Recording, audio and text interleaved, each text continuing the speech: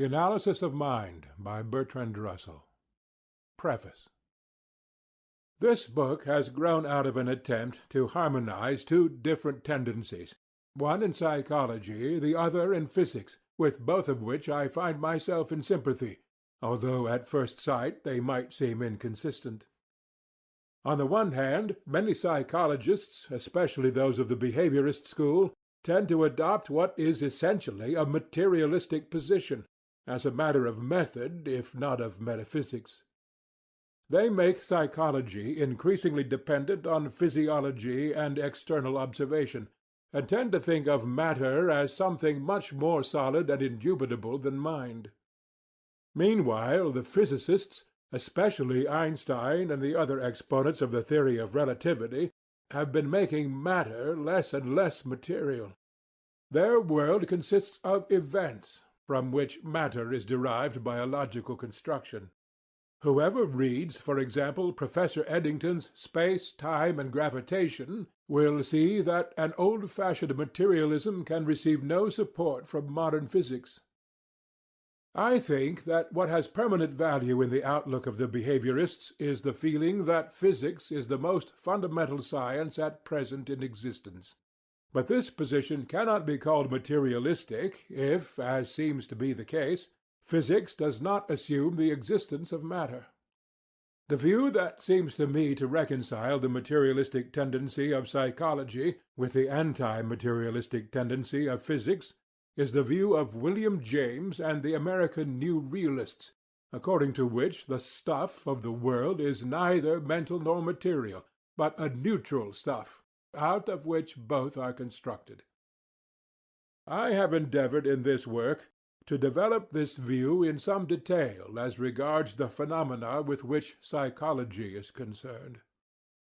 My thanks are due to Professor John B. Watson and to Dr. T. P. Nunn for reading my manuscript at an early stage and helping me with many valuable suggestions.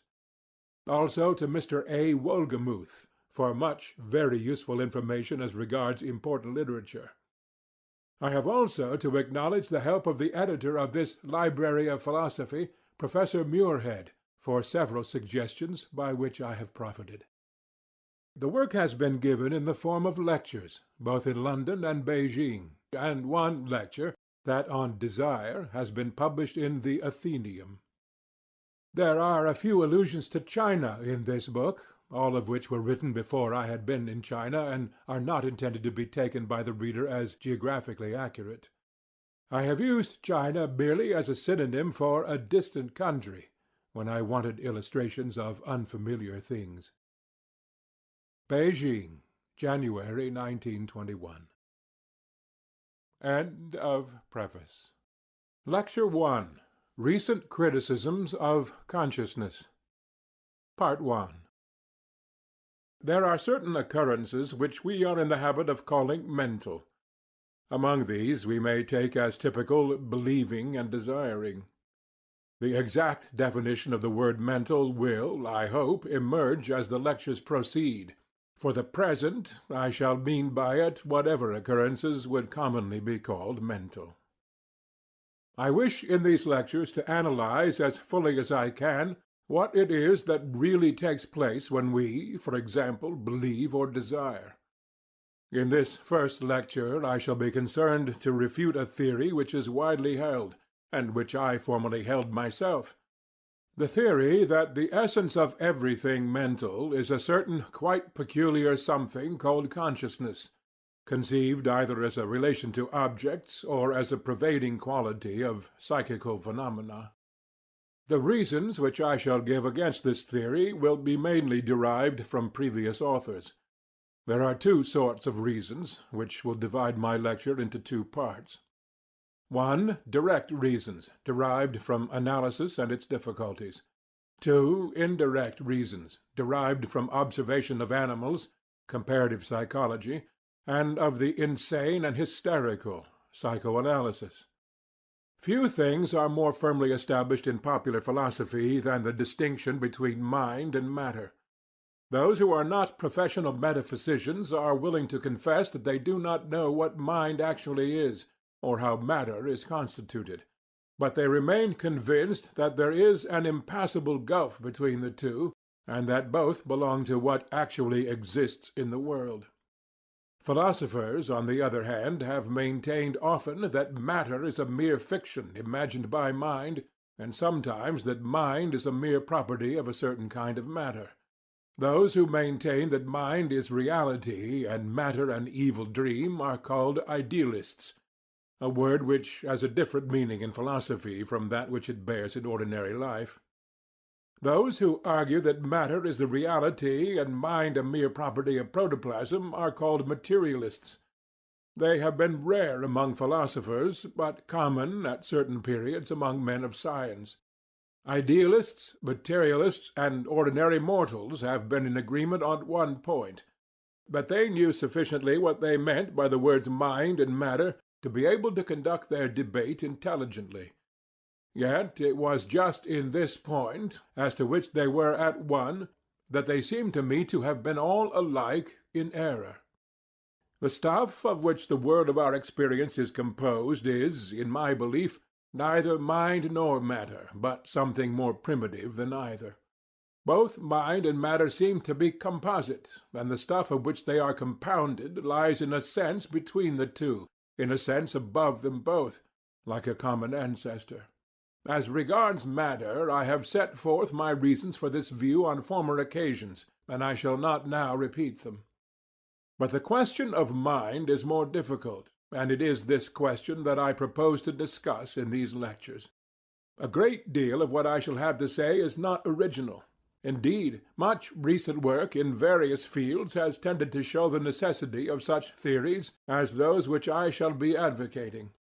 Accordingly, in this first lecture I shall try to give a brief description of the systems of ideas within which our investigation is to be carried on.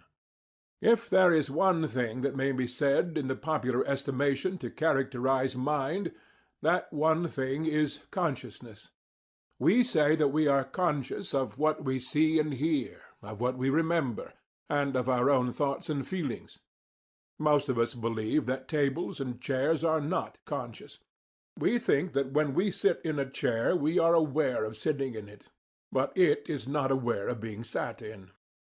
It cannot for a moment be doubted that we are right in believing that there is some difference between us and the chair in this respect. So much may be taken as fact, and as a datum for our inquiry. But as soon as we try to say what exactly the difference is, we become involved in perplexities.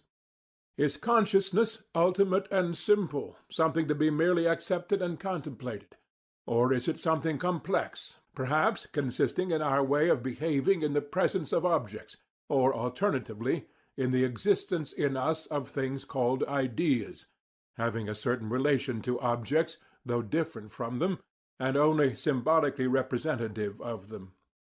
Such questions are not easy to answer, but until they are answered, we cannot profess to know what we mean by saying that we are possessed of consciousness. Before considering modern theories, let us look first at consciousness from the standpoint of conventional psychology, since this embodies views which naturally occur when we begin to reflect upon the subject. For this purpose, let us, as a preliminary, consider different ways of being conscious. First, there is the way of perception. We perceive tables and chairs, horses and dogs, our friends, traffic passing in the street. In short, anything which we recognize through the senses.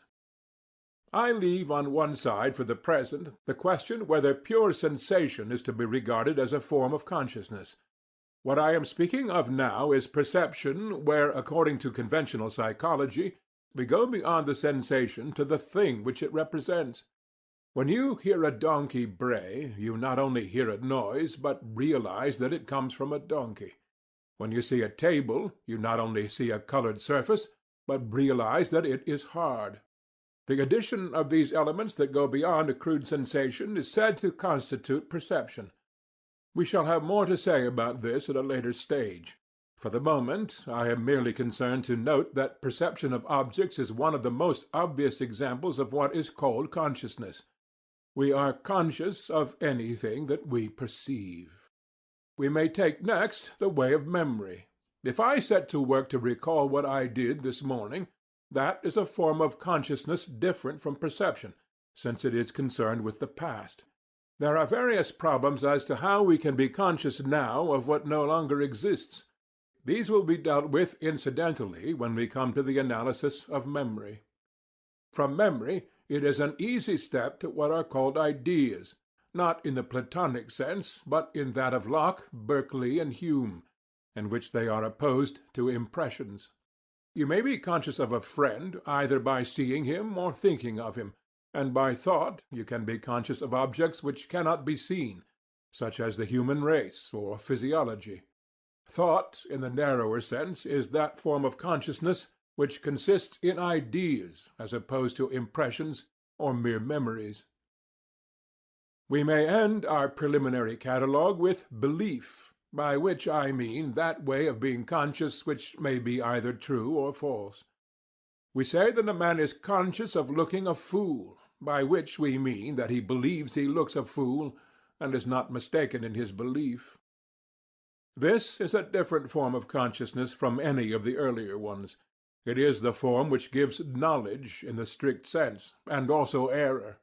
It is, at least apparently, more complex than our previous forms of consciousness, though we shall find that they are not so separable from it as they might appear to be. Besides ways of being conscious, there are other things that will ordinarily be called mental, such as desire and pleasure and pain. These raise problems of their own, which we shall reach in Lecture 3. But the hardest problems are those that arise concerning ways of being conscious. These ways, taken together, are called the cognitive elements in mind, and it is these that will occupy us most during the following lectures. There is one element which seems obviously in common among the different ways of being conscious, and that is that they are all directed to objects. We are conscious of something. The consciousness, it seems, is one thing, and that of which we are conscious is another thing. Unless we are to acquiesce in the view that we can never be conscious of anything outside our own minds, we must say that the object of consciousness need not be mental, though the consciousness must be. I am speaking within the circle of conventional doctrines, not expressing my own beliefs. This direction towards an object is commonly regarded as typical of every form of cognition, and sometimes of mental life altogether. We may distinguish two different tendencies in traditional psychology. There are those who take mental phenomena naively, just as they would physical phenomena. This school of psychologists tends not to emphasize the object. On the other hand, there are those whose primary interest is in the apparent fact that we have knowledge, that there is a world surrounding us of which we are aware. These men are interested in the mind, because of its relation to the world, because knowledge, if it is a fact, is a very mysterious one. Their interest in psychology is naturally centered in the relation of consciousness to its object, a problem which, properly, belongs rather to theory of knowledge. We may take as one of the best and most typical representatives of this school the Austrian psychologist Brentano, whose Psychology from the Empirical Standpoint, though published in 1874, is still influential, and was the starting point of a great deal of interesting work. He says, quote, "Every physical phenomenon is characterized by what the scholastics of the Middle Ages called the intentional, also the mental, inexistence of an object, and what we, although with not quite unambiguous expressions, would call relation to a content, direction towards an object, which is not here to be understood as a reality, or immanent objectivity. Each contains something in itself as an object, though not each in the same way. In presentation, something is presented; in judgment, something is acknowledged or rejected; in love, something is loved; in hatred, hated; in desire, desired, and so on. This intentional inexistence is exclusively peculiar to psychical phenomena. No physical phenomenon shows anything similar, and so we can define psychical phenomena by saying that they are phenomena which intentionally contain an object in themselves. The view here expressed, that relation to an object is an ultimate irreducible characteristic of mental phenomena, is one which I shall be concerned to combat. Like Brentano, I am interested in psychology, not so much for its own sake as for the light that it may throw on the problem of knowledge. Until very lately I believed, as he did, that mental phenomena have essential reference to objects, except possibly in the case of pleasure and pain. Now I no longer believe this, even in the case of knowledge. I shall try to make my reasons for this rejection clear as we proceed. It must be evident at first glance that the analysis of knowledge is rendered more difficult by the rejection, but the apparent simplicity of Brentano's view of knowledge will be found, if I am not mistaken, incapable of maintaining itself, either against an analytic scrutiny or against a host of facts in psychoanalysis and animal psychology. I do not wish to minimize the problems. I will merely observe, in mitigation of our prospective labors, that thinking, however it is to be analyzed, is in itself a delightful occupation, and that there is no enemy to thinking so deadly as a false simplicity. Travelling, whether in the mental or the physical world, is a joy, and it is good to know that, in the mental world at least, there are vast countries still very imperfectly explored. The view expressed by Brentano has been held very generally and developed by many writers. Among these we may take as an example his Austrian successor, Meinong. According to him, there are three elements involved in the thought of an object. These three he calls the act, the content, and the object. The act is the same in any two cases of the same kind of consciousness. For instance, if I think of Smith or think of Brown, the act of thinking in itself is exactly similar on both occasions. But the content of my thought, the particular event that is happening in my mind, is different when I think of Smith and when I think of Brown. The content, Meinong argues, must not be confounded with the object, since the content must exist in my mind at the moment when I have the thought, whereas the object need not do so. The object may be something past or future. It may be physical, not mental. It may be something abstract, like equality, for example. It may be something imaginary, like a golden mountain. Or it may even be something self-contradictory, like a round square. But in all these cases, so he contends, the content exists when the thought exists, and is what distinguishes it, as an occurrence, from other thoughts. To make this theory concrete, let us suppose that you are thinking of St. Paul's. Then, according to Meinong, we have to distinguish three elements which are necessarily combined in constituting the one thought. First, there is the act of thinking, which would be just the same whatever you were thinking about. Then there is what makes the character of the thought as contrasted with other thoughts. This is content. And finally, there is St. Paul's, which is the object of your thought. There must be a difference between the content of a thought and what it is about, since the thought is here and now, whereas what it is about may not be. Hence it is clear that the thought is not identical with St. Paul's. This seems to show that we must distinguish between content and object. But if Meinong is right, there can be no thought without an object. The connection of the two is essential. The object may exist without the thought, but not the thought without the object. The three elements of act, content, and object are all required to constitute the one single occurrence called thinking of St. Paul's. The above analysis of a thought, though I believe it to be mistaken, is very useful as affording a schema in terms of which other theories can be stated. In the remainder of the present lecture I shall state in outline the view which I advocate, and show how various other views, out of which mine has grown, result from modifications of the threefold analysis into act, content, and object. The first criticism I have to make is that the act seems unnecessary and fictitious. The occurrence of the content of a thought constitutes the occurrence of the thought. Empirically, I cannot discover anything corresponding to the supposed act, and theoretically I cannot see that it is indispensable. We say, "I think so and so," and this word "I" suggests that thinking is the act of a person. Meinong's act is the ghost of the subject, or what once was the full-blooded soul. It is supposed that thoughts cannot just come and go, but need a person to think them. Now, of course, it is true that thoughts can be collected into bundles, so that one bundle is my thoughts, another is your thoughts, and a third is the thoughts of Mr. Jones. But I think the person is not an ingredient in the single thought. He is rather constituted by relations of the thoughts to each other and to the body. This is a large question, which need not, in its entirety, concern us at present. All that I am concerned with for the moment is that the grammatical forms "I think," "you think," and "Mr. Jones thinks" are misleading if regarded as indicating an analysis of a single thought. It would be better to say "it thinks in me," like "it rains here," or, better still, "there is a thought in me."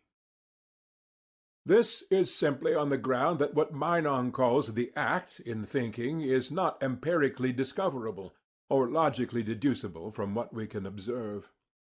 The next point of criticism concerns the relation of content and object. The reference of thoughts to objects is not, I believe, the simple, direct, essential thing that Brentano and Meinong represented as being. It seems to me to be derivative, and to consist largely in beliefs that what constitutes the thought is connected with various other elements which together make up the object. You have, say, an image of St. Paul's, or merely the word St. Paul's in your head. You believe, however vaguely and dimly, that this is connected with what you would see if you went to St. Paul's, or what you would feel if you touched its walls. It is further connected with what other people see and feel, with services and the dean and chapter and Sir Christopher Wren. These things are not mere thoughts of yours, but your thought stands in a relation to them of which you are more or less aware. The awareness of this relation is a further thought, and constitutes your feeling that the original thought had an object. But in pure imagination you can get very similar thoughts without these accompanying beliefs, and in this case your thoughts do not have objects, or seem to have them. Thus, in such instances, you have content without object. On the other hand, in seeing or hearing it would be less misleading to say that you have object without content, since what you see or hear is actually part of the physical world, though not matter in the sense of physics. Thus the whole question of the relation of mental occurrences to objects grows very complicated, and cannot be settled by regarding reference to objects as the essence of thoughts. All the above remarks are merely preliminary, and will be expanded later. Speaking in popular and unphilosophical terms, we may say that the content of a thought is supposed to be something in your head when you think the thought, while the object is usually something in the outer world. It is held that knowledge of the outer world is constituted by the relation to the object, while the fact that knowledge is different from what it knows is due to the fact that knowledge comes by way of contents. We can begin to state the difference between realism and idealism in terms of this opposition of contents and objects. Speaking quite roughly and approximately, we may say that idealism tends to suppress the object, while realism tends to suppress the content. Idealism, accordingly, says that nothing can be known except thoughts, and all the reality that we know is mental, while realism maintains that we know objects directly, in sensation certainly, and perhaps also in memory and thought. Idealism does not say that nothing can be known beyond the present thought, but it maintains that the context of vague belief, which we spoke of in connection with the thought of St. Paul's, only takes you to other thoughts, never to anything radically different from thoughts. The difficulty of this view is in regard to sensation, where it seems as if we came into direct contact with the outer world. But the Berkeleyan way of meeting this difficulty is so familiar that I need not enlarge upon it now. I shall return to it in a later lecture, and will only observe, for the present, that there seem to me no valid grounds for regarding what we see and hear as not part of the physical world. Realists, on the other hand, as a rule, suppress the content, and maintain that a thought consists either of act and object alone, or of object alone. I have been in the past a realist, and I remain a realist as regards sensation, but not as regards memory or thought. I will try to explain what seem to me to be the reasons for and against various kinds of realism. Modern idealism professes to be by no means confined to the present thought or the present thinker in regard to its knowledge. Indeed, it contends that the world is so organic, so dovetailed, that from any one portion the whole can be inferred, as the complete skeleton of an extinct animal can be inferred from one bone. But the logic by which this supposed organic nature of the world is nominally demonstrated appears to realists, as it does to me, to be faulty. They argue that, if we cannot know the physical world directly, we cannot really know anything outside our own minds. The rest of the world may be merely our dream. This is a dreary view, and they therefore seek ways of escaping from it. Accordingly, they maintain that in knowledge we are in direct contact with objects, which may be, and usually are, outside our own minds. No doubt they are prompted to this view, in the first place, by bias, namely, by the desire to think that they can know of the existence of a world outside themselves. But we have to consider, not what led them to desire the view, but whether their arguments for it are valid. There are two different kinds of realism, according as we make a thought consist of act and object, or of object alone. Their difficulties are different, but neither seems tenable all through. Take, for the sake of definitiveness, the remembering of a past event. The remembering occurs now, and is therefore necessarily not identical with the past event. So long as we retain the act, this need cause no difficulty. The act of remembering occurs now, and has on this view a certain essential relation to the past event which it remembers. There is no logical objection to this theory, but there is the objection, which we spoke of earlier, that the act seems mythical, and is not to be found by observation. If, on the other hand, we try to constitute memory without the act, we are driven to a content, since we must have something that happens now, as opposed to the event which happened in the past. Thus, when we reject the act, which I think we must, we are driven to a theory of memory which is more akin to idealism. These arguments, however, do not apply to sensation. It is especially sensation, I think, which is considered by those realists who retain only the object. Their views, which are chiefly held in America, are in large measure derived from William James, and before going further it will be well to consider the revolutionary doctrine which he advocated. I believe this doctrine contains important new truth, and what I shall have to say will be in a considerable measure inspired by it. William James's view was first set forth in an essay called "Does Consciousness Exist?"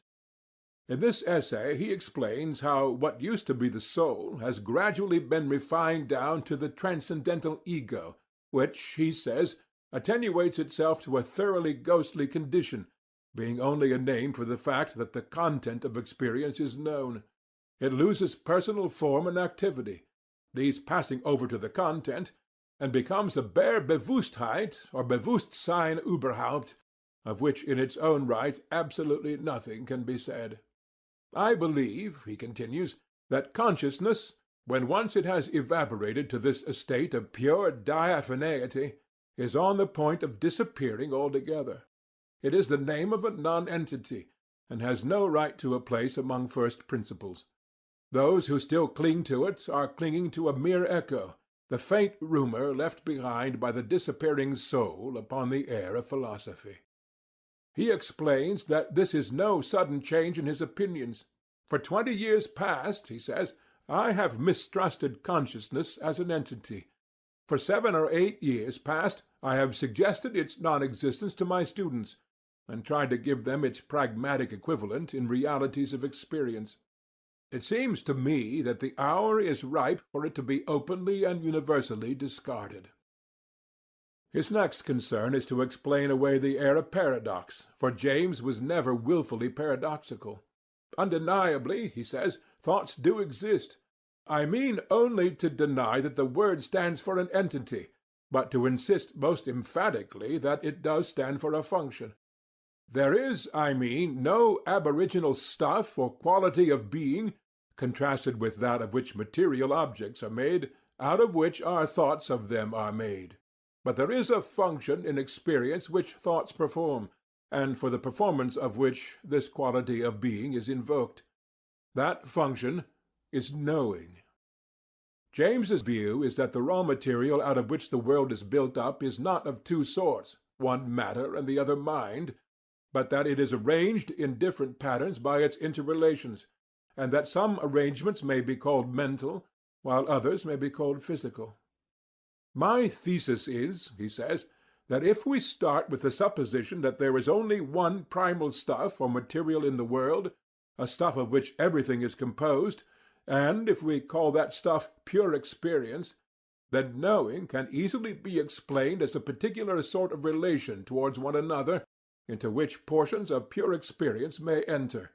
The relation itself is a part of pure experience. One of its terms becomes the subject or bearer of the knowledge, the knower. The other becomes the object known. End of Part 1.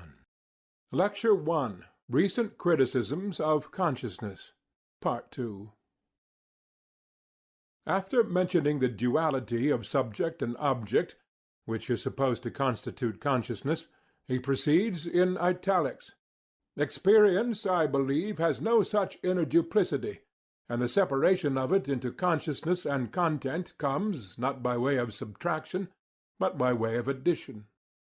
He illustrates his meaning by the analogy of paint, as it appears in a paint shop and as it appears in a picture. In the one case it is just saleable matter, while in the other it performs a spiritual function.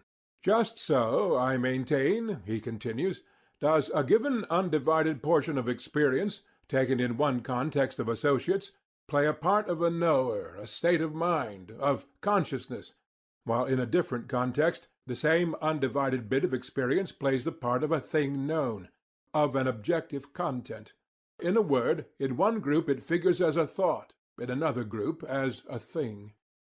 He does not believe in the supposed immediate certainty of thought. Let the case be what it may in others, he says, I am as confident as I am of anything that in myself the stream of thinking, which I recognize emphatically as a phenomenon, is only a careless name for what, when scrutinized, reveals itself to consist chiefly of the stream of my breathing. The I think which Kant said must be able to accompany all my objects is the I breathe which actually does accompany them.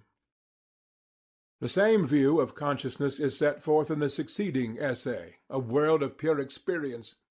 The use of the phrase pure experience in both essays points to a lingering influence of idealism. Experience, like consciousness, must be a product, not part of the primary stuff of the world. It must be possible, if James is right in his main contentions, that roughly the same stuff, differently arranged, would not give rise to anything that could be called experience. This word has been dropped by the American realists, among whom we may mention specially Professor R. B. Perry of Harvard and Mr. Edwin B. Holt. The interests of this school are in general philosophy and the philosophy of the sciences, rather than in psychology. They have derived a strong impulsion from James, but have more interest than he had in logic and mathematics and the abstract part of philosophy. They speak of neutral entities as the stuff out of which both mind and matter are constructed.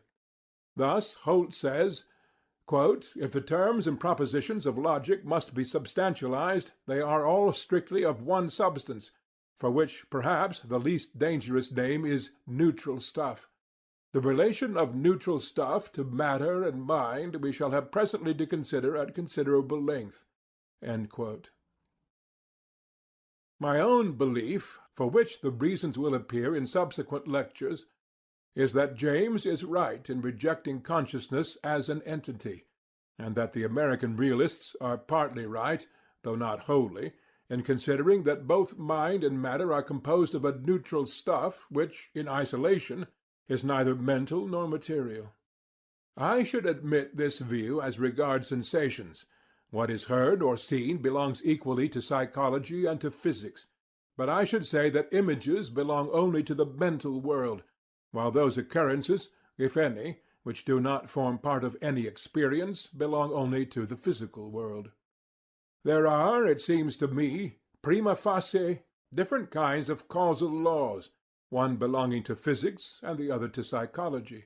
The law of gravitation, for example, is a physical law, while the law of association is the psychological law. Sensations are subject to both kinds of laws, and are therefore truly neutral in Holt's sense.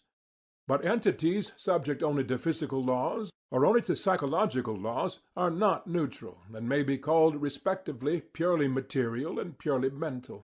Even those, however, which are purely mental will not have that intrinsic reference to objects which Brentano assigns to them, and which constitutes the essence of consciousness as ordinarily understood. But it is now time to pass on to other modern tendencies, also hostile to consciousness. There is a psychological school called behaviorists, of whom the protagonist is Professor John B. Watson, formerly of the Johns Hopkins University. To them also, on the whole, belongs Professor John Dewey, who, with James and Dr. Schiller, was one of the three founders of pragmatism. The view of the behaviorists is that nothing can be known except by external observation. They deny altogether that there is a separate source of knowledge called introspection, by which we know things about ourselves which we could never observe in others. They do not by any means deny that all sorts of things may go on in our minds. They only say that such things, if they occur, are not susceptible of scientific observation, and do not therefore concern psychology as a science. Psychology as a science, they say, is only concerned with behavior, that is, with what we do. This alone, they contend, can be accurately observed. Whether we think, meanwhile, they tell us, cannot be known. In their observation of the behavior of human beings, they have not so far found any evidence of thought. True, we talk a great deal, and imagine that in so doing we are showing that we think. But behaviorists say that the talk they have to listen to can be explained without supposing that people think. Where you might expect a chapter on thought processes, you come instead upon a chapter on the language habit. It is humiliating to find how terribly adequate this hypothesis turns out to be. Behaviorism is not, however, sprung from observing the folly of men. It is the wisdom of animals that has suggested the view. It has always been a common topic of popular discussion whether animals think. On this topic people are prepared to take sides without having the vaguest idea what they mean by thinking. Those who desired to investigate such questions were led to observe the behavior of animals, in the hope that their behavior would throw some light on their mental faculties. At first sight it might seem that this is so. People say that a dog knows its name because it comes when it is called, and that it remembers its master because it looks sad in his absence, but wags its tail and barks when he returns. That the dog behaves in this way is matter of observation, but that it knows or remembers anything is an inference, and in fact a very doubtful one. The more such inferences are examined, the more precarious they are seen to be. Hence the study of animal behavior has been gradually led to abandon all attempt at mental interpretation. And it can hardly be doubted that, in many cases of complicated behavior, very well adapted to its ends, there can be no prevision of those ends. The first time a bird builds a nest, we can hardly suppose it knows that there will be eggs to be laid in it, or that it will sit on the eggs, or that they will hatch into young birds. It does what it does at each stage because instinct gives it an impulse to do just that, not because it foresees or desires the result of its actions. Careful observers of animals, being anxious to avoid precarious inferences, have gradually discovered more and more how to give an account of the actions of animals without assuming what we call consciousness. It has seemed to the behaviorists that similar methods can be applied to human behavior, without assuming anything not open to external observation. Let us give a crude illustration, too crude for the authors in question, but capable of affording a rough insight into their meaning. Suppose two children in a school, both of whom are asked, "What is 6 times 9?" One says 54, the other says 56. The one, we say, knows what 6 times 9 is, the other does not. But all that we can observe is a certain language habit. The one child has acquired the habit of saying 6 times 9 is 54. The other has not. There is no more need of thought in this than there is when a horse turns into its accustomed stable. There are merely more numerous and complicated habits. There is obviously an observable fact called knowing such and such a thing. Examinations are experiments for discovering such facts.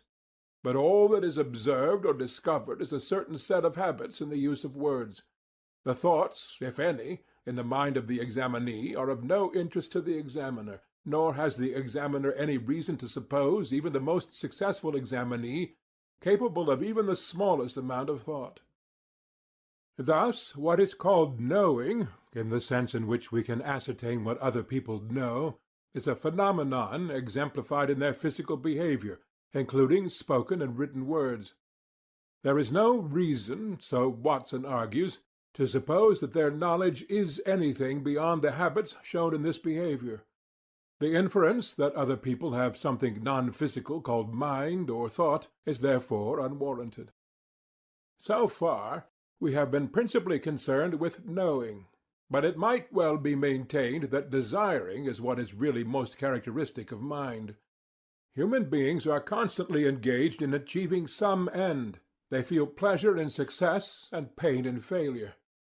In a purely material world, it may be said, there would be no opposition of pleasant and unpleasant, good and bad, what is desired and what is feared.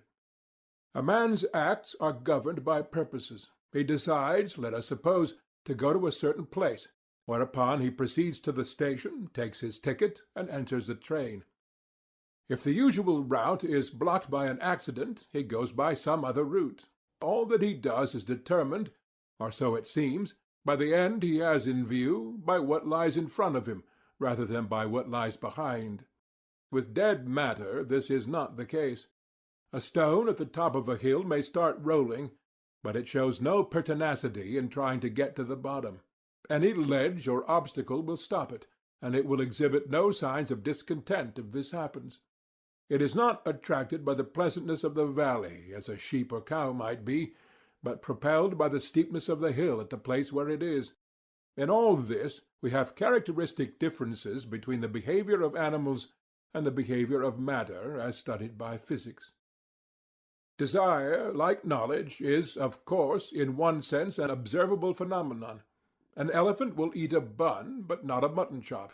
A duck will go into the water, but a hen will not. But when we think of our own desires, most people believe that we can know them by an immediate self-knowledge which does not depend upon observation of our actions.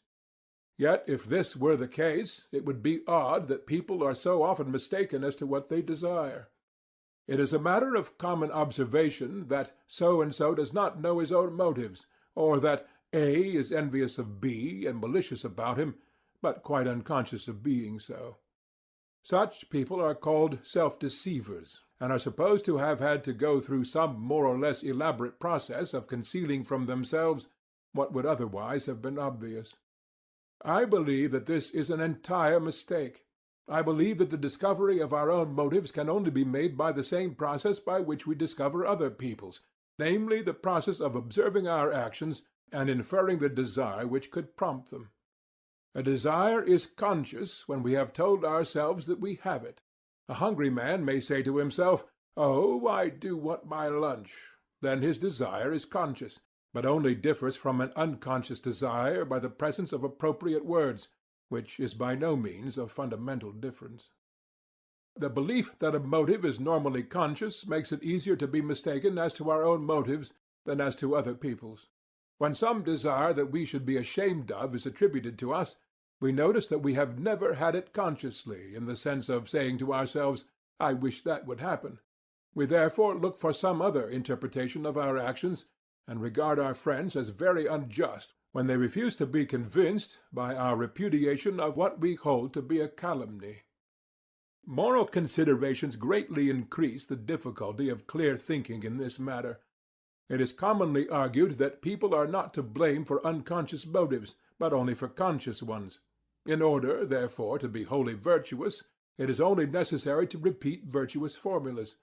We say, "I desire to be kind to my friends, honorable in business, philanthropic towards the poor, public-spirited in politics." So long as we refuse to allow ourselves, even in the watches of the night, to avow any contrary desires, we may be bullies at home, shady in the city, skinflints in paying wages, and profiteers in dealing with the public. Yet, if only conscious motives are to count in moral valuation, we shall remain model characters. This is an agreeable doctrine, and it is not surprising that men are unwilling to abandon it. But moral considerations are the worst enemies of the scientific spirit, and we must dismiss them from our minds if we wish to arrive at truth. I believe, as I shall try to prove in a later lecture, that desire, like force in mechanics, is of the nature of a convenient fiction for describing shortly certain laws of behavior. A hungry animal is restless until it finds food. Then it becomes quiescent. The thing which will bring a restless condition to an end is said to be what is desired. But only experience can show what will have this sedative effect, and it is easy to make mistakes. We feel dissatisfaction, and think that such and such a thing would remove it. But in thinking this, we are theorizing, not observing a patent fact. Our theorizing is often mistaken, and when it is mistaken there is a difference between what we think we desire and what in fact will bring satisfaction. This is such a common phenomenon that any theory of desire which fails to account for it must be wrong. What we have called unconscious desires have been brought very much to the fore in recent years by psychoanalysis. Psychoanalysis, as everyone knows, is primarily a method of understanding hysteria and certain forms of insanity. But it has been found that there is much in the lives of ordinary men and women which bears a humiliating resemblance to the delusions of the insane. The connection of dreams, irrational beliefs, and foolish actions with unconscious wishes has been brought to light, though with some exaggeration, by Freud and Jung and their followers. As regards the nature of these unconscious wishes, it seems to me, though as a layman I speak with diffidence, that many psychoanalysts are unduly narrow. No doubt the wishes they emphasize exist, but others, for example for honor and power, are equally operative and equally liable to concealment. This, however, does not affect the value of their own general theories from the point of view of theoretic psychology, and it is from this point of view that their results are important for the analysis of mind. What, I think, is clearly established is that a man's action and beliefs may be wholly dominated by a desire of which he is quite unconscious, and which he indignantly repudiates when it is suggested to him. Such a desire is generally, in morbid cases, of a sort which the patient would consider wicked. If he had to admit that he had the desire, he would loathe himself. Yet it is so strong that it must force an outlet for itself. Hence it becomes necessary to entertain whole systems of false beliefs in order to hide the nature of what is desired. The resulting delusions in very many cases disappear if the hysteric or lunatic can be made to face the facts about himself. The consequence of this is that the treatment of many forms of insanity has grown more psychological and less physiological than it used to be. Instead of looking for a physical defect in the brain, those who treat delusions look for the repressed desire which has found this contorted mode of expression. For those who do not wish to plunge into the somewhat repulsive and often rather wild theories of psychoanalytic pioneers, it will be worth while to read a little book by Dr. Bernard Hart on The Psychology of Insanity. On this question of the mental as opposed to the physiological study of the cases of insanity, Dr. Hart says, quote, "The psychological conception of insanity is based on the view that mental processes can be directly studied without any reference to the accompanying changes which are presumed to take place in the brain, and that insanity may therefore be properly attacked from the standpoint of psychology." This illustrates a point which I am anxious to make clear from the outset. Any attempt to classify modern views, such as I propose to advocate, from the old standpoint of materialism and idealism, is only misleading. In certain respects, the views which I shall be setting forth approximate to materialism; in certain others, they approximate to its opposite. On this question of the study of delusions, the practical effect of the modern theories, as Dr. Hart points out, is emancipation from the materialist method. On the other hand, as he also points out, imbecility and dementia still have to be considered physiologically, as caused by defects in the brain. There is no inconsistency in this. If, as we maintain, mind and matter are neither of them the actual stuff of reality, but different convenient groupings of an underlying material, then clearly the question whether, in regard to a given phenomenon, we are to seek a physical or a mental cause is merely one to be decided by trial. Metaphysicians have argued endlessly as to the interaction of mind and matter. The followers of Descartes held that mind and matter are so different as to make any action of the one on the other impossible. When I move my arm, they said, it is not my will that operates on my arm, but God, who, by his omnipotence, moves my arm whenever I want it moved. The modern doctrine of psychophysical parallelism is not appreciably different from the theory of the Cartesian school.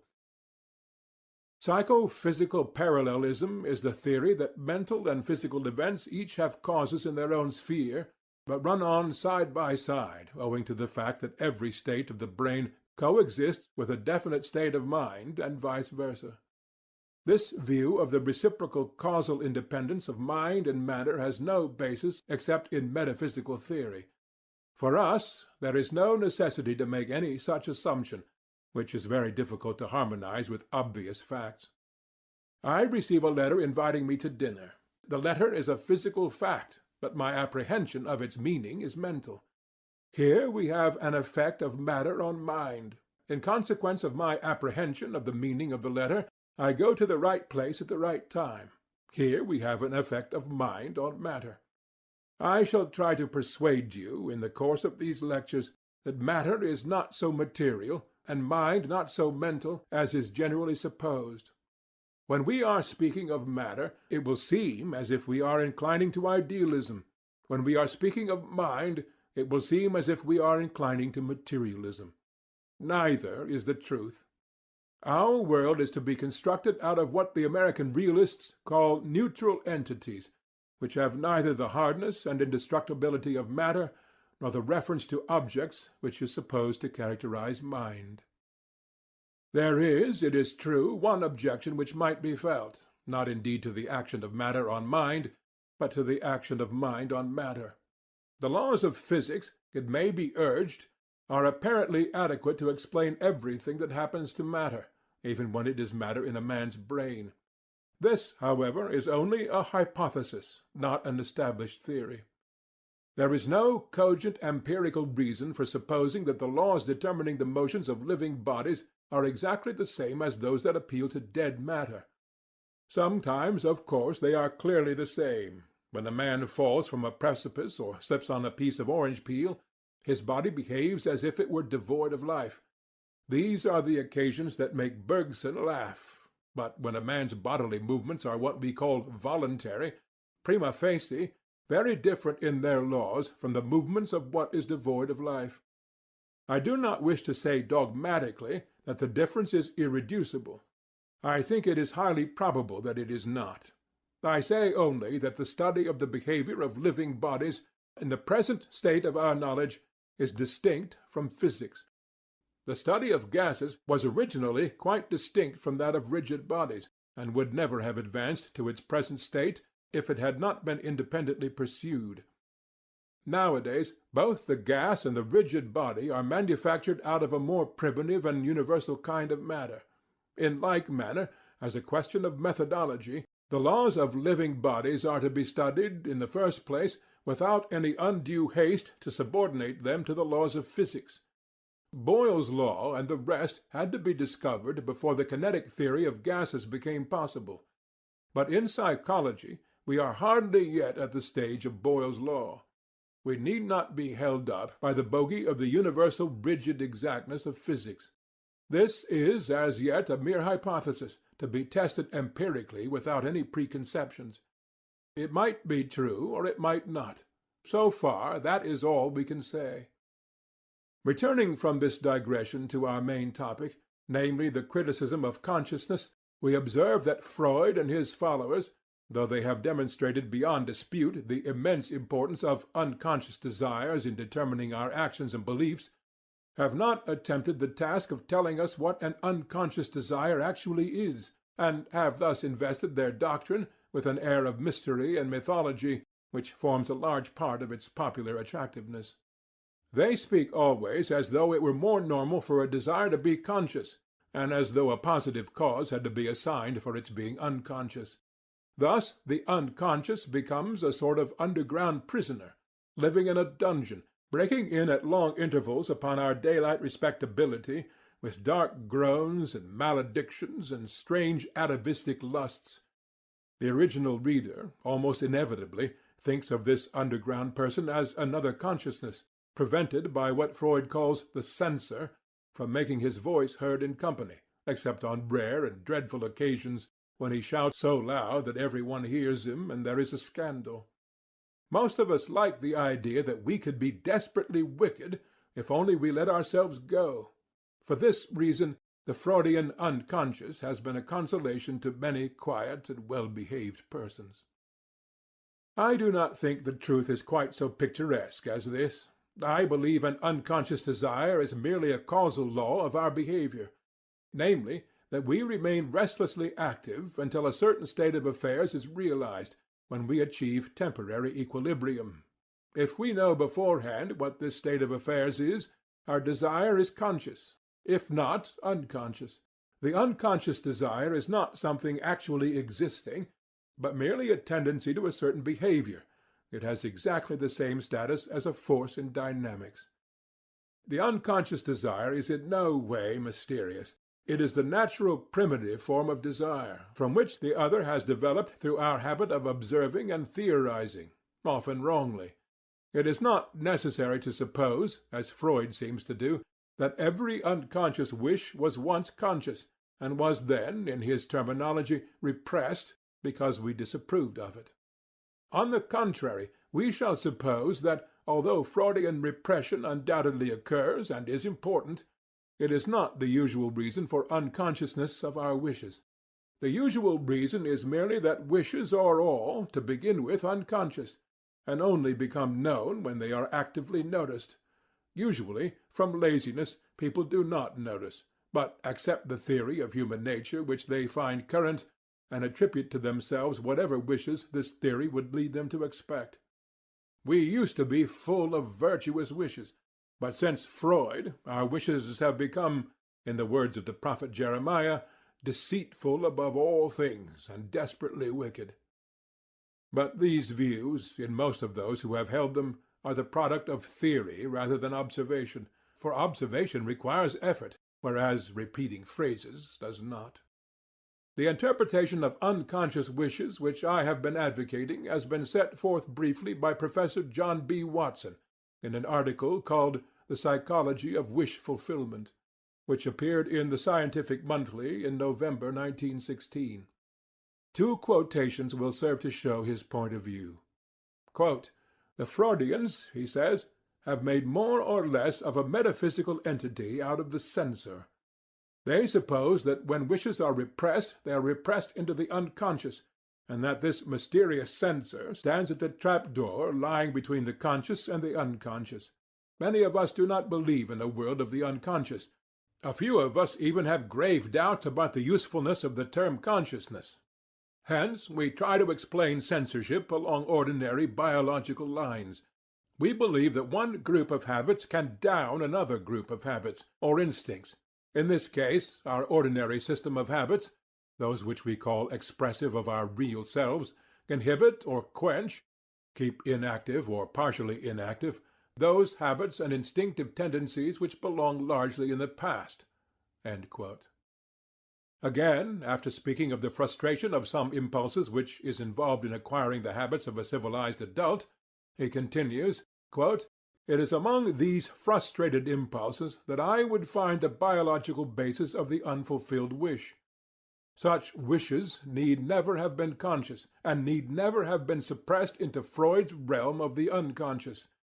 It may be inferred from this that there is no particular reason for applying the term wish to such tendencies."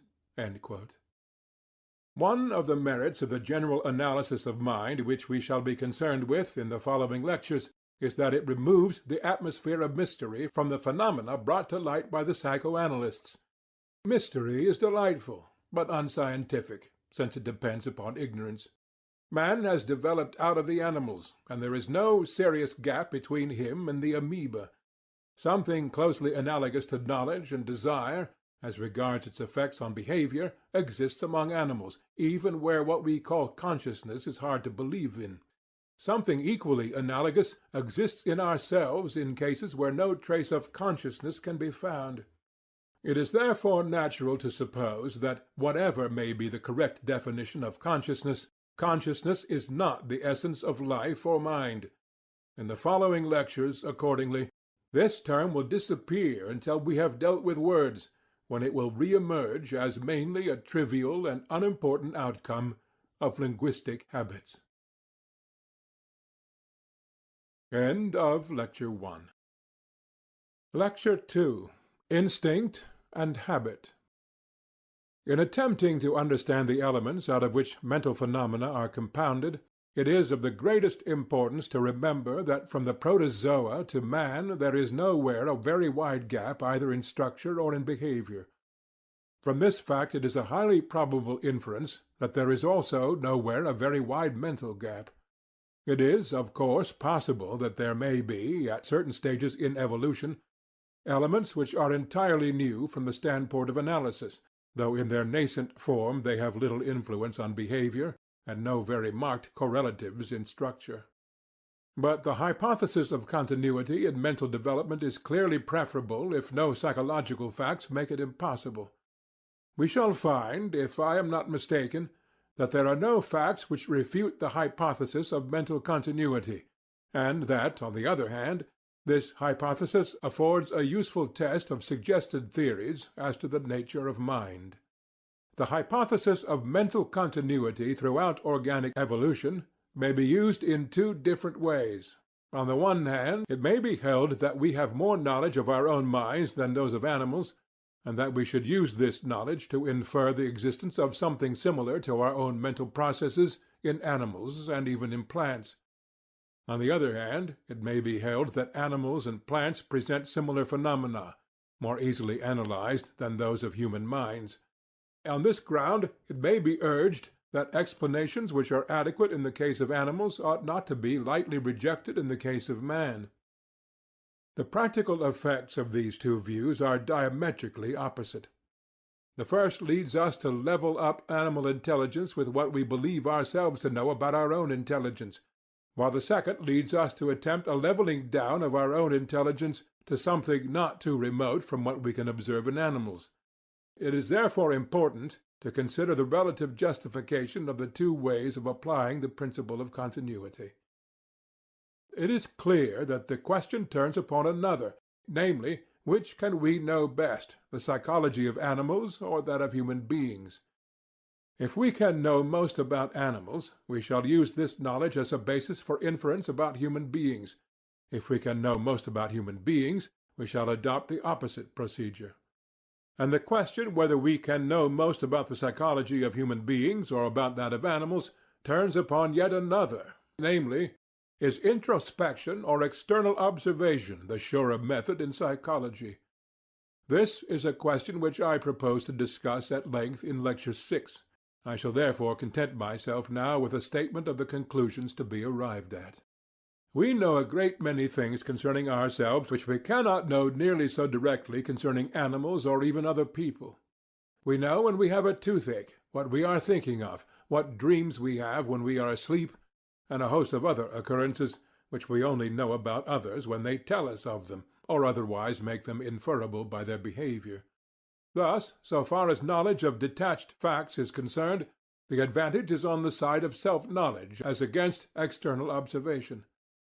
But when we come to the analysis and scientific understanding of the facts, the advantages on the side of self-knowledge become far less clear. We know, for example, that we have desires and beliefs, but we do not know what constitutes a desire or a belief. The phenomena are so familiar that it is difficult to realize how little we really know about them. We see in animals, and to a lesser extent in plants, behavior more or less similar to that which in us is prompted by desires and beliefs, and we find that as we descend on the scale of evolution, behavior becomes simpler, more easily reducible to rule, more scientifically analyzable and predictable. And just because we are not misled by familiarity, we find it easier to be cautious in interpreting behavior when we are dealing with phenomena remote from those of our own minds. Moreover, introspection, as psychoanalysis has demonstrated, is extraordinarily fallible, even in cases where we feel a high degree of certainty. The net result seems to be that, though self-knowledge has a definite and important contribution to make to psychology, it is exceedingly misleading unless it is constantly checked and controlled by the test of external observation, and by the theories which such observation suggests when applied to animal behavior. On the whole, therefore, there is probably more to be learnt about human psychology from animals than about animal psychology from human beings. But this conclusion is one of degree, and must not be pressed beyond a point. It is only bodily phenomena that can be directly observed in animals, or even, strictly speaking, in other human beings. We can observe such things as their movements, their physiological processes, and sounds they emit. Such things as desires and beliefs, which seem obvious to introspection, are not visible directly by external observation. Accordingly, if we begin our study of psychology by external observation, we must not begin by assuming such things as desires and beliefs, but only such things as external observation can reveal, which will be characteristics of the movements and physiological processes of animals. Some animals, for example, always run away from light and hide themselves in dark places. If you pick up a mossy stone which is lightly embedded in the earth, you will see a number of small animals scuttling about from the unwonted daylight, and seeking again the darkness of which you have deprived them. Such animals are sensitive to light, in the sense that their movements are affected by it, but it would be rash to infer that they have sensations in any way analogous to our sensations of sight. Such inferences, which go beyond the observable facts, are to be avoided with the utmost care. It is customary to divide human movements into three classes: voluntary, reflex, and mechanical. We may illustrate the distinction by a quotation from William James. Quote, "If I hear the conductor calling all aboard as I enter the depot, my heart first stops, then palpitates, and my legs respond to the air waves falling on my tympanum by quickening their movements. If I stumble as I run, the sensation of falling provides a movement of the hands towards the direction of the fall, the effect of which is to shield the body from too sudden a shock. If a cinder enter my eye, its lids close forcibly, and a copious flow of tears tends to wash it out." These three responses to a sensational stimulus differ, however, in many respects. The closure of the eye and the lacrimation are quite involuntary, and so is the disturbance of the heart. Such involuntary responses we know as reflex acts. The motion of the arms to break the shock of falling may also be called reflex, since it occurs too quickly to be deliberately intended. Whether it be instinctive, or whether it result from the pedestrian education of childhood, may be doubtful. It is, at any rate, less automatic than the previous acts, for a man might by conscious effort learn to perform it more skilfully, or even to suppress it altogether. Actions of this kind, with which instinct and volition enter upon equal terms, have been called semi-reflex. That act of running towards the train, on the other hand, has no instinctive element about it. It is purely the result of education, and is preceded by a consciousness of the purpose to be attained and a distinct mandate of the will. It is a voluntary act. Thus the animal's reflex and voluntary performances shade into each other gradually, being connected by acts which may often occur automatically, but may also be modified by conscious intelligence. An outside observer, unable to perceive the accompanying consciousness, might be wholly at a loss to discriminate between the automatic acts and those which volition escorted. But if the criterion for mind's existence be the choice of the proper means for the attainment of a supposed end, all the acts alike seem to be inspired by intelligence, for appropriateness characterizes them all alike." There is one movement among those that James mentions at first which is not subsequently classified, namely the stumbling. This is the kind of movement which may be called mechanical. It is evidently of a different kind from either reflex or voluntary movements, and more akin to the movements of dead matter. We may define a movement of an animal's body as mechanical when it proceeds as if only dead matter were involved. For example, if you fall over a cliff, you move under the influence of gravitation, and your center of gravity describes just as correct a parabola as if you were already dead. Mechanical movements have not the characteristic of appropriateness, unless by accident, as when a drunken man falls into a water-butt and is sobered. But reflex and voluntary movements are not always appropriate, unless in some very recondite sense. A moth flying into a flame is not acting sensibly, no more is a man who is in such a hurry to get his ticket that he cannot remember the name of his destination. Appropriateness is a complicated and merely approximate idea, and for the present we shall do well to dismiss it from our thoughts. As James states, there is no difference, from the point of view of the outside observer, between voluntary and reflex movements. The physiologist can discover that both depend upon the nervous system, and he may find that the movements which we call voluntary depend upon higher centers in the brain than those that are reflex, but he cannot discover anything as to the presence or absence of will or consciousness, for these things can only be seen from within, if at all. For the present, we wish to place ourselves resolutely in the position of outside observers. We will therefore ignore the distinction between voluntary and reflex movements. We will call the two together vital movements. We may then distinguish vital from mechanical movements by the fact that vital movements depend for their causation upon the special properties of the nervous system, while mechanical movements depend upon the properties which animal bodies share with matter in general. There is need for some care if the distinction between mechanical and vital movements is to be made precise. It is quite likely that if we knew more about animal bodies, we could deduce all their movements from the laws of chemistry and physics.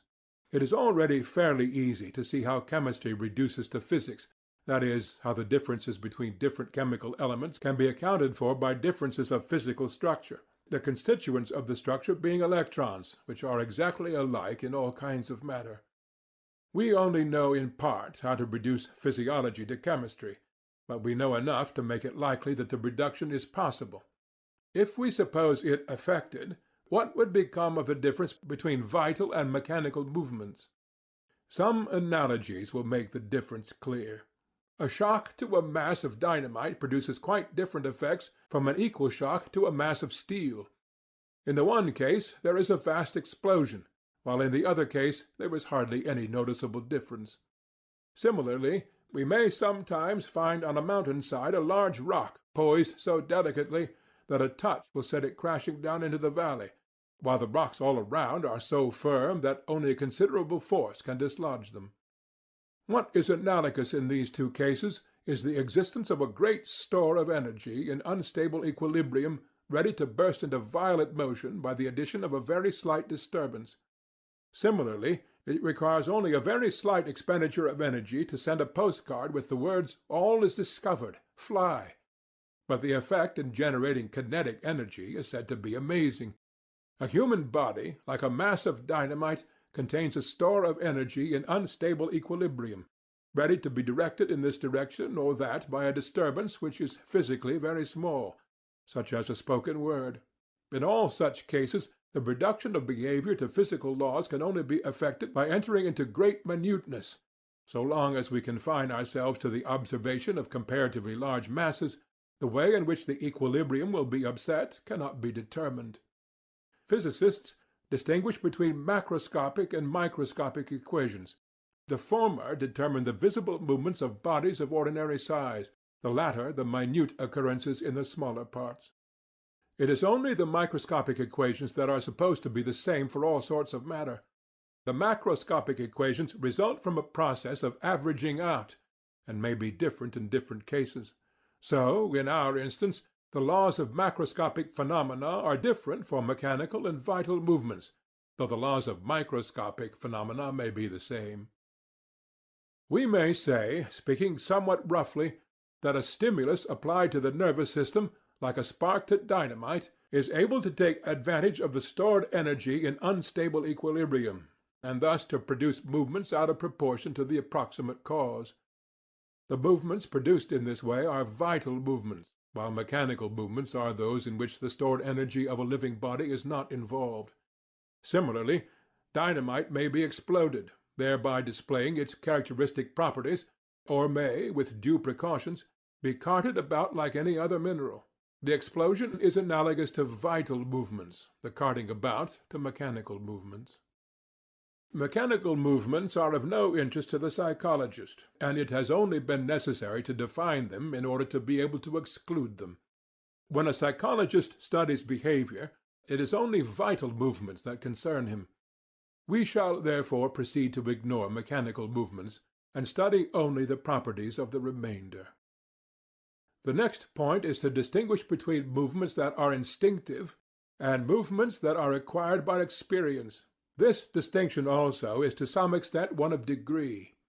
Professor Lloyd Morgan gives the following definition of instinctive behavior: "That which is on its first occurrence independent of prior experience, which tends to the well-being of the individual and the preservation of the race, which is similarly performed by all members of the same more or less restricted group of animals, and which may be subject to subsequent modification under the guidance of experience." This definition is framed for the purposes of biology, and is in some respects unsuited to the needs of psychology. Though perhaps unavoidable, allusion to the same more or less restricted group of animals makes it impossible to judge what is instinctive in the behavior of an isolated individual. Moreover, the well-being of the individual and the preservation of the race is only a usual characteristic, not a universal one, of the sort of movements that, from our point of view, are to be called instinctive. Instances of harmful instincts will be given shortly. The essential point of the definition, from our point of view, is that an instinctive movement is independent of prior experience. We may say that an instinctive movement is a vital movement performed by an animal the first time that it finds itself in a novel situation, or, more correctly, one which it would perform if the situation were novel. The instincts of an animal are different at different periods of its growth, and this fact may cause changes of behavior which are not due to learning. The maturing and seasonal fluctuation of the sex instinct affords a good illustration. When the sex instinct first matures, the behavior of an animal in the presence of a mate is different from its previous behavior in similar circumstances, but is not learnt, since it is just the same if the animal has never previously been in the presence of a mate. On the other hand, a movement is learnt, or embodies a habit, if it is due to previous experience of similar situations, and is not what it would be if the animal had had no such experience. There are various complications which blur the sharpness of this distinction in practice. To begin with, many instincts mature gradually, and while they are immature, an animal may act in a fumbling manner which is very difficult to distinguish from learning. James maintains that children walk by instinct, and that the awkwardness of their first attempts is only due to the fact that the instinct has not yet ripened. He hopes that some scientific widower, left alone with his offspring at the critical moment, may ere long test this suggestion on the living subject.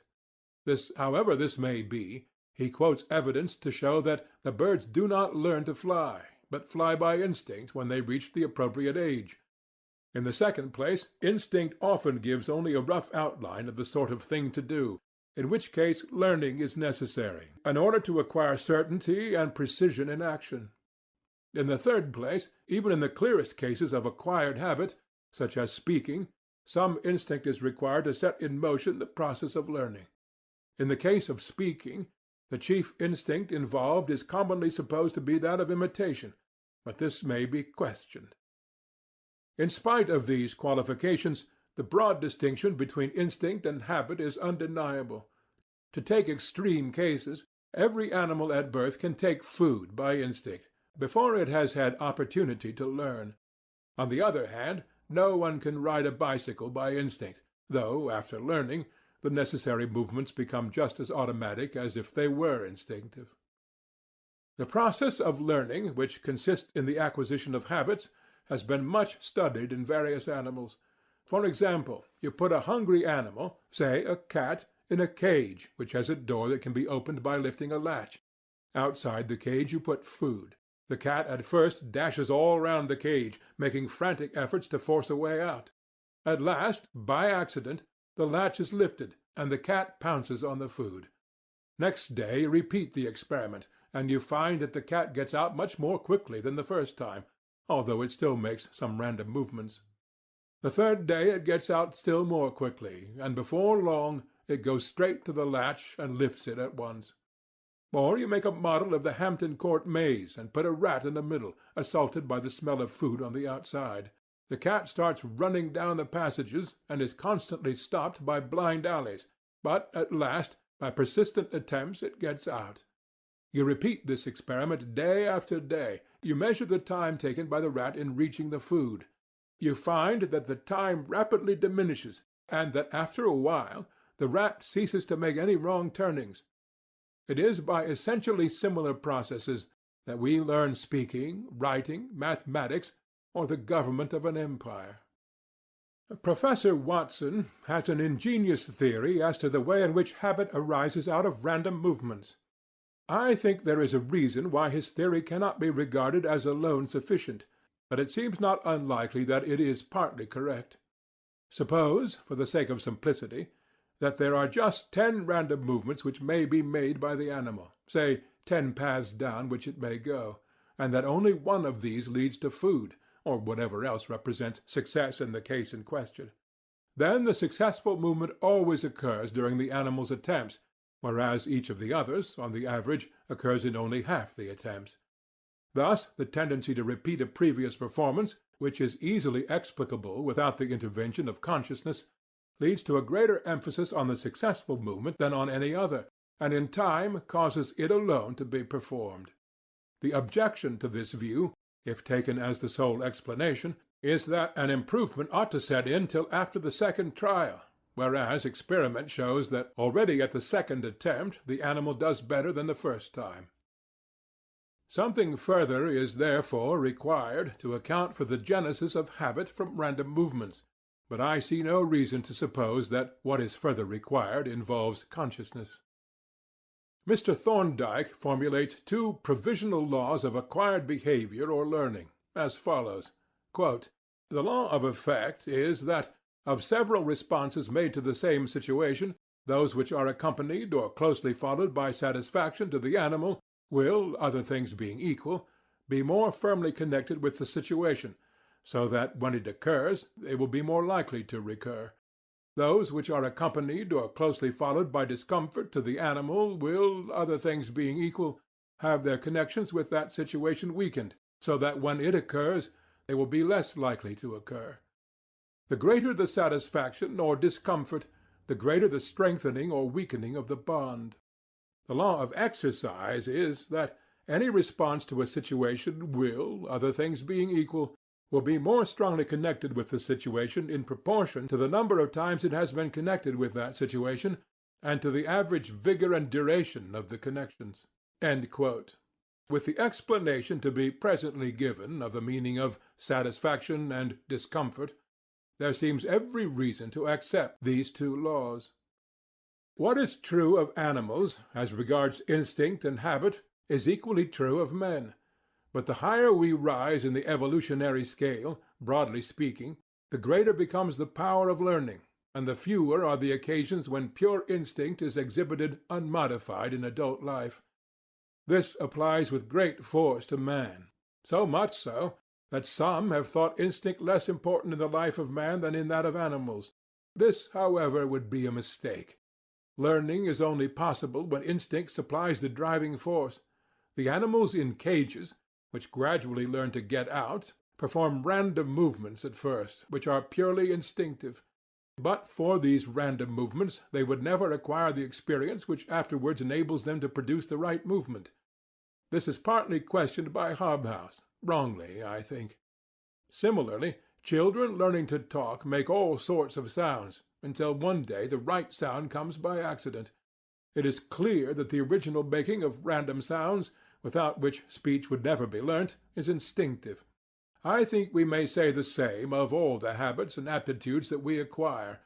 In all of them there has been present throughout some instinctive activity, prompting at first rather inefficient movements, but supplying the driving force while more and more effective methods are being acquired. A cat which is hungry smells fish and goes to the larder. This is a thoroughly efficient method when there is fish in the larder, and it is often successfully practised by children. But in later life it is found that merely going to the larder does not cause fish to be there. After a series of random movements, it is found that this result is to be caused by going to the city in the morning and coming back in the evening. No one would have guessed a priori that this movement of a middle-aged man's body would cause fish to come out of the sea into his larder. But experience shows that it does, and the middle-aged man therefore continues to go to the city, just as the cat in the cage continues to lift the latch when it has once found it. Of course, in actual fact, human learning is rendered easier, though psychologically more complex, through language. But at bottom, language does not alter the essential character of learning, or of the part played by instinct in promoting learning. Language, however, is a subject upon which I do not wish to speak until a later lecture. The popular conception of instinct errs by imagining it to be infallible and preternaturally wise, as well as incapable of modification. This is a complete delusion. Instinct, as a rule, is very rough and ready, able to achieve its result under ordinary circumstances, but easily misled by anything unusual. Chicks follow their mother by instinct, but when they are quite young, they will follow with equal readiness any moving object remotely resembling their mother, or even a human being. Bergson, quoting Faber, has made play with the supposed extraordinary accuracy of the solitary wasp Ammophila, which lays its eggs in a caterpillar. On this subject I will quote from Drever's Instinct in Man. Quote, "According to Faber's observations, which Bergson accepts, the Ammophila stings its prey exactly and unerringly in each of the nervous centres. The result is that the caterpillar is paralyzed, but not immediately killed. The advantage of this being that the larvae cannot be injured by any movement of the caterpillar, upon which the egg is deposited, and is provided with fresh meat when the time comes. Now, Dr. and Mrs. Peckham have shown that the sting of the wasp is not unerring, as Faber alleges, that the number of stings is not constant, that sometimes the caterpillar is not paralyzed, and sometimes it is killed outright, and that the different circumstances do not apparently make any difference to the larva, which is not injured by slight movements of the caterpillar, nor by consuming food decomposed, rather than fresh caterpillar." End quote. This illustrates how love of the marvellous may mislead even so careful an observer as Faber, and so eminent a philosopher as Bergson. In the same chapter of Dr. Drever's book there are some interesting examples of the mistakes made by instinct. I will quote one as an example. Quote, "The larva of the Lomacusa beetle eats the young of the ants in whose nest it is reared. Nevertheless, the ants tend the Lomachusa larva with the same care they bestow on their own young. Not only so, but they apparently discover that the methods of feeding, which suit their own larva, would prove fatal to the guests, and accordingly they change their whole system of nursing." End quote. Zeman gives a good illustration of an instinct growing wiser through experience. He relates how hunters attract stags by imitating the sounds of other members of their species, male or female, but find that the older a stag becomes, the more difficult it is to deceive him, and the more accurate the imitation has to be. The literature of instinct is vast, and illustrations might be multiplied indefinitely.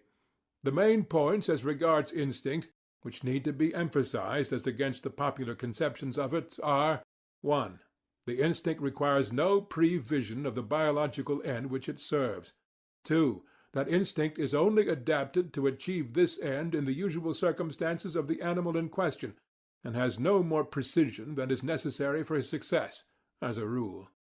3. That processes initiated by instinct often come to be performed better after experience. 4. That instinct supplies the impulses to experimental movements which are required for the process of learning. 5. That instincts in their nascent stages are easily modifiable, and capable of being attached to various sorts of objects. All the above characteristics of instinct can be established by purely external observation, except the fact that instinct does not require prevision. This, though not strictly capable of being proved by observation, is irresistibly suggested by the most obvious phenomena. Who can believe, for example, that a newborn baby is aware of the necessity of food for preserving life, or that insects, in laying eggs, are concerned for the preservation of their species? The essence of instinct, one might say, is that it provides a mechanism for acting without foresight in a manner which is usually advantageous biologically. It is partly for this reason that it is so important to understand the fundamental position of instinct in prompting both animal and human behavior. End of Lecture 2. Lecture 3. Desire and Feeling. Desire is a subject upon which, if I am not mistaken, true views can only be arrived at by an almost complete reversal of the ordinary, unreflecting opinion. It is natural to regard desire as in its essence an attitude towards something which is imagined, not actual. This something is called the end or object of the desire, and is said to be the purpose of any action resulting from the desire. We think of the content of the desire as being just like the content of a belief, while the attitude taken up towards the content is different. According to this theory, when we say, "I hope it will rain," or "I expect it will rain," we express in the first case a desire, and in the second a belief, with an identical content, namely, the image of rain. It would be easy to say that, just as belief is one kind of feeling in relation to this content, so desire is another kind. According to this view, what comes first in desire is something imagined, with a specific feeling related to it, namely that specific feeling which we call desiring it.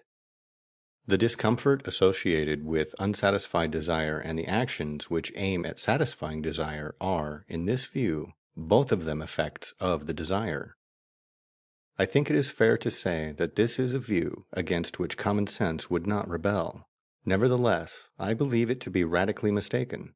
It cannot be refuted logically, but various facts can be adduced which make it gradually less simple and plausible, until at last it turns out to be easier to abandon it wholly and look at the matter in a totally different way. The first set of facts to be adduced against the common sense view of desire are those studied by psychoanalysis. In all human beings, but most markedly in those suffering from hysteria and certain forms of insanity, we find what are called unconscious desires, which are commonly regarded as showing self-deception. Most psychoanalysts pay little attention to the analysis of desire, being interested in discovering by observation what it is that people desire rather than in discovering what actually constitutes desire. I think the strangeness of what they report would be greatly diminished if it were expressed in the language of a behaviorist theory of desire, rather than in the language of everyday beliefs. The general description of the sort of phenomena that bear on our present question is as follows. A person states that his desires are so-and-so, and that it is these desires that inspire his actions. But the outside observer perceives that his actions are such as to realize quite different ends from those which he avows, and that these different ends are such as he might be expected to desire. Generally, they are less virtuous than his professed desires, and are therefore less agreeable to profess than these are. It is accordingly supposed that they really exist as desires for ends, but in a subconscious part of the mind, which the patient refuses to admit into consciousness for fear of having to think ill of himself. There are no doubt many cases to which such a supposition is applicable without obvious artificiality. But the deeper the Freudians delve into the underground regions of instinct, the further they travel from anything resembling conscious desire, and the less possible it becomes to believe that only positive self-deception conceals from us that we really wish for things which are abhorrent to our explicit life. In the cases in question, we have a conflict between the outside observer and the patient's consciousness. The whole tendency of psychoanalysis is to trust the outside observer rather than the testimony of introspection. I believe this tendency to be entirely right, but to demand a restatement of what constitutes desire, exhibiting it as a causal law of our actions, not as something actually existing in our minds. But let us first get a clearer statement of the essential characteristic of the phenomenon. A person, we find, states that he desires a certain end, A, and that he is acting with a view to achieving it. We observe, however, that his actions are such as are likely to achieve a quite different end, B, and that B is the sort of end that often seems to be aimed at by animals and savages, though civilized people are supposed to have discarded it. We sometimes find a whole set of false beliefs, of such a kind as to persuade the patient that his actions are really a means to A, when in fact they are a means to B. For example, we have an impulse to inflict pain upon those whom we hate. We therefore believe that they are wicked and that punishment will reform them. This belief enables us to act upon the impulse to inflict pain, while believing that we are acting upon the desire to lead sinners to repentance. It is for this reason that the criminal law has been in all ages more severe than it would have been if the impulse to ameliorate the criminal had been what really inspired it. It seems simple to explain such a state of affairs as due to self-deception, but this explanation is often mythical. Most people, in thinking about punishment, have had no more need to hide their vindictive impulses from themselves than they have had to hide the exponential theorem. Our impulses are not patent to a casual observation, but are only to be discovered by a scientific study of our actions, in the course of which we must regard ourselves as objectively as we should the motions of the planets or the chemical reactions of a new element.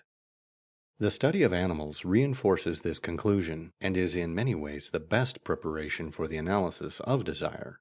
In animals, we are not troubled by the disturbing influence of ethical considerations. In dealing with human beings, we are perpetually distracted by being told that such and such a view is gloomy or cynical or pessimistic.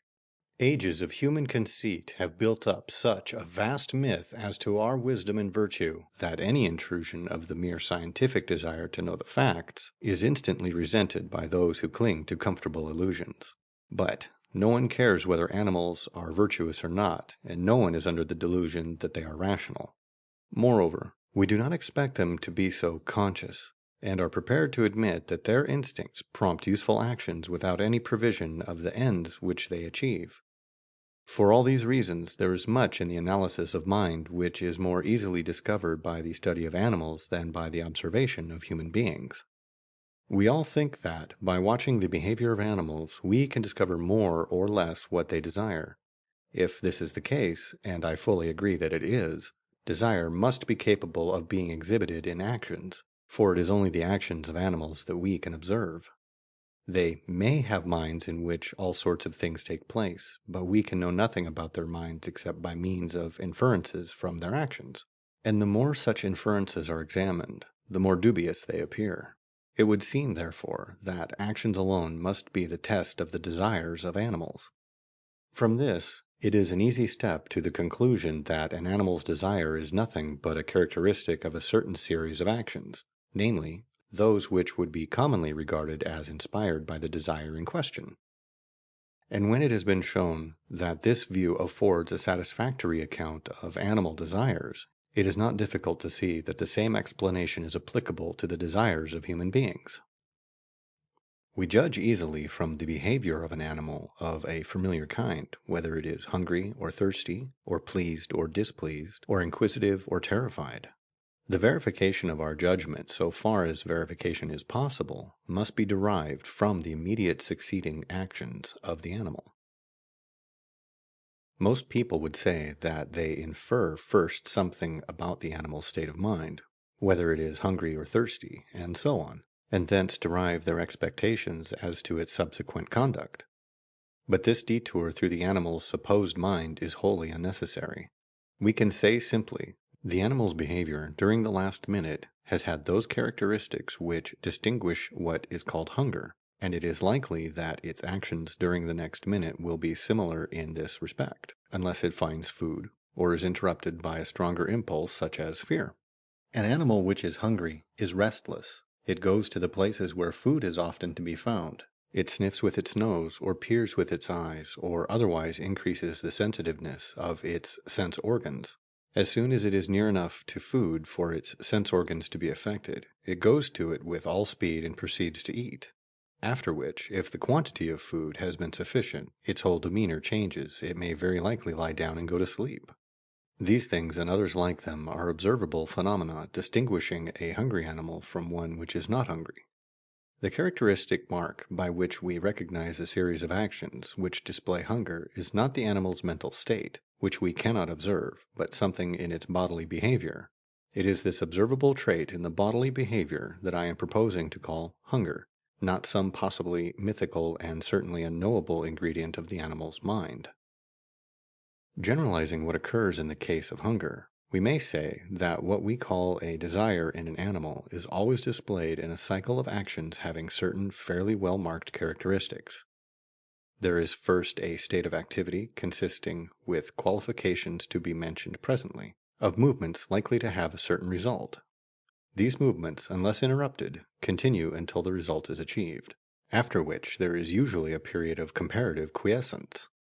A cycle of actions of this sort has marks by which it is broadly distinguished from the motions of dead matter. The most notable of these marks are 1. The appropriateness of the actions for the realization of a certain result. 2. The continuance of action until that result has been achieved.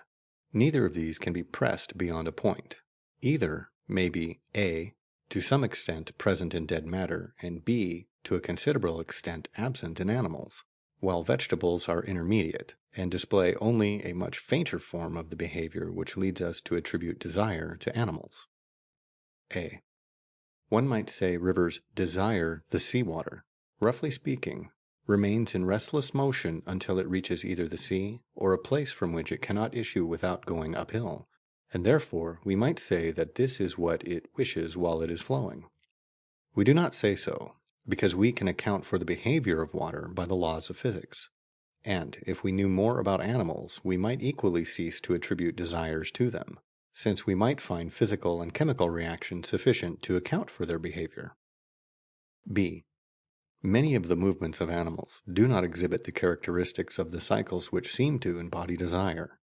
There are first of all the movements which are mechanical, such as slipping and falling, where ordinary physical forces operate upon the animal's body almost as if it were dead matter. An animal which falls over a cliff may make a number of desperate struggles while it is in the air, but its center of gravity will move exactly as it would if the animal were dead. In this case, if the animal is killed at the end of the fall, we have, at first sight, just the characteristics of a cycle of actions embodying desire, namely, restless movement until the ground is reached, and then quiescence. Nevertheless, we feel no temptation to say that the animal desired what occurred, partly because of the obvious mechanical nature of the whole occurrence, partly because when an animal survives a fall, it tends not to repeat the experience. There may be other reasons also, but of them I do not wish to speak yet. Besides mechanical movements, there are interrupted movements, as when a bird, on its way to eat your best peas, is frightened away by the boy whom you are employing for that purpose. If interruptions are frequent and completion of cycles rare, the characteristics by which cycles are observed may become so blurred as to be almost unrecognizable. The result of these various considerations is that the differences between animals and dead matter, when we confine ourselves to external unscientific observation of integral behavior, are a matter of degrees and not very precise. It is for this reason that it has always been possible for fanciful people to maintain that even stocks and stones have some vague kind of soul. The evidence that animals have souls is so very shaky that, if it is assumed to be conclusive, one might just as well go a step further and extend the argument by analogy to all matter. Nevertheless, in spite of vagueness and doubtful cases, the existence of cycles in the behavior of animals is a broad characteristic by which they are prima facie distinguished from ordinary matter, and I think it is this characteristic which leads us to attribute desires to animals, since it makes their behavior resemble what we do when, as we say, we are acting from desire. I shall adopt the following definitions for describing the behavior of animals. A behavior cycle is a series of voluntary or reflex movement of an animal, tending to cause a certain result and continuing until that result is caused, unless they are interrupted by death, accident, or some new behavior cycle. Here, accident may be defined as the intervention of purely physical laws causing mechanical movements. The purpose of a behavior cycle is the result which brings it to an end, normally by a condition of temporary quiescence, provided there is no interruption. An animal is said to desire the purpose of a behavior cycle while the behavior cycle is in progress. I believe these definitions to be adequate also to human purposes and desires, but for the present I am only occupied with animals and with what can be learnt by external observation. I am very anxious that no ideas should be attached to the words purpose and desire beyond those involved in the above definitions. We have not so far considered what is the nature of the initial stimulus to a behavior cycle. Yet it is here that the usual view of desire seems on the strongest ground. The hungry animal goes on making movements until it gets food. It seems natural, therefore, to suppose that the idea of food is present throughout the process, and that the thought of the end to be achieved sets the whole process in motion. Such a view, however, is obviously untenable in many cases, especially where instinct is concerned. Take, for example, reproduction and the rearing of the young. Birds mate, build a nest, lay eggs in it, sit on the eggs, feed the young birds, and care for them until they are fully grown. It is totally impossible to suppose that this series of actions, which constitutes one behavior cycle, is inspired by any provision of the end, at any rate the first time it is performed. We must suppose that the stimulus to the performance of each action is an impulsion from behind, not an attraction from the future. The bird does what it does at each stage because it has an impulse to that particular action, not because it perceives that the whole cycle of actions will contribute to the preservation of the species. The same considerations apply to other instincts. A hungry animal feels restless and is led by instinctive impulses to perform the movements which give it nourishment. But the act of seeking food is not sufficient evidence from which to conclude that the animal has the thought of food on its mind.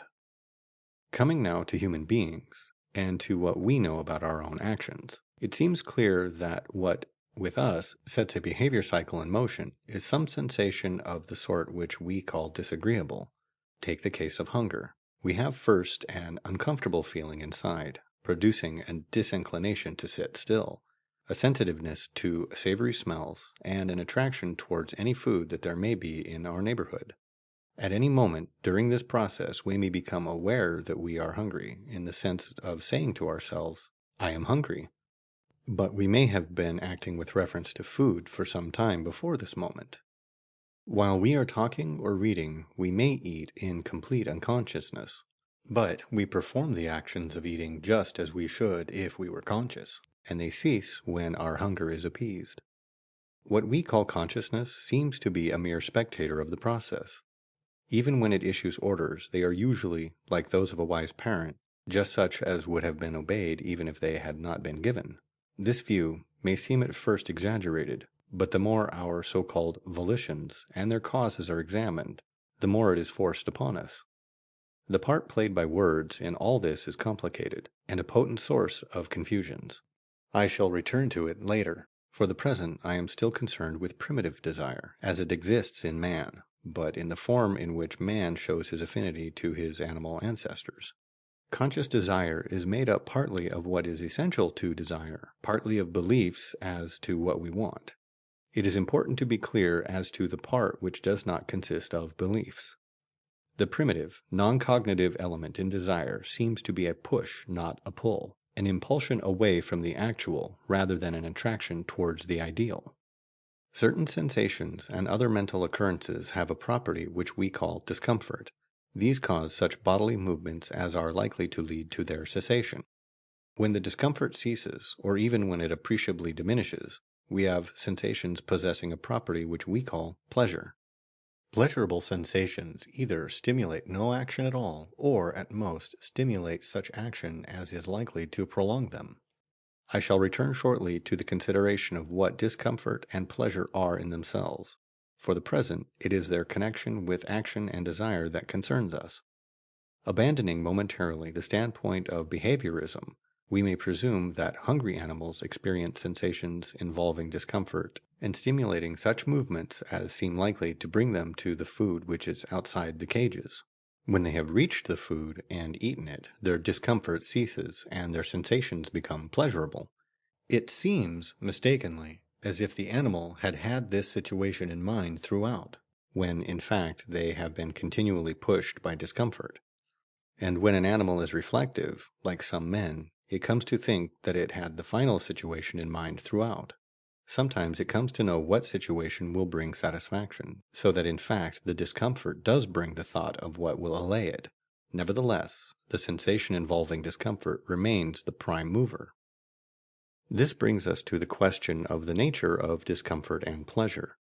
Since Kant, it has been customary to recognize three great divisions of mental phenomena, which are typified by knowledge, desire, and feeling, where feeling is used to mean pleasure and discomfort.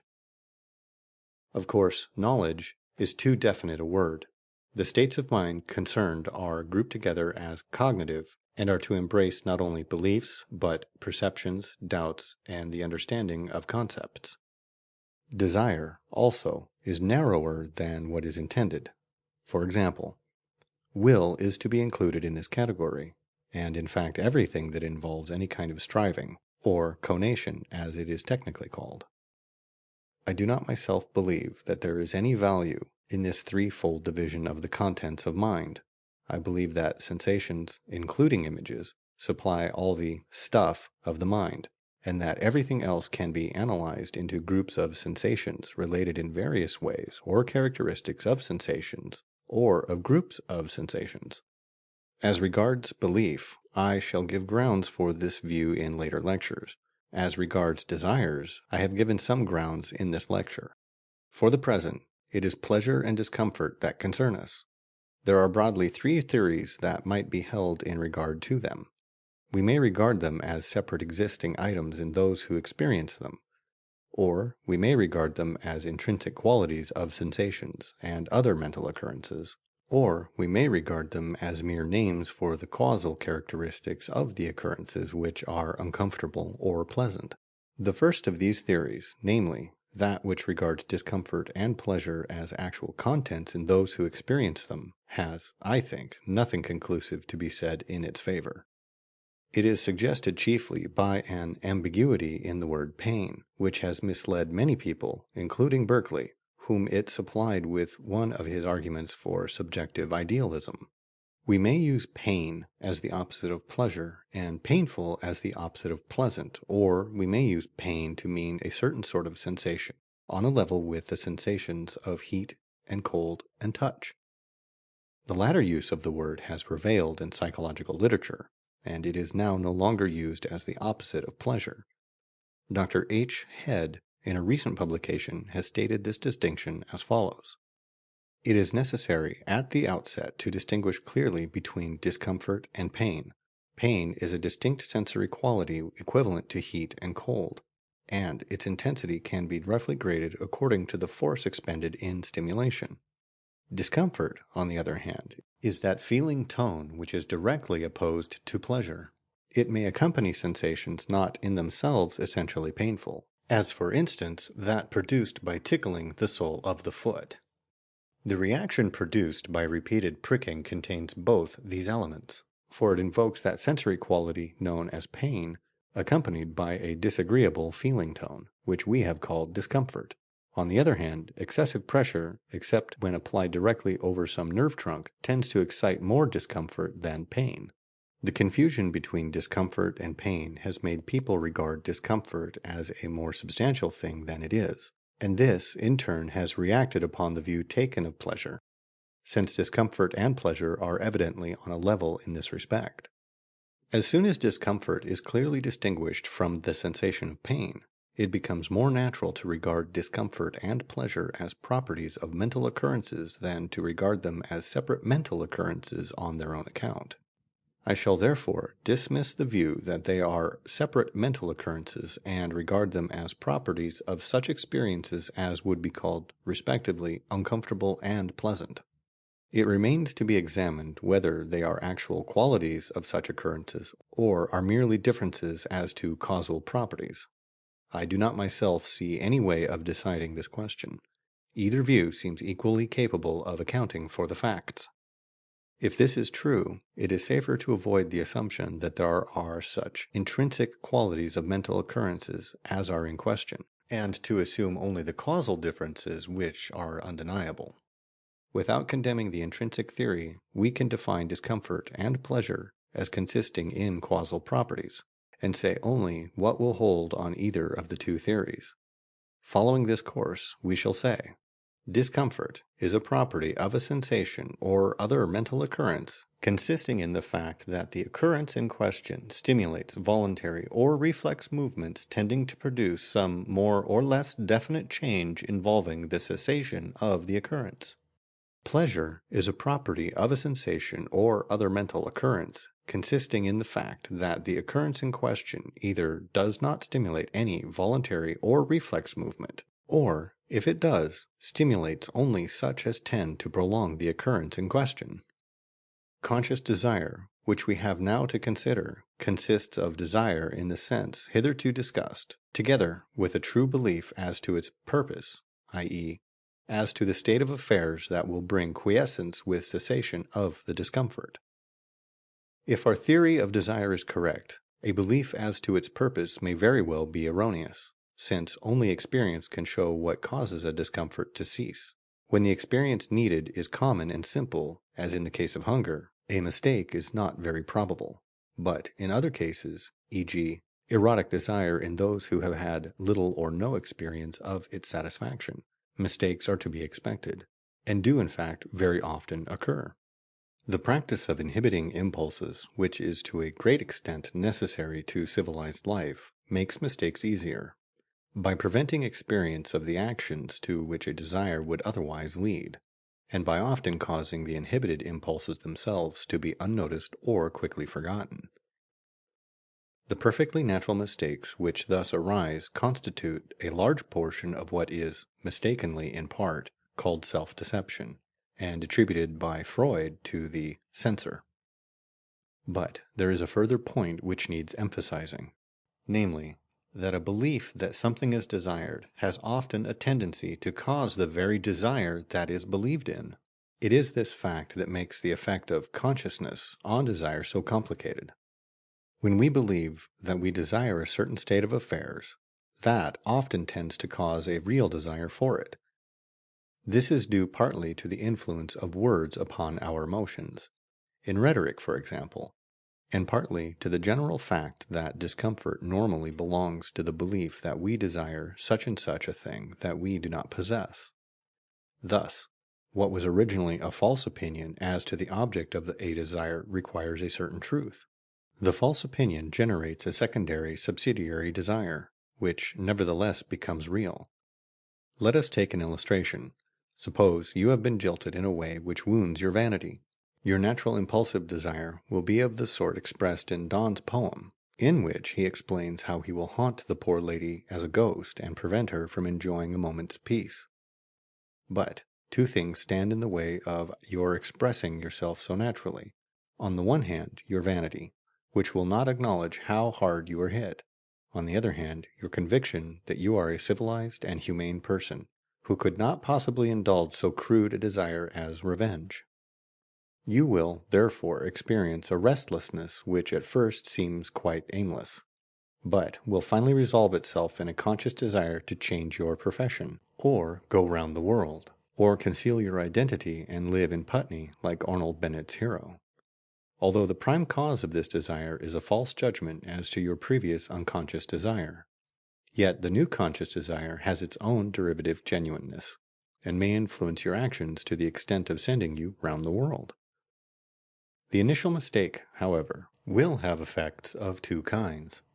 First, in uncontrolled moments, under the influence of sleepiness or drink or delirium, you will say things calculated to injure the faithless deceiver. Secondly, you will find travel disappointing, and the East less fascinating than you had hoped, unless, some day, you hear that the wicked one has in turn been jilted.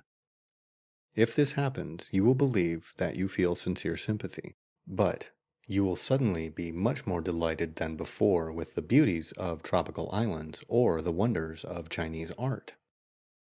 A secondary desire, derived from a false judgment as to a primary desire, has its own power of influencing action, and is therefore a real desire according to our definition. But it has not the same power as a primary desire of bringing thorough satisfaction when it is realized.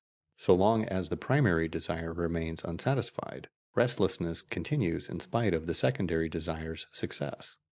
Hence arises a belief in the vanity of human wishes.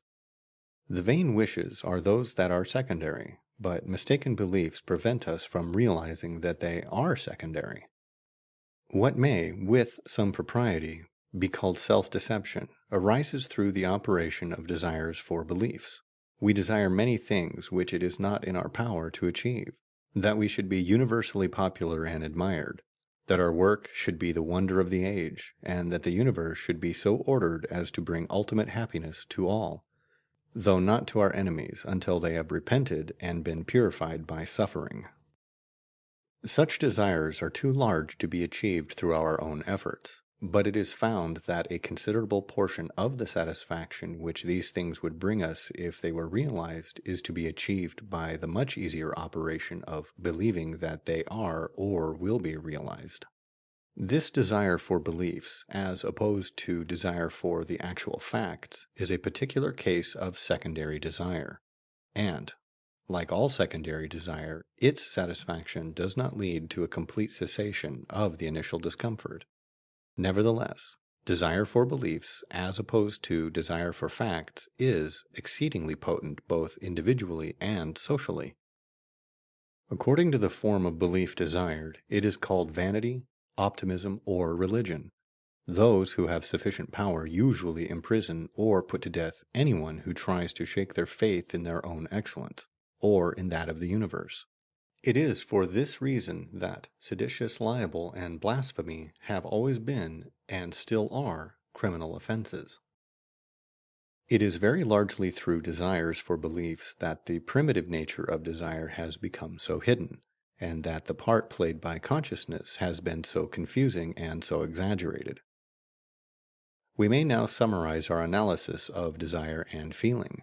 A mental occurrence of any kind, sensation, image, belief, or emotion, may be a cause of a series of actions continuing unless interrupted until some more or less definite state of affairs is realized.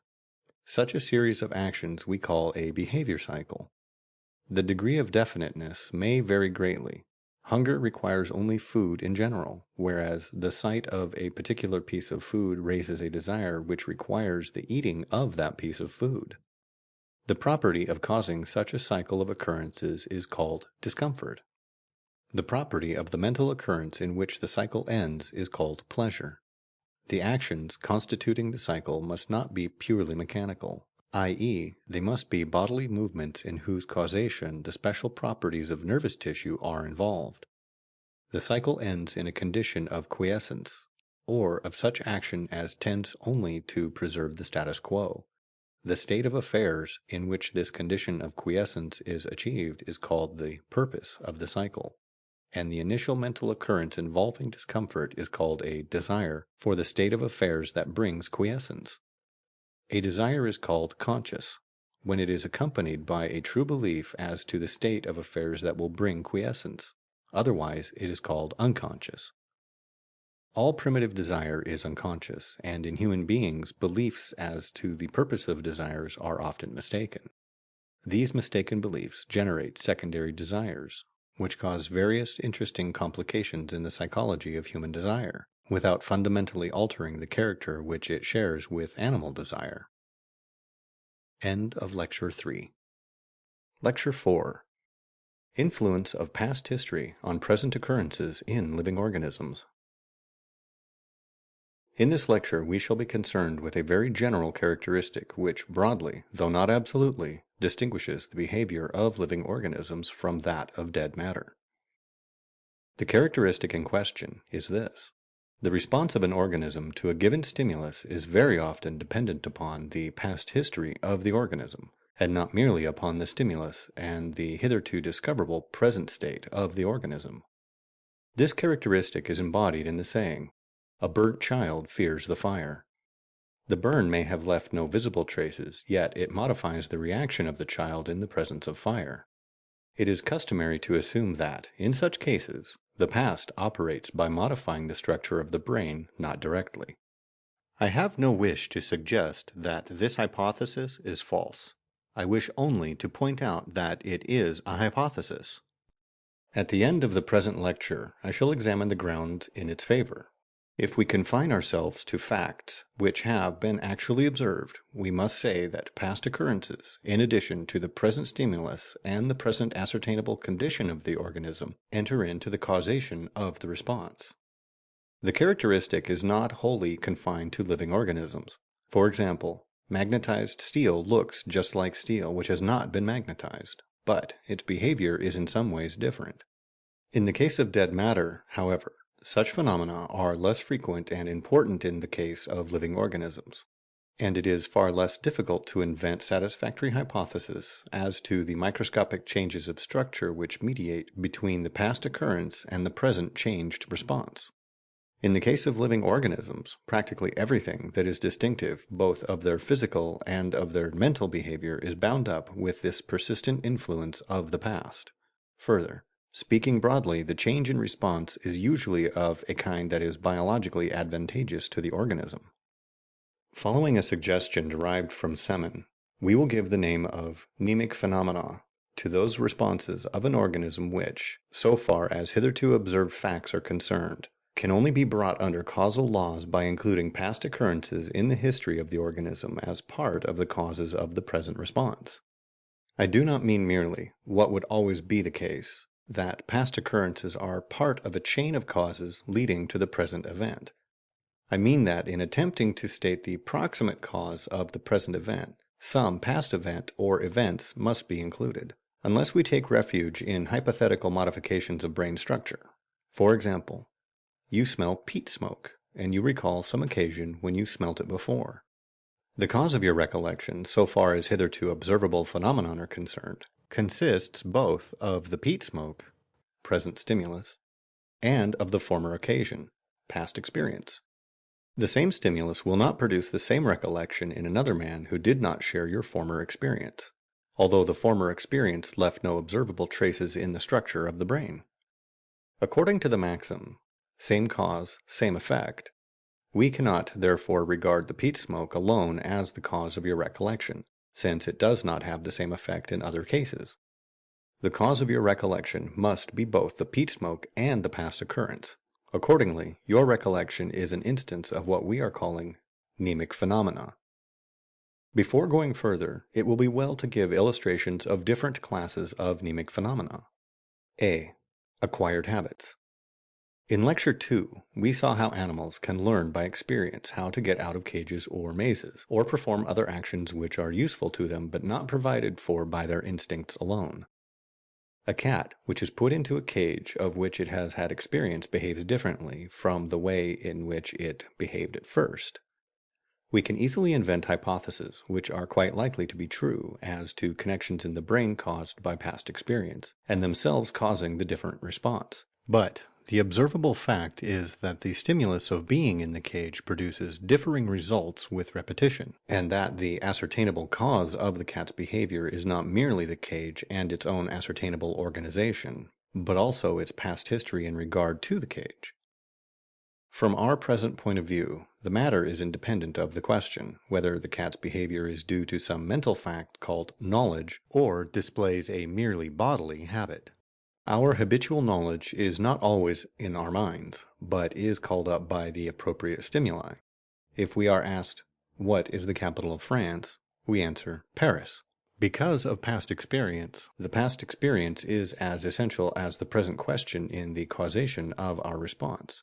Thus, all our habitual knowledge consists of acquired habits and comes under the head of mnemic phenomena. B. Images. I shall have much to say about images in a later lecture.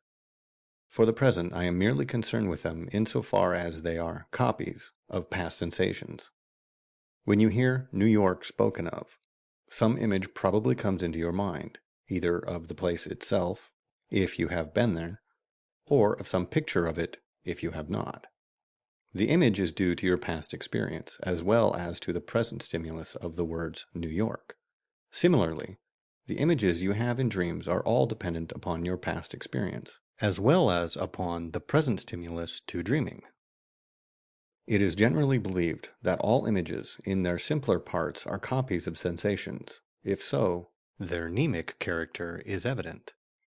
This is important, not only on its own account, but also because, as we shall see later, images play an essential part in what is called thinking. C. Association. The broad fact of association, on the mental side, is that when we experience something which we have experienced before, it tends to call up the context of the former experience. The smell of peat smoke recalling a former scene is an instance which we discussed a moment ago. This is obviously a mnemic phenomenon. There is also a more purely physical association, which is indistinguishable from physical habit. This is the kind studied by Mr. Thorndike in animals, where a certain stimulus is associated with a certain act. This is the sort which is taught to soldiers in drilling, for example. In such a case, there need not be anything mental, but merely a habit of the body. There is no essential distinction between association and habit, and the observations which we made concerning habit as a mnemic phenomenon are equally applicable to association. D. Non-sensational elements in perception. When we perceive any object of a familiar kind, much of what appears subjectively to be immediately given is really derived from past experience. When we see an object, say a penny, we seem to be aware of its real shape. We have the impression of something circular, not of something elliptical. In learning to draw, it is necessary to acquire the art of representing things according to the sensation, not according to the perception, and the visual appearance is filled out with feeling of what the object would be like to touch, and so on. This filling out and supplying of the real shape, and so on, consists of the most usual correlates of the sensational core in our perception. It may happen that, in the particular case, the real correlates are unusual. For example, if what we are seeing is a carpet made to look like tiles. If so, the non-sensational part of our perception will be illusory, i.e., it will supply qualities which the object in question does not in fact have. But, as a rule, objects do have the qualities added by perception, which is to be expected, since experience of what is usual is the cause of the addition. If our experience had been different, we should not fill out sensation in the same way, except insofar as the filling out is instinctive, not acquired. It would seem that, in man, all that makes up space perception, including the correlation of sight and touch and so on, is almost entirely acquired. In that case, there is a large mnemic element in all the common perceptions by means of which we handle common objects. And to take another kind of instance, imagine what our astonishment would be if we were to hear a cat bark or a dog mew. This emotion would be dependent upon past experience, and would therefore be a mnemic phenomenon according to the definition. E. Memory as knowledge. The kind of memory of which I am now speaking is definite knowledge of some past event in one's own experience. From time to time we remember things that have happened to us, because something in the present reminds us of them. Exactly the same present fact would not call up the same memory if our past experience had been different. Thus, our remembering is caused by 1. The present stimulus, 2. The past occurrence. It is therefore a mnemic phenomenon according to our definition. A definition of mnemic phenomena which did not include memory would of course be a bad one. The point of the definition is not that it includes memory, but that it includes it as one of the class of phenomena which embrace all that is characteristic in the subject matter of psychology. F. Experience. The word experience is often used very vaguely. James, as we saw, uses it to cover the whole primal stuff of the world. But this usage seems objectionable, since, in a purely physical world, things would happen without there being any experience. It is only mnemic phenomena that embody experience. We may say that an animal experiences an occurrence when this occurrence modifies the animal's subsequent behavior, i.e., when it is the mnemic portion of the cause of the future occurrences in the animal's life. The burnt child that fears the fire has experienced the fire, whereas a stick that has been thrown on and taken off again has not experienced anything, since it offers no more resistance than before to being thrown on. The essence of experience is the modification of behavior produced by what is experienced. We might in fact define one chain of experience or one biography as a series of occurrences linked by mnemic causation. I think it is this characteristic, more than any other, that distinguishes sciences dealing with living organisms from physics. The best writer on mnemic phenomena known to me is Richard Semon, the fundamental part of whose theory I shall endeavor to summarize before going further. When an organism, either animal or plant, is subjected to a stimulus, producing in it some state of excitement, the removal of this stimulus allows it to return to a condition of equilibrium. But the new state of equilibrium is different from the old, as may be seen by the changed capacity for reaction. The state of equilibrium before the stimulus may be called the primary indifferent state, that after the cessation of the stimulus, the secondary indifferent state. We define the engraphic effect of a stimulus as the effect in making a difference between the primary and secondary indifferent state, and this indifference itself we define as the engram due to the stimulus. Mnemic phenomena are defined as those due to engrams. In animals, they are specially associated with the nervous system, but not exclusively, even in man. When two stimuli occur together, one of them, occurring afterwards, may call out the reaction for the other also. We call this an ekphoric influence, and stimuli having this characteristic are called ekphoric stimuli. In such a case, we call the engrams of the two stimuli associated. All simultaneously generated engrams are associated. There is also association of successfully aroused engrams, though this is reducible to simultaneous association. In fact, it is not an isolated stimulus that leaves an engram, but the totality of the stimuli at any moment. Consequently, any portion of this totality tends, if it reoccurs, to arouse the whole reaction which was aroused before.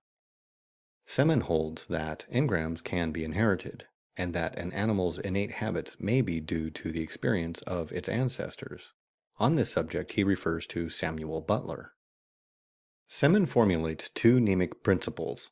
The first, or law of engraphy, is as follows. All simultaneous excitements in an organism form a connected simultaneous excitement complex, which as such works engraphically, i.e. leaves behind a connected engram complex which insofar forms a whole.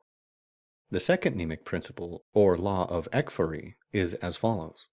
The partial return of the energetic situation which formerly worked engraphically operates ekphorically on a simultaneous engram complex. These two laws together represent in part a hypothesis, the engram, and in part an observable fact. The observable fact is that when a certain complex of stimuli has originally caused a certain complex of reactions, the reoccurrence of part of the stimuli tends to cause the reoccurrence of the whole of the reactions. Semon's application of his fundamental ideas in various directions are interesting and ingenious. Some of them will concern us later, but for the present it is the fundamental character of mnemic phenomena that is in question. Concerning the nature of an engram, Semon confesses that at present it is impossible to say more than that it must consist in some material alteration in the body of the organism. It is, in fact, hypothetical, invoked for theoretical uses and not an outcome of direct observation. No doubt physiology, especially the disturbances of memory through lesions in the brain, affords grounds for this hypothesis. Nevertheless, it does remain a hypothesis, the validity of which will be discussed at the end of this lecture. I am inclined to think that, in the present state of physiology, the introduction of the engram does not serve to simplify the account of mnemic phenomena. We can, I think, formulate the known laws of such phenomena in terms wholly of observable facts, by recognizing provisionally what we may call mnemic causation. By this I mean that kind of causation of which I spoke at the beginning of this lecture. That kind, namely, in which the proximate cause consists not merely of a present event, but of this together with a past event. I do not wish to urge that this form of causation is ultimate, but that in the present state of our knowledge it affords a simplification and enables us to state laws of behavior in less hypothetical terms than we should otherwise have to employ. The clearest instance of what I mean is a recollection of a past event. What we observe is that certain present stimuli lead us to recollect certain occurrences, but that at times when we are not recollecting them, there is nothing discoverable in our minds that could be called memory of them. Memories, as mental facts, arise from time to time, but do not, as far as we can see, exist in any shape while they are latent. In fact, when we say that they are latent, we mean merely that they exist under certain circumstances. If, then, there is to be some standing difference between the person who can remember a certain fact and the person who cannot, that standing difference must be not anything mental, but in the brain. It is quite probable that there is such a difference in the brain, but its nature is unknown and it remains hypothetical. Everything that has, so far, been made matter of observation as regards this question can be put together in the statement, when a certain complex of sensations has occurred to a man, the reoccurrence of part of the complex tends to arouse the recollection of the whole. In like manner, we can call all mnemic phenomena in living organisms under a single law, which contains what is hitherto verifiable in Semon's two laws. This single law is: if a complex stimulus A has caused a complex reaction B in an organism, the occurrence of a part of A on a future occasion tends to cause the whole reaction B. This law would need to be supplemented by some account of the influence of frequency, and so on, but it seems to contain the essential characteristic of mnemic phenomena, without admixture of anything hypothetical. Whenever the effect resulting from a stimulus to an organism differs according to the past history of the organism, without our being able to actually detect any relevant difference in its present structure, we will speak of mnemic causation, provided we can discover laws embodying the influence of the past. In ordinary physical causation, as it appears to common sense, we have approximate uniformities of sequence, such as lightning is followed by thunder, drunkenness is followed by headache, and so on. None of these sequences are theoretically invariable, since something may intervene to disturb them. In order to obtain invariable physical laws, we have to proceed to differential equations, showing the direction of change at each moment, not the integral change after a finite interval, however short.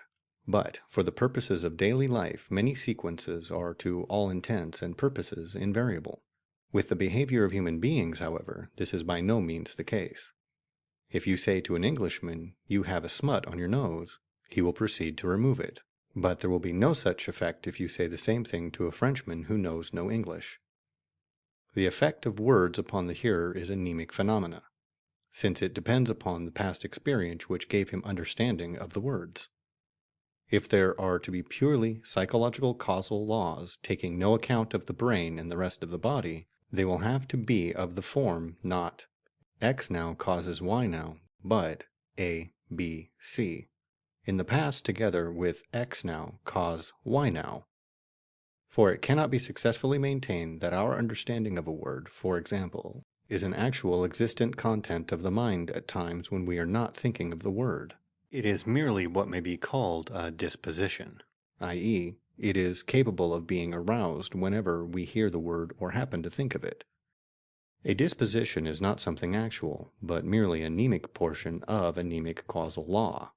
In such a law as A, B, C, In the past, together with X now cause Y now, we will call A, B, C the mnemic cause, X the occasion or stimulus, and Y the reaction.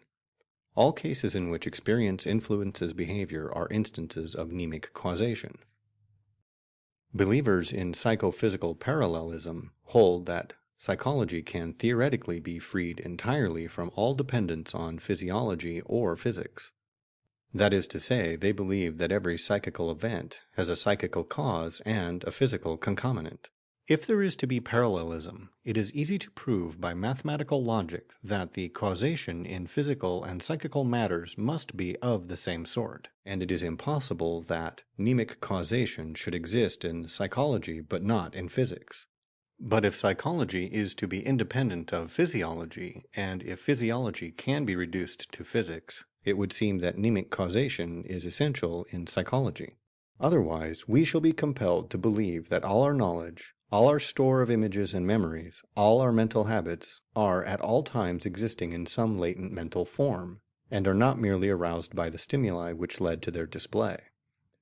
This is a very difficult hypothesis. It seems to me that if, as a matter of method rather than metaphysics, we desire to obtain as much independence for psychology as is practically feasible, we shall do better to accept mnemic causation in psychology protem and therefore reject parallelism, since there is no good ground for admitting mnemic causation in physics. It is perhaps worthwhile to observe that mnemic causation is what led Bergson to deny that there is causation at all in the psychical sphere. He points out very truly that the same stimulus repeated does not have the same consequences, and he argues that this is contrary to the maxim, same cause, same effect. It is only necessary, however, to take account of past occurrences and include them with the cause in order to re-establish the maxim and the possibility of psychological causal laws. The metaphysical conception of a cause lingers in our manner of viewing causal laws. We want to be able to feel a connection between cause and effect, and to be able to imagine the cause as operating. This makes us unwilling to regard causal laws as merely observed uniformities of sequence. Yet that is all that science has to offer. To ask why such and such a kind of sequence occurs is either to ask a meaningless question or to demand some more general kind of sequence which includes the one in question. The widest empirical laws of sequence known at any time can only be explained in the sense of being subsumed by later discoveries under wider laws. But these wider laws, until they in turn are subsumed, will remain brute facts resting solely upon observation, not upon some supposed inherent rationality. There is therefore no a priori objection to a causal law in which part of the cause has ceased to exist. To argue against such a law on the ground that what is past cannot operate now is to introduce the old metaphysical notion of cause, for which science can find no place. The only reason that could be validly alleged against mnemic causation would be that, in fact, all the phenomena can be explained without it. They are explained without it by Semon's engram, or by any theory which regards the results of experience as embodied in modifications of the brain and nerves.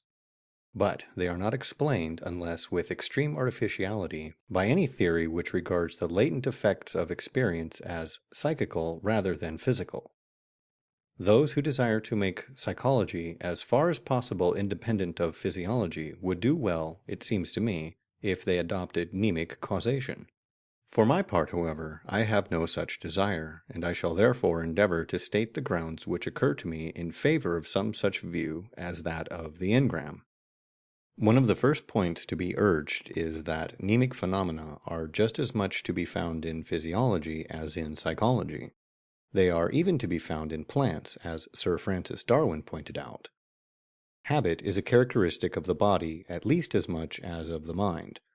We should, therefore, be compelled to allow the intrusion of mnemic causation, if admitted at all, into non-psychological regions, which ought, one feels, to be subject only to causation of the ordinary physical sort. The fact is that a great deal of what at first sight distinguishes psychology from physics is found, on examination, to be common to psychology and physiology. This whole question of the influence of experience is a case in point. Now it is possible, of course, to take the view advocated by Professor J. S. Haldane, who contends that physiology is not theoretically reducible to physics and chemistry, but the weight of opinion among physiologists appears to be against him on this point, and we ought certainly to require very strong evidence before admitting any such breach of continuity as between living and dead matter. The argument from the existence of mnemic phenomena in physiology must therefore be allowed a certain weight against the hypothesis that mnemic causation is ultimate. The argument from the connection of brain lesions with loss of memory is not so strong as it looks, though it has also some weight. What we know is that memory and mnemic phenomena generally can be disturbed or destroyed by changes in the brain.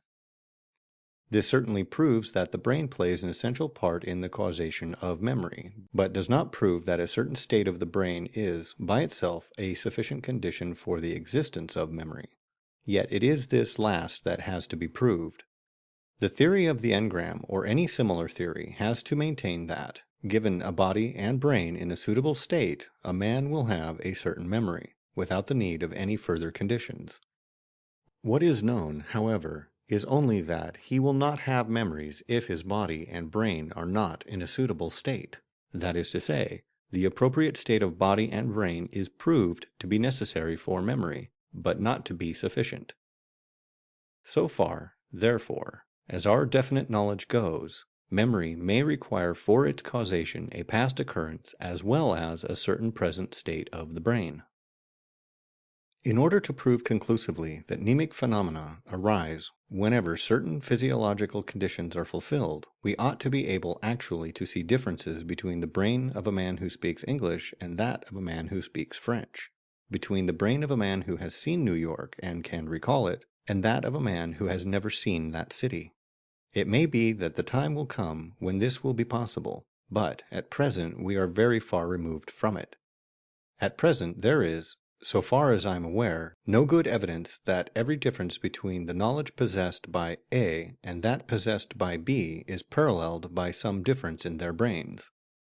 We may believe that this is the case, but if we do, our belief is based upon analogies and general scientific maxims, not upon any foundation of detailed observation. I myself am inclined, as a working hypothesis, to adopt the belief in question and to hold that past experience only affects present behavior through modifications of physiological structure.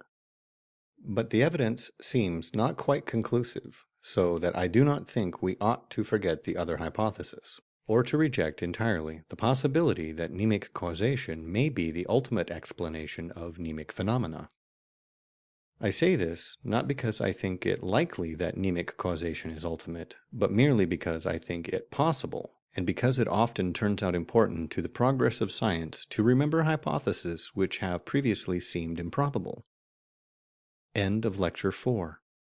The traditional conception of cause and effect is one which modern science shows to be fundamentally erroneous and requiring to be replaced by a quite different notion, that of laws of change. In the traditional conception, a particular event A caused a particular event B, and by this it was implied that given any event B, some earlier event A could be discovered which had a relation to it, such that whenever A occurred, it was followed by B. In this sequence, there was something necessary, not a mere de facto occurrence of A first, then B. The second point is illustrated by the old discussion as to whether it can be said that day causes night, on the ground that day is always followed by night. The orthodox answer was that day could not be called the cause of night, because it would not be followed by night if the Earth's rotation were to cease, or rather to grow so slow that one complete rotation would take a year. A cause, it was held, must be such that under no conceivable circumstances that it could fail to be followed by its effect. As a matter of fact, such sequences as were sought by believers in the traditional form of causation have not so far been found in nature. Everything in nature is apparently in a state of continuous change, so that what we call one event turns out to be really a process. If this event is to cause another event, the two will have to be contiguous in time, for if there is any interval between them, Something may happen during that interval to prevent the expected effect. Cause and effect, therefore, will have to be temporally contiguous processes. It is difficult to believe, at any rate where physical laws are concerned, that the earlier part of the process, which is the cause, can make any difference to the effect, so long as the later part of the process, which is the cause, remains unchanged. Suppose, for example, that a man dies of arsenic poisoning. We say that his taking arsenic was the cause of death, but clearly the process by which he acquired the arsenic is irrelevant. Everything that happened before he swallowed it may be ignored, since it cannot alter the effect except insofar as it alters his condition at the moment of taking the dose. But we may go further. Swallowing arsenic is not really the proximate cause of death, since a man might be shot through the head immediately after taking the dose, and then it would not be of arsenic that he would die. The arsenic produces certain physiological changes which take a finite time before they end in death. The earlier parts of these changes can be ruled out in the same way as we can rule out the process by which the arsenic was acquired. Proceeding this way, we can shorten the process which we are calling the cause more and more. Similarly, we shall have to shorten the effect. It may happen that immediately after the man's death, his body is blown to pieces by a bomb. We cannot say what will happen after the man's death through merely knowing that he has died as a result of arsenic poisoning. Thus, if we are to take the cause as one event and the effect as another, both must be shortened indefinitely. The result is that we merely have, as the embodiment of our causal law, a certain direction of change at each moment. Hence, we are brought to differential equations as embodying causal laws. A physical law does not say A will be followed by B, but tells us what acceleration a particle will have under given circumstances, i.e., it tells us how the particle's motion is changing at each moment, not where the particle will be at some future moment. Laws embodied in differential equations may possibly be exact, but cannot be known to be so. All that we know empirically is approximate and liable to exceptions. The exact laws that are assumed in physics are known to be somewhere near the truth, but are not known to be true just as they stand. The laws that we actually know empirically have the form of the traditional causal laws, except that they are not to be regarded as universal or necessary. Taking arsenic is followed by death is a good empirical generalization. It may have the advantage that they deal with observable phenomena. We cannot observe infinitesimals, whether in time or space. We do not even know whether time and space are infinitely divisible. Therefore, rough empirical generalizations have a definite place in science, in spite of not being exact or universal. They are the data for more exact laws, and the grounds for believing that they are usually true are stronger than the grounds for believing that the more exact laws are always true. Science starts, therefore, from generalizations of the form A is usually followed by B. This is the nearest approach that can be made to a causal law of a traditional sort. It may happen in any particular instance that A is always followed by B, but we cannot know this since we cannot foresee all the perfectly possible circumstances that might make the sequence fail, or know that none of them will actually occur. If, however, we know of a very large number of cases in which A is followed by B, and few or none in which the sequence fails, we shall in practice be justified in saying A causes B, provided we do not attach to the notion of cause any of the metaphysical superstitions that have gathered about the word. There is another point, besides lack of universality and necessity, which it is important to realize as regards causes in the above sense, and that is a lack of uniqueness. It is generally assumed that given any event, there is some one phenomenon which is the cause of the event in question. This seems to be a mere mistake. Cause, in the only sense in which it can be practically applied, means nearly invariable antecedent. We cannot, in practice, obtain an antecedent which is quite invariable, for this would require us to take account of the whole universe, since something not taken account of may prevent the expected effect. We cannot distinguish among nearly invariable antecedents, one as the cause and the others as merely a concomitant. The attempt to do this depends upon a notion of cause which is derived from will, and will, as we shall see later, is not at all the sort of thing that it is generally supposed to be, nor is there any reason to think that in the physical world there is anything even remotely analogous to what will is supposed to be. If we can find one antecedent and only one that was quite invariable, we could call that one the cause without introducing any notion derived from mistaken ideas about will. But in fact, if we could find one antecedent and only one that was quite invariable, we could call that one the cause without introducing any notion derived from mistaken ideas about will.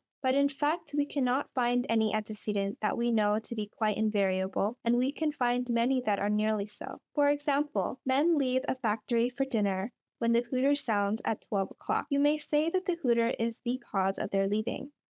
But innumerable other hooters in other factories, which also always sound at 12 o'clock, have just as good a right to be called the cause. Thus, every event has many nearly invariable antecedents, and therefore many antecedents which may be called its cause. The laws of traditional physics, in the form in which they deal with movements of matter or electricity, have an apparent simplicity which somewhat conceals the empirical character of what they assert. A piece of matter, as it is known empirically, is not a single existing thing, but a system of existing things. When several people simultaneously see the same table, they all see something different. Therefore, the table, which they are supposed to all see, must be either a hypothesis or a construction. The table is to be neutral as between different observers. It does not favor the aspect seen by one man at the expense of that seen by another. It was natural, though, to my mind mistake, to regard the real table as the common cause of all the appearances which the table presents, as we say to different observers. But why should we suppose that there is some one common cause of all these appearances? As we have just seen,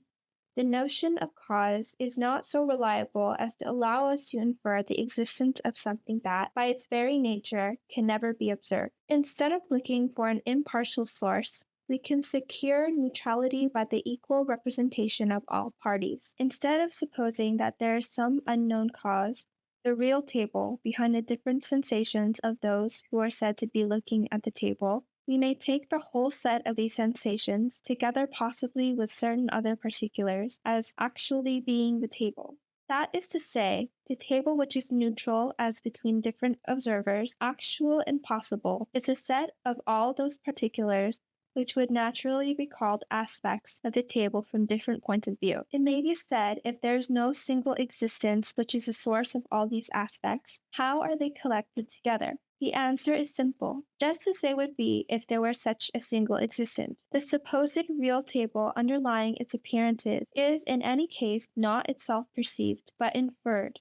And the question whether such and such a particular is an aspect of this table is only to be settled by the connector of the particular in question with one or more particulars by which the table is defined. That is to say, even if we assume a real table, the particulars which are its aspects have to be collected together by their relations to each other, not to it, since it's merely inferred from them. We have only, therefore, to notice how they are collected together, and we can then keep the collection without assuming any real table as distinct from the collection. When different people see what they call the same table, they see things which are not exactly the same, owing to difference of point of view, but which are sufficiently alike to be described in the same words, so long as no great accuracy or minuteness is sought. These closely similar particulars are collected together by their similarity primarily and more correctly by the fact that they are related to each other approximately according to the laws of perspective and of reflection and diffraction of light. I suggest as a first approximation that these particulars, together with such correlated others are unperceived, jointly are the table,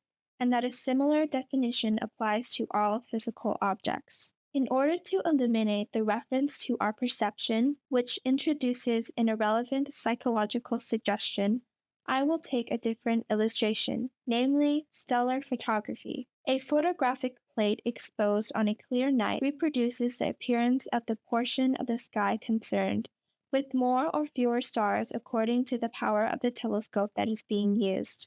Each separate star, which is photographed, produces its separate effect on the plate, just as it would upon ourselves if we were looking at the sky. If we assume, as science normally does, the continuity of physical processes, we are forced to conclude that at the place where the plate is, and at all places between it and a star which it photographs, something is happening which is specially connected with that star. In the days when the ether was less in doubt, we should have said that what was happening was a certain kind of transverse vibration in the ether. But it is not necessary or desirable to be so explicit. All we need say is that something happens which is specially connected with the star in question. It must be something specially connected with that star, since that star produces its own special effect upon the plate. Whatever it is must be the end of a process which starts from the star and radiates outwards, partly on general grounds of continuity, partly to account for the fact that light is transmitted with a certain definite velocity. We thus arrive at the conclusion that, if a certain star is visible at a certain place, or could be photographed by a sufficiently sensitive plate at that place, something is happening there which is specially connected with that star. Therefore, in every place at all times, a vast multitude of things must be happening, namely, at least for every physical object which can be seen or photographed from that place. We can classify such happenings on either of two principles. We can collect together all the happenings in one place, as is done by photography so far as light is concerned. We can collect together all the happenings in different places, which are connected in the way that common sense regards as being due to their emanating from one object. Thus, to return to the stars, we can collect together either all the appearances of different stars in a given place, or all the appearances of a given star in different places. But when I speak of appearances, I do so only for brevity. I do not mean anything that must appear to somebody, but only that happening, whatever it may be, which is connected at the place in question with the physical object. According to the old orthodox theory, it would be a transverse vibration in the ether. Like the different appearances of the table to a number of simultaneous observers, the different particulars that belong to one physical object are to be collected together by continuity and inherent laws of correlation, not by their supposed causal connection with an unknown assumed existent called a piece of matter, which would be a mere unnecessary metaphysical thing in itself. A piece of matter, according to the definition that I propose, is, as a first approximation, the collection of all those correlated particulars which would normally be regarded as its appearances or effects in different places. Some further elaborations are desirable, but we can ignore them for the present. I shall return to them at the end of this lecture. According to the view I am suggesting, a physical object or piece of matter is a collection of all those correlated particulars which would be regarded by common sense as its effects or appearances in different places. On the other hand, all the happenings in a given place represent what common sense would regard as the appearances of a number of different objects as viewed from that place. All the happenings in one place may be regarded as a view of the world from that place. I shall call the view of the world from a given place a perspective. A photograph represents a perspective. On the other hand, if photographs of the stars were taken in all points throughout space, and in all such photographs a certain star, say Sirius, were picked out whenever it appeared, all the different appearances of Sirius taken together would represent Sirius. For the understanding of the difference between psychology and its physics, it is vital to understand these two ways of classifying particulars. Namely, according to the place where they occur, according to the system of correlated particulars in different places to which they belong, such system being defined as a physical object. Given a system of particulars which is a physical object, I shall define that one of the system which is in a given place as the appearance of that object in that place. When the appearance of an object in a given place changes, it is found that one or other of two things occurs. The two possibilities may be illustrated by an example. You are in a room with the man whom you see. You may cease to see him either by shutting your eyes or by his going out of the room. In the first case, his appearance to other people remains unchanged. In the second, his appearance changes from all places. In the first case, you say that it is not he who has changed, but your eyes. In the second, you say that he has changed. Generalizing, we distinguish cases in which only certain appearances of the object change, while others, and especially appearances from places very near to the object, do not change. Cases where all or almost all the appearances of the object undergo a connected change. In the first case, the change is attributed to the medium between the object and the place. In the second, it is attributed to the object itself.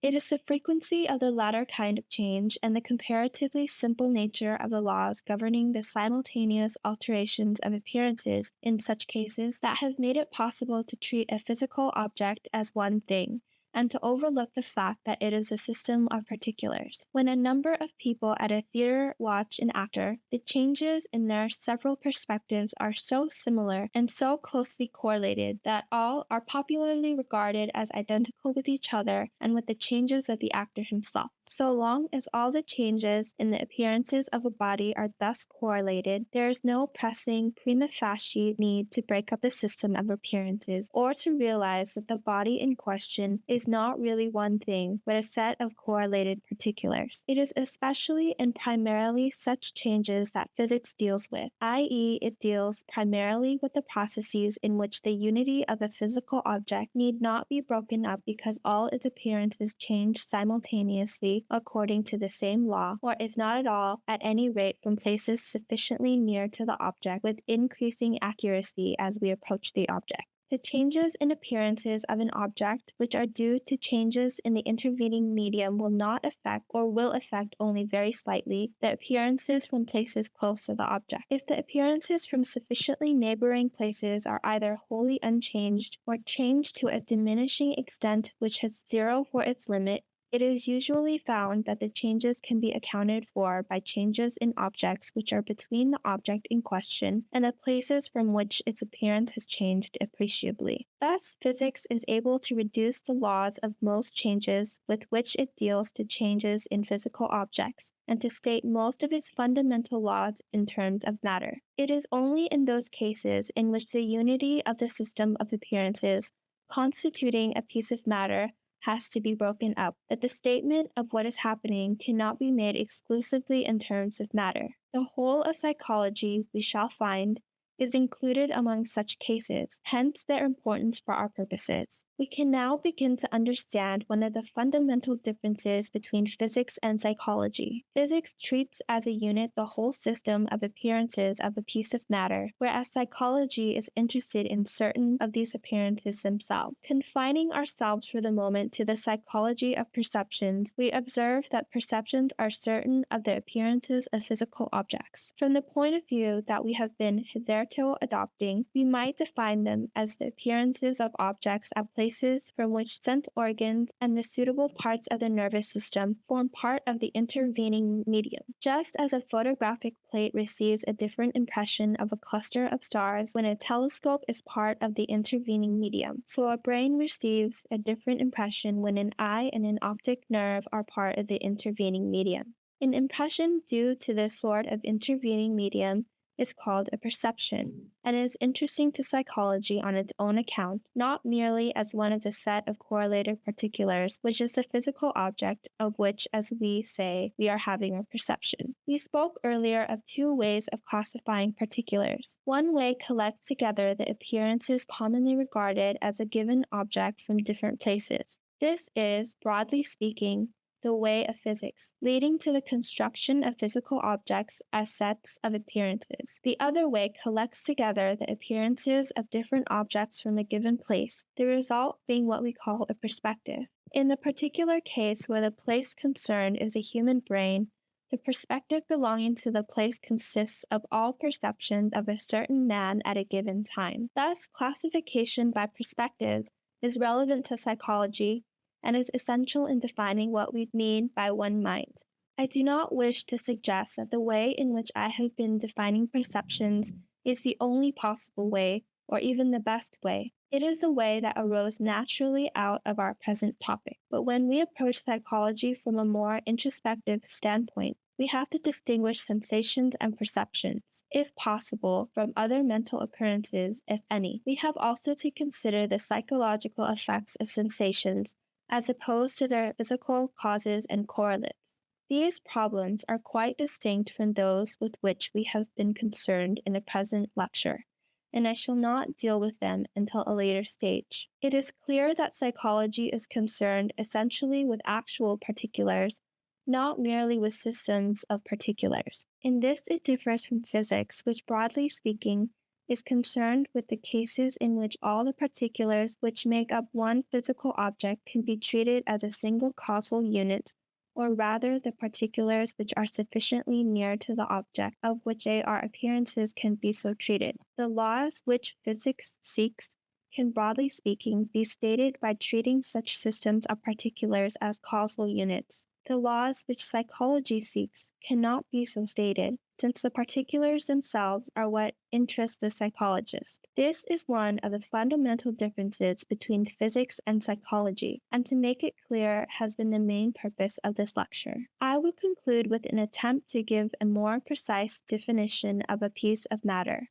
The appearance of a piece of matter from different places change partly according to intrinsic laws, the laws of perspective in the case of visual shape, partly according to the nature of the intervening medium, fog, blue spectacles, telescopes, microscopes, sense organs, etc. As we approach near to the object, the effect of the intervening medium grows less. In a generalized sense, all the intrinsic laws of change or appearance may be called laws of perspective. Given any appearance of an object, we can construct hypothetically a certain system of appearances to which the appearance in question would belong if the laws of perspective alone were concerned. If we construct this hypothetical system for each appearance of the object in turn, the system corresponding to a given appearance X will be independent of any distortion due to the medium beyond X, and will only embody such distortion as is due to the medium between X and the object. Thus, as the appearance by which our hypothetical system is defined is moved nearer and nearer to the object, the hypothetical system of appearances defined by its means embodies less and less of the effect of the medium. The different sets of appearances resulting from moving X nearer and nearer to the object will approach to a limiting set, and this limiting set will be that system of appearances which the object would present if the laws of perspective alone were operative and the medium exercised no distorting effect. This limiting set of appearances may be defined for purposes of physics as a piece of matter concerned. Lecture 6. Introspection. One of the main purposes of these lectures is to give grounds for the belief that the distinction between mind and matter is not so fundamental as is commonly supposed. In the preceding lecture I dealt in outline with the physical side of the problem. I attempted to show that what we call a material object is not itself a substance, but is a system of particulars analogous in their nature to sensations, and in fact often including actual sensations among their number. In this way, the stuff of which physical objects are composed is brought into relation with the stuff of which part, at least, of our mental life is composed.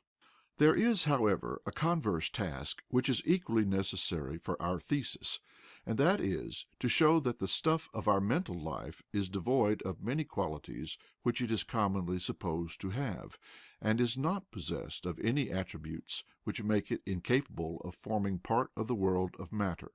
In the present lecture I shall begin the arguments for this view. Corresponding to the supposed duality of matter and mind, there are, in orthodox psychology, two ways of knowing what exists.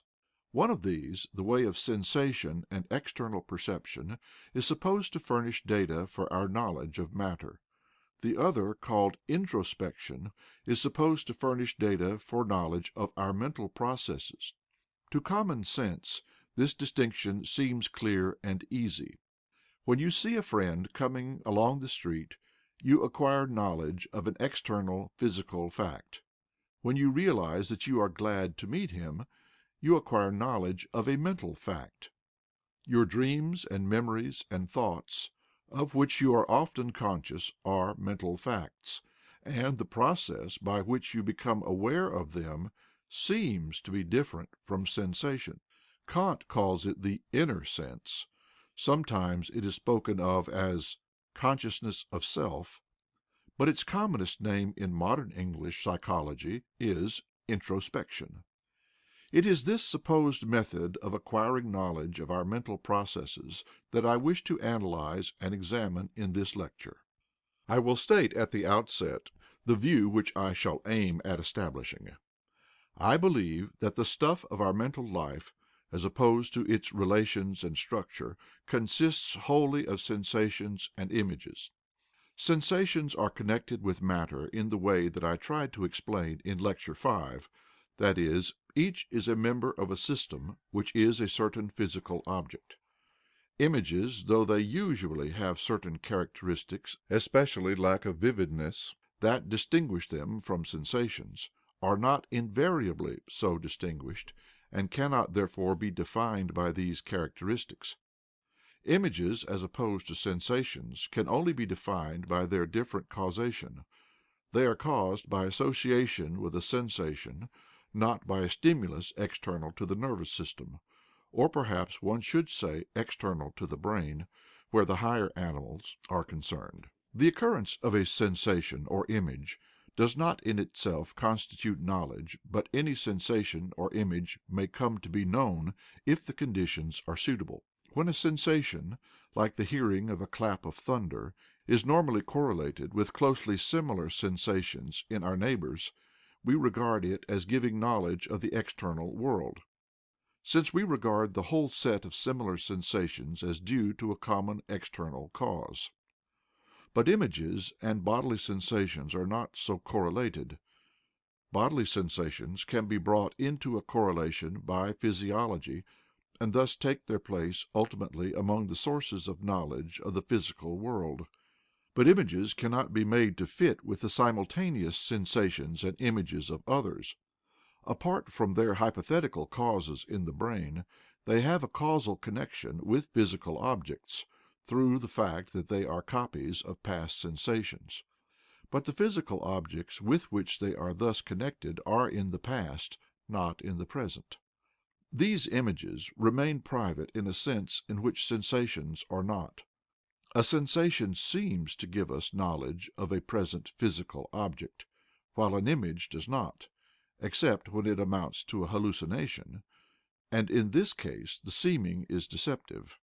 Thus the whole context of the two occurrences is different, but in themselves they do not differ profoundly, and there is no reason to invoke two different ways of knowing for the one and for the other. Consequently, introspection as a separate kind of knowledge disappears. The criticism of introspection has been in the main the work of American psychologists. I will begin by summarizing an article which seems to me to afford a good specimen of their arguments, namely, "The Case Against Introspection," by Donald Dunlap. After a few historical quotations, he comes to two modern defenders of introspection, Stout and James.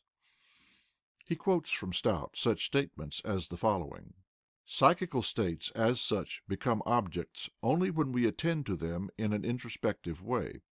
Otherwise they are not themselves objects, but only constituents of the process by which objects are recognized." The word recognized in Dunlap's quotation should be cognized. The object itself can never be identified with the present modification of the individual's consciousness by which it is cognized. This is to be true even when we are thinking about modifications of our own consciousness.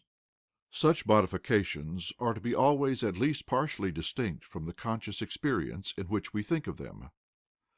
At this point I wish to interrupt the account of Knight Dunlap's article in order to make some observations on my own account with reference to the above quotations from Stout. In the first place, the conception of psychical states seems to me one which demands analysis of a somewhat destructive character.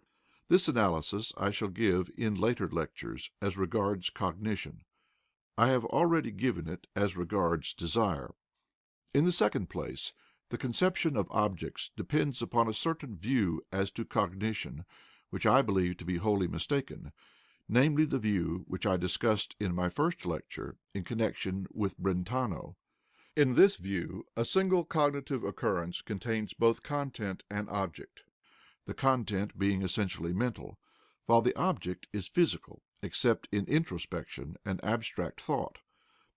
I have already criticized this view, and I will not dwell upon it now, beyond saying that the process by which objects are cognized appears to be a very slippery phrase.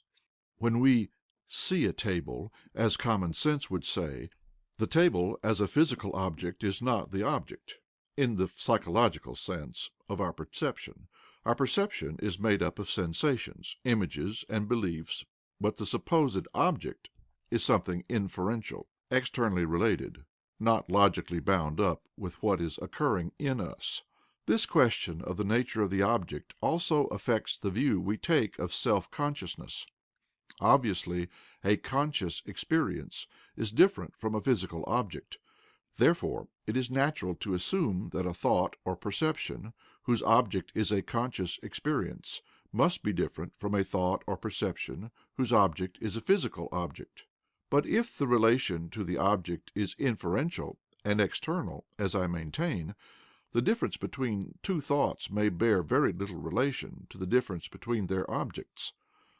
And to speak of the present modification of the individual's consciousness by which an object is cognized is to suggest that the cognition of objects is a far more direct process, far more intimately bound up with the objects than I believe it to be.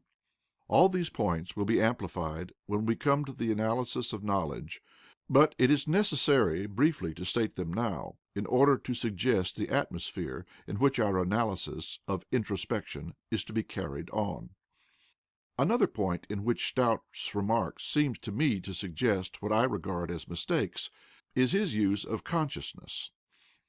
There is a view which is prevalent among psychologists to the effect that one can speak of a conscious experience in a curious dual sense, meaning on the one hand an experience which is conscious of something, and on the other hand an experience which has some intrinsic nature characteristic of what is called consciousness. That is to say, a conscious experience is characterized on the one hand by relation to its object, and on the other hand by being composed of a certain peculiar stuff, the stuff of consciousness. And in many authors there is yet a third confusion. A conscious experience, in this third sense, is an experience of which we are conscious. All these, it seems to me, need to be clearly separated. To say that one occurrence is conscious of another is to my mind to assert an external and rather remote relation between them. I might illustrate it by the relation of uncle and nephew. A man becomes an uncle through no effort of his own, merely through an occurrence elsewhere. Similarly, when you are said to be conscious of a table, the question whether this is really the case cannot be decided by examining only your state of mind. It is necessary also to ascertain whether your sensation is having those correlates which past experience causes you to assume, and whether the table happens in this case to be a mirage. As I explained in my first lecture, I do not believe that there is any stuff of consciousness, so that there is no intrinsic character by which a conscious experience could be distinguished from any other. After these preliminaries, we can return to Knight Dunlap's article. His criticism of Stout turns on the difficulty of giving any empirical meaning to such notions as the mind or the subject. He quotes from Stout the sentence, "The most important drawback is that the mind, in watching its own workings, must necessarily have its attention divided between two objects." And he concludes, "Without question, Stout is bringing in here illicitly the concept of a single observer, and his introspection does not provide for the observation of this observer, for the process observed and the observer are distinct." The objections to any theory which brings in the single observer are considered in Lecture I, and were acknowledged to be cogent. In so far, therefore, as Stout's theory of introspection rests upon this assumption, we are compelled to reject it. But it is perfectly possible to believe in introspection without supposing that there is a single observer. William James' theory of introspection, which Dunlap next examines, does not assume a single observer. It changed after the publication of his Psychology, in consequence of his abandoning the dualism of thought and things. Dunlap summarizes his theory as follows: The essential points in James' scheme of consciousness are subject, object, and a knowing of the object by the subject. The difference between James' scheme and other schemes involving the same terms is that James considers subject and object to be the same thing, but at different times. In order to satisfy this requirement, James supposes a realm of existence which he at first called states of consciousness or thoughts, and later pure experience, the latter term including both the thoughts and the knowing. This scheme, with all its magnificent artificiality, James held on to until the end, simply dropping the term consciousness and the dualism between the thought and an external reality. He adds, all that James' system really amounts to is the acknowledgment that a succession of things are known, and that they are known by something. This is all anyone can claim, except for the fact that the things are known together, and that the knower for different items is one and the same. In this statement, to my mind, Dunlap concedes far more than James did in his later theory. I see no reason to suppose that the knower for different items is one and the same, and I am convinced that this proposition could not possibly be ascertained except by introspection of the sort that Dunlap rejects. The first of these points must wait until we come to the analysis of belief. The second must be considered now. Dunlap's view is that there is a dualism of subject and object, but that the subject can never become object, and therefore there is no awareness of an awareness. He says, in discussing the view that introspection reveals the occurrence of knowledge, there can be no denial of the existence of the thing, knowing, which is alleged to be known or observed in this sort of introspection. The allegation that the knowing is observed is that which may be denied. Knowing there certainly is; known, the knowing certainly is not. And again, I am never aware of an awareness. And on the next page, it may sound paradoxical to say that one cannot observe the process or relation of observation, and yet may be certain that there is such a process, but there is really no inconsistency in the saying, how do I know that there is awareness? By being aware of something. There is no meaning in the term awareness which is not expressed in the statement, I am aware of a color, or what not. But the paradox cannot be so lightly disposed of. The statement, I am aware of a color, is assumed by Knight Dunlap to be known to be true, but he does not explain how it comes to be known. The argument against him is not conclusive, since he may be able to show some valid way of inferring our awareness, but he does not suggest any such way. There is nothing odd in the hypothesis of beings which are aware of objects, but not of their own awareness. It is, indeed, highly probable that young children and the higher animals are such beings, but such beings cannot make the statement, I am aware of a color, which we can make. We have, therefore, some knowledge which they lack. It is necessary to Knight Dunlap's position to maintain that this additional knowledge is purely inferential, but he makes no attempt to show how the inference is possible. It may, of course, be possible, but I cannot see how. To my mind, the fact, which he admits, that we all know there is awareness, is all but decisive against his theory, and in favor of the view that we can be aware of an awareness.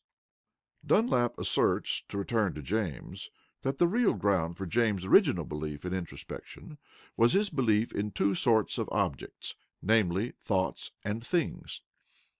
He suggests that it was merely inconsistency on James' part to adhere to introspection after abandoning the dualism of thoughts and things. I do not wholly agree with this view, but it is difficult to disentangle the difference as to introspection from the difference as to the nature of knowing. Dunlap suggests that what is called introspection really consists of awareness of images, visceral sensations, and so on. This view, in essence, seems to me sound, but then I hold that knowing itself consists of such constituents suitably related, and that in being aware of them we are sometimes being aware of instances of knowing. For this reason, much as I agree with his view as to what are the objects of which there is awareness, I cannot wholly agree with his conclusion as to the impossibility of introspection. The behaviorists have challenged introspection even more vigorously than Knight Dunlap, and have gone so far as to deny the existence of images. But I think they have confused various things which are very commonly confused, and that it is necessary to make several distinctions before we can arrive at what is true and what is false in the criticism of introspection. I wish to distinguish three distinct questions, any one of which may be meant when we ask whether introspection is a source of knowledge. The three questions are as follows. 1. Can we observe anything about ourselves which we cannot observe about other people? Or is everything we can observe public, in the sense that another could also observe it if suitably placed? 2. Does everything that we can observe obey the laws of physics and form part of the physical world, or can we observe certain things that lie outside physics? 3. Can we observe anything which differs in its intrinsic nature from the constituents of the physical world, or is everything that we can observe composed of elements intrinsically similar to the constituents of what is called matter? Any one of these three questions may be used to define introspection. I should favor introspection in the sense of the first question, that is, I think that some of the things we observe cannot, even theoretically, be observed by any one else. The second question, tentatively and for the present, I should answer in favor of introspection. I think that images, in the actual condition of science, cannot be brought under the causal laws of physics, though perhaps ultimately they may be. The third question I should answer adversely to introspection. I think that observation shows us nothing that is not composed of sensations and images, and that images differ from sensations in their causal laws, not intrinsically. I shall deal with the three questions successively. 1. Publicity or privacy of what is observed. Confining ourselves for the moment to sensations, we find that there are different degrees of publicity attaching to different sorts of sensations. If you feel a toothache when the other people in the room do not, you are in no way surprised. But if you hear a clap of thunder when they do not, you begin to be alarmed as to your mental condition. Sight and hearing are only the most public of the senses. Smell only a trifle less so, touch again a trifle less, since two people can only touch the same spot successively and not simultaneously. Taste has a sort of semi-publicity, since people seem to experience similar taste sensations when they eat similar foods, but the publicity is incomplete, since two people cannot eat actually the same piece of food. But when we pass on to bodily sensations, headache, toothache, hunger, thirst, the feeling of fatigue, and so on, we get quite away from publicity into a region where other people can tell us what they feel, but we cannot directly observe their feelings. As a natural result of this state of affairs, it has come to be thought that the public senses give us knowledge of the outer world, while the private senses only give us knowledge as to our own bodies.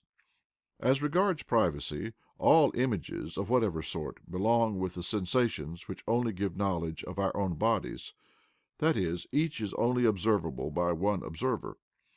This is the reason why images of sight and hearing are more obviously different from sensations of sight and hearing than images of body sensations are from bodily sensations. And that is why the argument in favor of images is more conclusive in such cases as sight and hearing than in such cases as inner speech. The whole distinction of privacy and publicity, however, so long as we confine ourselves to sensations, is one of degree, not of kind. No two people, there is good empirical reason to think, ever have exactly similar sensations related to the same physical object at the same moment. On the other hand, even the most private sensation has correlations which would theoretically enable another observer to infer it. That no sensation is ever completely public results from differences of point of view. Two people looking at the same table do not get the same sensation because of perspective and the way the light falls. They get only correlated sensations. Two people listening to the same sound do not hear exactly the same thing because one is nearer to the source of the sound than the other, one has better hearing than the other, and so on. Thus, publicity in sensations consists not in having precisely similar sensations, but in having more or less similar sensations correlated according to the ascertainable laws. The sensations which strike us as public are those where the correlated sensations are very similar, and the correlations are very easy to discover. But even the most private sensations have correlations with things that others can observe. The dentist does not observe your ache, but he can see the cavity which causes it, and could guess that you are suffering even if you did not tell him. This fact, however, cannot be used, as Watson would apparently wish, to extrude from science observations which are private to one observer, since it is by means of many such observations that correlations are established. For example, between toothaches and cavities. Privacy, therefore, does not by itself make a datum unnameable to the scientific treatment. On this point, the argument against introspection must be rejected. 2. Does everything observable obey the laws of physics? We come now to the second ground of objection to introspection, namely, that its data do not obey the laws of physics. This, though less emphasized, is, I think, an objection which is really more strongly felt than the objection of privacy. And we obtain a definition of introspection more in harmony with usage if we define it as observation of data, not subject to physical laws, than if we define it by means of privacy. No one would regard a man as introspective because he was conscious of having a stomach ache. Opponents of introspection do not mean to deny the obvious fact that we can observe bodily sensations which others cannot observe. For example, Knight Dunlap contends that images are really muscular contractions, and evidently regards our awareness of muscular contractions as not coming under the head of introspection. I think it will be found that the essential characteristic of introspective data, in the sense which now concerns us, has to do with localization. Either they are not localized at all, or they are localized, like visual images, in a place already physically occupied by something which would be inconsistent with them if they were regarded as part of the physical world. If you have a visual image of your friend sitting in a chair which is in fact empty, you cannot locate the image in your body because it is visual, nor as a physical phenomenon in the chair because the chair, as a physical object, is empty. Thus it seems to follow that the physical world does not include all that we are aware of, and that images which are introspective data have to be regarded, for the present, as not obeying the laws of physics. This is, I think, one of the chief reasons why an attempt is made to reject them. I shall try to show in Lecture 8 that the purely empirical reasons for accepting images are overwhelming, but we cannot be nearly so certain that they will not ultimately be brought under the laws of physics. Even if this should happen, however, they would still be distinguishable from sensations by their proximate causal laws, as gases remain distinguishable from solids. 3. Can we observe anything intrinsically different from sensations? We come now to our third question concerning introspection. It is commonly thought that by looking within we can observe all sorts of things that are radically different from the constituents of the physical world, for example, thoughts, beliefs, desires, pleasures, pains, and emotions. The difference between mind and matter is increased partly by emphasizing these supposed introspective data, partly by the supposition that matter is composed of atoms or electrons, or whatever units physics may at the moment prefer. As against this latter supposition, I contend that the ultimate constituents of matter are not atoms or electrons, but sensations, and other things similar to sensations, as regards extent and duration. As against the view that introspection reveals a mental world radically different from sensations, I propose to argue that thoughts, beliefs, desires, pleasures, pains, and emotions are all built up out of sensations and images alone, and that there is reason to think that images do not differ from sensations in their intrinsic character. We thus effect a mutual rapprochement of mind and matter, and reduce the ultimate data of introspection, in our second sense, to images alone. On this third view of the meaning of introspection, therefore, our decision is wholly against it. There remain 2 points to be considered concerning introspection. The first is to show how far it is trustworthy. The second is as to whether, even granting that it reveals no radically different stuff from that revealed by what might be called external perception, it may not reveal different relations, and thus acquire almost as much importance as is traditionally assigned to it. To begin with, the trustworthiness of introspection. It is common among certain schools to regard the knowledge of our own mental processes as incomparably more certain than our knowledge of the external world. This view is to be found in the British philosophy which descends from Hume, and is present, somewhat veiled, in Kant and his followers. There seems no reason whatever to accept this view. Our spontaneous, unsophisticated beliefs, whether as to ourselves or as to the outer world, are always extremely rash and very liable to error. The acquisition of caution is equally necessary and equally difficult in both directions. Not only are we often unaware of entertaining a belief or desire which exists in us, we are often actually mistaken. The fallibility of introspection as regards what we desire is made evident by psychoanalysis. Its fallibility as to what we know is easily demonstrated. An autobiography, when confronted by a careful editor with documentary evidence, is usually found to be full of obvious, inadvertent errors. Any of us confronted by a forgotten letter written some years ago will be astonished to find how much more foolish our opinions were than we had remembered them as being. And as to the analysis of our mental operations, believing, desiring, willing, or what not, introspection, therefore, though it is one among our sources of knowledge, is not in isolation in any degree more trustworthy than external perception. I come now to our second question. Does introspection give us materials for the knowledge of relations other than those arrived at by reflecting upon external perception?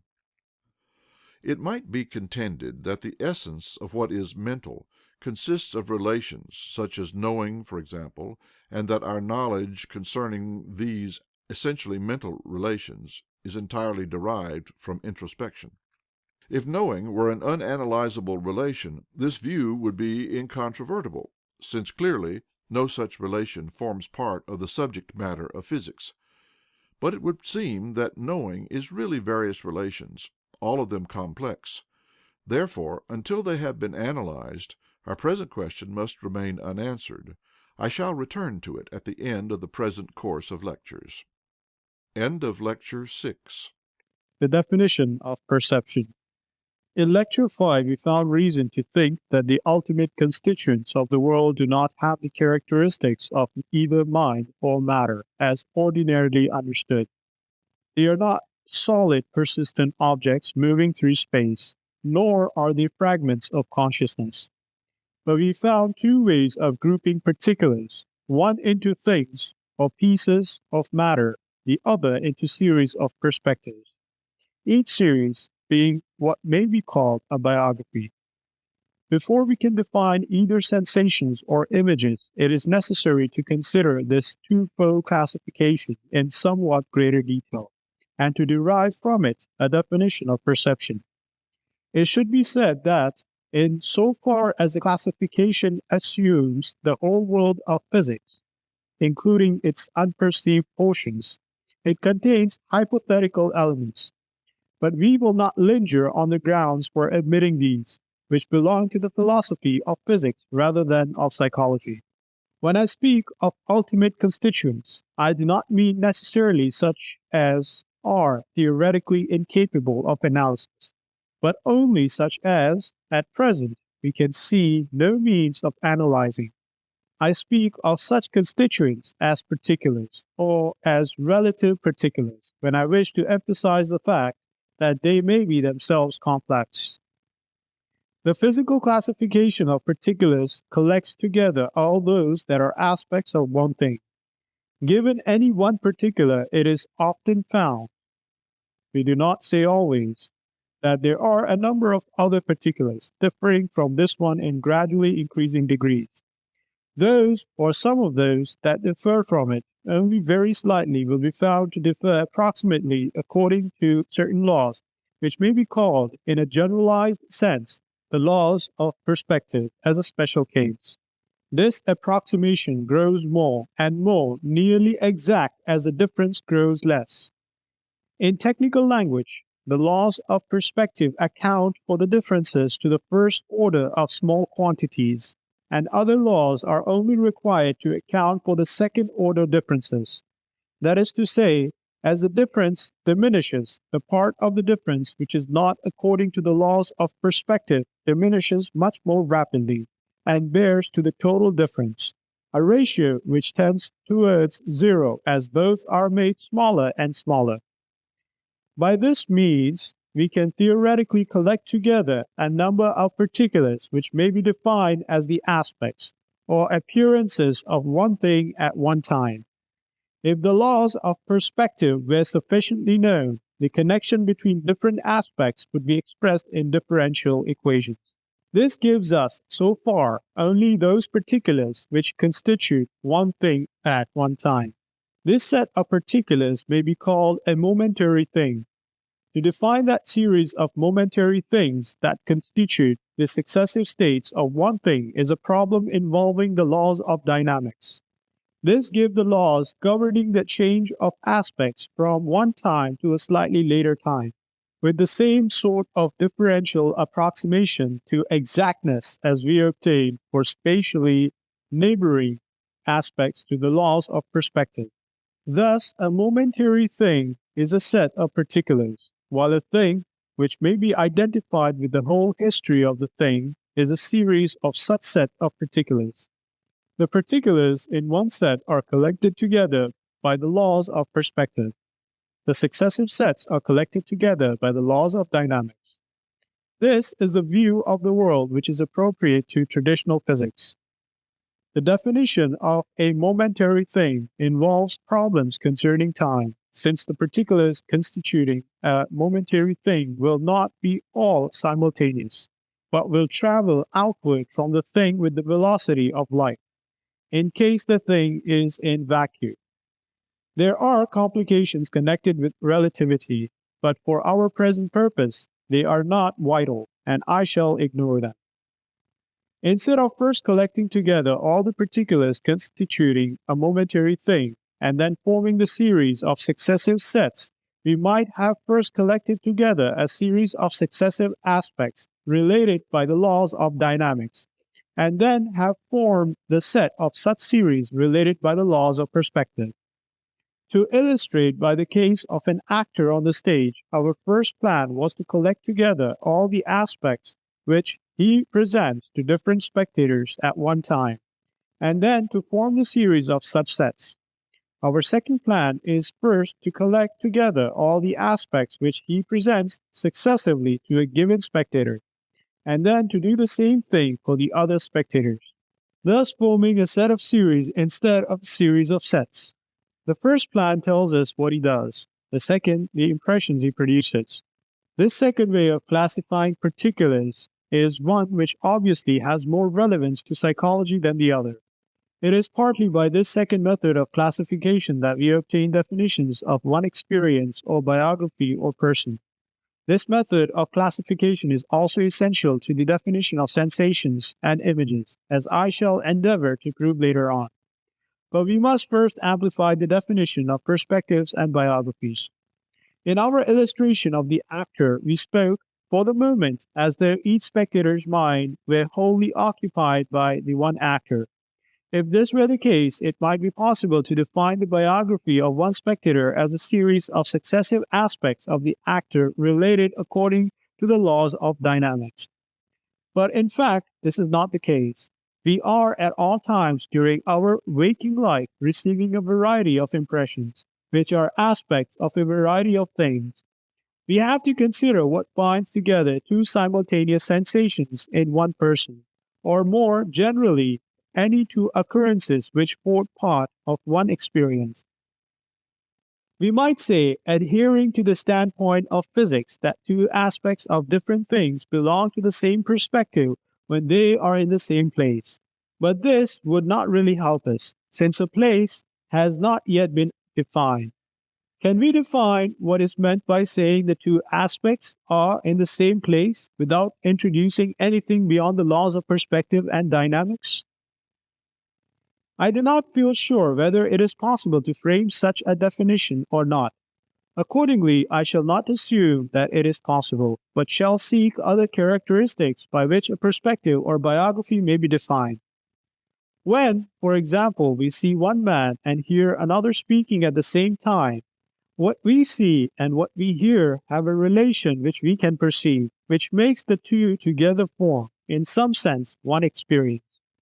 It is when this relation exists that two occurrences become associated. Simon's engram is formed by all that we experience at one time. He speaks of two parts of this total as having the relation of Nebi-Neander, which is reminiscent of Herbert's Jus Hamen. I think the relation may be simply called simultaneity. It might be said that any moment, all sorts of things that are not part of my experience are happening in the world, and that, therefore, the relation we are seeking to define cannot be merely simultaneity. This, however, would be an error, the sort of error that the theory of relativity avoids. There is not one universal time, except by an elaborate construction. There are only local times, each of which may be taken to be the time within one biography. Accordingly, if I am, say, hearing a sound, the only occurrences that are, in any simple sense, simultaneous with my sensation are events in my private world, example in my biography. We may therefore define the perspective to which the sensation in question belongs as a set of particulars that are simultaneous with this sensation. And similarly, we may define the biography to which the sensation belongs as a set of particulars that are earlier or later than, or simultaneous with, the given sensation. Moreover, the very same definitions can be applied to particulars which are not sensations. They are actually required for the theory of relativity. If we are to give a philosophical explanation of what is meant by local time in that theory, the relations of simultaneity and the succession are known to us in our own experience. They may be analyzable, but that does not affect their suitability for defining perspectives and biographies.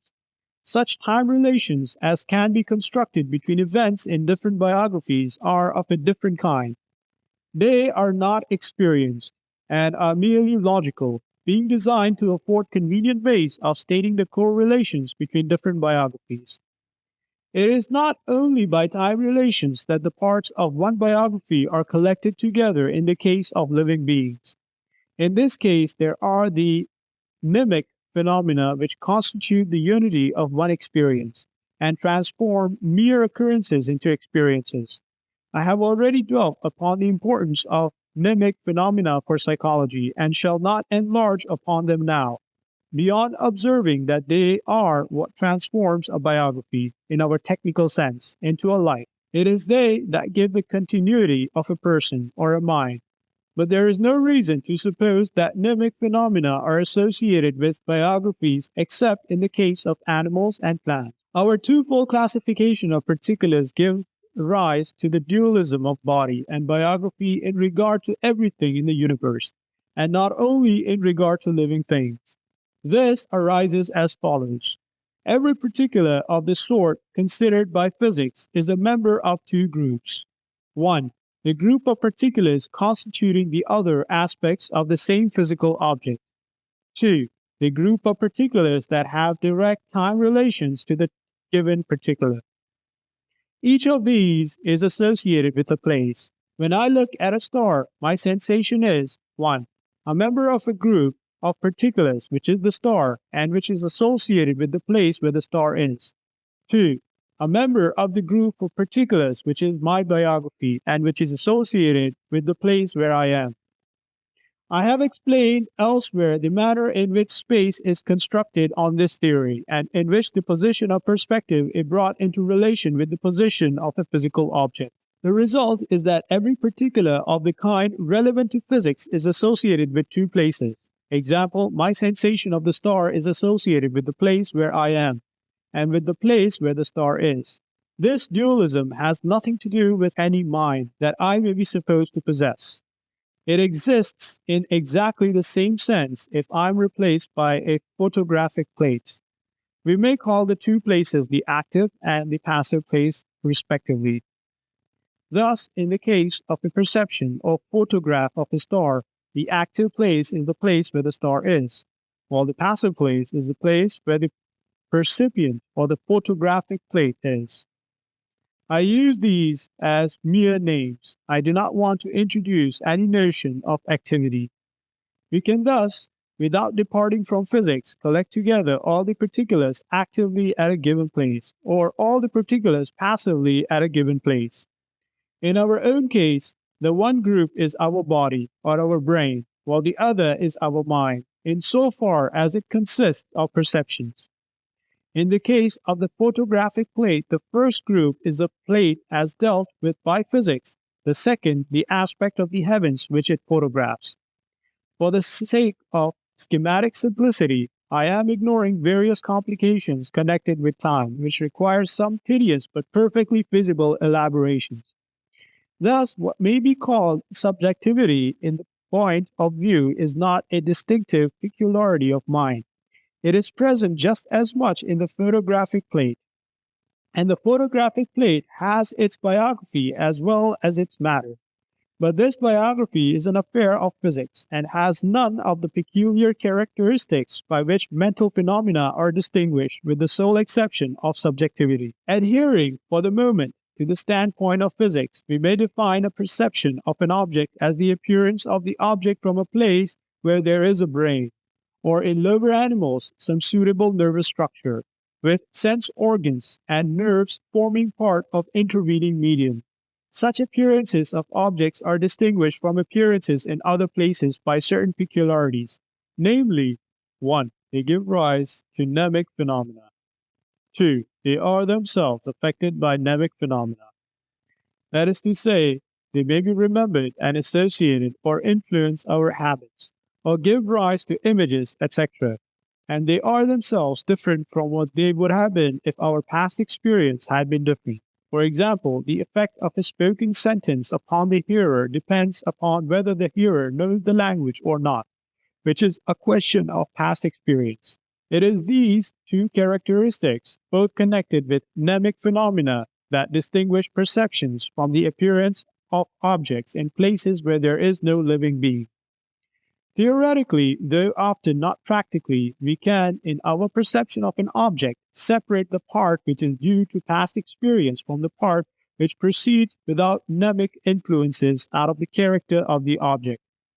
We may define as sensation that part which proceeds in this way, while the remainder, which is mnemic phenomena, will have to be added to the sensation to make up what is called the perception. According to this definition, the sensation is a theoretical core in the actual experience. The actual experience is the perception. It is obvious that there are grave difficulties in carrying out these definitions, but we will not linger over them. We have to pass as soon as we can from the physical standpoint, which we have been hitherto adopting, to the standpoint of the psychology, in which we make more use of introspection in the first of the three senses discussed in the preceding lecture. But before making the transition, there are 2 points which must be made clear. First, everything outside my own personal biography is outside my experience. Therefore, if anything can be known by me outside my biography, it can only be known in one of 2 ways. 1. By inference from things within my biography. Or 2. By some a priori principle independent of experience. I do not myself believe that anything approaching certainty is to be attained by either of these methods, and therefore whatever lies outside my personal biography must be regarded theoretically as hypothesis. The theoretical argument for adopting the hypothesis is that it simplifies the statement of the laws according to which events happen in our experience.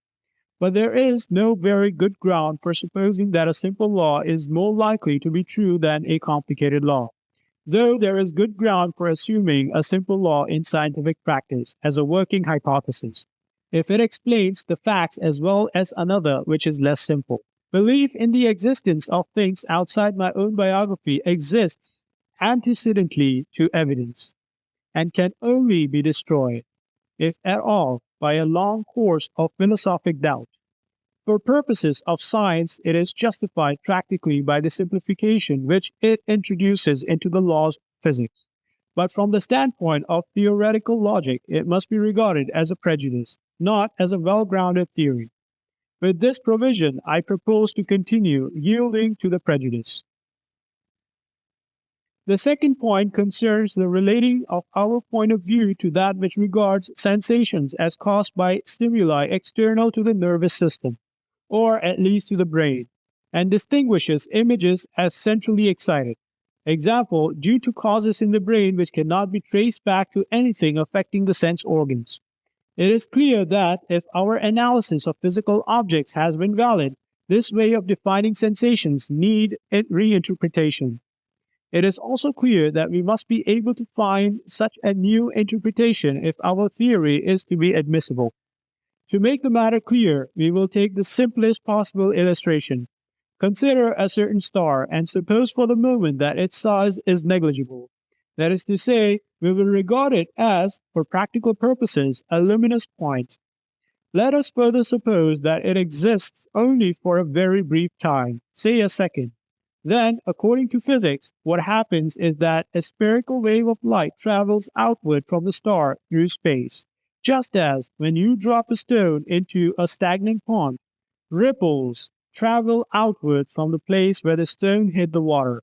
The wave of light travels with a certain, very nearly constant velocity, roughly 300,000 kilometers per second.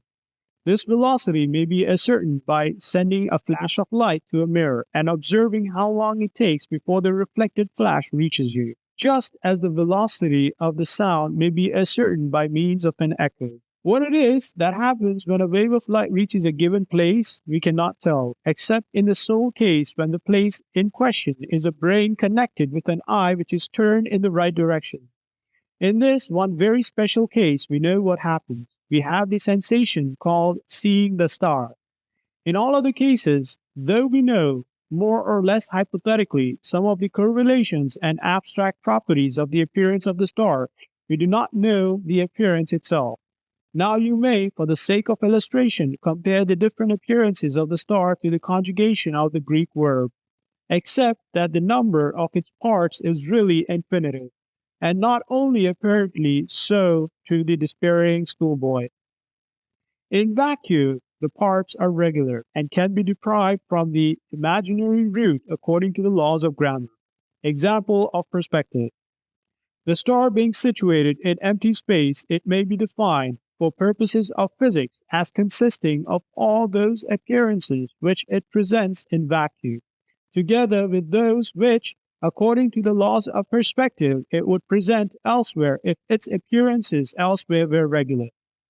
This is merely the adaptation of the definition of matter which I gave in an earlier lecture. The appearance of a star at a certain place, if it is regular, does not require any cause or explanation beyond the existence of the star.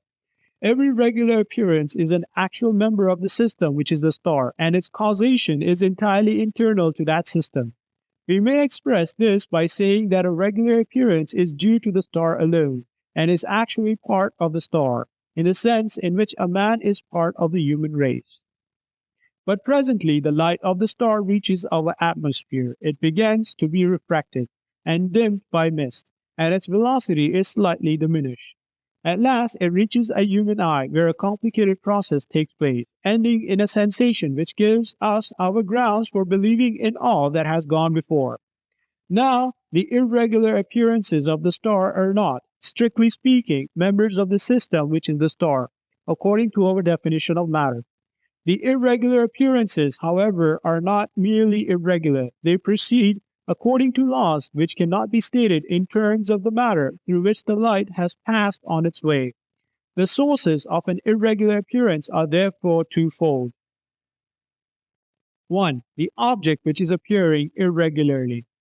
2. The intervening medium. It should be observed that while the conception of regular appearance is perfectly precise, the conception of an irregular appearance is one capable of any degree of vagueness. When the distorting influence of the medium is sufficiently great, the resulting particular can no longer be regarded as an appearance of an object, but must be treated on its own account. This happens especially when the particular in question cannot be traced back to one object, but is a blend of two or more. This case is normal in perception. We see as one what the microscope or telescope reveals to many different objects. The notion of perception is therefore not a precise one. We perceive things more or less, but always with a very considerable amount of vagueness and confusion. In considering irregular appearances, there are certain very natural mistakes which must be avoided. In order that a particular may count as an irregular appearance of a certain object, it is not necessary that it should bear any resemblance to regular appearances as regard its intrinsic qualities. All that is necessary is that it should be derivable from the regular appearances by the laws which express the distorting influence of the medium. When it is so derivable, the particular in question may be regarded as caused by the regular appearances, and therefore by the object itself, together with the modifications resulting from the medium. In other cases, the particular in question may, in the same sense, be regarded as caused by several objects together with the medium. In this case, it may be called a confused appearance of several objects. If it happens to be in a brain, it may be called a confused perception of these objects. All actual perception is confused to a greater or less extent.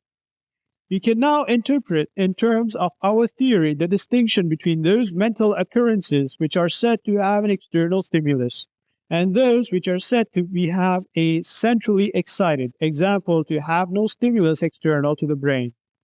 When a mental occurrence can be regarded as an appearance of an object external to a brain, however irregular or even a confused appearance of several such objects, then we may regard it as having for its stimulus the object or objects in question, or their appearances at the sense organ concerned. When, on the other hand, a mental occurrence has not sufficient connection with objects external to the brain to be regarded as an appearance of such objects, then its physical causation, if any, will have to be sought in the brain. In the former case, it can be called a perception. In the latter, it cannot be so called.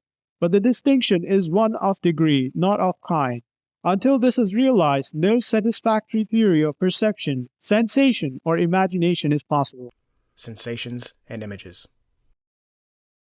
The dualism of mind and matter, if we have been right so far, cannot be allowed as metaphysically valid. Nevertheless, we seem to find a certain dualism, perhaps not ultimate, within the world as we observe it. The dualism is not primarily as to the stuff of the world, but as to causal laws. On this subject, we may again quote William James. He points out that when, as we say, we merely imagine things, there are no such effects as would ensue if the things were what we call real. He takes the case of imagining a fire. Quote, I make for myself an experience of blazing fire. I place it near my body, but it does not warm me in the least. I lay a stick upon it, and the stick either burns or remains green as I please. I call up water and pour it on the fire, and absolutely no difference ensues. I account for all such facts by calling this whole train of experiences unreal, a mental train. Mental fire is what won't burn real sticks. Mental water is what won't necessarily, though of course it may, put out even a mental fire. With real objects, on the contrary, consequences always accrue, and thus the real experiences get sifted from the mental ones, the things from our thoughts of them, fanciful or true, and precipitated together as the stable part of the whole experience chaos under the name of the physical world. End quote. In this passage, James speaks by mere inadvertence, as though the phenomena which he is describing as mental had no effects. This is, of course, not the case. They have their effects just as much as physical phenomena do, but their effects follow different laws. For example, dreams, as Freud has shown, are just as much subject to laws as are the motions of the planets. But the laws are different. In a dream, you may be transported from one place to another in a moment, or one person may turn into another under your eyes. Such differences compel you to distinguish the world of dreams from the physical world. If the two sorts of causal laws could be sharply distinguished, we could call an occurrence physical when it obeys causal laws appropriate to the physical world, and mental when it obeys causal laws appropriate to the mental world. Since the mental world and the physical world interact, there would be a boundary between the two. There would be events which would have physical causes and mental effects, while there would be others which would have mental causes and physical effects. Those that have physical causes and mental effects we should define as sensations. Those that have mental causes and physical effects might perhaps be identified with what we call voluntary movements, but they do not concern us at present. These definitions would have all the precision that could be desired if the distinction between physical and psychological causation were clear and sharp. As a matter of fact, however, this distinction is, as yet, by no means sharp. It is possible that, with fuller knowledge, it will be found to be no more ultimate than the distinction between the laws of gases and the laws of rigid bodies. It also suffers from the fact that an event may be an effect of several causes according to several causal laws. We cannot, in general, point to anything unique as the cause of such and such an event. And finally, it is by no means certain that the peculiar causal laws which govern mental events are not really psychological. The law of habit, which is one of the most distinctive, may be fully explicable in terms of the peculiarities of nervous tissue, and these peculiarities, in turn, may be explicable by the laws of physics. It seems, therefore, that we are driven to a different kind of definition. It is for this reason that it was necessary to develop the definition of perception. With this definition, we can define a sensation as the non-mnemic elements in a perception. When, following our definition, we try to decide what elements in our experience are of the nature of sensations, we find more difficulty than might have been expected. Prima facie, everything is sensation that comes to us through the senses, the sights we see, the sounds we hear, the smells we smell, and so on. Also such things as headache or the feeling of muscular strain. But in actual fact, so much interpretation, so much of habitual correlation is mixed with all such experiences that the core of pure sensation is only to be extracted by careful investigation. To take a simple illustration, if you go to the theater in your own country, you seem to hear equally well in the stalls or in the dress circle. In either case, you think you miss nothing. But if you go to a foreign country where you have a fair knowledge of the language, you will seem to have grown partially deaf, and you will find it necessary to be much nearer the stage than you would need to be in your own country. The reason is that in hearing our own language spoken, we quickly and unconsciously fill out what we really hear with inferences to what the man must be saying, and we never realize that we have not heard the words that we have merely inferred. In a foreign language, these inferences are more difficult, and we are more dependent upon actual sensation.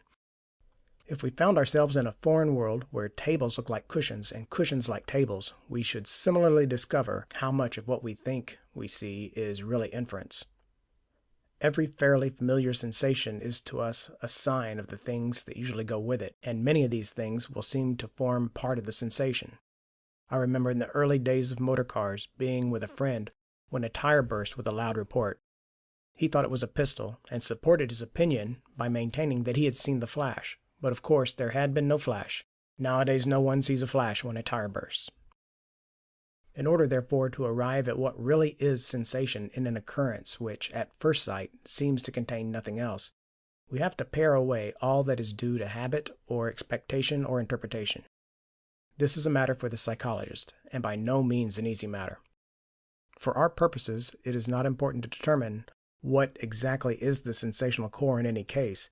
It is only important to notice that there certainly is a sensational core, since habit, expectation, and interpretation are diversely aroused on diverse occasions.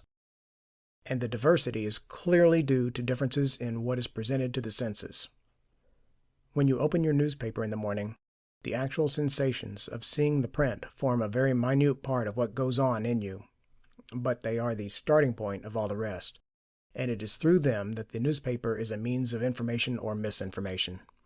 Thus, although it may be difficult to determine what exactly is sensation in any given experience, it is clear that there is sensation unless, like Leibniz, we deny all action of the outer world upon us.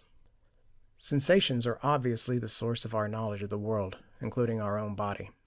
It might seem natural to regard sensation as itself a cognition, and until lately I did so regard it. When, say, I see a person I know coming towards me in the street, it seems as though the mere seeing were knowledge. It is of course undeniable that knowledge comes through the seeing, but I think it is a mistake to regard the mere seeing itself as knowledge. If we are so to regard it, we must distinguish the seeing from what is seen. We must say that when we see a patch of color of a certain shape, the patch of color is one thing, and our seeing of it is another. This view, however, demands the admission of the subject or act in the sense discussed in our first lecture. If there is a subject, it can have a relation to the patch of color, namely, the sort of relation which we might call awareness. In that case, the sensation as a mental event will consist of awareness of the color, while the color itself will remain wholly physical and may be called the sense datum to distinguish it from the sensation. The subject, however, appears to be a logical fiction, like mathematical points and instants. It is introduced not because observation reveals it, but because it is linguistically convenient and apparently demanded by grammar. Nominal entities of this sort may or may not exist, but there is no good ground for assuming that they do. The functions that they appear to perform can always be performed by classes or series of other logical constructions consisting of less dubious entities. If we are to avoid a perfectly gratuitous assumption, we must dispense with the subject as one of the actual ingredients of the world. But when we do this, the possibility of distinguishing the sensation from the sense datum vanishes. At least I see no way of preserving the distinction. Accordingly, the sensation that we have when we see a patch of color simply is the patch of color, an actual constituent of the physical world and part of what physics is concerned with. A patch of color is certainly not knowledge, and therefore we cannot say that pure sensation is cognitive. Through its psychological effects, it is the cause of cognitions, partly by being itself a sign of things that are correlated with it, as for example sensations of light and touch are correlated, and partly by giving rise to images and memories after the sensation is faded. But in itself, the pure sensation is not cognitive. In the first lecture we considered the view of Brentano that, quote, we may define psychical phenomena by saying that they are phenomena which intentionally contain an object, end quote. We saw reasons to reject this view in general. We are now concerned to show that it must be rejected in the particular case of sensations. The kind of argument which formally made me accept Brentano's view in this case was exceedingly simple. When I see a patch of color, it seemed to me that the color is not psychical but physical, while my seeing is not physical but psychical.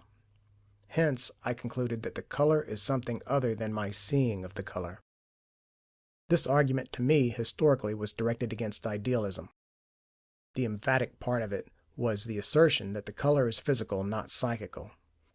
I shall not trouble you now with the grounds for holding as against Berkeley that the patch of color is physical. I have set them forth before, and I see no reason to modify them. But it does not follow that the patch of color is not also psychical, unless we assume that the physical and the psychical cannot overlap, which I no longer consider a valid assumption. If we admit, as I think we should, that the patch of color may be both physical and psychical, the reason for distinguishing the sense datum from the sensation disappears, and we may say that the patch of color and our sensation in seeing it are identical. This is the view of William James, Professor Dewey, and the American realists. Perceptions, says Professor Dewey, are not per se cases of knowledge, but simply natural events with no more knowledge status than, say, a shower. Quote, let them, the realists, try the experiment of conceiving perceptions as pure natural events, not cases of awareness or apprehension, and they will be surprised to see how little they miss. End quote. I think he is right in this, except in supposing that the realists will be surprised. Many of them already hold the view that he is advocating, and others are very sympathetic to it. At any rate, it is the view which I shall adopt in these lectures. The stuff of the world, so far as we have experience of it, consists on the view that I am advocating, of innumerable transient particulars such as occur in seeing, hearing, etc., together with images more or less resembling these, of which I shall speak shortly. If physics is true, there are, besides the particulars that we experience, others, probably equally or almost equally transient, which make up the part of the material world that does not come into the sort of contact with a living body that is required to turn it into a sensation. But this topic belongs to the philosophy of physics and need not concern us in our present inquiry. Sensations are what is common to the mental and physical worlds. They may be defined as the intersection of mind and matter. This is by no means a new view. It is advocated not only by the American authors I have mentioned, but by Mach in his analysis of sensations, which was published in 1886. The essence of sensation, according to the view I am advocating, is its independence of past experience. It is a core in our actual experiences, never existing in isolation except possibly in very young infants. It is not itself knowledge, but it supplies the data for our knowledge of the physical world, including our own bodies. There are some who believe that our mental life is built up out of sensations alone. This may be true, but in any case, I think the only ingredients required in addition to sensations are images. What images are, and how they are to be defined, we have now to inquire. The distinction between images and sensations might seem at first sight by no means difficult. When we shut our eyes and call up pictures of familiar scenes, we usually have no difficulty, so long as we remain awake, in discriminating between what we are imagining and what is really seen. If we imagine some piece of music that we know, we can go through it in our mind from beginning to end without any discoverable tendency to suppose that we are really hearing it. But although such cases are so clear that no confusion seems possible, there are many others that are far more difficult, and the definition of images is by no means an easy problem. To begin with, we do not always know whether what we are experiencing is a sensation or an image. The things we see in dreams, when our eyes are shut, must count as images, yet while we are dreaming they seem like sensations. Hallucinations often begin as persistent images, and only gradually acquire that influence over belief that makes the patient regard them as sensations. When we are listening for a faint sound, the striking of a distant clock or a horse's hoofs on the road, we think we hear it many times before we really do, because expectation brings us the image and we mistake it for sensation. The distinction between images and sensations is, therefore, by no means always obvious to inspection.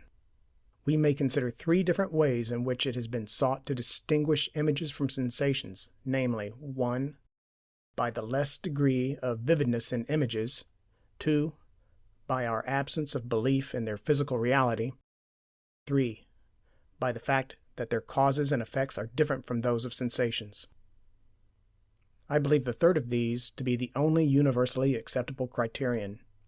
The other two are applicable in very many cases, but cannot be used for purposes of definition because they are liable to exceptions. Nevertheless, they both deserve to be carefully considered.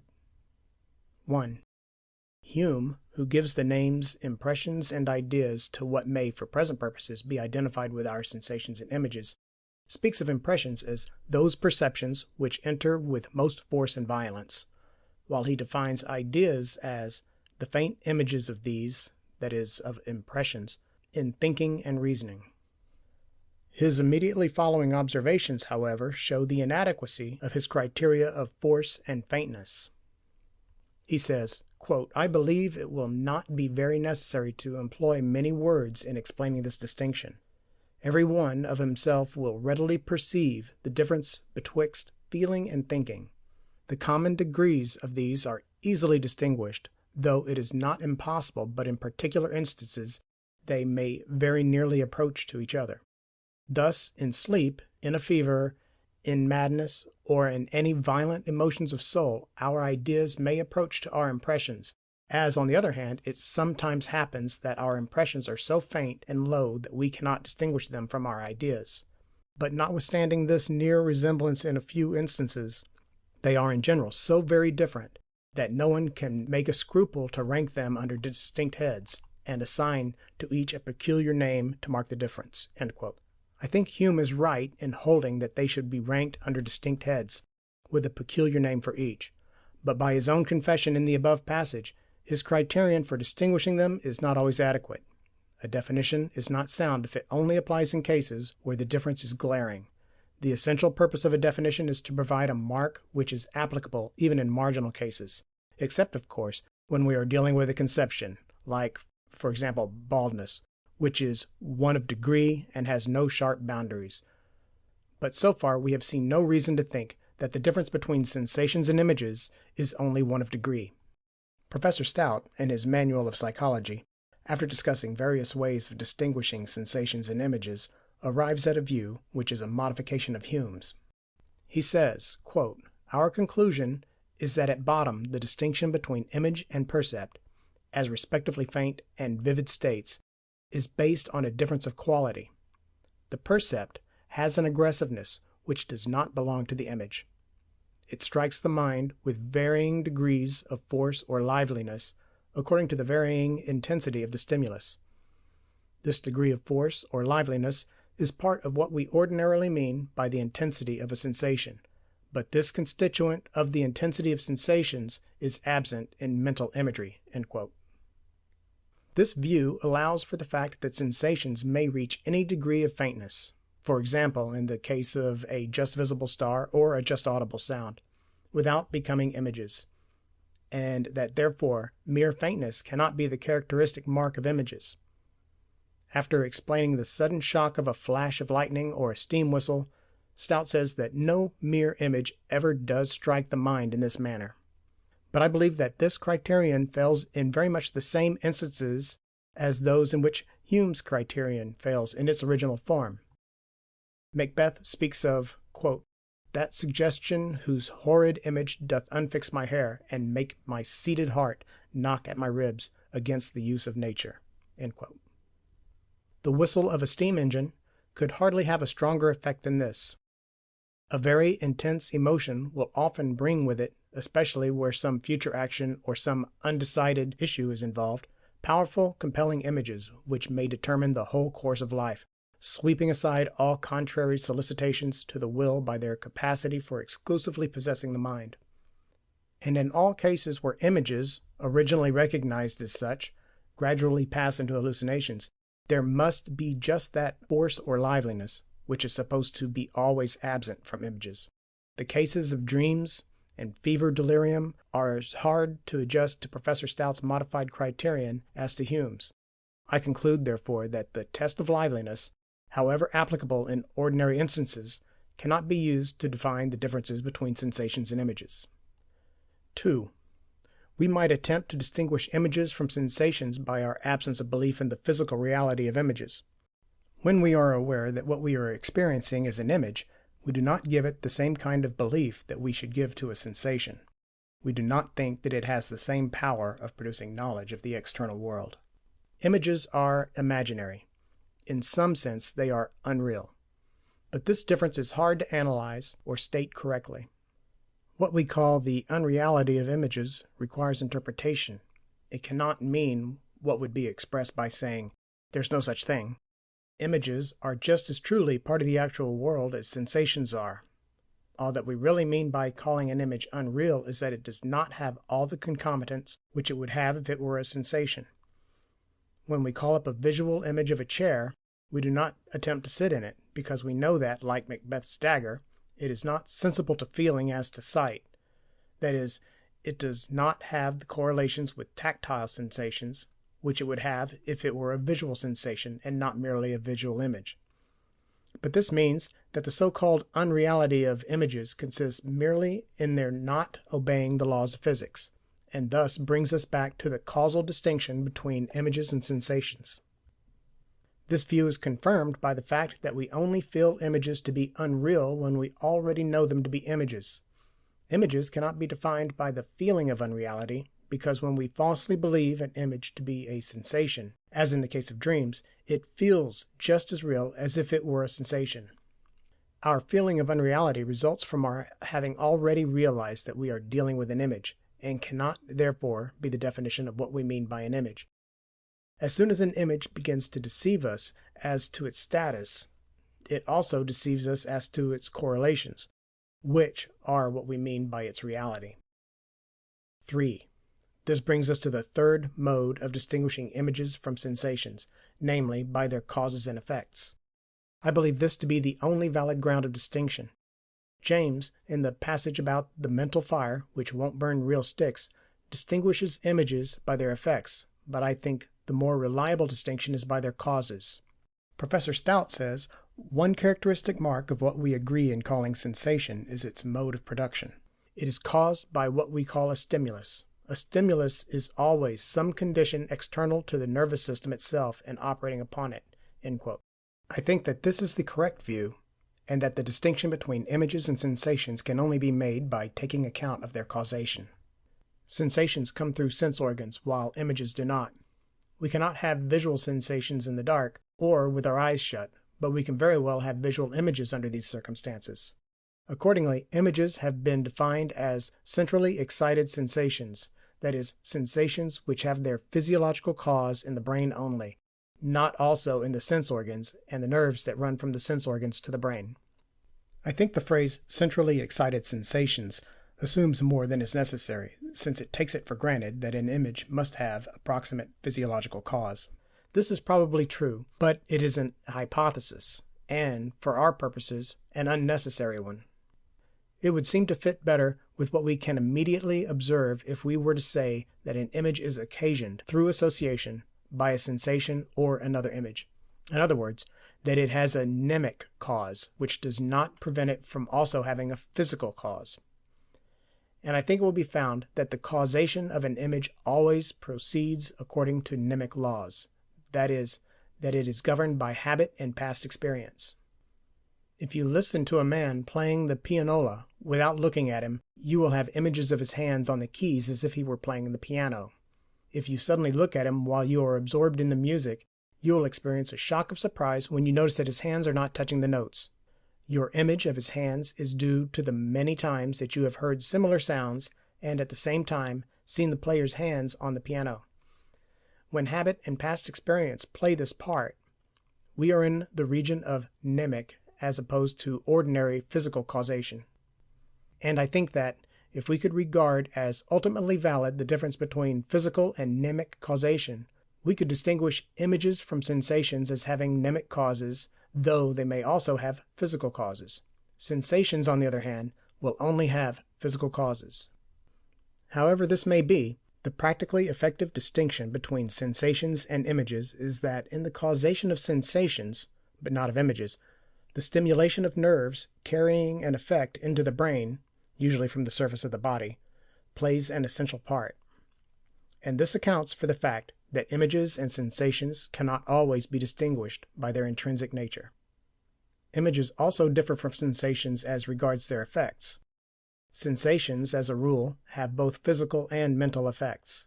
As you watch the train you meant to catch leaving the station, there are both successive positions of the train, physical effects, and the successive waves of fury and disappointment, mental effects. Images, on the contrary, though they may produce bodily movements, do so according to mnemic laws, not according to the laws of physics. All their effects, of whatever nature, follow mnemic laws. But this difference is less suitable for definition than the difference as to causes. Professor Watson, as a logical carrying out of his behaviorist theory, denies altogether that there are any observable phenomena such as images are supposed to be. He replaces them all by faint sensations, and especially by pronunciation of words sotto voce. When we think of a table, say, as opposed to seeing it, what happens according to him is usually that we are making small movements of the throat and tongue, such as would lead to our uttering the word table if it were more pronounced. I shall consider his view again in connection with words. For the present I am only concerned to combat his denial of images. This denial is set forth both in his book on behavior and in an article called Image and Affection in Behavior, in the Journal of Philosophy, Psychology, and Scientific Methods, Volume 10. It seems to me that in this matter he has been betrayed into denying plain facts in the interests of a theory, namely the supposed impossibility of introspection. I dealt with the theory in Lecture 6. For the present, I wish to reinforce the view that the facts are undeniable. Images are of various sorts according to the nature of the sensations which they copy. Images of bodily movements, such as we have when we imagine moving an arm or, on a smaller scale, pronouncing a word, might possibly be explained away on Professor Watson's lines as really consisting in small incipient movements, such as, if magnified and prolonged, would be movements we are said to be imagining. Whether this is the case or not might even be decided experimentally. If there were a delicate instrument for recording small movements in the mouth and throat, we might place such an instrument in a person's mouth and then tell him to recite a poem to himself, as far as possible only in imagination. I should not be at all surprised if it were found that actual small movements take place while he is mentally saying over the verses. The point is important because what is called thought consists mainly, though I think not wholly, of inner speech. If Professor Watson is right as regards inner speech, this whole region is transferred from imagination to sensation. But since the question is capable of experimental decision, it would be gratuitous rashness to offer an opinion while that decision is lacking. But visual and auditory images are much more difficult to deal with in this way, because they lack the connection with physical events in the outer world which belongs to visual and auditory sensations. Suppose, for example, that I am sitting in my room in which there is an empty armchair. I shut my eyes and call up a visual image of a friend sitting in the armchair. If I thrust my image into the world of physics, it contradicts all the usual physical laws. My friend reached the chair without coming in at the door in the usual way. Subsequent inquiry will show that he was somewhere else at the moment. If regarded as a sensation, my image has all the marks of the supernatural. My image, therefore, is regarded as an event in me, not as having that position in the orderly happenings of the public world that belongs to sensations. By saying that it is an event in me, we leave it possible that it may be physiologically caused. Its privacy may be only due to its connection with my body. But in any case, it is not a public event, like an actual person walking in at the door and sitting down in my chair. And it cannot, like inner speech, be regarded as a small sensation, since it occupies just as large an area in my visual field as the actual sensation would do. Professor Watson says, quote, "I should throw out imaginary altogether and attempt to show that all natural thought goes on in terms of sensoromotor processes in the larynx." End quote. This view seems to me flatly to contradict experience. If you try to persuade any uneducated person that she cannot call up a visual picture of a friend sitting in a chair, but can only use words describing what such an occurrence would be like, she will conclude that you are mad. This statement is based upon experiment. Galton, as everyone knows, investigated visual imagery and found that education tends to kill it.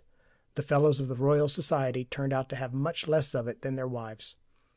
I see no reason to doubt his conclusion that the habit of abstract pursuits makes learned men much inferior to the average in power of visualizing, and much more exclusively occupied with words in their thinking. And Professor Watson is a very learned man.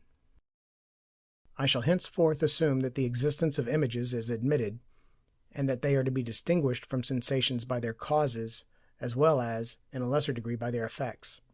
In their intrinsic nature, though they often differ from sensations by being more dim or vague or faint, yet they do not always or universally differ from sensations in any way that can be used for defining them.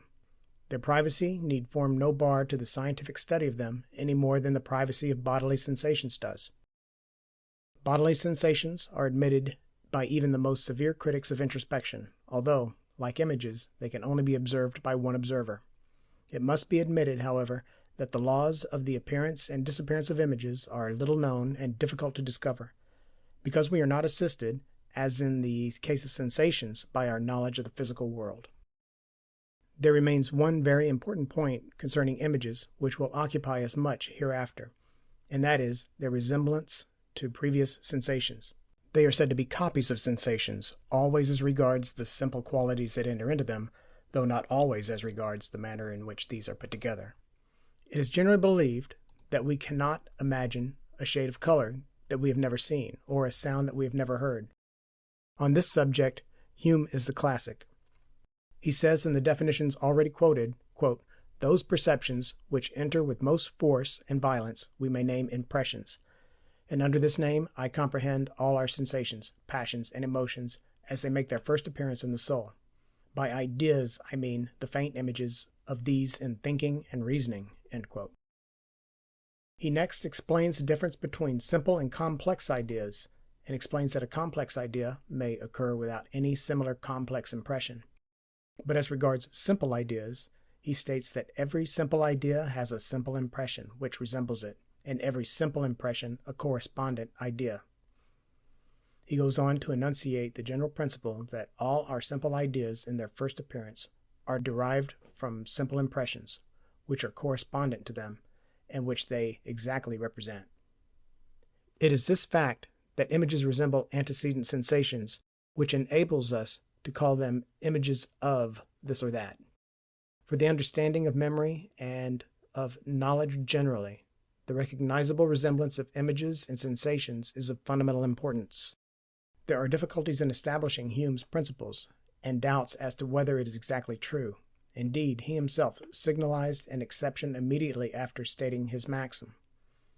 Nevertheless, it is impossible to doubt that in the main simple images are copies of similar simple sensations which have occurred earlier, and that the same is true of complex images in all cases of memory as opposed to mere imagination. Our power of acting with reference to what is sensibly absent is largely due to this characteristic of images. Although, as education advances, images tend to be more and more replaced by words. We shall have much to say in the next 2 lectures on the subject of images as copies of sensations. What has been said now is merely by way of reminder that this is their most notable characteristic. I am by no means confident that the distinction between images and sensations is ultimately valid, and I should be glad to be convinced that images can be reduced to sensations of a peculiar kind. I think it is clear, however, that, at any rate in the case of auditory and visual images, they do differ from ordinary auditory and visual sensations, and therefore form a recognizable class of occurrences, even if it should prove that they can be regarded as a subclass of sensations. This is all that is necessary to validate the use of images to be made in the sequel. Lecture 9, Part 1, Memory. Memory, which we are to consider today, introduces us to knowledge in one of its forms. The analysis of knowledge will occupy us until the end of the 13th lecture, and is the most difficult part of our whole enterprise. I do not myself believe that the analysis of knowledge can be effected entirely by means of purely external observation, such as behaviorists employ. I shall discuss this question in later lectures. In the present lecture, I shall attempt the analysis of memory knowledge, both as an introduction to the problem of knowledge in general, and because memory, in some form, is presupposed in almost all other knowledge. Sensation, we decided, is not a form of knowledge. It might, however, have been expected that we should begin our discussion of knowledge with perception, i.e., with that integral experience of things in the environment, out of which sensation is extracted by psychological analysis. What is called perception differs from sensation by the fact that the sensational ingredients bring up habitual associates, images and expectations of their usual correlates, all of which are subjectively indistinguishable from the sensation. The fact of past experience is essential in producing this filling out of sensation, but not the recollection of past experience. The non-sensational elements in perception can be wholly explained as the result of habit, produced by frequent correlations. Perception, according to our definition in Lecture 7, is no more a form of knowledge than sensation is, except in so far as it involves expectations. The purely psychological problems which it raises are not very difficult, though they have sometimes been rendered artificially obscure by unwillingness to admit the fallibility of the non-sensational elements of perception. On the other hand, memory raises many difficult and very important problems, which it is necessary to consider at the first possible moment. One reason for treating memory at this early stage is that it seems to be involved in the fact that images are recognized as copies of past sensible experience. In the preceding lecture, I alluded to Hume's principle that all our simple ideas in their first appearance are derived from simple impressions which are correspondent to them, and which they exactly represent. Whether or not this principle is liable to exceptions, everyone would agree that it has a broad measure of truth, though the word exactly might seem an overstatement, and it might seem more correct to say that ideas approximately represent impressions. Such modifications of Hume's principle, however, do not affect the problem which I wish to present for your consideration, namely, why do we believe that images are, sometimes or always, approximately or exactly, copies of sensations? What sort of evidence is there? And what sort of evidence is logically possible? The difficulty of this question arises through the fact that the sensation which an image is supposed to copy is in the past when the image exists, and can therefore only be known by memory, while, on the other hand, memory of past sensations seems only possible by means of present images. How then are we to find any way of comparing the present image and the past sensation? The problem is just as acute if we say that images differ from their prototypes as if we say that they resemble them. It is the very possibility of comparison that is hard to understand. We think we can know that they are alike or different, but we cannot bring them together in one experience and compare them. To deal with this problem, we must have a theory of memory. In this way, the whole status of images as copies is bound up with the analysis of memory. In investigating memory beliefs, there are certain points which must be borne in mind. In the first place, everything constituting a memory belief is happening now, not in that past time to which the belief is said to refer. It is not logically necessary to the existence of a memory belief that the event remembered should have occurred, or even that the past should have existed at all. There is no logical impossibility in the hypothesis that the world sprang into being 5 minutes ago, exactly as it then was, with a population that remembered a wholly unreal past. There is no logically necessary connection between events at different times. Therefore, nothing that is happening now or will happen in the future can disprove the hypothesis that the world began 5 minutes ago. Hence, the occurrences which are called knowledge of the past are logically independent of the past. They are wholly analyzable into present contents which might theoretically be just what they are, even if no past had existed. I am not suggesting that the non-existence of the past should be entertained as a serious hypothesis. Like all skeptical hypotheses, it is logically tenable, but uninteresting. All that I am doing is to use its logical tenability as a help in the analysis of what occurs when we remember. In the second place, images without beliefs are insufficient to constitute memory, and habits are still more insufficient. The behaviorist who attempts to make psychology a record of behavior has to trust his memory in making the record.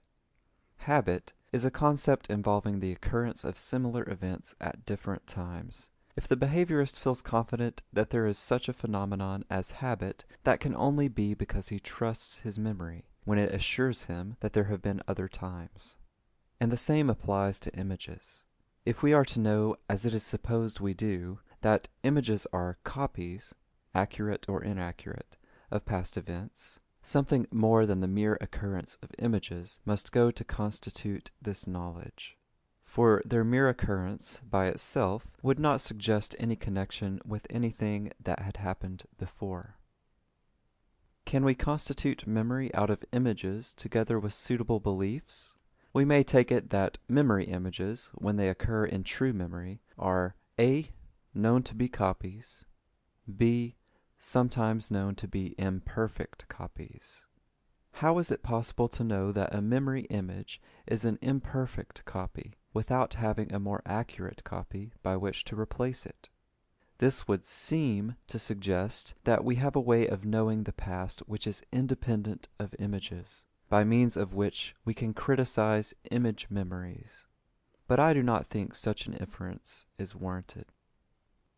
What results, formally, from our knowledge of the past through images of which we recognize the inaccuracy is that such images must have two characteristics by which we can arrange them in two series, of which one corresponds to the more or less remote period in the past to which they refer, and the other to our greater or less confidence in their accuracy. We will take the second of these points first. Our confidence or lack of confidence in the accuracy of a memory image must, in fundamental cases, be based upon a characteristic of the image itself, since we cannot evoke the past bodily and compare it with the present image. It might be suggested that vagueness is the required characteristic, but I do not think this is the case. We sometimes have images that are by no means peculiarly vague, which yet we do not trust. For example, under the influence of fatigue, we may see a friend's face vividly and clearly, but horribly distorted. In such a case, we distrust our image in spite of its being unusually clear. I think the characteristic by which we distinguish the images we trust is the feeling of familiarity that accompanies them. Some images, like some sensations, feel very familiar, while others feel strange. Familiarity is a feeling capable of degrees. In an image of a well-known face, for example, some parts may feel more familiar than others. When this happens, we have more belief in the accuracy of the familiar parts than in that of the unfamiliar parts. I think it is by this means that we become critical of images, not by some imageless memory with which we compare them. I shall return to the consideration of familiarity shortly. I come now to the other characteristic which memory images must have in order to account for our knowledge of the past. They must have some characteristic which makes us regard them as referring to more or less remote portions of the past. That is to say, if we suppose that A is the event remembered, B the remembering, and T the interval of time between A and B, there must be some characteristic of B which is capable of degrees, and which, in accurately dated memories, varies as T varies. It may increase as T increases, or diminish as T increases. The question which of these occurs is not of any importance for the theoretic serviceability of the characteristic in question. In actual fact, there are doubtless various factors that concur in giving us the feeling of greater or less remoteness in some remembered event. There may be a specific feeling which could be called the feeling of pastness, especially where immediate memory is concerned. But apart from this, there are other marks. One of these is context. A recent memory has, usually, more context than a more distant one.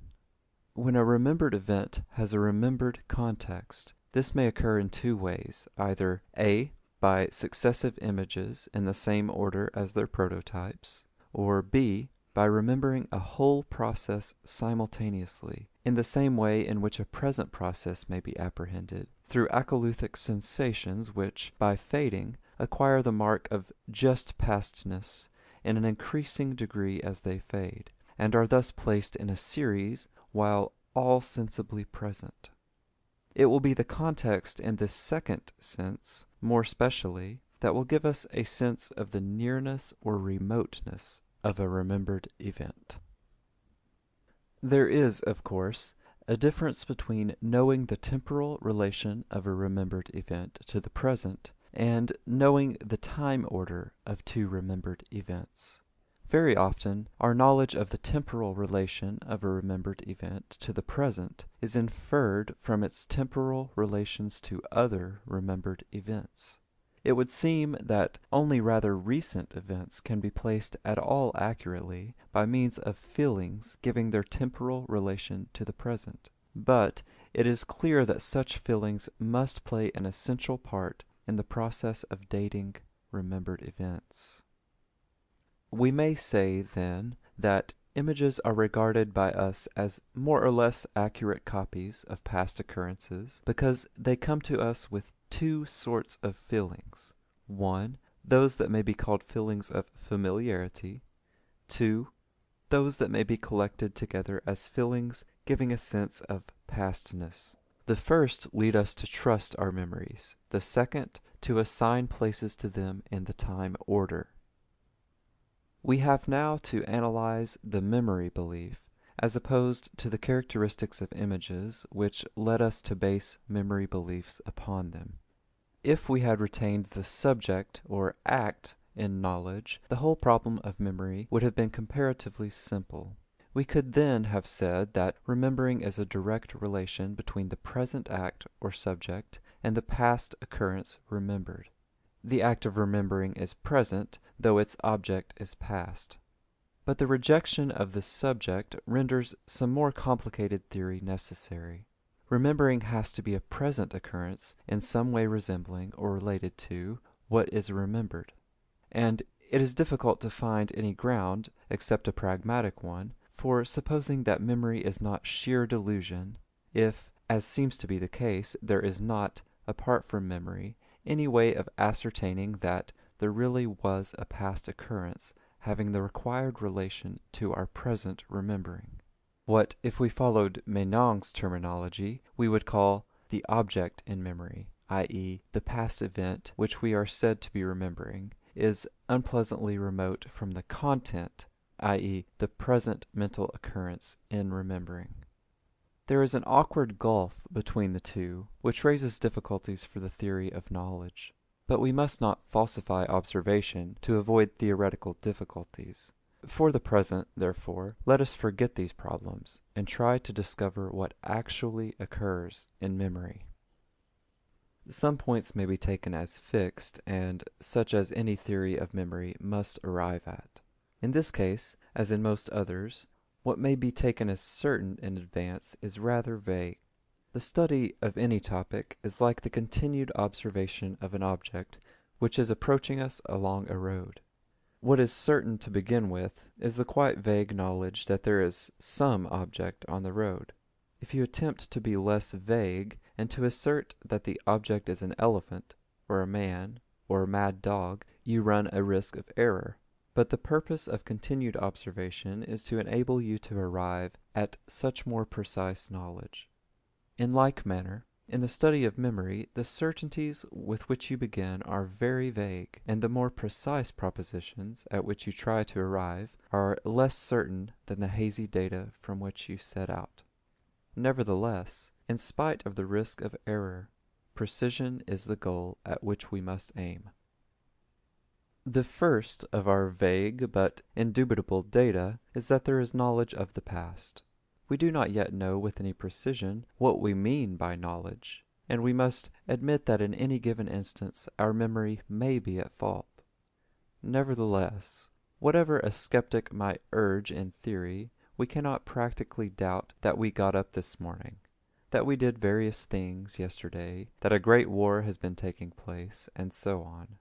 How far our knowledge of the past is due to memory, and how far to other sources, is of course a matter to be investigated, but there can be no doubt that memory forms an indispensable part of our knowledge of the past. The second datum is that we certainly have more capacity for knowing the past than for knowing the future.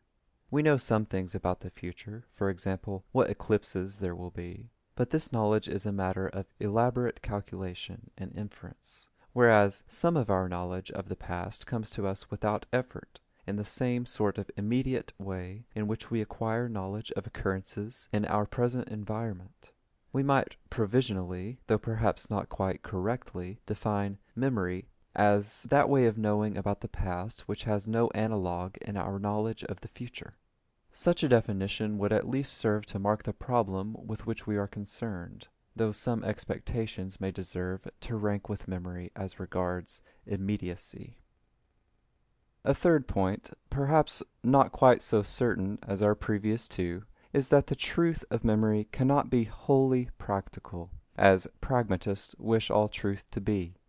It seems clear that some of the things I remember are trivial, and without any visible importance for the future, but that my memory is true, or false, in virtue of a past event, not in virtue of any future consequences of my belief. The definition of truth, as the correspondence between beliefs and facts, seems peculiarly evident in the case of memory, as against not only the pragmatist definition, but also the idealist definition by means of coherence. These considerations, however, are taking us away from psychology, to which we must now return. It is important not to confuse the two forms of memory which Bergson distinguishes in the second chapter of his Matter and Memory, namely, the sort that consists of habit and the sort that consists of independent recollection. He gives the instance of learning a lesson by heart. When I know it by heart, I am said to remember it, but this merely means that I have acquired certain habits. On the other hand, my recollection of, say, the second time I read the lesson while I was learning it, is the recollection of a unique event which occurred only once.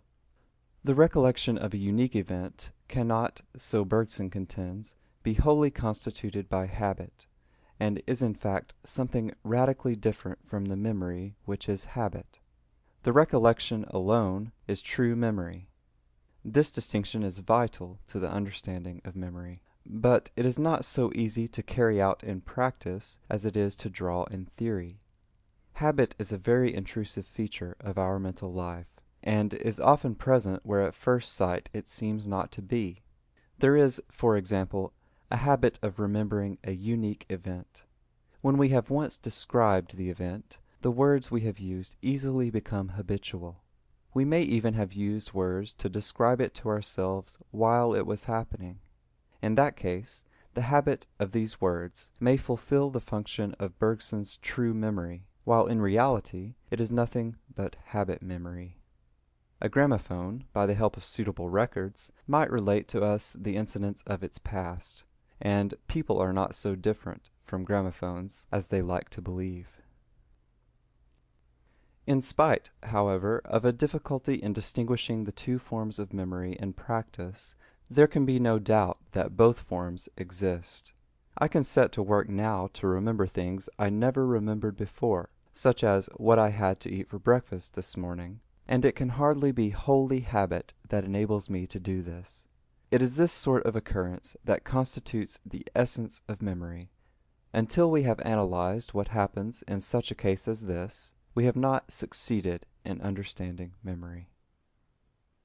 The sort of memory with which we are here concerned is the sort which is a form of knowledge. Whether knowledge itself is reducible to habit is a question to which I shall return in a later lecture. For the present, I am only anxious to point out that, whatever the true analysis of knowledge may be, knowledge of past occurrences is not proved by behavior which is due to past experience. The fact that a man can recite a poem does not show that he remembers any previous occasion on which he has recited or read it.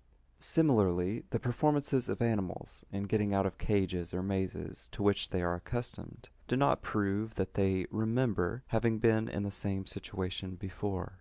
Arguments in favor of, for example, memory in plants are only arguments in favor of habit memory, not of knowledge memory. Samuel Butler's arguments in favor of the view that an animal remembers something of the lives of its ancestors are, when examined, only arguments in favor of habit memory. Simmons' two books, mentioned in an earlier lecture, do not touch knowledge memory at all closely. They give laws according to which images of past occurrences come into our minds, but do not discuss our belief that these images refer to past occurrences, which is what constitutes knowledge memory. It is this that is of interest to theory of knowledge. I shall speak of it as true memory to distinguish it from mere habit acquired through past experience. Before considering true memory, it will be well to consider two things which are on the way towards memory, namely the feeling of familiarity and recognition. We often feel that something in our sensible environment is familiar, without having any definite recollection of previous occasions on which we have seen it. We have this feeling normally in places where we have often been before, at home or in well-known streets. Most people and animals find it essential to their happiness to spend a good deal of their time in familiar surroundings, which are especially comforting when any danger threatens. The feeling of familiarity has all sorts of degrees, down to the stage where we dimly feel that we have seen a person before. It is by no means always reliable. Almost everybody has at some time experienced the well-known illusion that all that is happening now happened before at some time. There are occasions when familiarity does not attach itself to any definite object, when there is merely a vague feeling that something is familiar. This is illustrated by Turgenev's Smoke, where the hero is long puzzled by a haunting sense that something in his present is recalling something in his past, and at last traces it to the smell of heliotrope. Whenever the sense of familiarity occurs without a definite object, it leads us to search the environment until we are satisfied that we have found the appropriate object, which leads us to the judgment, "This is familiar." I think we may regard familiarity as a definite feeling, capable of existing without an object, but normally standing in a specific relation to some feature of the environment, the relation being that which we express in words by saying that the feature in question is familiar. The judgment that what is familiar has been experienced before is a product of reflection, and is no part of the feeling of familiarity, such as a horse may be supposed to have when he returns to his stable. Thus, no knowledge as to the past is to be derived from the feeling of familiarity alone. A further stage is recognition. This may be taken in two senses. The first, when a thing not merely feels familiar, but we know it is such and such. We recognize our friend Jones, we know cats and dogs when we see them, and so on. Here we have a definite influence of past experience, but not necessarily any actual knowledge of the past.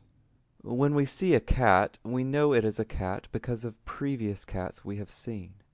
But we do not, as a rule, recollect at the moment any particular occasion when we have seen a cat. Recognition in this sense does not necessarily involve more than a habit of association. The kind of object we are seeing at the moment is associated with the word cat, or with an auditory image of purring, or whatever other characteristic we may happen to recognize in the cat of the moment. We are, of course, in fact, able to judge, when we recognize an object, that we have seen it before, but this judgment is something over and above recognition in this first sense, and may very probably be impossible to animals that nevertheless have the experience of recognition in this first sense of the word. There is, however, another sense of the word, in which we mean by recognition not knowing the name of a thing or some other property of it, but knowing that we have seen it before. In this sense, recognition does involve knowledge about the past. This knowledge is memory in one sense, though in another it is not. It does not involve a definite memory of a definite past event, but only the knowledge that something happening now is similar to something that happened before. It differs from the sense of familiarity by being cognitive. It is a belief or judgment, which the sense of familiarity is not. I do not wish to undertake the analysis of belief at present, since it will be the subject of the 12th lecture. For the present, I merely wish to emphasize the fact that recognition, in our second sense, consists in a belief, which we may express approximately in the words, "This has existed before." There are, however, several points in which such an account of recognition is inadequate.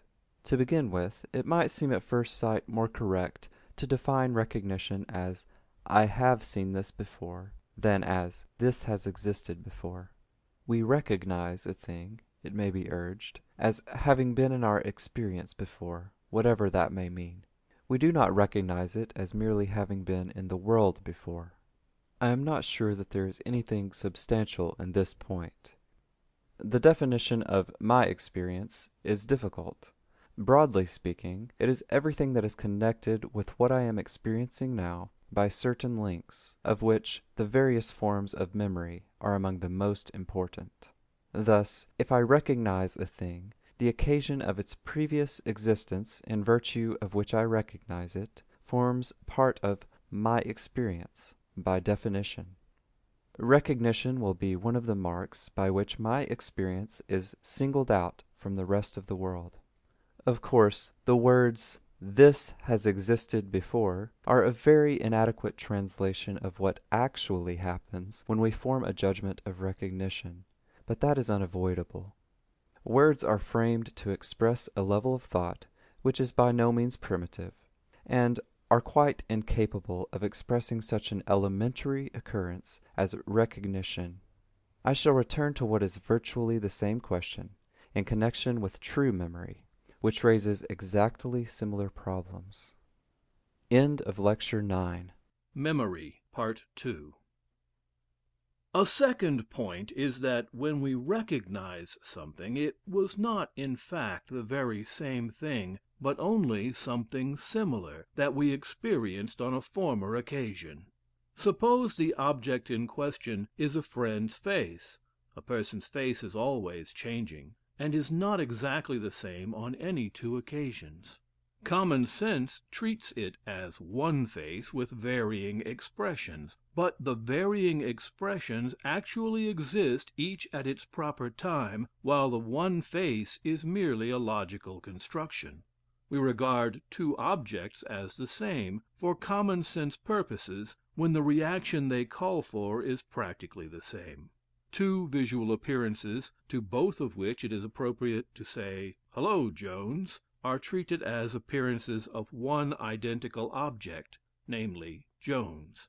The name Jones is applicable to both, and it is only reflection that shows us that many diverse particulars are collected together to form the meaning of the name Jones. What we see on any one occasion is not the whole series of particulars that make up Jones, but only one of them, or a few in quick succession. On another occasion we see another member of the series, but it is sufficiently similar to count as the same from the standpoint of common sense. Accordingly, when we judge, "I have seen this before," we judge falsely if this is taken as applying to the actual constituent of the world that we are seeing at the moment.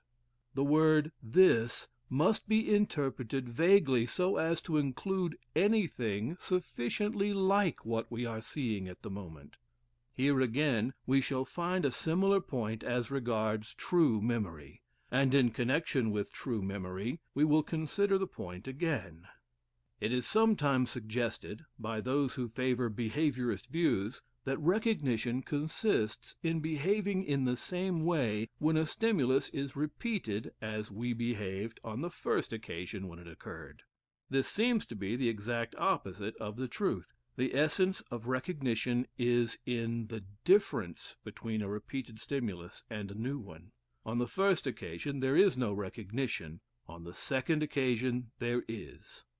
In fact, recognition is another instance of the peculiarity of causal laws in psychology, namely, that the causal unit is not a single event, but two or more events.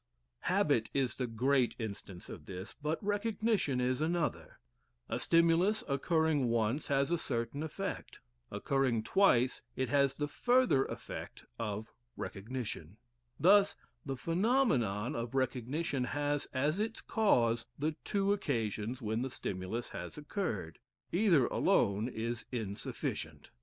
This complexity of causes in psychology might be connected with Bergson's arguments against repetition in the mental world. It does not prove that there are no causal laws in psychology, as Bergson suggests, but it does prove that the causal laws of psychology are prima facie very different from those of physics. On the possibility of explaining away the difference as due to the peculiarities of nervous tissue I have spoken before, but this possibility must not be forgotten if we are tempted to draw unwarranted metaphysical deductions. True memory, which we must now endeavor to understand, consists of knowledge of past events, but not of all such knowledge. Some knowledge of past events, for example, what we learn through reading history, is on a par with the knowledge we can acquire concerning the future. It is obtained by inference, not, so to speak, spontaneously. There is a similar distinction in our knowledge of the present. Some of it is obtained through the senses, some in more indirect ways. I know that there are at this moment a number of people in the streets of New York, but I do not know this in the immediate way in which I know of the people whom I see by looking out of my window. It is not easy to state precisely wherein the difference between these two sorts of knowledge consists, but it is easy to feel the difference. For the moment I shall not stop to analyze it, but shall content myself with saying that, in this respect, memory resembles the knowledge derived from the senses. It is immediate, not inferred, not abstract. It differs from perception mainly by being referred to the past. In regard to memory, as throughout the analysis of knowledge, there are two very distinct problems, namely, 1. As to the nature of the present occurrence in knowing; 2. As to the relation of this occurrence to what is known. When we remember, the knowing is now, while what is known is in the past. Our two questions are, in the case of memory: 1. What is the present occurrence when we remember? 2. What is the relation of this present occurrence to the past event which is remembered? Of these two questions, only the first concerns the psychologist, the second belongs to the theory of knowledge.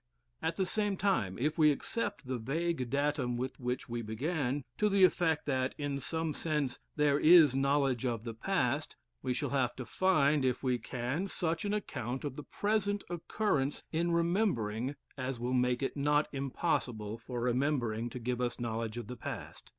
For the present, however, we shall do well to forget the problems concerning theory of knowledge, and concentrate upon the purely psychological problem of memory. Between memory image and sensation there is an intermediate experience concerning the immediate past.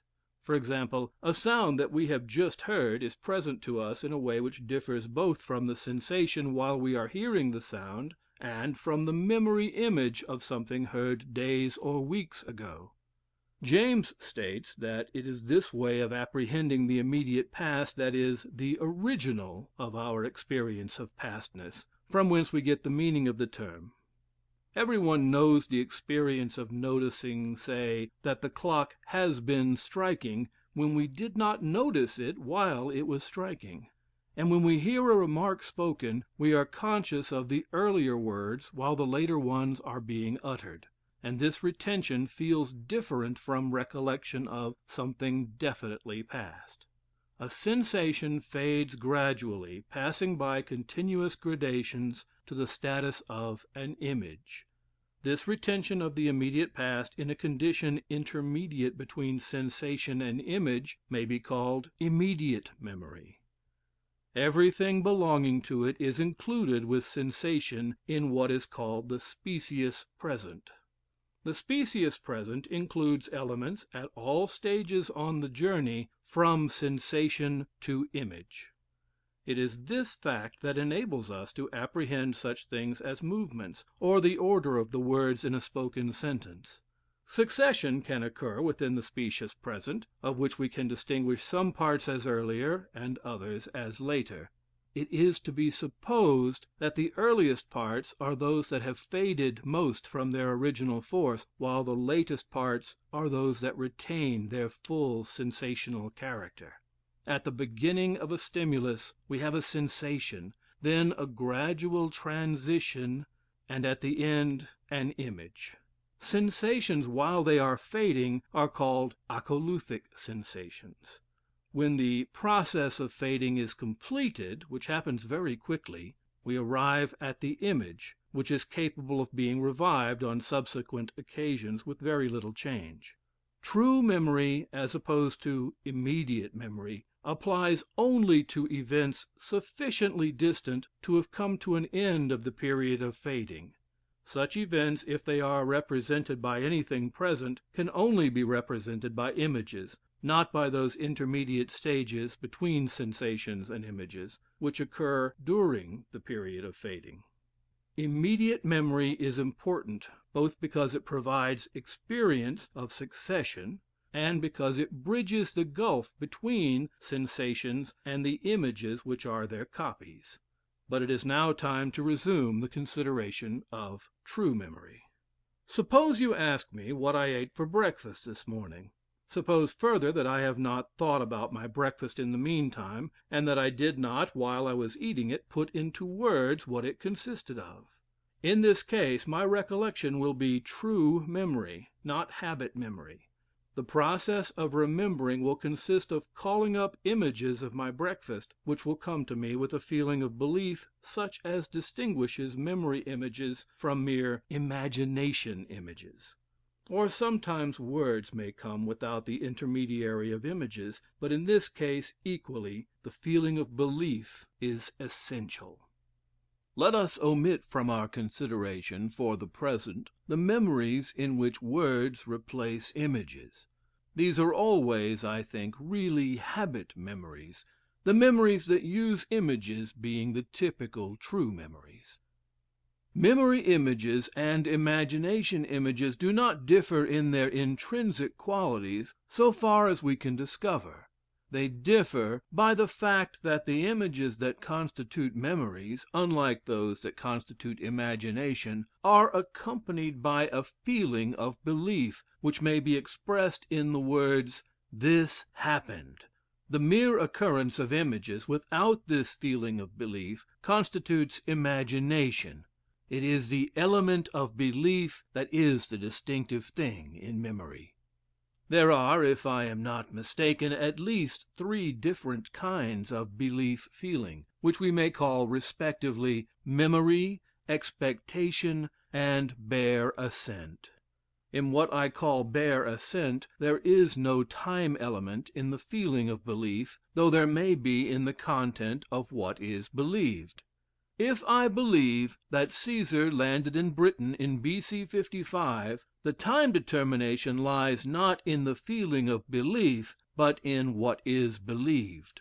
I do not remember the occurrence, but have the same feeling towards it as towards the announcement of an eclipse next year. But when I have seen a flash of lightning, and am waiting for the thunder, I have a belief feeling analogous to memory, except that it refers to the future. I have an image of thunder, combined with a feeling which may be expressed in the words, "This will happen."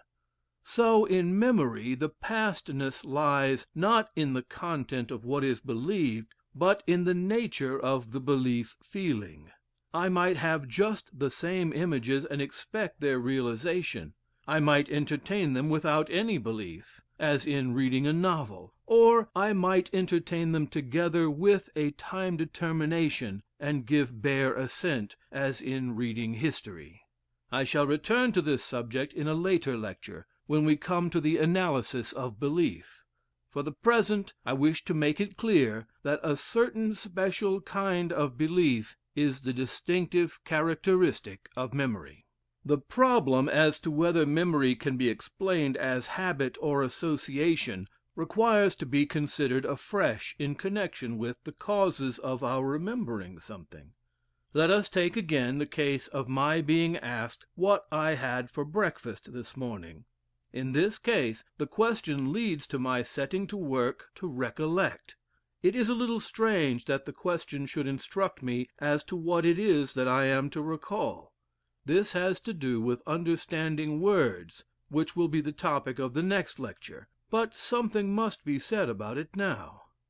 Our understanding of the words breakfast this morning is a habit, in spite of the fact that on each fresh day they point to a different occasion. This morning does not, whenever it is used, mean the same thing as John or St. Paul's does. It means a different period of time on each different day. It follows that the habit which constitutes our understanding of the words this morning is not the habit of associating the words with a fixed object, but the habit of associating them with something having a fixed time relation to our present. This morning has, today, the same time relation to my present that yesterday morning had yesterday. In order to understand the phrase this morning, it is necessary that we should have a way of feeling time intervals, and that this feeling should give what is constant in the meaning of the words this morning. This appreciation of time intervals is, however, obviously a product of memory, not a presupposition of it.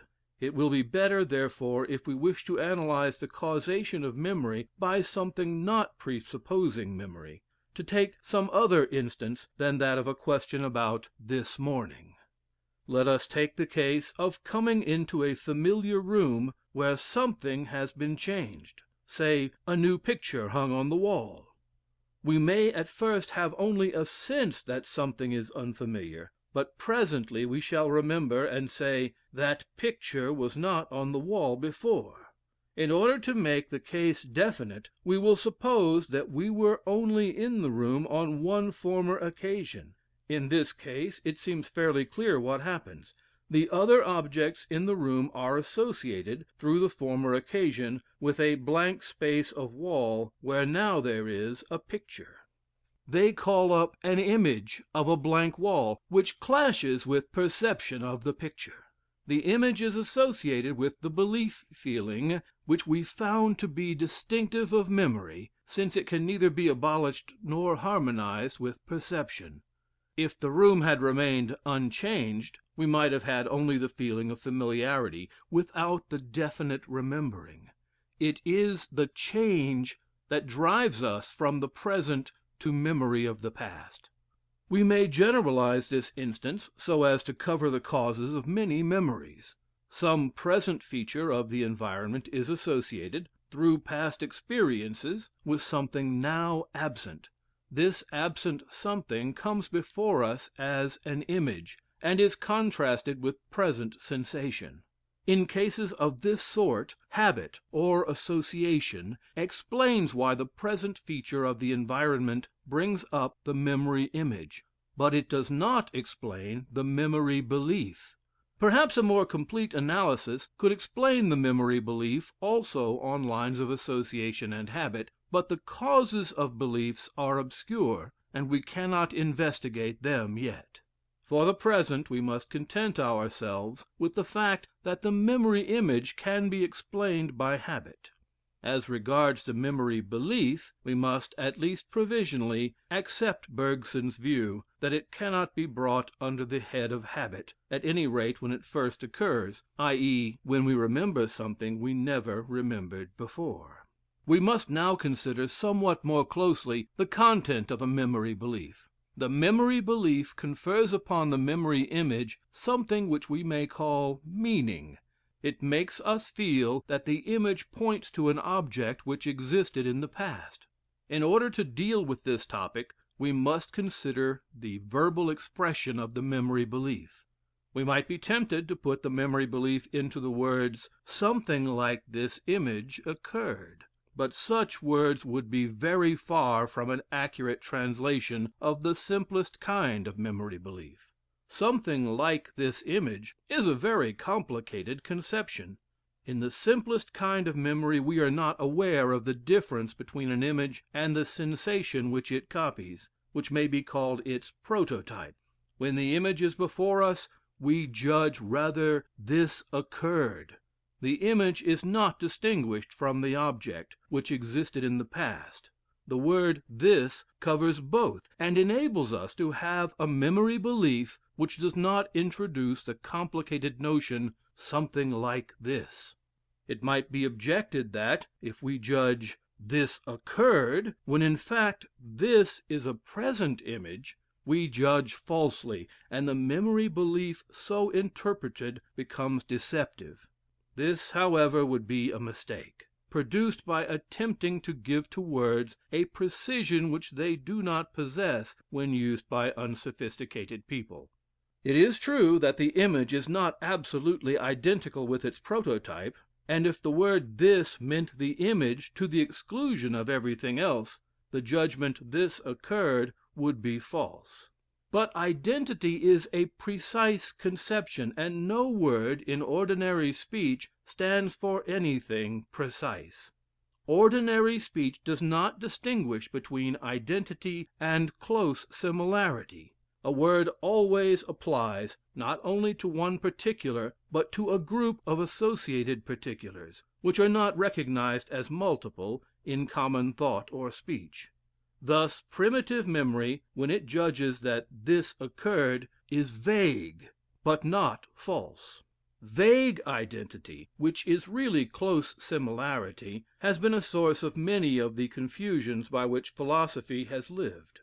Of a vague subject, such as a this, which is both an image and its prototype, contradictory predicates are true simultaneously. This existed and does not exist, since it is a thing remembered; but also this exists and did not exist, since it is a present image.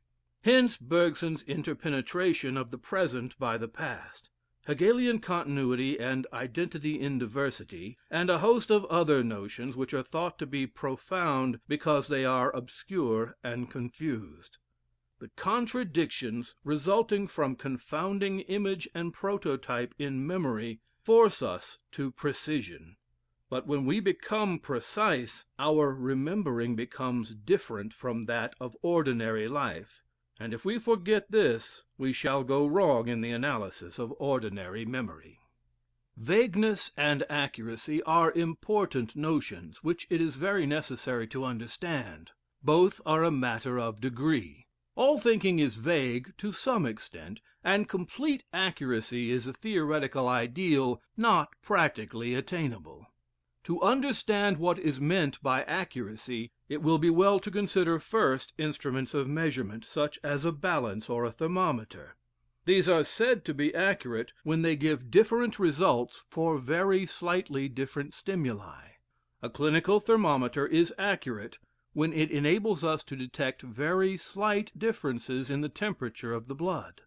We may say generally that an instrument is accurate in proportion as it reacts differently to very slightly different stimuli.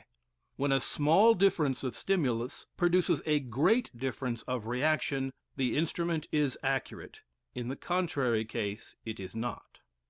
Exactly the same thing applies in defining accuracy of thought or perception. A musician will respond differently to very minute differences in playing, which would be quite imperceptible to the ordinary mortal. A negro can see the difference between one negro and another. One is his friend, another his enemy; but to us such different responses are impossible. We can merely apply the word negro indiscriminately.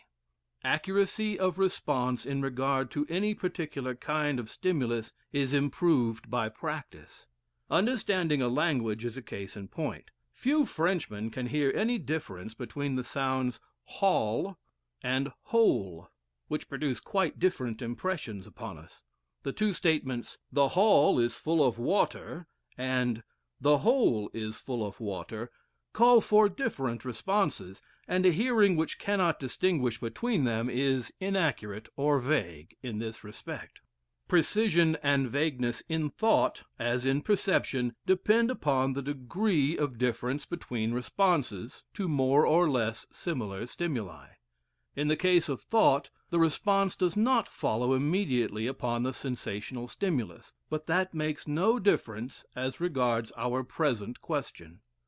Thus, to revert to memory, a memory is vague when it is appropriate to many different occurrences. For instance, "I met a man" is vague, since any man would verify it.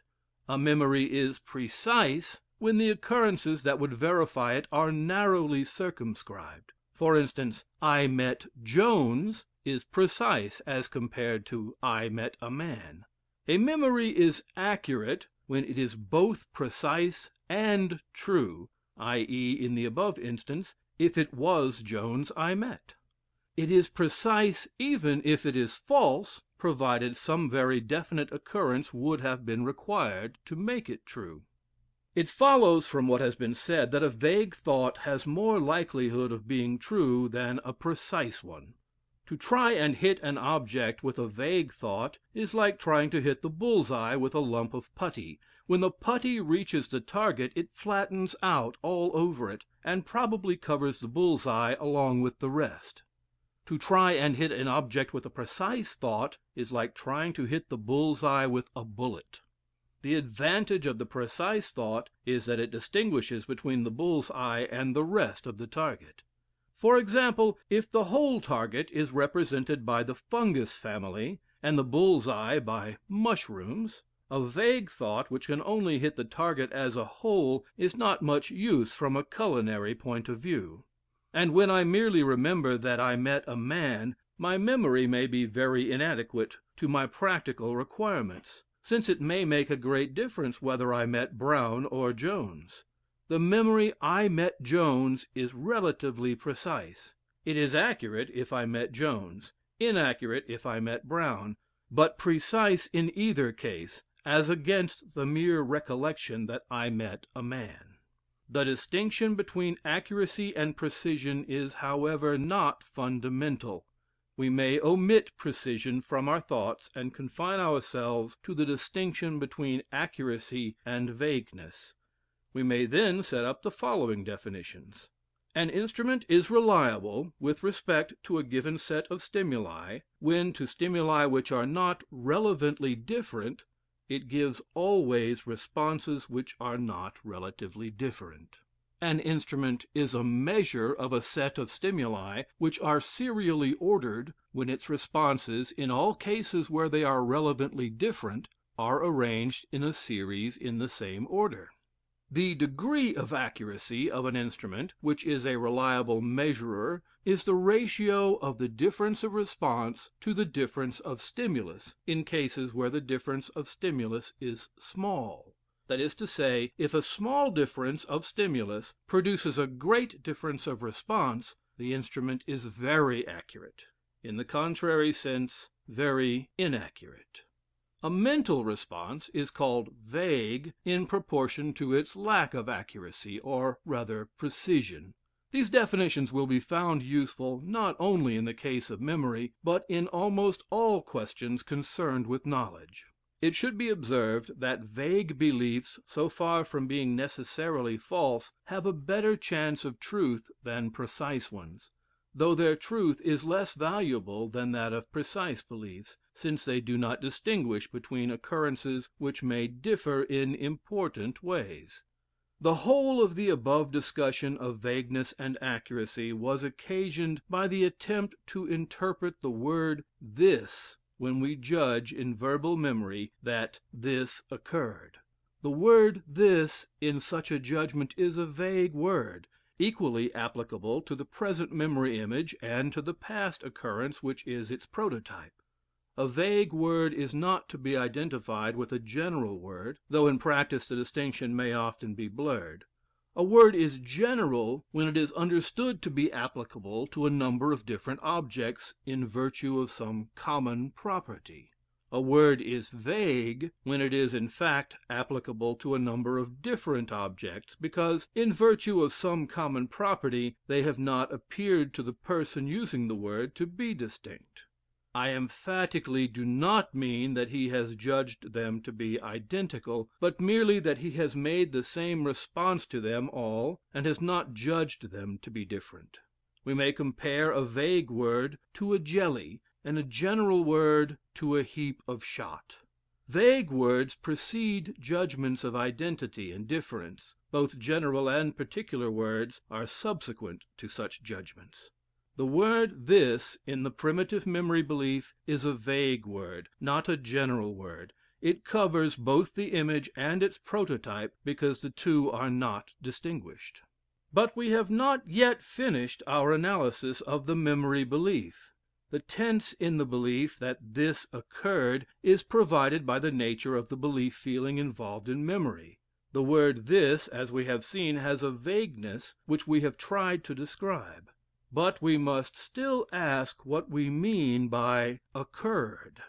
The image is, in one sense, occurring now, and therefore we must find some other sense in which the past event occurred, but the image does not occur.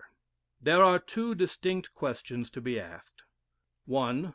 What causes us to say that a thing occurs? 2. What are we feeling when we say this? As to the first question, in the crude use of the word, which is what concerns us, memory images would not be said to occur. They would not be noticed in themselves, but merely used as signs of the past event. Images are merely imaginary. They have not, in crude thought, the sort of reality that belongs to outside bodies. Roughly speaking, real things would be those that can cause sensations, those that have correlations of the sort that constitute physical objects. A thing is said to be real or to occur when it fits into a context of such correlations. The prototype of our memory image did fit into a physical context, while our memory image does not. This causes us to feel that the prototype was real, while the image is imaginary. But the answer to our second question, namely as to what we are feeling when we say a thing occurs or is real, must be somewhat different. We do not, unless we are unusually reflective, think about the presence or absence of correlations. We merely have different feelings which, intellectualized, may be represented as expectations of the presence or absence of correlations. A thing which feels real inspires us with hopes or fears, expectations or curiosities, which are wholly absent when a thing feels imaginary. The feeling of reality is a feeling akin to respect. It belongs primarily to whatever can do things to us without our voluntary cooperation. This feeling of reality related to the memory image, and referred to the past by the specific kind of belief feeling that is characteristic of memory, seems to be what constitutes the act of remembering in its pure form. We may now summarize our analysis of pure memory. Memory demands A. an image, B. a belief in past experience. The belief may be expressed in the words, "This existed." The belief, like every other, may be analyzed into 1. The believing, 2. What is believed. The believing is a specific feeling or sensation or complex of sensations different from expectation or bare assent in a way that makes the belief refer to the past. The reference to the past lies in the belief feeling, not in the content believed. There is a relation between the belief feeling and the content, making the belief feeling refer to the content, and expressed by saying that the content is what is believed. The content believed may or may not be expressed in words. Let us take first the case when it is not. In that case, if we are merely remembering that something of which we now have an image occurred, the content consists of A. the image, B. the feeling analogous to respect, which we translate by saying that something is real as opposed to imaginary, C. a relationship between the image and the feeling of reality, of the sort expressed when we say that the feeling refers to the image. This content does not contain in itself any time determination.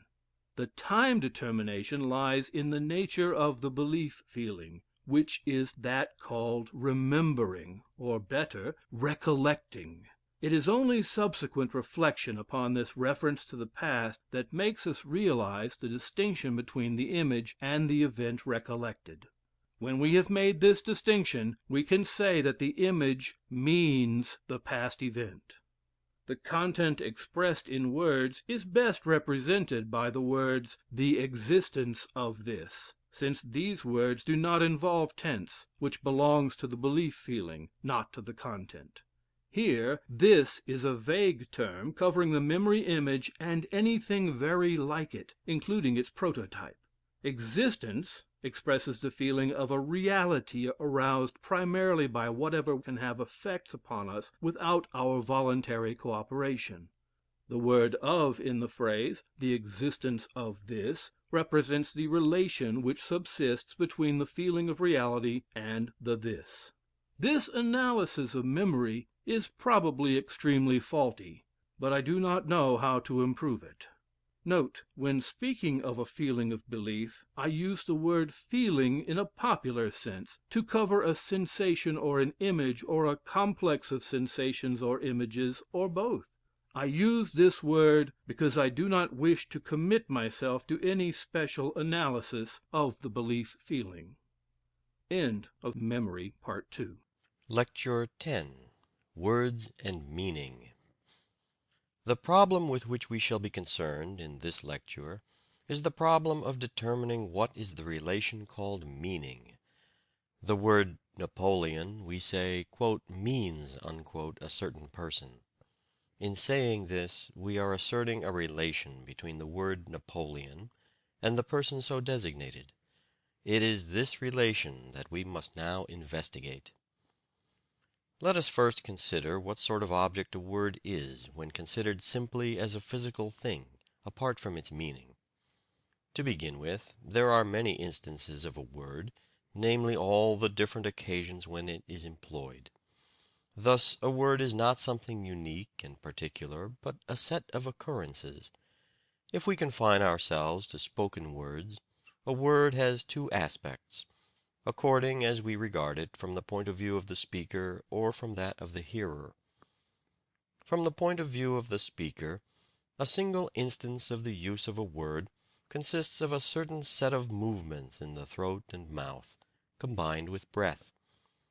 From the point of view of the hearer, a single instance of the use of a word consists of a certain series of sounds, each being approximately represented by a single letter in writing, though in practice a letter may represent several sounds, or several letters may represent one sound.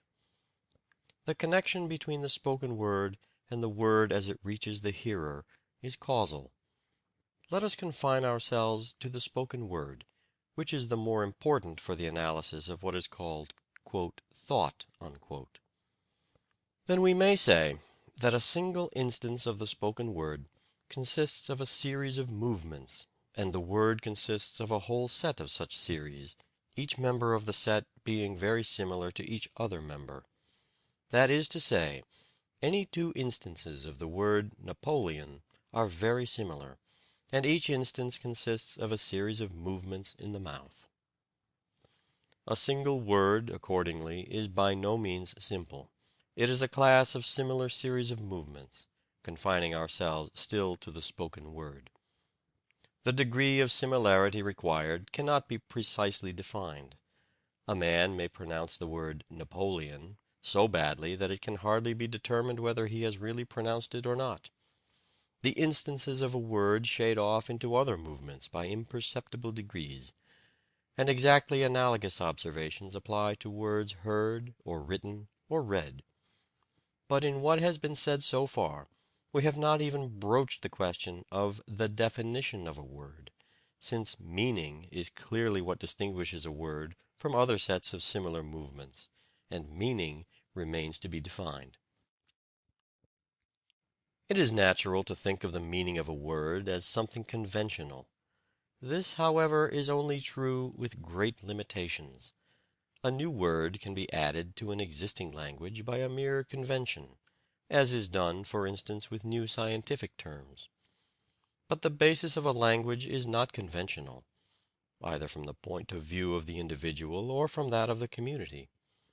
A child learning to speak is learning habits and associations which are just as much determined by the environment as the habit of expecting dogs to bark and cocks to crow. The community that speaks a language has learnt it, and modified it by processes almost all of which are not deliberate, but the results of causes, operating according to more or less ascertainable laws. If we trace any Indo-European language back far enough, we arrive hypothetically, at any rate according to some authorities, at the stage when language consisted only of the roots out of which subsequent words have grown. How these roots acquired their meanings is not known, but a conventional origin is clearly just as mythical as the social contract by which Hobbes and Rousseau supposed civil government to have been established.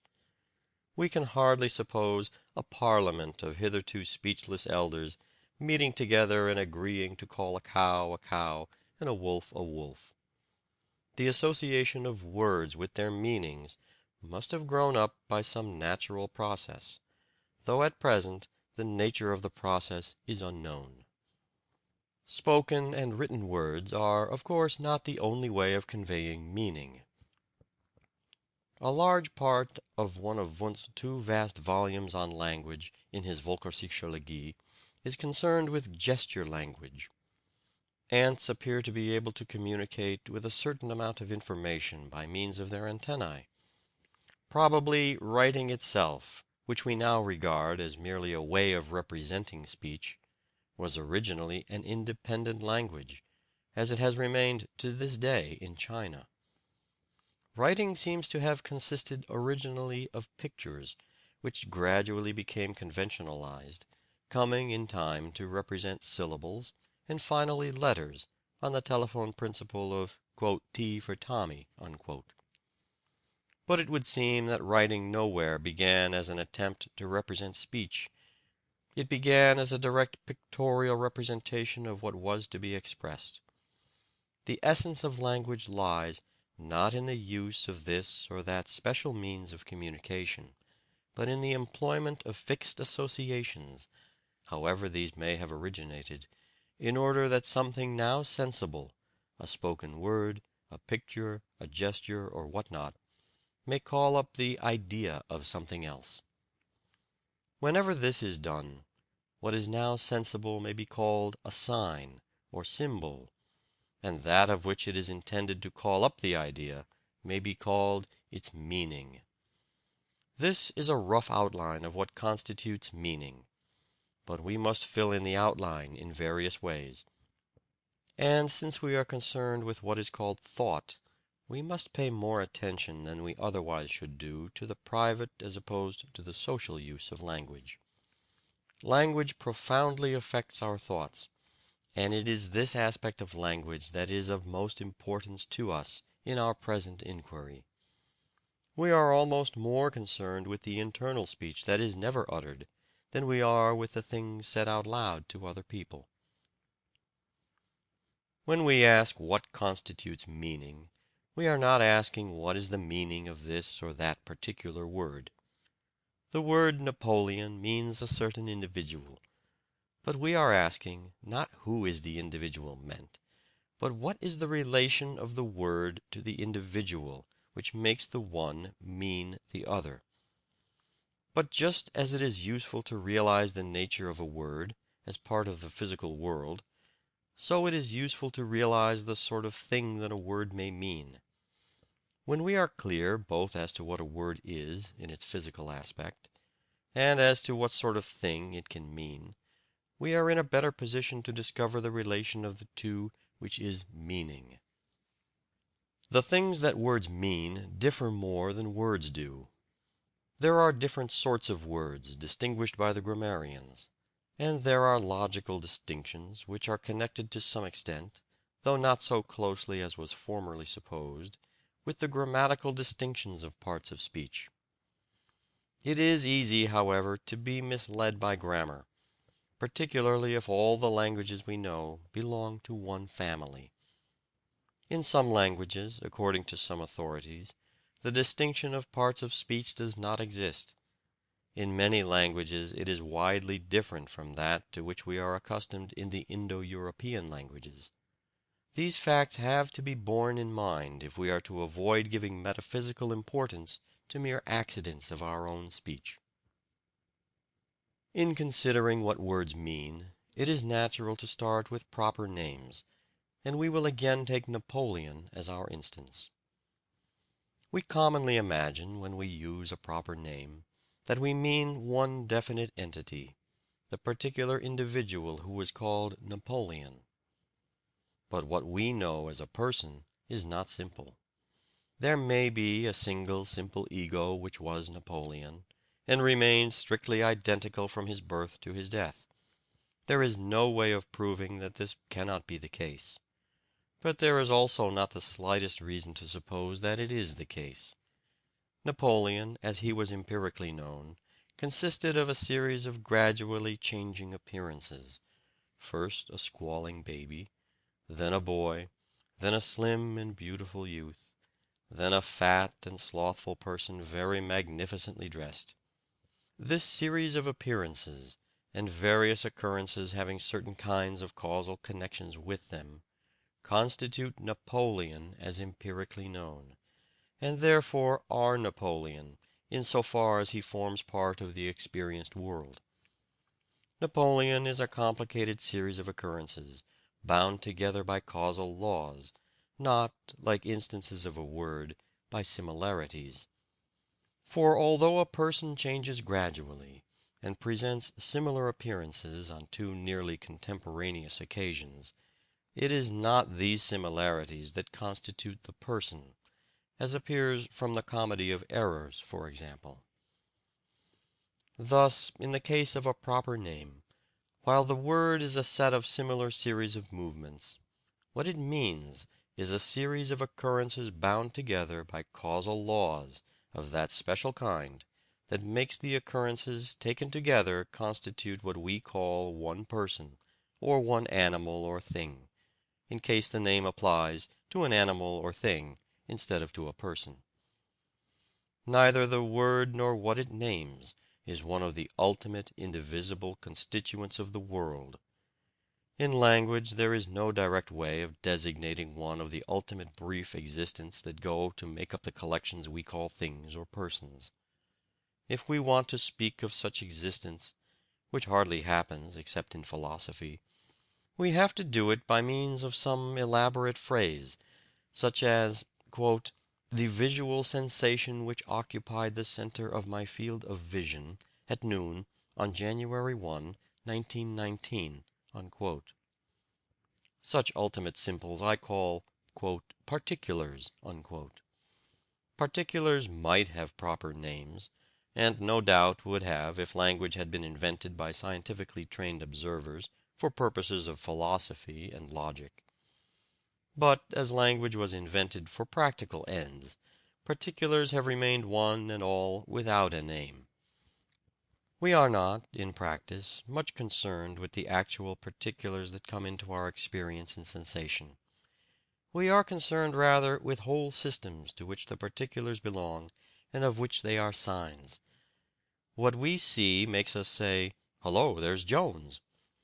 And the fact that what we see is a sign of Jones, which is the case because it is one of the particulars that make up Jones, it is more interesting to us than the actual particular itself. Hence we give the name Jones to the whole set of particulars, but do not trouble to give separate names to the separate particulars that make up the set. Passing on from proper names, we come next to general names, such as man, cat, triangle. A word such as man means a whole class of such collections of particulars as have proper names. The several members of the class are assembled together in virtue of some similarity or common property.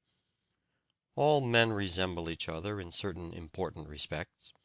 Hence we want a word which shall be equally applicable to all of them.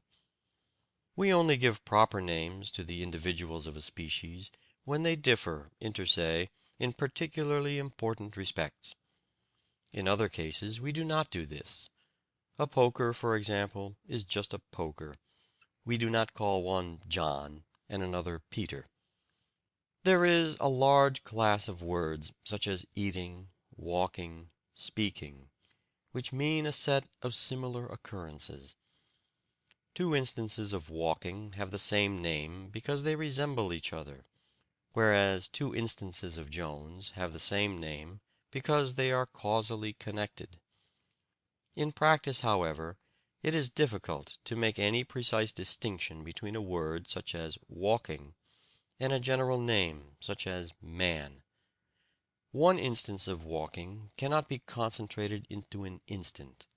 It is a process in time, in which there is a causal connection between the earlier and later parts, as between the earlier and later parts of Jones. Thus an instance of walking differs from an instance of man solely by the fact that it has a shorter life. There is a notion that an instance of walking, as compared with Jones, is unsubstantial, but this seems to be a mistake. We think that Jones walks, and that there could not be any walking unless there were somebody like Jones to perform the walking. But it is equally true that there could be no Jones unless there were something like walking for him to do.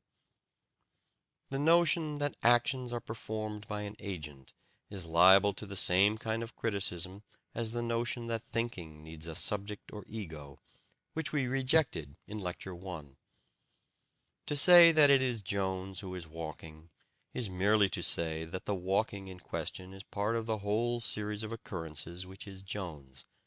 There is no logical impossibility in walking occurring as an isolated phenomenon, not forming part of any such series as we call a person. We may therefore class with eating, walking, speaking, such words as rain, sunrise, lightning, which do not denote what would commonly be called actions. These words illustrate, incidentally, how little we can trust to the grammatical distinction of parts of speech, since the substantive rain and the verb to rain denote precisely the same class of meteorological occurrences. The distinction between the class of objects denoted by such a word and the class of objects denoted by a general name such as man, vegetable, or planet, is that the sort of object which is an instance of, say, lightning, is much simpler than, say, an individual man. I am speaking of lightning as a sensible phenomenon, not as it is described in physics. The distinction is one of degree, not of kind. But there is, from the point of view of ordinary thought, a great difference between a process which, like a flash of lightning, can be wholly comprised within one specious present, and a process which, like the life of a man, has to be pieced together by observation and memory and the apprehension of causal connections. We may say broadly, therefore, that a word of the kind we have been discussing denotes a set of similar occurrences, each, as a rule, much more brief and less complex than a person or thing. Words themselves, as we have seen, are sets of similar occurrences of this kind. Thus there is more logical affinity between a word and what it means in the case of words of our present sort than in any other case. There is no very great difference between such words as we have just been considering and words denoting qualities such as white or round. The chief difference is that words of this latter sort do not denote processes, however brief, but static features of the world. Snow falls and is white. The falling is a process. The whiteness is not. Whether there is a universal called whiteness, or whether white things are to be defined as those having a certain kind of similarity to a standard thing, say freshly fallen snow, is a question which need not concern us, and which I believe to be strictly insoluble. For our purposes we may take the word white as denoting a certain set of similar particulars or collections of particulars, the similarity being in respect of a static quality, not of a process. From the logical point of view, a very important class of words are those that express relations, such as in, above, before, greater, and so on. The meaning of one of these words differs very fundamentally from the meaning of one of any of our previous classes, being more abstract and logically simpler than any of them. If our business were logic, we should have to spend much time on these words, but as it is psychology that concerns us, we will merely note their special character and pass on, since the logical classification of words is not our main business. We will consider next the question, what is implied by saying that a person "understands" a word, in the sense in which one understands a word in one's own language, but not in a language of which one is ignorant. We may say that a person understands a word when a. Suitable circumstances make him use it, b. The hearing of it causes suitable behavior in him. We may call these two active and passive understanding, respectively. Dogs often have passive understanding of some words, but not active understanding, since they cannot use words. It is not necessary, in order that a man should understand a word, that he should "know what it means," in the sense of being able to say, "This word means so and so." Understanding words does not consist in knowing their dictionary definitions, or in being able to specify the objects to which they are appropriate. Such understanding as this may belong to lexicographers and students, but not to ordinary mortals in ordinary life. Understanding language is more like understanding cricket. Footnote. This point of view, extended to the analysis of thought, is urged with great force by J.B. Watson, both in his Behavior and in Psychology from the Standpoint of a Behaviorist. Lippincott, 1919, Chapter 9. It is a matter of habits, acquired in oneself and rightly presumed in others.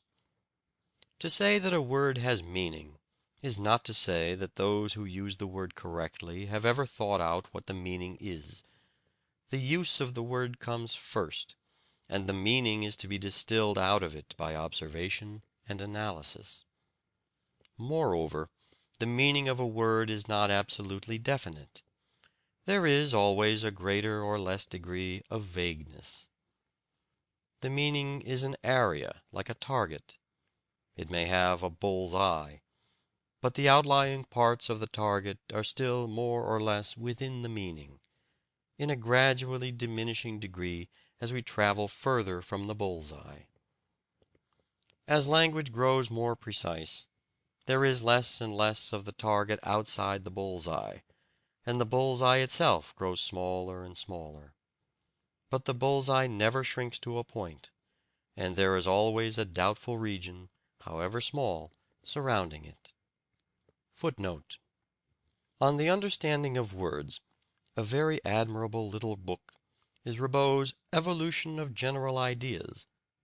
Open Court Company, 1899. Ribot says, page 131, "We learn to understand a concept as we learn to walk, dance, fence, or play a musical instrument. It is a habit, i.e., an organized memory. General terms cover an organized latent knowledge, which is the hidden capital without which we should be in a state of bankruptcy, manipulating false money or paper of no value. General ideas are habits in the intellectual order." A word is used "correctly" when the average hearer will be affected by it in the way intended. This is a psychological, not a literary, definition of correctness. The literary definition would substitute, for the average hearer, a person of high education living a long time ago. The purpose of this definition is to make it difficult to speak or write correctly. The relation of a word to its meaning is of the nature of a causal law governing our use of the word and our actions when we hear it used. There is no more reason why a person who uses a word correctly should be able to tell what it means than there is why a planet which is moving correctly should know Kepler's laws. To illustrate what is meant by understanding words and sentences, let us take instances of various situations. Suppose you are walking in London with an absent-minded friend, and while crossing a street you say, "Look out, there's a motor coming." He will glance round and jump aside without the need of any mental intermediary. There need be no ideas, but only a stiffening of the muscles followed quickly by action. He "understands" the words because he does the right thing. Such understanding may be taken to belong to the nerves and brain, being habits which they have acquired while the language was being learnt. Thus understanding in this sense may be reduced to mere physiological causal laws. If you say the same thing to a Frenchman with a slight knowledge of English, he will go through some inner speech, which may be represented by "Que dit-il? Ah oui, une automobile." After this, the rest follows as with the Englishman. Watson would contend that the inner speech must be incipiently pronounced, but we should argue that it might be merely imagined. But this point is not important in the present connection. If you say the same thing to a child who does not yet know the word motor, but does know the other words you are using, you produce a feeling of anxiety and doubt. You will have to point and say, "There, that's a motor." After that, the child will roughly understand the word motor, though he may include trains and steamrollers. If this is the first time the child has heard the word motor, he may for a long time continue to recall this scene when he hears the word. So far we have found 4 ways of understanding words. 1. On suitable occasions you use the word properly. 2. When you hear it, you act appropriately. 3. You associate the word with another word, say in a different language, which has the appropriate effect on behavior. 4. When the word is first being learnt, you may associate it with an object, which is what it "means," or a representative of various objects that it "means." In the fourth case, the word acquires, through association, some of the same causal efficacy as the object. The word motor can make you leap aside, just as the motor can, but it cannot break your bones. The effect which a word can share with its object are those which proceed according to laws other than the general laws of physics, i.e., those which, according to our terminology, involve vital movements as opposed to merely mechanical movements.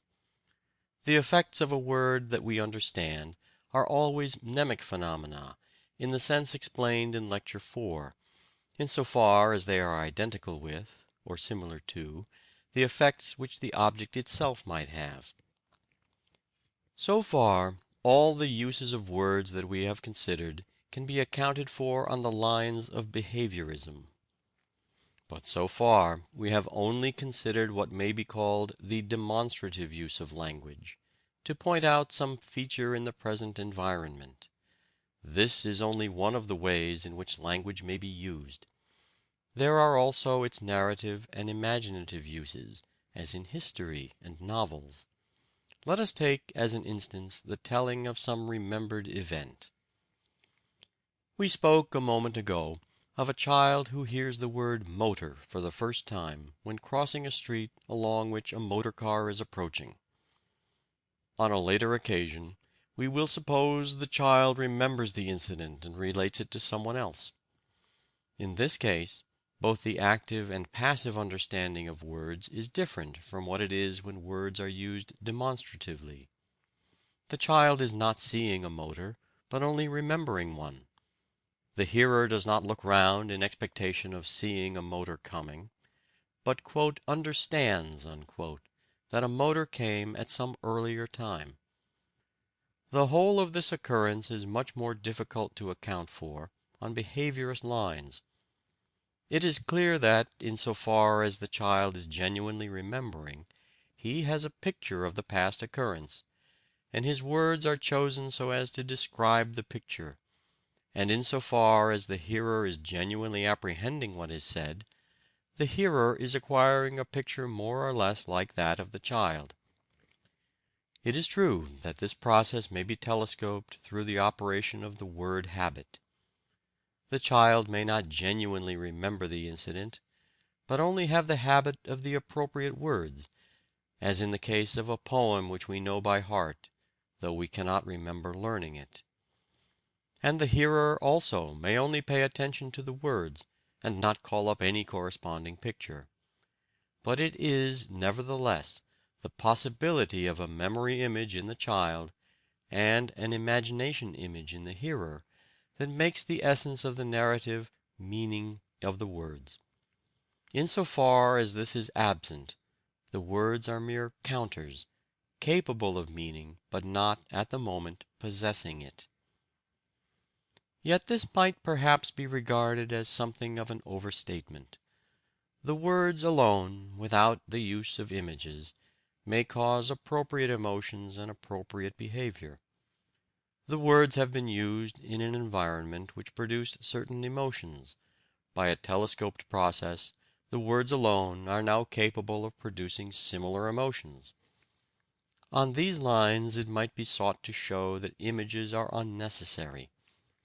I do not believe, however, that we could account on these lines for the entirely different response produced by a narrative and by a description of present facts. Images, as contrasted with sensations, are the response expected during a narrative. It is understood that present action is not called for. Thus it seems that we must maintain our distinction. Words used demonstratively describe and are intended to lead to sensations, while the same words used in narrative describe and are only intended to lead to images. We have thus, in addition to our 4 previous ways in which words can mean, 2 new ways, namely the way of memory and the way of imagination. That is to say, 5. Words may be used to describe or recall a memory image, to describe it when it already exists, or to recall it when the words exist as a habit and are known to be descriptive of some past experience.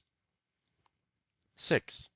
Words may be used to describe or create an imagination image, to describe it, for example, in the case of a poet or novelist, or to create it in the ordinary case for giving information, though in the latter case it is intended that the imagination image, when created, shall be accompanied by belief that something of the sort occurred.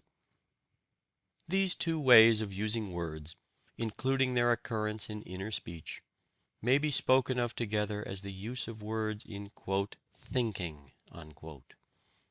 If we are right, the use of words in thinking depends, at least in its origin, upon images, and cannot be fully dealt with on behaviorist lines. And this is really the most essential function of words, namely, that originally through their connection with images they bring us into touch with what is remote in time or space. When they operate without the medium of images, this seems to be a telescoped process. Thus the problem of the meaning of words is brought into connection with the problem of the meaning of images. To understand the function that words perform in what is called thinking, we must understand both the causes and the effects of their occurrence. The causes of the occurrence of words require somewhat different treatment according as the object designated by the word is sensibly present or absent. When the object is present, it may itself be taken as the cause of the word through association. But when it is absent, there is more difficulty in obtaining a behaviorist theory of the occurrence of the word. The language habit consists not merely in the use of words demonstratively, but also in their use to express narrative or desire. Professor Watson, in his account of the acquisition of the language habit, pays very little attention to the use of words in narrative and desire. He says, Behavior, page 329, 330, "The stimulus, object, to which the child often responds, a box, e.g., by movements such as opening and closing and putting objects into it, may serve to illustrate our argument. The nurse, observing that the child reacts with his hands, feet, etc., to the box, begins to say "box" when the child is handed the box, "open box" when the child opens it, "close box" when he closes it, and "put doll in box" when that act is executed. This is repeated over and over again. In the process of time, it comes about that without any other stimulus than that of the box which originally called out the bodily habits, he begins to say "box" when he sees it, "open box" when he opens it, etc. The visible box now becomes a stimulus capable of releasing either the bodily habits or the word habit, i.e., development has brought about two things: 1. A series of functional connections among arcs which run from visual receptor to muscles of throat, and 2. A series of already earlier connected arcs which run from the same receptor to the bodily muscles. The object meets the child's vision. He runs to it and tries to reach it and says "box." Finally the word is uttered without the movement of going towards the box being executed. Habits are formed of going to the box when the arms are full of toys. The child has been taught to deposit them there. When his arms are laden with toys and no box is there, the word habit arises and he calls "box." It is handed to him and he opens it and deposits the toys therein. This roughly marks what we would call the genesis of a true language habit. Pages 329 to 330. Footnote: just the same account of language is given in Professor Watson's more recent book. Reference above. We need not linger over what is said in the above passage as to the use of the word "box" in the presence of the box. But as to its use in the absence of the box, there is only one brief sentence, namely, "when his arms are laden with toys and no box is there, the word habit arises and he calls box." This is inadequate as it stands, since the habit has been to use the word when the box is present, and we shall have to explain its extension to cases in which the box is absent. Having admitted images, we may say that the word "box," in the absence of the box, is caused by an image of the box. This may or may not be true. In fact, it is true in some cases but not in others. Even, however, if it were true in all cases, it would only slightly shift our problem. We should now have to ask what causes an image of the box to arise. We might be inclined to say that desire for the box is the cause. But when this view is investigated, it is found that it compels us to suppose that the box can be desired without the child's having either an image of the box or the word "box." This will require a theory of desire which may be, and I think is, in the main, true, but which removes desire from among the things that actually occur, and makes it merely a convenient fiction, like force in mechanics. Footnote: see Lecture 3 above. With such a view, desire is no longer a true cause, but merely a short way of describing certain processes.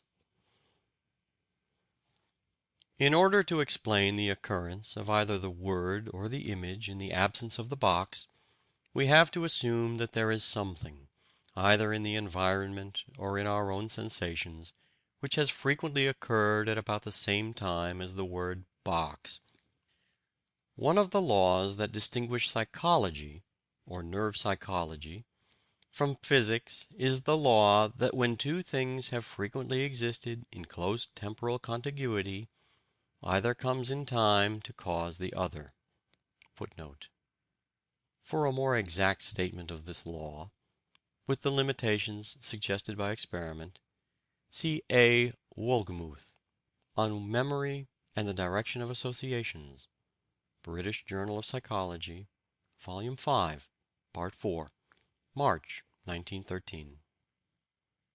This is the basis both of habit and of association.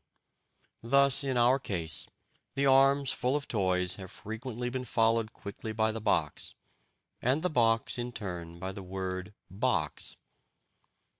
The box itself is subject to physical laws, and does not tend to be caused by the arms full of toys, however often it may in the past have followed them, always provided that in the case in question its physical position is such that voluntary movements cannot lead to it.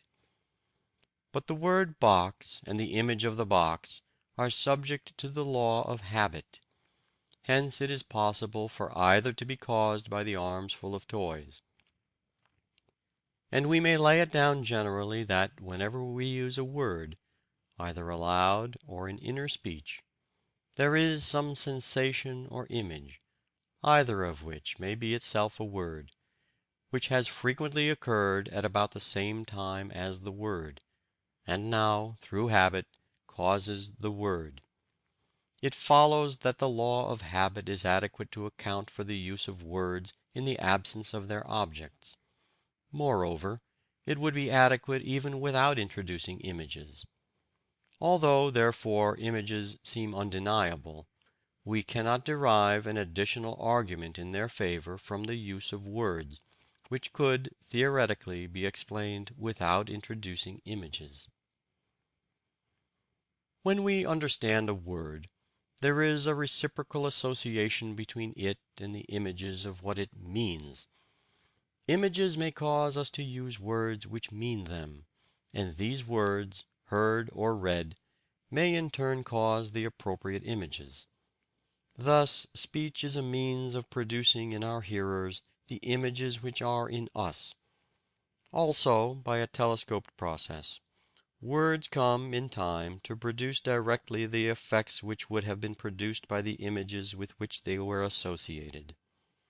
The general law of telescoped processes is, that if A causes B, and B causes C, it will happen in time that A will cause C directly, without the intermediary of B. This is a characteristic of psychological and neural causation. In virtue of this law, the effects of images upon our actions come to be produced by words, even when the words do not call up appropriate images. The more familiar we are with words, the more our thinking goes on in words instead of images. We may, for example, be able to describe a person's appearance correctly without having at any time had any image of him, provided, when we saw him, we thought of words which fitted him.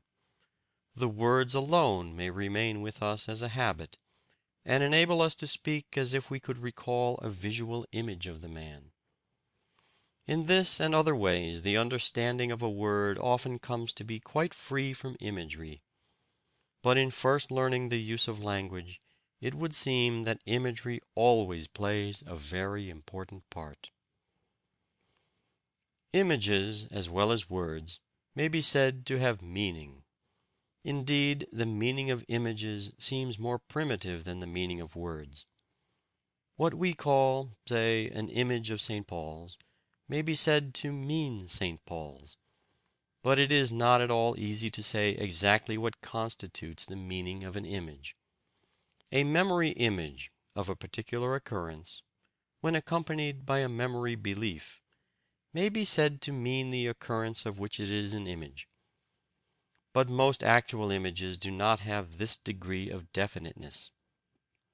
If we call up an image of a dog, we are likely to have a vague image, which is not representative of some one special dog, but of dogs in general. When we call up an image of a friend's face, we are not likely to reproduce the expression he had on some one particular occasion, but rather a compromise expression derived from many occasions. And there is hardly any limit to the vagueness of which images are capable. In such cases, the meaning of the image, if defined by relation to the prototype, is vague. There is not one definite prototype, but a number, none of which is copied exactly. Footnote: Compare Semon, Chemische Empfindungen, Chapter 16, especially pages 301 to 308. There is, however, another way of approaching the meaning of images, namely through their causal efficacy. What is called an image "of" some definite object, say St. Paul's, has some of the effects which the object would have. This applies especially to the effects that depend upon association. The emotional effects also are often similar. Images may stimulate desire almost as strongly as do the objects they represent. And conversely, desire may cause images.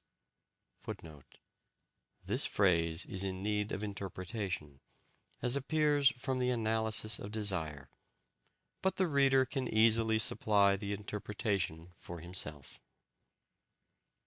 A hungry man will have images of food, and so on. In all these ways, the causal laws concerning images are connected with the causal laws concerning the objects which the images mean. An image may thus come to fulfill the function of a general idea. The vague image of a dog, which we spoke of a moment ago, will have effects which are only connected with dogs in general, not the more special effects which would be produced by some dogs and not by others. Berkeley and Hume, in their attack on general ideas, do not allow for the vagueness of images.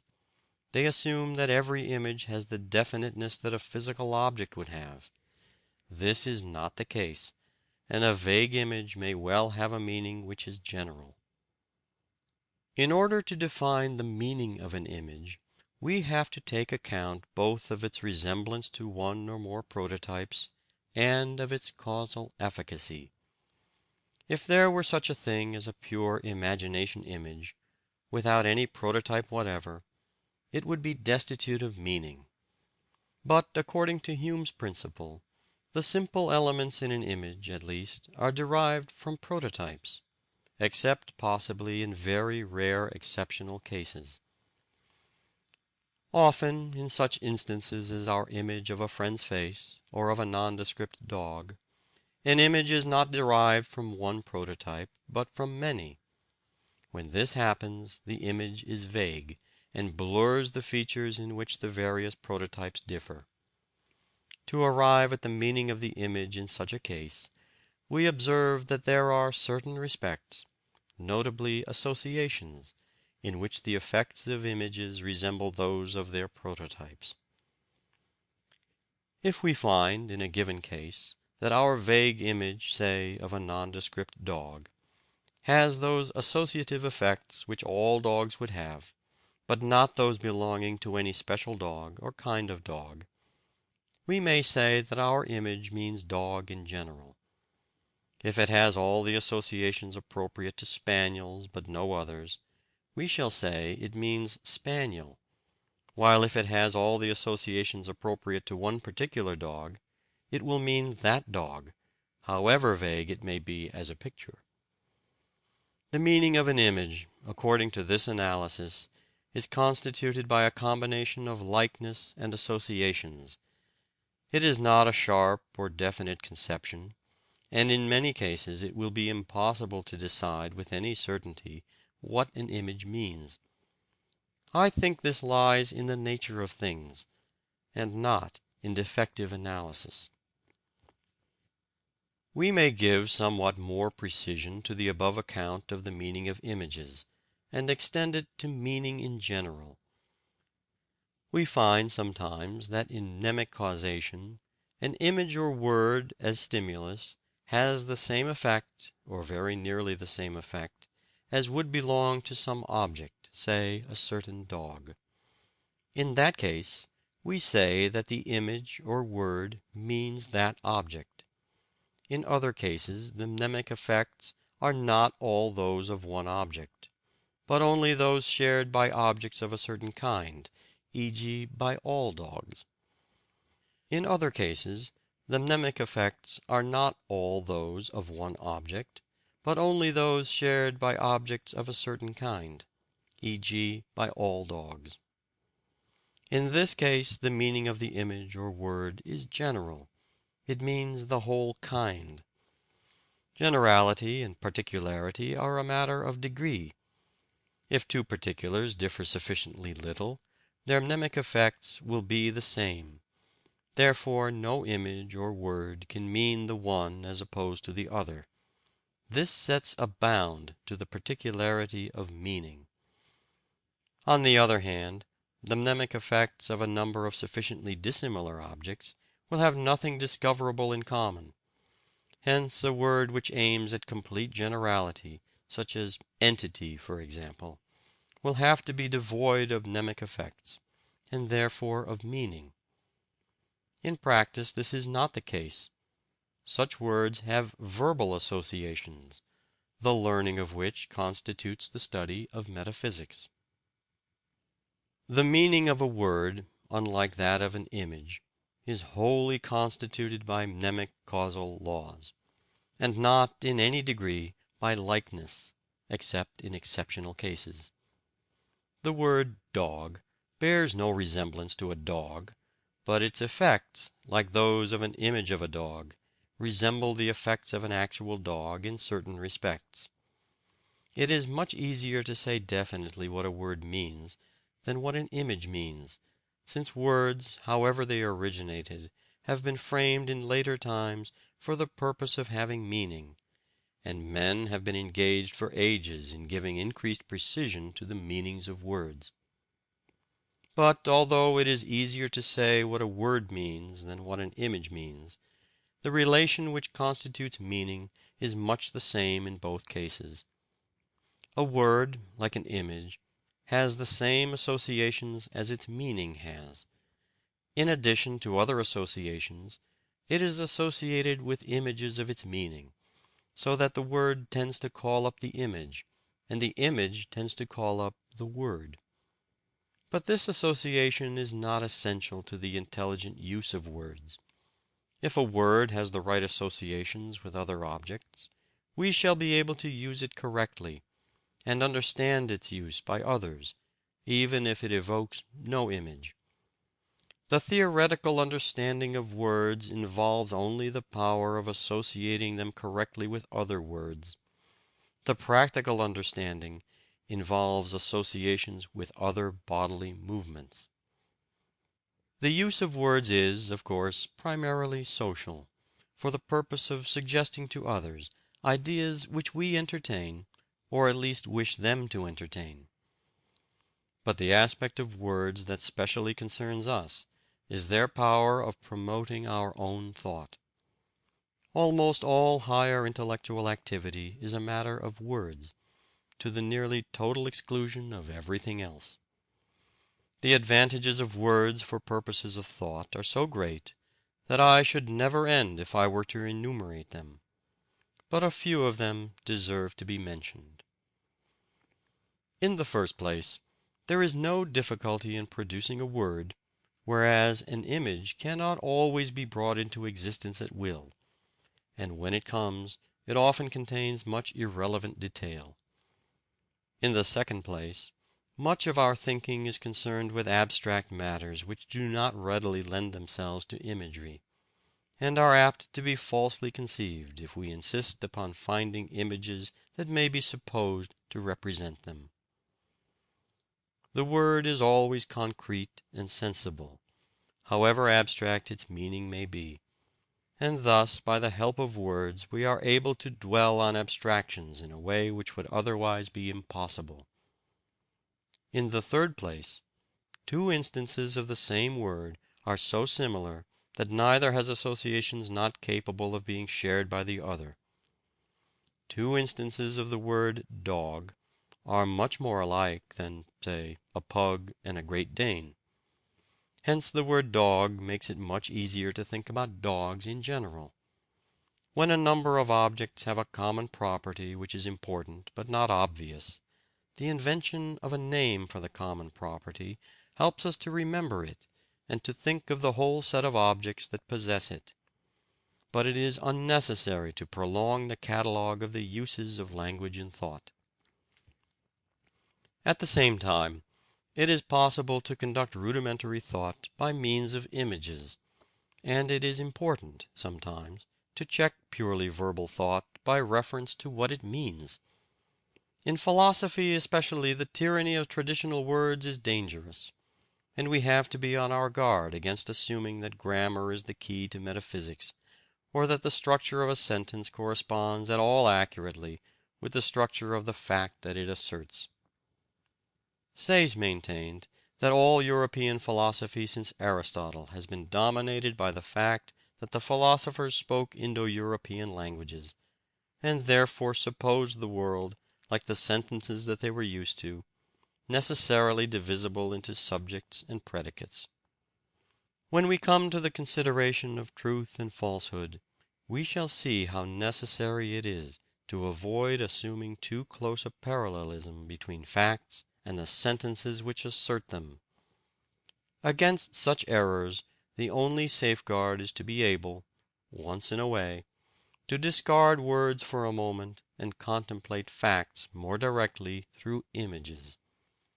Most serious advances in philosophic thought result from some such comparatively direct contemplation of facts. But the outcome has to be expressed in words if it is to be communicable. Those who have a relatively direct vision of facts are often incapable of translating their vision into words, while those who possess the words have usually lost the vision. It is partly for this reason that the highest philosophical capacity is so rare. It requires a combination of vision with abstract words which is hard to achieve, and too quickly lost in the few who have for a moment achieved it. General ideas and thought. It is said to be one of the merits of the human mind that it is capable of framing abstract ideas and of conducting non-sensational thought. In this it is supposed to differ from the mind of animals. From Plato onward, the idea has played a great part in the systems of idealizing philosophers. The idea has been, in their hands, always something noble and abstract, the apprehension and use of which by man confers upon him a quite special dignity.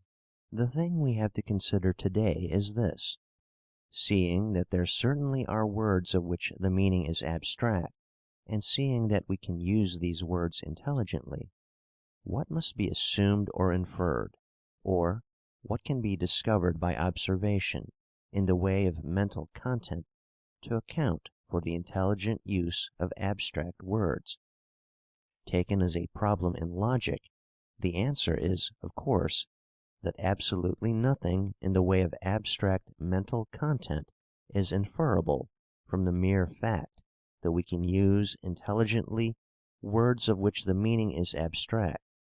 It is clear that a sufficiently ingenious person could manufacture a machine moved by olfactory stimuli, which, whenever a dog appeared in its neighborhood, would say, "There is a dog," and when a cat appeared would throw stones at it. The act of saying, "There is a dog," and the act of throwing stones would in such a case be equally mechanical. Correct speech does not of itself afford any better evidence of mental content than the performance of any other set of biologically useful movements, such as those of flight or combat. All that is inferable from language is that two instances of a universal, even when they differ very greatly, may cause the utterance of two instances of the same word, which only differ very slightly. As we saw in the preceding lecture, the word dog is useful partly because two instances of this word are much more similar than, say, a pug and a Great Dane. The use of words is thus a method of substituting for two particulars which differ widely, in spite of being instances of the same universal, two other particulars which differ very little, and which are also instances of a universal, namely the name of the previous universal. Thus, so far as logic is concerned, we are entirely free to adopt any theory as to general ideas which empirical observation may recommend. Berkeley and Hume made a vigorous onslaught on abstract ideas. They meant by an idea approximately what we should call an image. Locke, having maintained that he could form an idea of triangle in general without deciding what sort of triangle it was to be, Berkeley contended that this was impossible. He says, "Whether others have this wonderful faculty of abstracting their ideas, they best can tell. For myself, I dare be confident I have it not.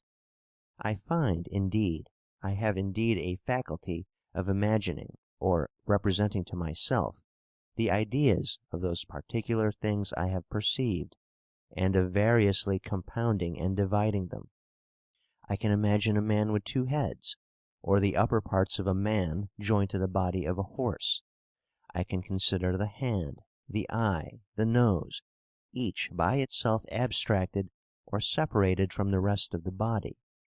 But then, whatever hand or eye I imagine, it must have some particular shape and color. Likewise, the idea of a man that I frame to myself must be either of a white, or a black, or a tawny, a straight, or a crooked, a tall, or a low, or a middle-sized man. I cannot by any effort of thought conceive the abstract idea above described, and it is equally impossible for me to form the abstract idea of motion distinct from the body moving, and which is neither swift nor slow, curvilinear nor rectilinear, and the like may be said of all other abstract general ideas whatsoever.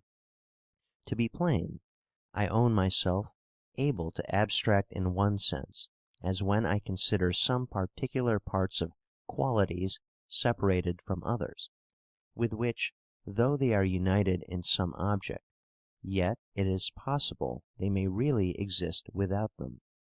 But I deny that I can abstract from one another, or conceive separately, those qualities which it is impossible should exist so separated, or that I can frame a general notion by abstracting from particulars in the manner aforesaid. Which last are the two proper acceptations of abstraction, and there is ground to think most men will acknowledge themselves to be in my case. The generality of men which are simple and illiterate never pretend to abstract notions. It is said they are difficult, and not to be attained without pains and study. We may therefore reasonably conclude that, if such there be, they are confined only to the learned. I proceed to examine what can be alleged in defence of the doctrine of abstraction, and try if I can discover what it is that inclines the men of speculation to embrace an opinion so remote from common sense as that seems to be. There has been a late excellent and deservedly esteemed philosopher who, no doubt, has given it very much countenance, by seeming to think the having abstract general ideas is what puts the widest difference in point of understanding betwixt man and beast. The having of general ideas, saith he, is that which puts a perfect distinction betwixt man and brutes, and is an excellency which the faculties of brutes do by no means attain unto. For it is evident we observe no footsteps in them of making use of general signs for universal ideas, from which we have reason to imagine that they have not the faculty of abstracting or making general ideas, since they have no use of words or any other general signs. And a little after, therefore, I think we may suppose that it is in this that the species of brutes are discriminated from men, and it is that proper difference wherein they are wholly separated, and which at last widens to so wide a distance.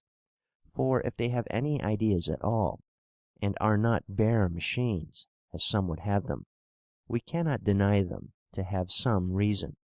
It seems as evident to me that they do, some of them, in certain instances, reason, as that they have sense. But it is only in particular ideas, just as they receive them from their senses. They are the best of them tied up within those narrow bounds, and have not, as I think, the faculty to enlarge them by any kind of abstraction. I readily agree with this learned author, that the faculties of brutes can by no means attain to abstraction. But then, if this be made the distinguishing property of that sort of animals, I fear a great many of those that pass for men must be reckoned into their number. The reason that is here assigned why we have no grounds to think brutes have abstract general ideas is, that we observe in them no use of words or any other general signs, which is built on this supposition, that the making use of words implies the having general ideas, from which it follows that men who use language are able to abstract or generalize their ideas. That this is the sense and arguing of the author will further appear by his answering the question. He in another place puts, "Since all things that exist are only particulars, how come we by general terms?" His answer is, "Words become general by being made the signs of general ideas." But it seems that a word becomes general by being made the sign, not of an abstract general idea, but of several particular ideas, any one of which it indifferently suggests to the mind.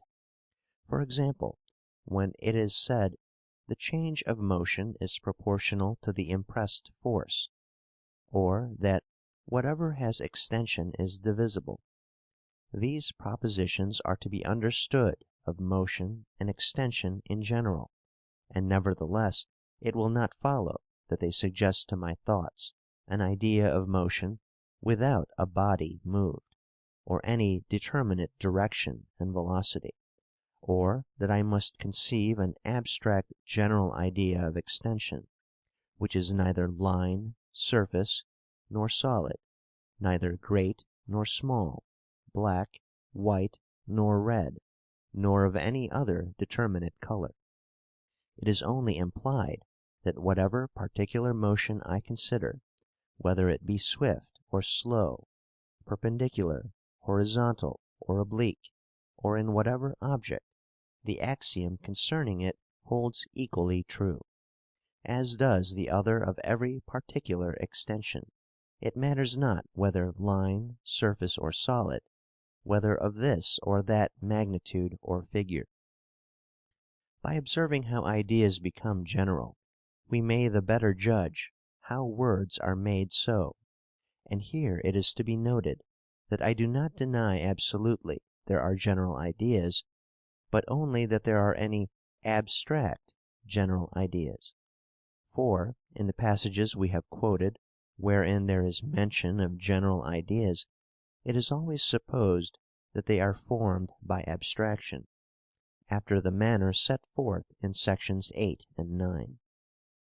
Now, if we will annex a meaning to our words, and speak only of what we can conceive, I believe we shall acknowledge that an idea which, considered in itself, is particular, becomes general by being made to represent or stand for all other particular ideas of the same sort.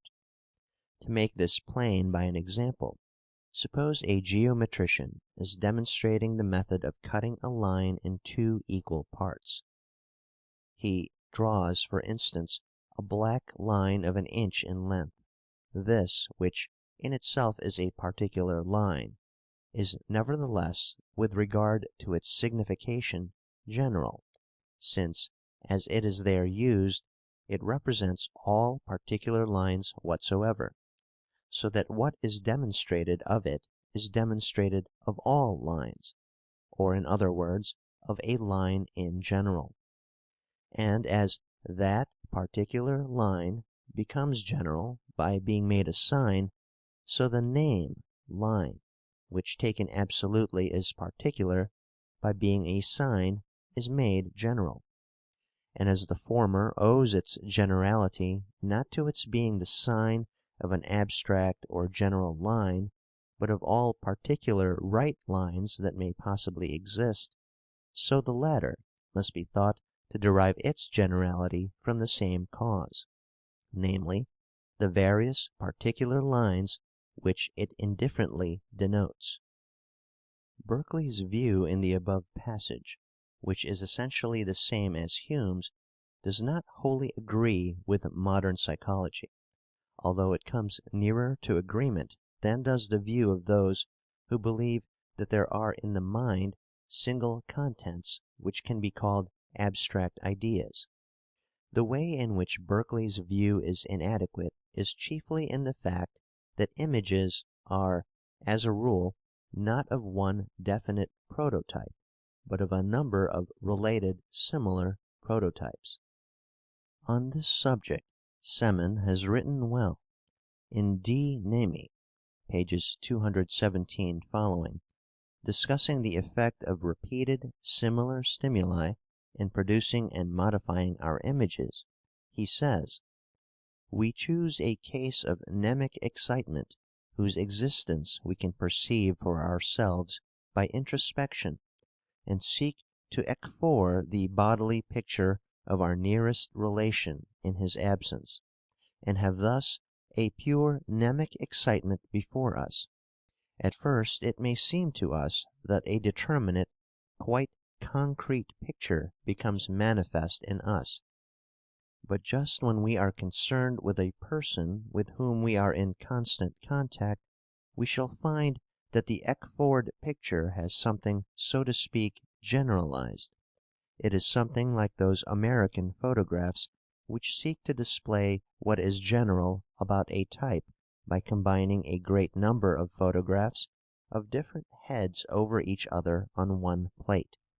In our opinion, the generalizations happen by the homophonic working of different pictures of the same face, which we have come across in the most different conditions and situations, once pale, once reddened, once cheerful, once earnest, once in this light, and once in that.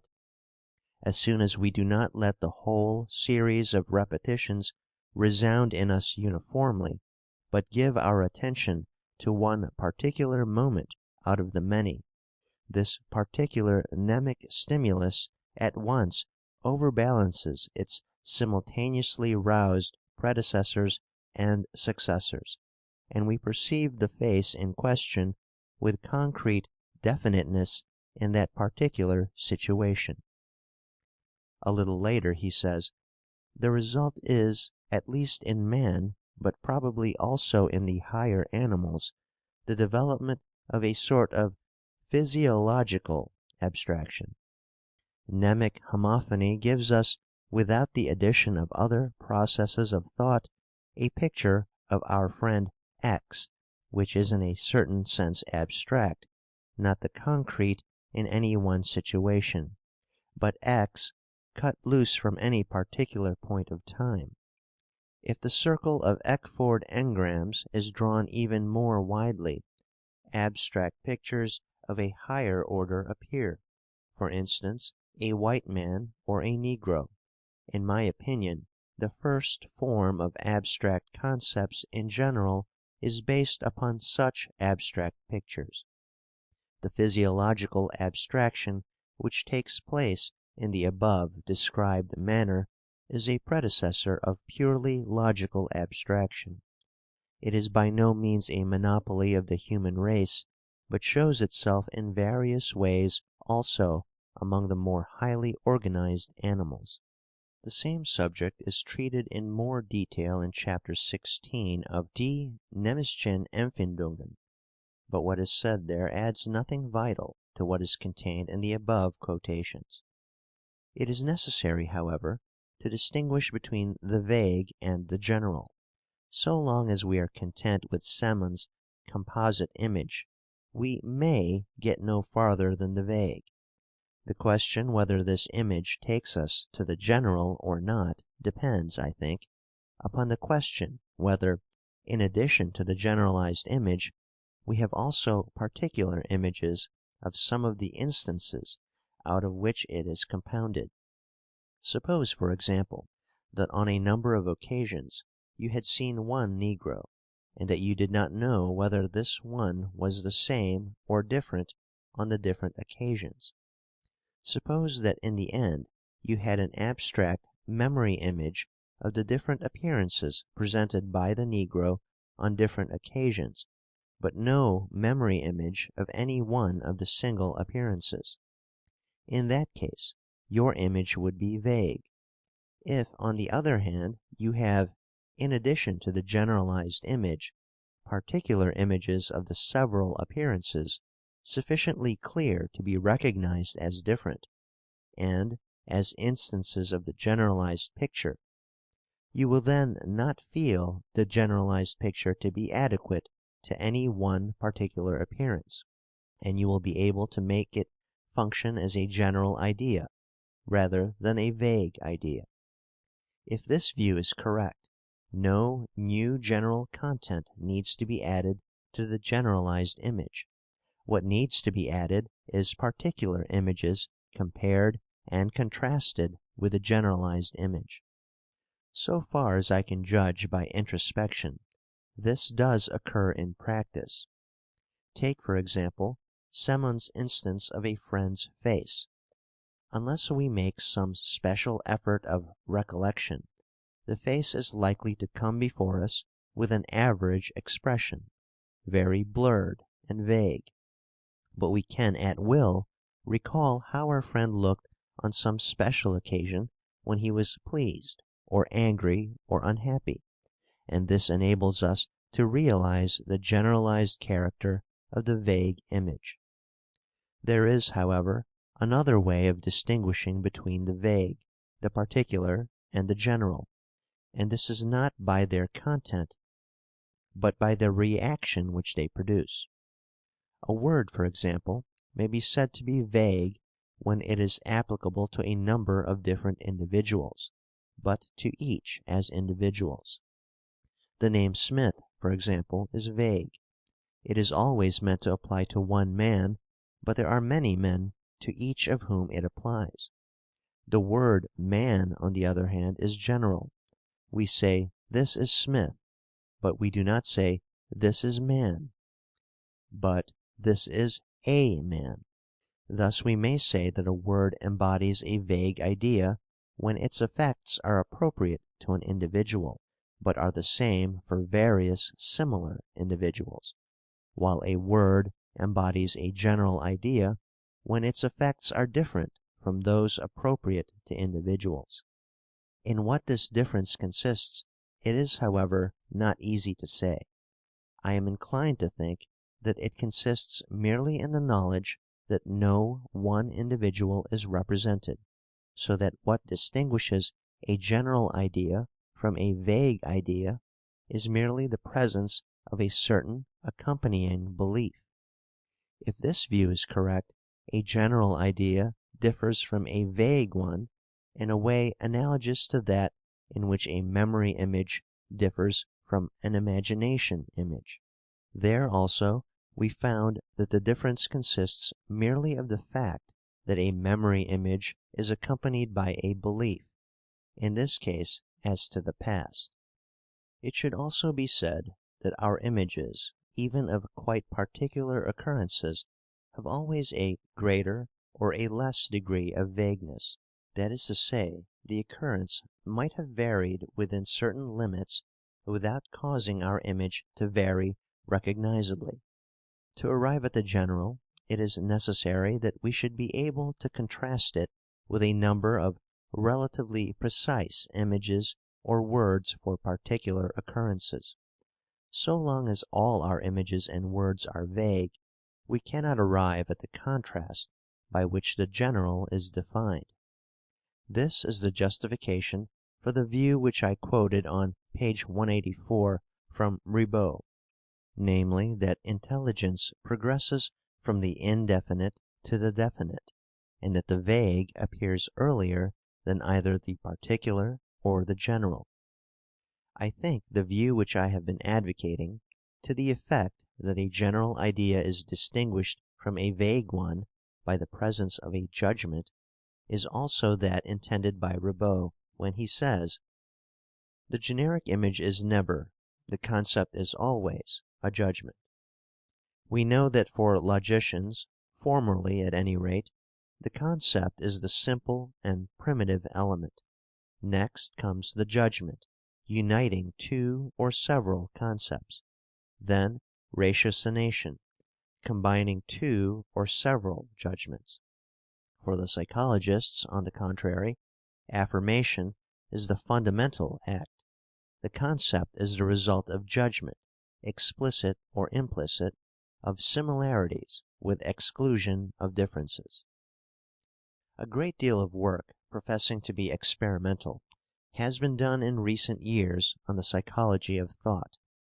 A good summary of such work, up to the year ago, is contained in Titchener's Lectures on the Experimental Psychology of the Thought Processes, 1909, 3 articles in the Archiv für die gesamte Psychologie by Watt, Messer, and Bühler, contain a great deal of the material amassed by the methods which Titchener calls experimental. For my part, I am unable to attach as much importance to this work as many psychologists do.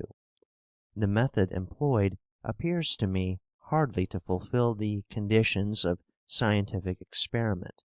Broadly speaking, what is done is that a set of questions are asked of various people, their answers are recorded, and likewise their own accounts, based upon introspection, of the processes of thought which led them to give those answers.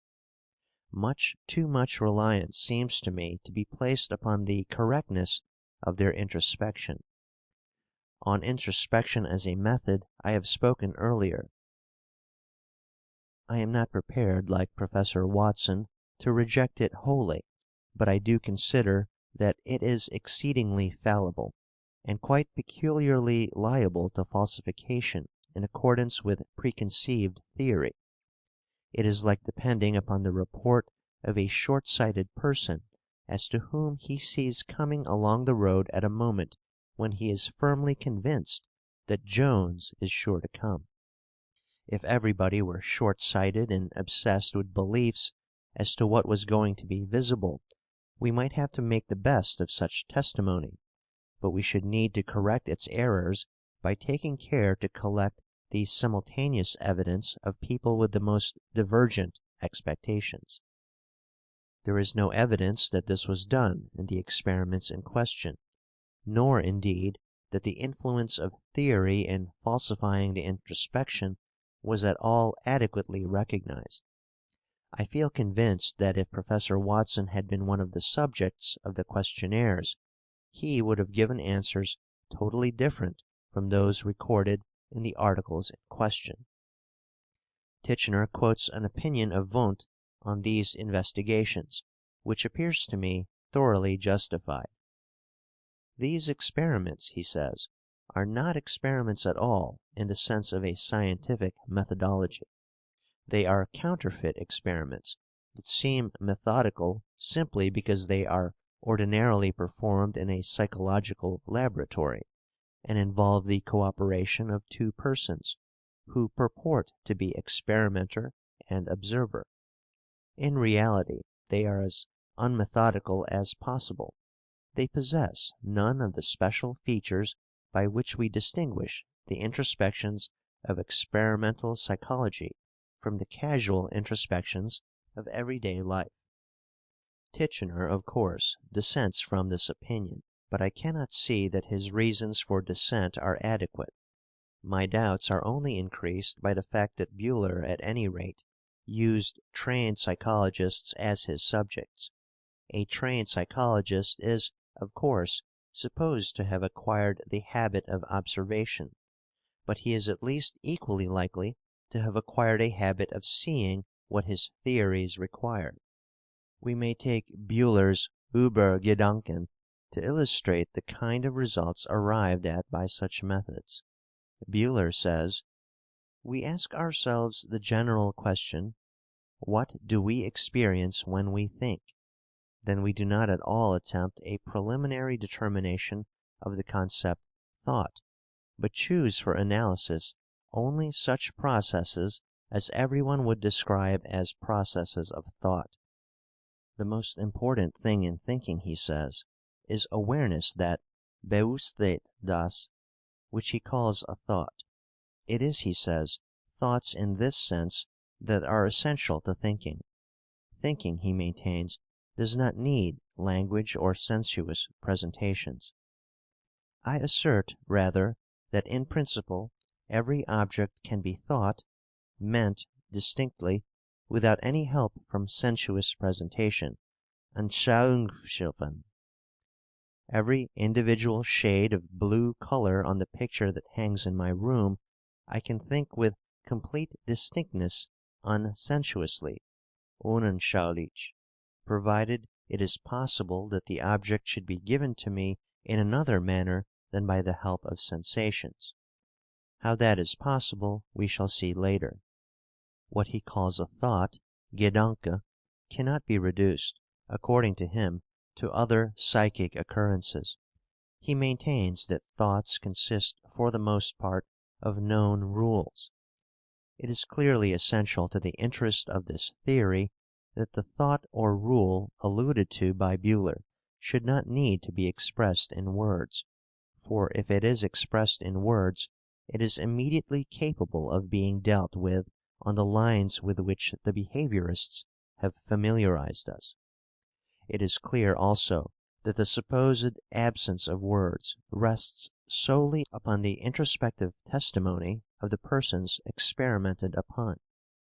I cannot think that there is sufficient certainty of their reliability in this negative observation to make us accept a difficult and revolutionary view of thought, merely because they have failed to observe the presence of words or their equivalent in their thinking. I think it far more likely, especially in view of the fact that the persons concerned were highly educated, that we are concerned with telescoped processes, in which habit has caused a great many intermediate terms to be elided or to be passed over so quickly as to escape observation. I am inclined to think that similar remarks apply to the general idea of imageless thinking, concerning which there has been much controversy. The advocates of imageless thinking are not contending merely that there can be thinking which is purely verbal. They are contending that there can be thinking which proceeds neither in words nor in images. My own feeling is that they have rashly assumed the presence of thinking in cases where habit has rendered thinking unnecessary. When Thorndike experimented with animals in cages, he found that the associations established were between a sensory stimulus and a bodily movement, not the idea of it, without the need of supposing any non-physiological intermediary. The same thing, it seems to me, applies to ourselves. A certain sensory situation produces in us a certain bodily movement. Sometimes this movement consists in uttering words. Prejudice leads us to suppose that between the sensory stimulus and the utterance of the words a process of thought must have intervened, but there seems no good reason for such a supposition. Any habitual action, such as eating or dressing, may be performed on the appropriate occasion without any need of thought, and the same seems to be true of a painfully large proportion of our talk. What applies to uttered speech applies, of course, equally to the internal speech which is not uttered. I remain, therefore, entirely unconvinced that there is any such phenomenon as thinking which consists neither of images nor of words, or that ideas have to be added to sensations and images as part of the material out of which mental phenomena are built. The question of the nature of our consciousness of the universal is much affected by our view as to the general nature of the relation of consciousness to its object. If we adopt the view of Brentano, according to which all mental content has essential reference to an object, it is then natural to suppose that there is some peculiar kind of mental content of which the object is a universal, as opposed to a particular. According to this view, a particular cat can be perceived or imagined, while the universal cat is conceived. But this whole manner of viewing our dealings with universals has to be abandoned when the relation of a mental occurrence to its object is regarded as merely indirect and causal, which is the view that we have adopted. The mental content is, of course, always particular, and the question as to what it means, in case it means anything, is one which cannot be settled by merely examining the intrinsic character of the mental content, but only by knowing its causal connections in the case of the person concerned. To say that a certain thought means a universal as opposed to either a vague or a particular is to say something exceedingly complex. A horse will behave in a certain manner whenever he smells a bear, even if the smell is derived from a bear skin. That is to say, any environment containing an instance of the universal smell of a bear produces closely similar behavior in the horse, but we do not say that the horse is conscious of this universal. There is equally little reason to regard a man as conscious of the same universal, because under the same circumstances he can react by saying, "I smell a bear." This reaction, like that of the horse, is merely closely similar on different occasions where the environment affords instances of the same universal. Words of which the logical meaning is universal can therefore be employed correctly, without anything that could be called consciousness of universals. Such consciousness, in the only sense in which it can be said to exist, is a matter of reflective judgment, consisting in the observation of similarities and differences. A universal never appears before the mind as a single object in the sort of way in which something perceived appears. I think a logical argument could be produced to show that universals are part of the structure of the world, but they are an inferred part, not a part of our data. What exists in us consists of various factors, some open to external observation, others only visible to introspection. The factors open to external observation are primarily habits, having the peculiarity that very similar reactions are produced by stimuli which are in many respects very different from each other. Of this, the reaction of the horse to the smell of the bear is an instance, and so is the reaction of the man who says bear under the same circumstances. The verbal reaction is, of course, the most important from the point of view of what may be called knowledge of universals.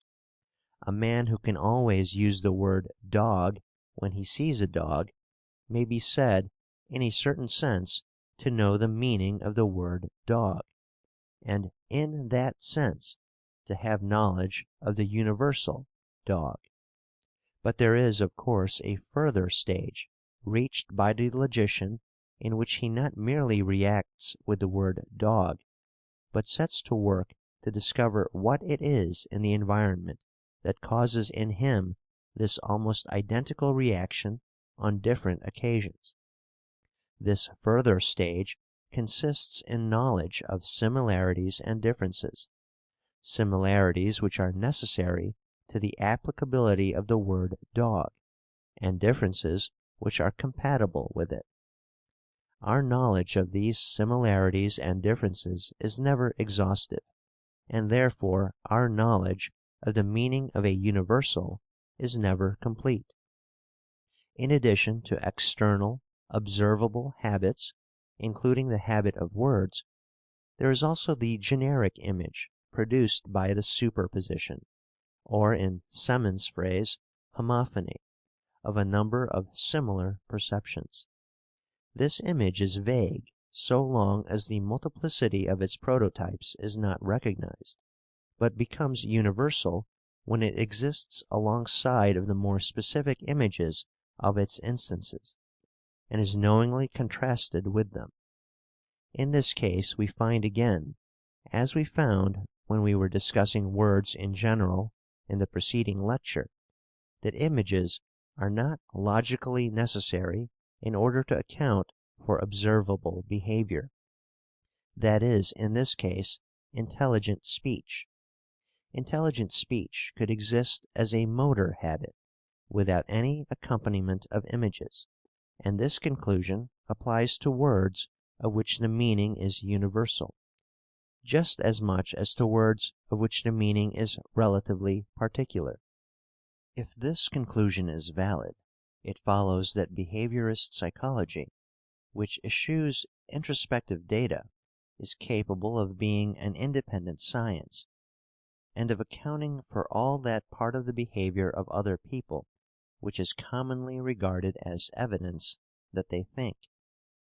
It must be admitted that this conclusion considerably weakens the reliance which can be placed upon introspective data.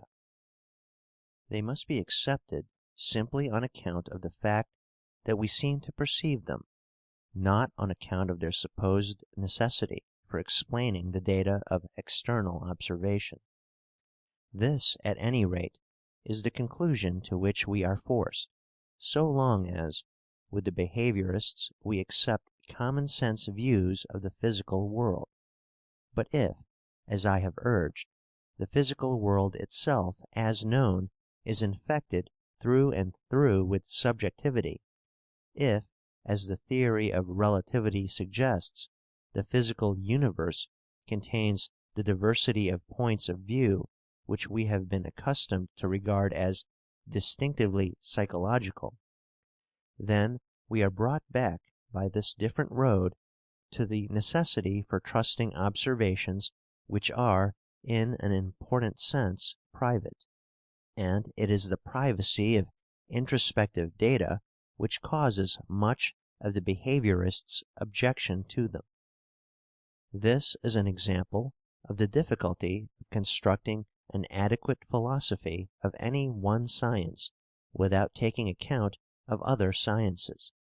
The behaviorist philosophy of psychology, though in many respects admirable from the point of view of method, appears to me to fail in the last analysis because it is based upon an inadequate philosophy of physics.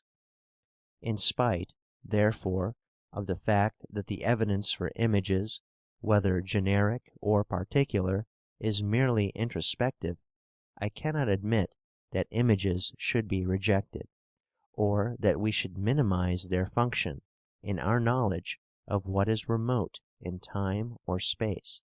Lecture 12, Belief. Belief, which is our subject today, is the central problem in the analysis of mind. Believing seems the most mental thing we do, the thing most remote from what is done by mere matter. The whole intellectual life consists of beliefs and of the passage from one belief to another by what is called reasoning. Beliefs give knowledge and error. They are the vehicles of truth and falsehood. Psychology, theory of knowledge, and metaphysics revolve about belief, and on the view we take of belief, our philosophical outlook largely depends.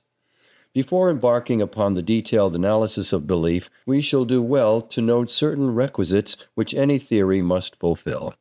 1. Just as words are characterized by meaning, so beliefs are characterized by truth or falsehood. And just as meaning consists in relation to the object meant, So truth and falsehood consist in relation to something that lies outside the belief.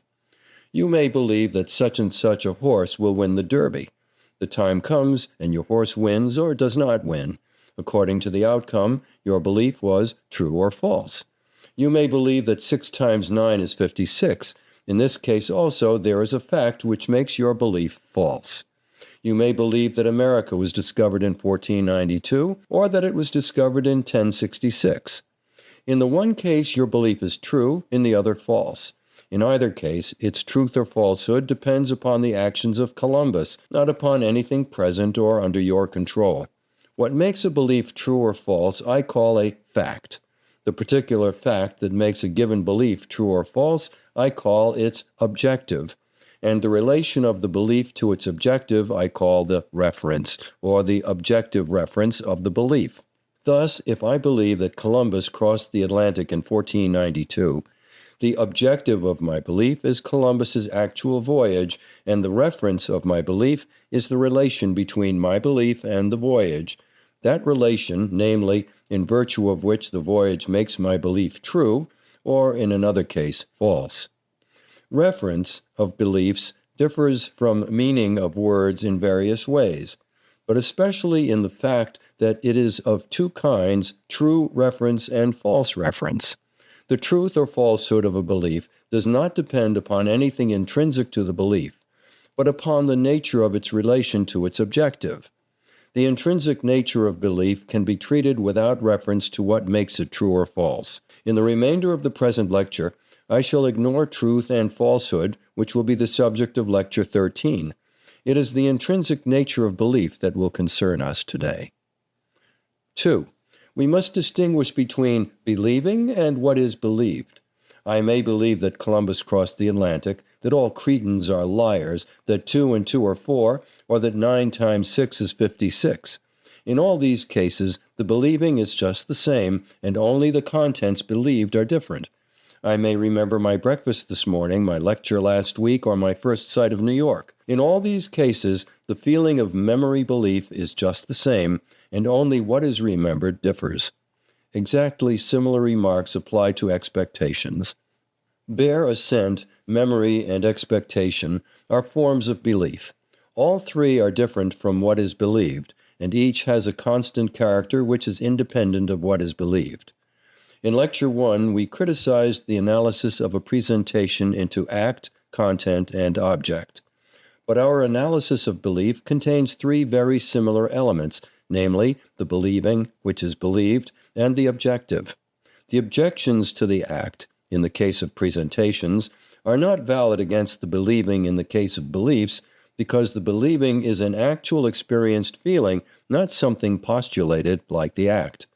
But it is necessary first to complete our preliminary requisites, and then to examine the content of a belief. After that, we shall be in a position to return to the question as to what constitutes believing. 3. What is believed and the believing must both consist of present occurrences in the believer, no matter what may be the objective of the belief. Suppose I believe, for example, that Caesar crossed the Rubicon.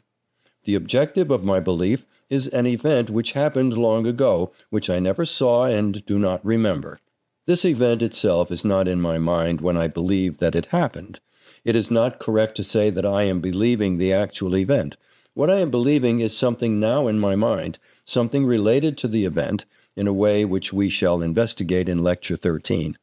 But obviously not to be confounded with the event, since the event is not occurring now, but the believing is.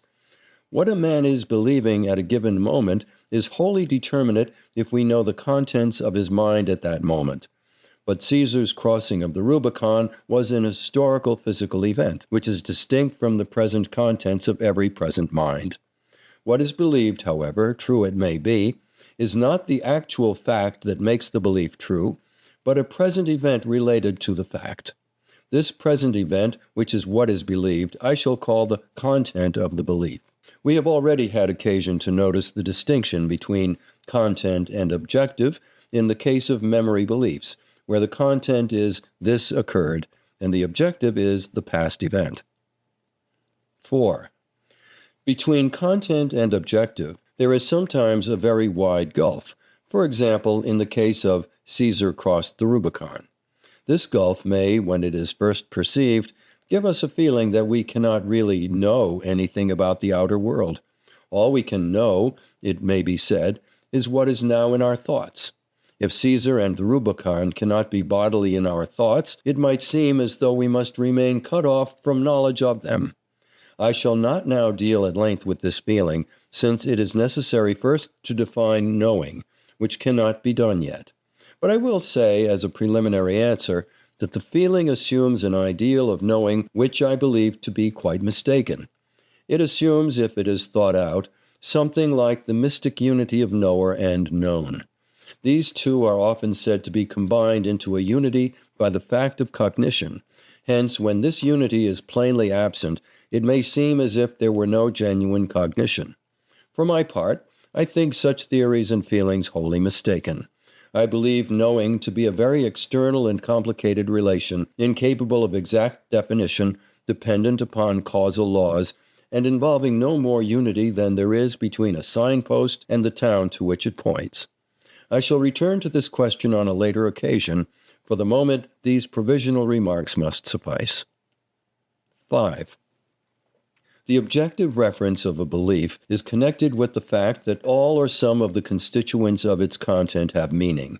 If I say, Caesar conquered Gaul, a person who knows the meaning of the three words composing my statement knows as much as can be known about the nature of the objective which would make my statement true.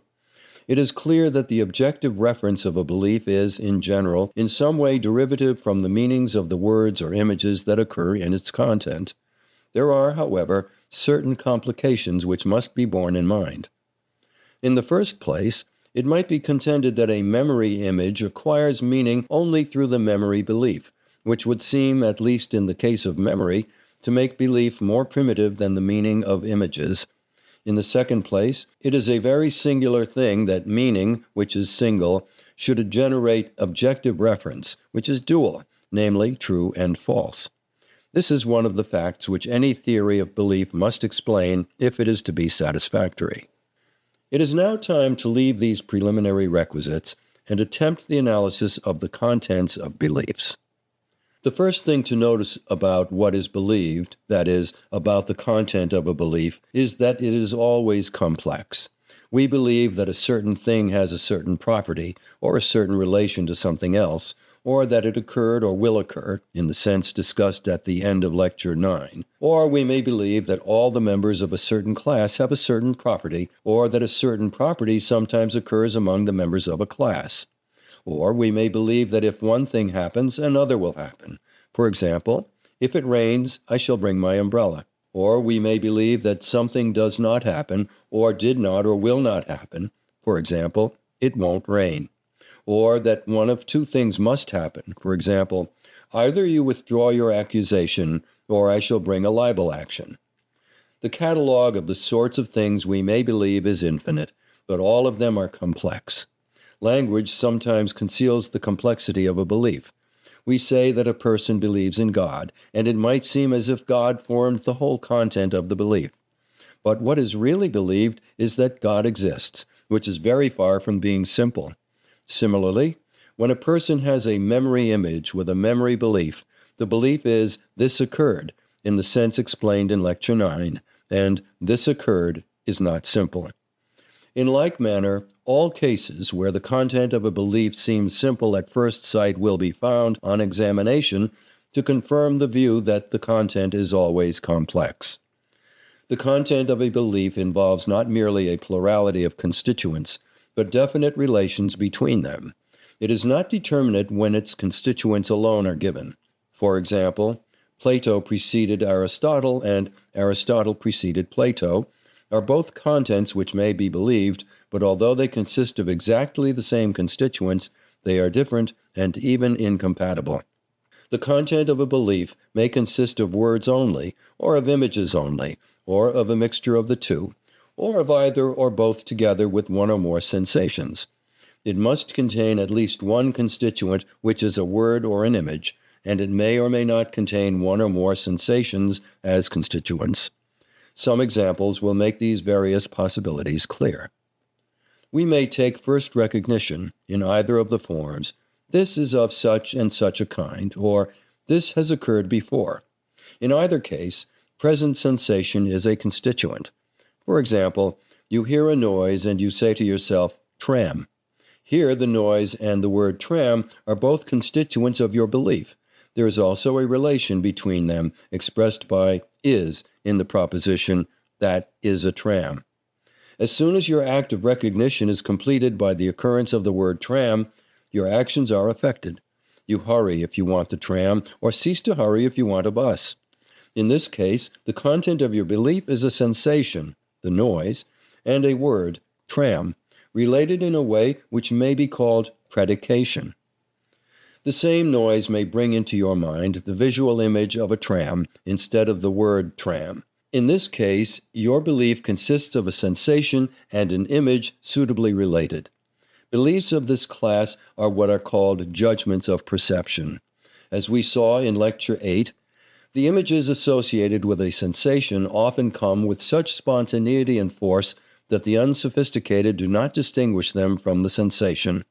It is only the psychologist or the skilled observer who is aware of the large mnemic element that is added to sensation to make perception. It may be objected that what is added consists merely of images without belief.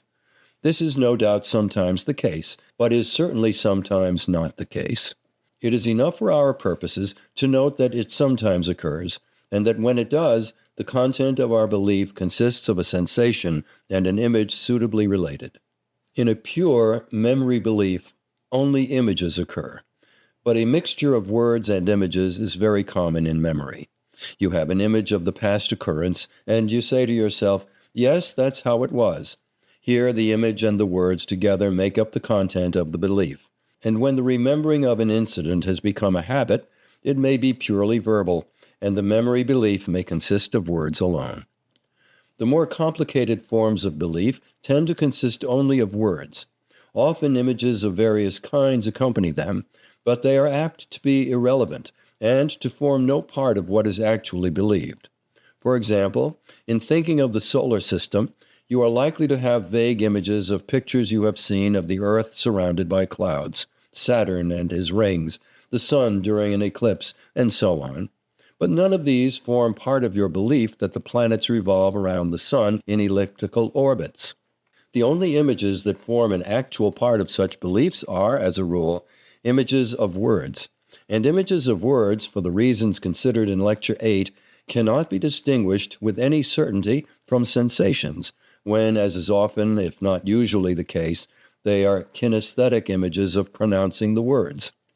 It is impossible for a belief to consist of sensations alone, except when, as in the case of words, the sensations have associations which make them signs possessed of meaning.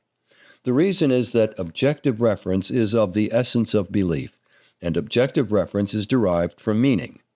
When I speak of a belief consisting partly of sensations and partly of words, I do not mean to deny that the words, when they are not mere images, are sensational, but that they occur as signs, not, so to speak, in their own right. To revert to the noise of the tram, when you hear it and say tram, the noise and the word are both sensations.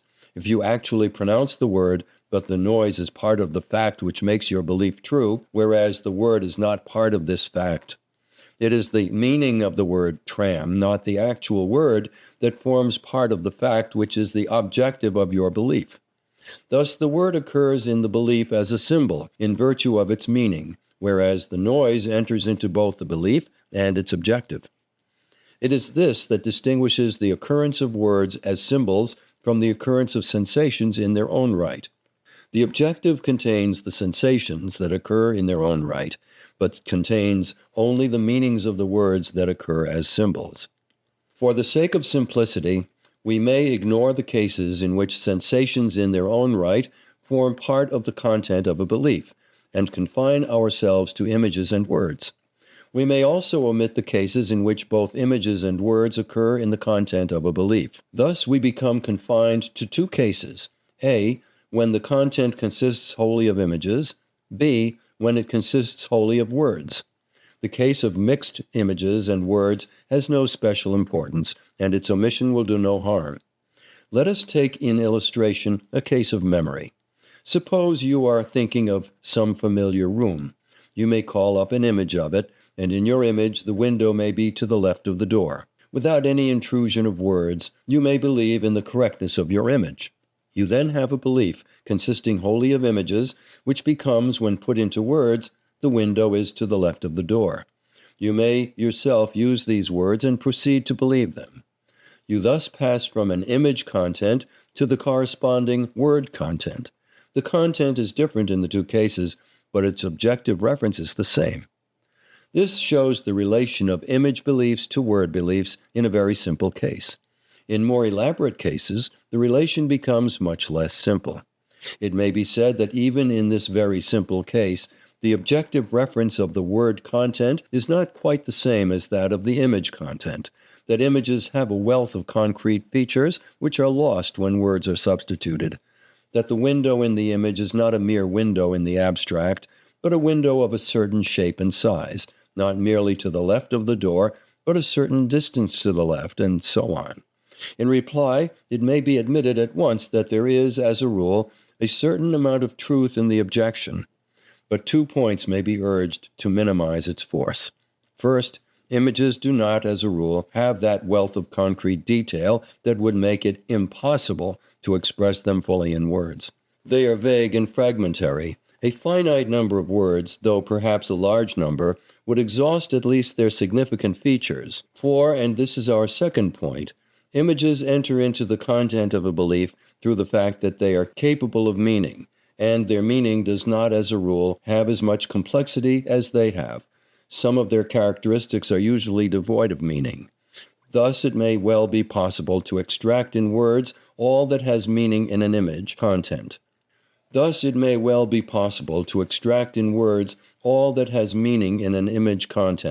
that case, the word content and the image content will have exactly the same objective reference. The content of a belief, when expressed in words, is the same thing, or very nearly the same thing, as what in logic is called a proposition.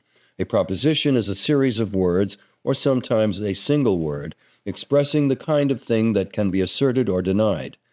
That all men are mortal, that Columbus discovered America, that Charles I died in his bed, that all philosophers are wise, are propositions.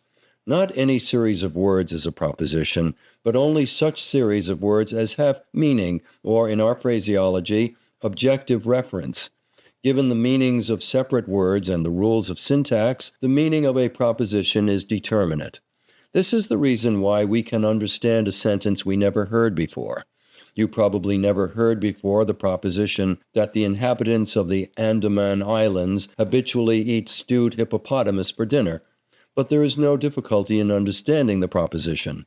The question of the relation between the meaning of a sentence and the meanings of the separate words is difficult, and I shall not pursue it now. I brought it up solely as being illustrative of the nature of propositions. We may extend the term proposition so as to cover the image contents of beliefs consisting of images. Thus, in the case of remembering a room in which the window is to the left of the door, when we believe the image content, the proposition will consist of the image of the window on the left together with the image of the door on the right. We will distinguish propositions of this kind as image propositions, and propositions in words as word propositions. We may identify propositions in general with the contents of actual and possible beliefs, and we may say that it is propositions that are true or false.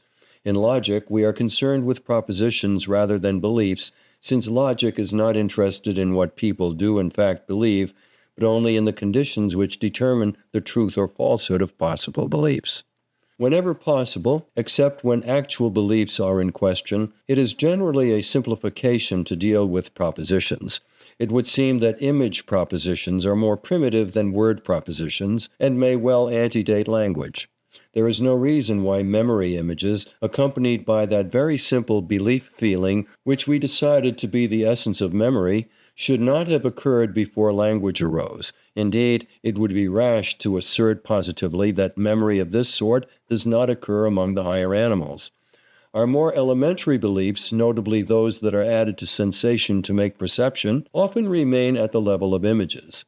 For example, most of the visual objects in our neighborhood rouse tactile images. We have a different feeling in looking at a sofa from what we have in looking at a block of marble, and the difference consists chiefly in different stimulation of our tactile imagination. It may be said that the tactile images are merely present, without any accompanying belief, but I think this view, though sometimes correct, derives its plausibility as a general proposition from our thinking of explicit conscious belief only.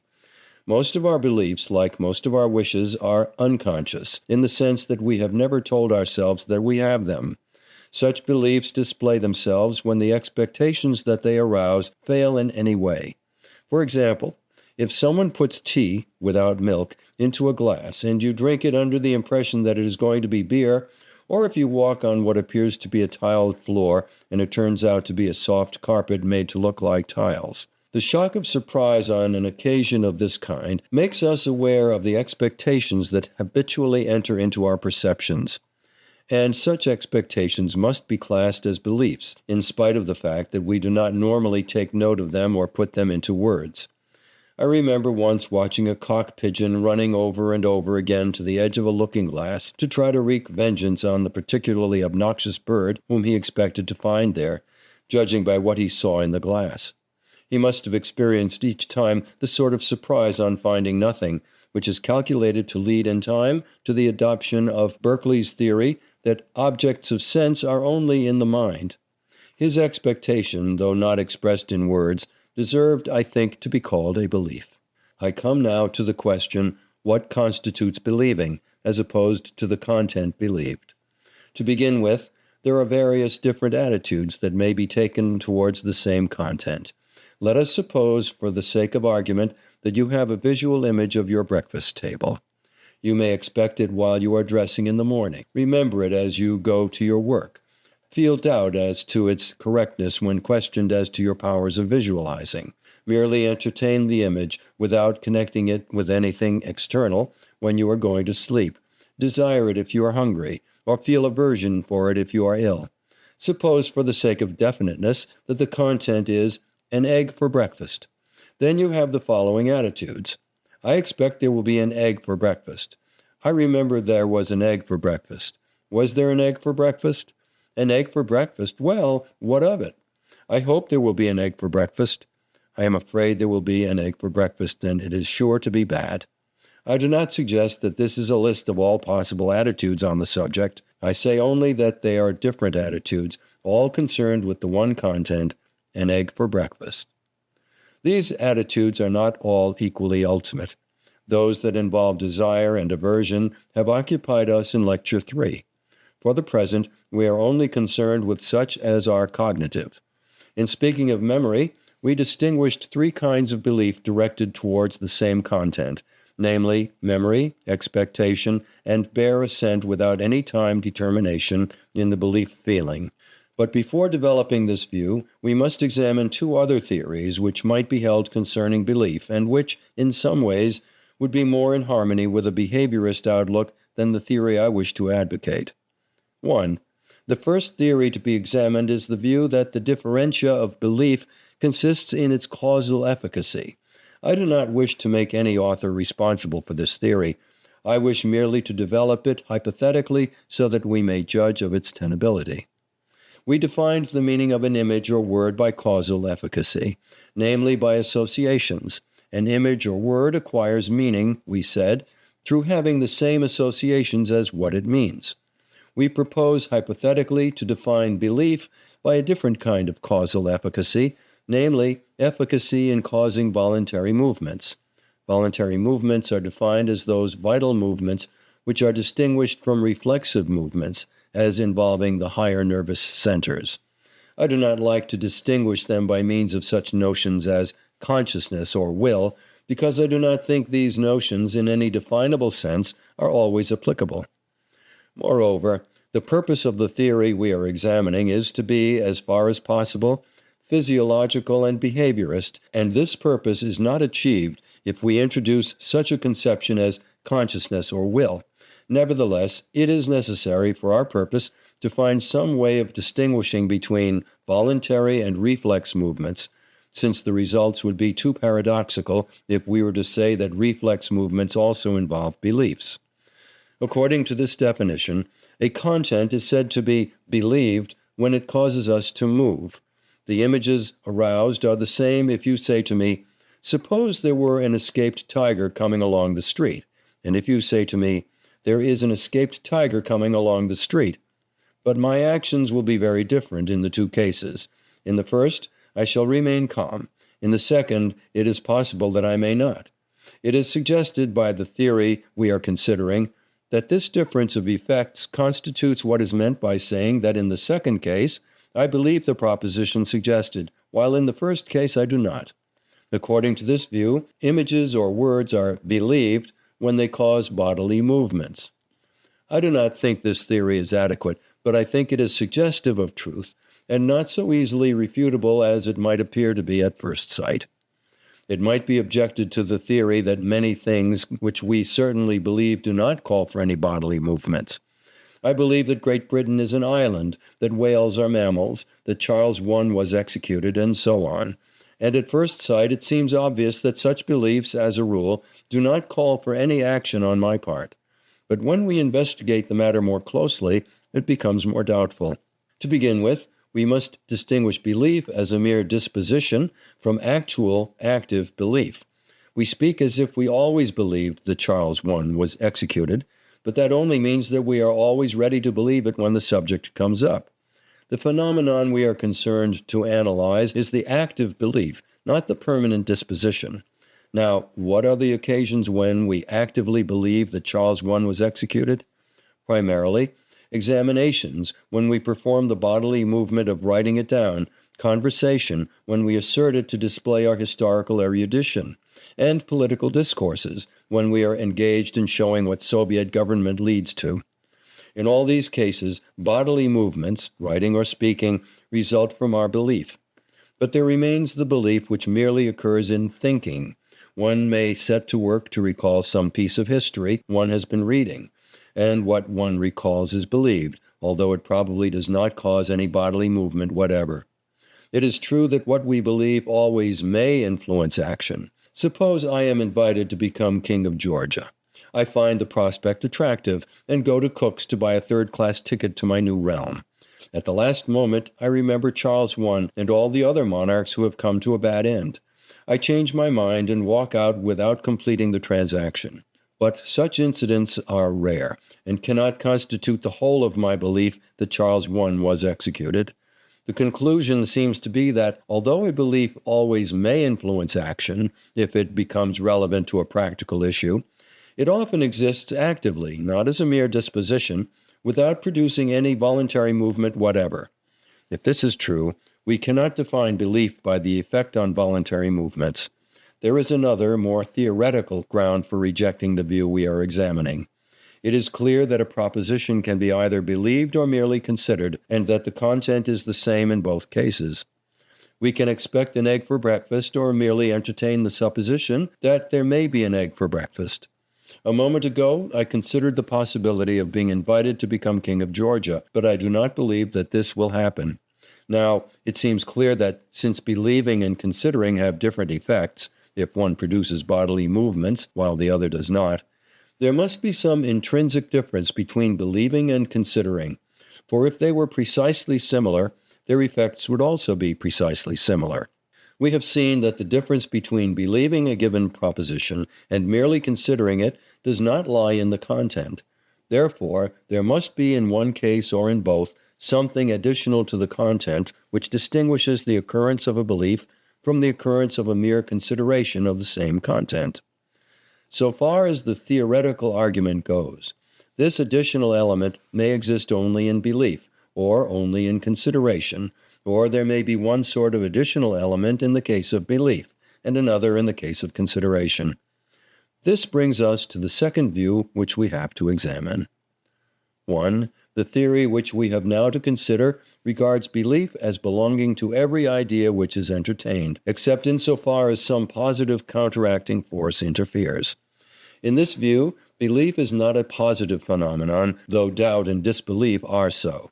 What we call belief, according to this hypothesis, involves only the appropriate content, which will have the effects characteristic of belief unless something else operating simultaneously inhibits them. James quotes with approval, though inaccurately, a passage from Spinoza embodying this view. Quote, "Let us conceive a boy imagining to himself a horse, and taking note of nothing else. As this imagination involves the existence of the horse, and the boy has no perception which annuls its existence, he will necessarily contemplate the horse as present, nor will he be able to doubt of its existence, however little certain of it he may be. I deny that a man, in so far as he imagines, affirms nothing. For what is it to imagine a winged horse but to affirm that the horse has wings? For if the mind had nothing before it but the winged horse, it would contemplate the same as present, would have no cause to doubt of its existence, nor any power of dissenting from its existence, unless the imagination of the winged horse were joined to an idea which contradicted its existence." Unquote. To this doctrine James entirely assents, adding in italics, "Any object which remains uncontradicted is ipso facto believed and posited as absolute reality." If this view is correct, it follows, though James does not draw the inference, that there is no need of any specific feeling called belief, and that the mere existence of images yields all that is required. The state of mind in which we merely consider a proposition, without believing or disbelieving it, will then appear as a sophisticated product, the result of some rival force adding to the image proposition a positive feeling which may be called suspense or non-belief, a feeling which may be compared to that of a man about to run a race, waiting for the signal. Such a man, though not moving, is in a very different condition from that of a man quietly at rest. And so the man who is considering a proposition without believing it will be in a state of tension, restraining the natural tendency to act upon the proposition, which he would display if nothing interfered. In this view, belief primarily consists merely in the existence of the appropriate images, without any counteracting forces. There is a great deal to be said in favor of this view, and I have some hesitation in regarding it as inadequate. It fits admirably with the phenomena of dreams and hallucinatory images, and it is recommended by the way in which it accords with mental development. Doubt, suspense of judgment, and disbelief all seem later and more complex than a whole unreflecting assent. Belief as a positive phenomenon, if it exists, may be regarded in this view as a product of doubt, a decision after debate, an acceptance not merely of this, but of this rather than that. It is not difficult to suppose that a dog has images, possible olfactory, of his absent master, or of the rabbit that he dreams of hunting. But it is very difficult to suppose that he can entertain mere imagination images to which no assent is given. I think it must be conceded that a mere image, without the addition of any positive feeling that could be called belief, is apt to have a certain dynamic power, and in this sense an uncombated image has the force of a belief. But although this may be true, it accounts only for some of the simplest phenomena in the region of belief. It will not, for example, explain memory, nor can it explain beliefs which do not issue in any proximate action, such as those of mathematics. I conclude, therefore, that there must be belief feelings of the same order as those of doubt or disbelief, although phenomena closely analogous to those of belief can be produced by mere uncontradicted images. 3. It comes now to the view of belief which I wish to advocate. It seems to me that there are at least 3 kinds of belief, namely memory, expectation, and bare assent. Each of these I regard as constituted by a certain feeling or complex of sensations attached to the content believed. We may illustrate by an example. Suppose I am believing, by means of images, not words, that it will rain. We have here 2 interrelated elements, namely the content and the expectation. The content consists of images of, say, the visual appearance of rain, the feeling of wetness, the patter of drops, interrelated, roughly, as the sensations would be if it were raining. Thus the content is a complex fact composed of images. Exactly the same content may enter into the memory, it was raining, or the assent, rain occurs. The difference of these cases from each other and from expectation does not lie in the content. The difference lies in the nature of the belief feeling. I personally do not profess to be able to analyze the sensations constituting respectively memory, expectation, and assent, but I am not prepared to say that they cannot be analyzed. There may be other belief feelings, for example, in disjunction and implication, also a disbelief feeling. It is not enough that the content and the belief feeling should coexist. It is necessary that there should be a specific relation between them, of the sort expressed by saying that the content is what is believed. If this were not obvious, it could be made plain by an argument. If the mere coexistence of the content and the belief feeling sufficed, whenever we were having, say, a memory feeling, we should be remembering any proposition which came into our minds at the same time. But this is not the case, since we may simultaneously remember one proposition and merely consider another. We may sum up our analysis in the case of bare assent to a proposition not expressed in words, as follows. A. We have a proposition consisting of interrelated images and possibly partly of sensations. B. We have the feeling of assent, which is presumably a complex sensation demanding analysis. C. We have a relation actually subsisting between the assent and the proposition, such as is expressed by saying that the proposition in question is what is assented to. For other forms of belief feeling or of content, we have only to make the necessary substitutions in this analysis. If we are right in our analysis of belief, the use of words in expressing beliefs is apt to be misleading. There is no way of distinguishing in words between a memory and an assent to a proposition about the past. I ate my breakfast and Caesar conquered Gaul have the same verbal form, though, assuming that I remember my breakfast, they express occurrences which are psychologically very different. In the one case, what happens is that I remember the content, eating my breakfast.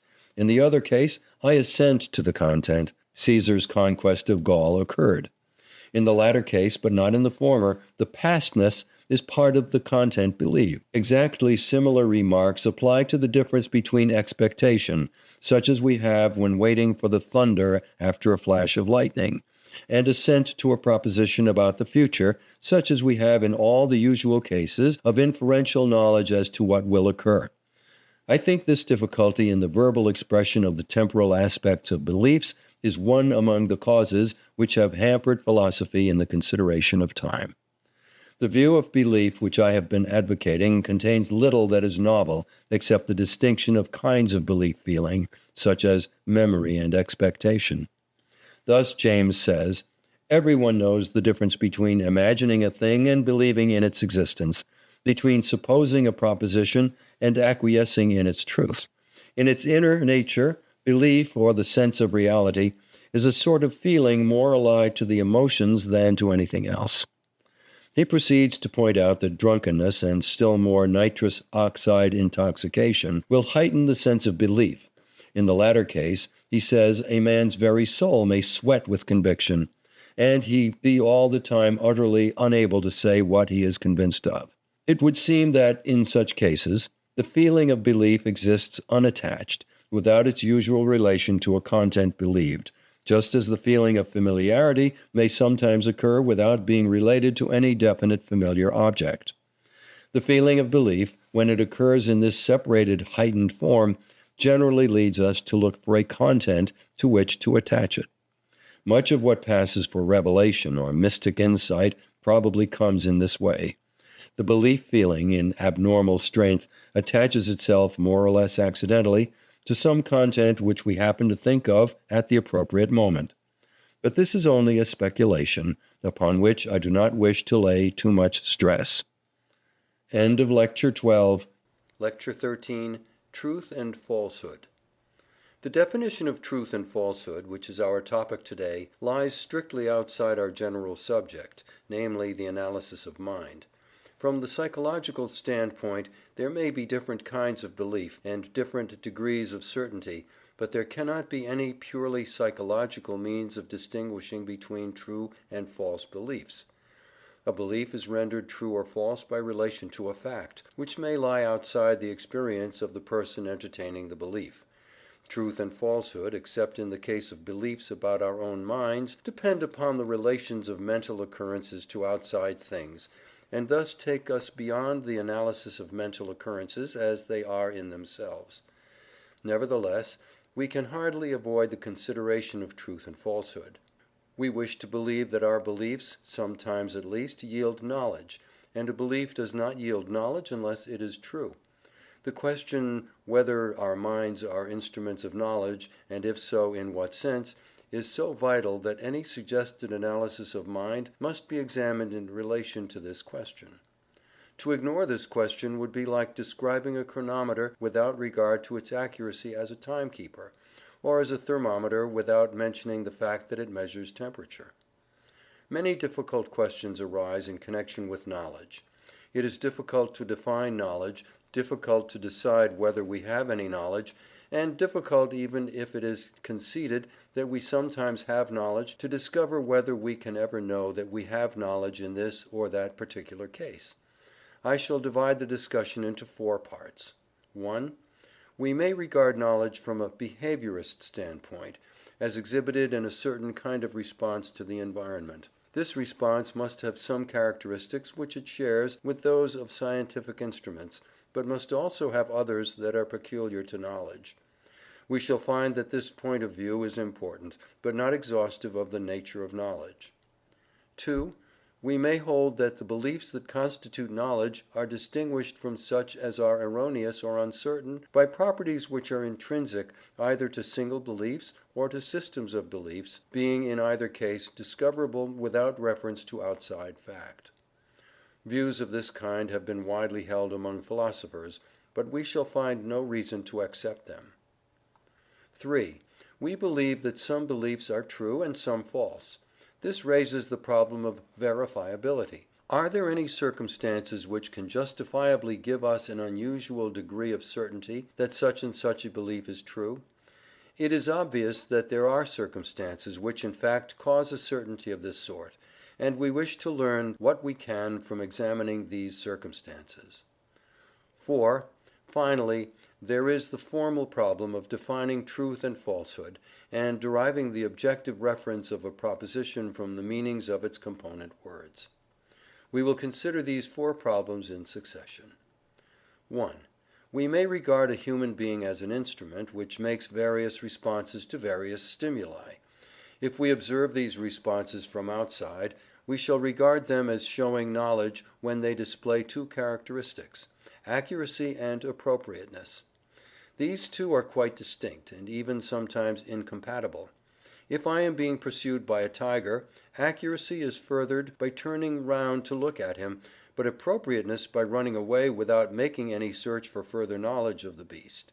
I shall return to the question of appropriateness later. For the present it is accuracy that I wish to consider.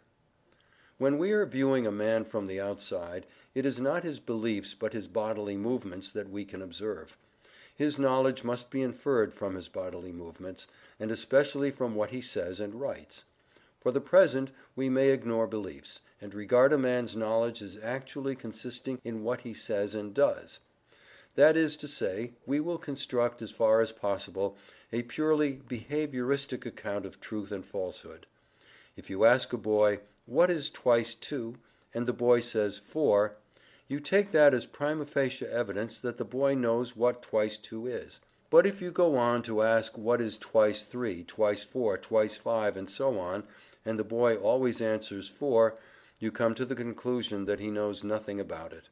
Exactly similar remarks apply to scientific instruments. I know a certain weathercock which has the pessimistic habit of always pointing to the northeast. If you were to see it first on a cold March day, you would think it an excellent weathercock, but with the first warm day of spring your confidence would be shaken. The boy and the weathercock have the same defect. They do not vary their response when the stimulus is varied. A good instrument, or a person with much knowledge, will give different responses to stimuli which differ in relevant ways. This is the first point in defining accuracy of response. We will now assume another boy, who also, when you first question him, asserts that twice 2 is 4. But with this boy, instead of asking him different questions, you make a practice of asking him the same question every day at breakfast. You find that he says 5 or 6 or 7, or any other number at random, and you conclude that he also does not know what twice 2 is, though by good luck he answered right the first time. This boy is like a weathercock which, instead of being stuck fast, is always going round and round, changing without any change of wind. This boy and weathercock have the opposite defect to that of the previous pair. They give different responses to stimuli which do not differ in any relevant way. We already had occasion to consider the definition of accuracy. Omitting some of the niceties of our previous discussion, we may say that an instrument is accurate when it avoids the defects of the two boys and weathercocks, that is to say, when (a) it gives different responses to stimuli which differ in relevant ways, (b) it gives the same response to stimuli which do not differ in relevant ways. What are relevant ways depends upon the nature and purpose of the instrument. In the case of a weathercock, the direction of the wind is relevant, but not its strength. In the case of the boy, the meaning of the words of your question is relevant, but not the loudness of your voice, or whether you are his father or his schoolmaster. If, however, you were a boy of his own age, that would be relevant, and the appropriate response would be different. It is clear that knowledge is displayed by accuracy of response to certain kinds of stimuli, e.g., examinations. Can we say, conversely, that it consists wholly of such accuracy of response? I do not think we can, but we can go a certain distance in this direction. For this purpose we must define more carefully the kind of accuracy and the kind of response that may be expected where there is knowledge. From our present point of view, it is difficult to exclude perception from knowledge. At any rate, knowledge is displayed by actions based upon perception. A bird flying among trees avoids bumping into their branches. Its avoidance is a response to visual sensations. This response has the characteristic of accuracy in the main, and leads us to say that the bird knows, by sight, what objects are in its neighborhood. For a behaviorist, this must certainly count as knowledge, however it may be viewed by analytic psychology. In this case, what is known, roughly, is the stimulus, but in more advanced knowledge the stimulus and what is known become different. For example, you look in your calendar and find that Easter will be early next year. Here the stimulus is the calendar, whereas the response concerns the future. Even this can be paralleled among instruments. The behavior of the barometer has a present stimulus but foretells the future, so that the barometer might be said, in a sense, to know the future. However that may be, the point I am emphasizing as regards knowledge is that what is known may be quite different from the stimulus, and no part of the cause of the knowledge response. It is only in sense knowledge that the stimulus and what is known are, with qualifications, identifiable. In knowledge of the future, it is obvious that they are totally distinct, since otherwise the response would precede the stimulus. In abstract knowledge also they are distinct, since abstract facts have no date. In knowledge of the past they are complications, which we must briefly examine. Every form of memory will be, from our present point of view, in one sense a delayed response. But this phrase does not quite clearly express what is meant. If you light a fuse and connect it with a heap of dynamite, the explosion of the dynamite may be spoken of, in a sense, as a delayed response to your lighting of the fuse. But that only means that it is a somewhat late portion of a continuous process, of which the earlier parts have less emotional interest. This is not the case with habit.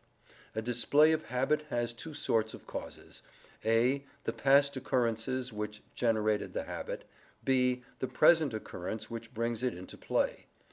When you drop a weight on your toe and say what you do say, the habit has been caused by imitation of your undesirable associates, whereas it is brought into play by the dropping of the weight. The great bulk of our knowledge is a habit in this sense. Whenever I am asked when I was born, I reply correctly by mere habit. It would hardly be correct to say that getting born was the stimulus, and that my reply is a delayed response. But in cases of memory this way of speaking would have an element of truth. In an habitual memory, the event remembered was clearly an essential part of the stimulus to the formation of the habit. The present stimulus which brings the habit into play produces a different response from that which it would produce if the habit did not exist. Therefore the habit enters into the causation of the response, and so do, at one remove, the causes of the habit. It follows that an event remembered is an essential part of the causes of our remembering. In spite, however, of the fact that what is known is sometimes an indispensable part of the cause of the knowledge, this circumstance is, I think, irrelevant to the general question with which we are concerned, namely, what sort of response to what sort of stimulus can be regarded as displaying knowledge. There is one characteristic which the response must have, namely, it must consist of voluntary movements. The need of this characteristic is connected with the characteristic of appropriateness, which I do not wish to consider as yet. For the present I wish only to obtain a clearer idea of the sort of accuracy that a knowledge response must have. It is clear from many instances that accuracy, in other cases, may be purely mechanical. The most complete form of accuracy consists in giving correct answers to questions, an achievement in which calculating machines far surpass human beings. In asking a question of a calculating machine, you must use its language. You must not address it in English, any more than you would address an Englishman in Chinese. But if you address it in the language it understands, it will tell you what is 34521 times 19987, without a moment's hesitation or a hint of inaccuracy. We do not say the machine knows the answer, because it has no purpose of its own in giving the answer. It does not wish to impress you with its cleverness or feel proud of being such a good machine, but as far as mere accuracy goes, the machine leaves nothing to be desired.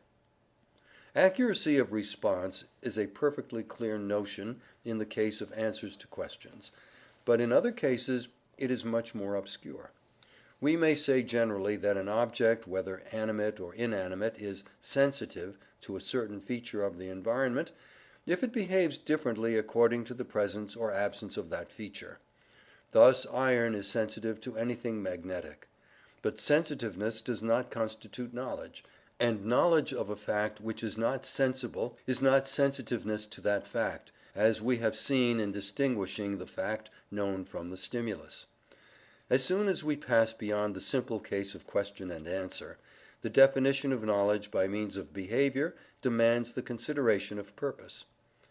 A carrier pigeon flies home, and so we say it knows the way, but if it merely flew to some place at random, we should not say that it knew the way to that place, any more than a stone rolling downhill knows the way to the valley. On the features which distinguish knowledge from accuracy of response in general, not much can be said from a behaviorist point of view without referring to purpose. But the necessity of something besides accuracy of response may be brought out by the following consideration. Suppose two persons, of whom one believed whatever the other disbelieved, and disbelieved whatever the other believed. So far as accuracy and sensitiveness of response alone are concerned, there would be nothing to choose between these two persons. A thermometer which went down for warm weather and up for cold might be just as accurate as the usual kind, and a person who always believes falsely is just as sensitive an instrument as a person who always believes truly. The observable and practical difference between them would be that the one who always believed falsely would quickly come to a bad end. This illustrates once more that accuracy of response to stimulus does not alone show knowledge, but must be reinforced by appropriateness, that is, suitability for realizing one's purpose. This applies even in the apparently simple case of answering questions. If the purpose of the answers is to deceive, their falsehood, not their truth, will be evidence of knowledge.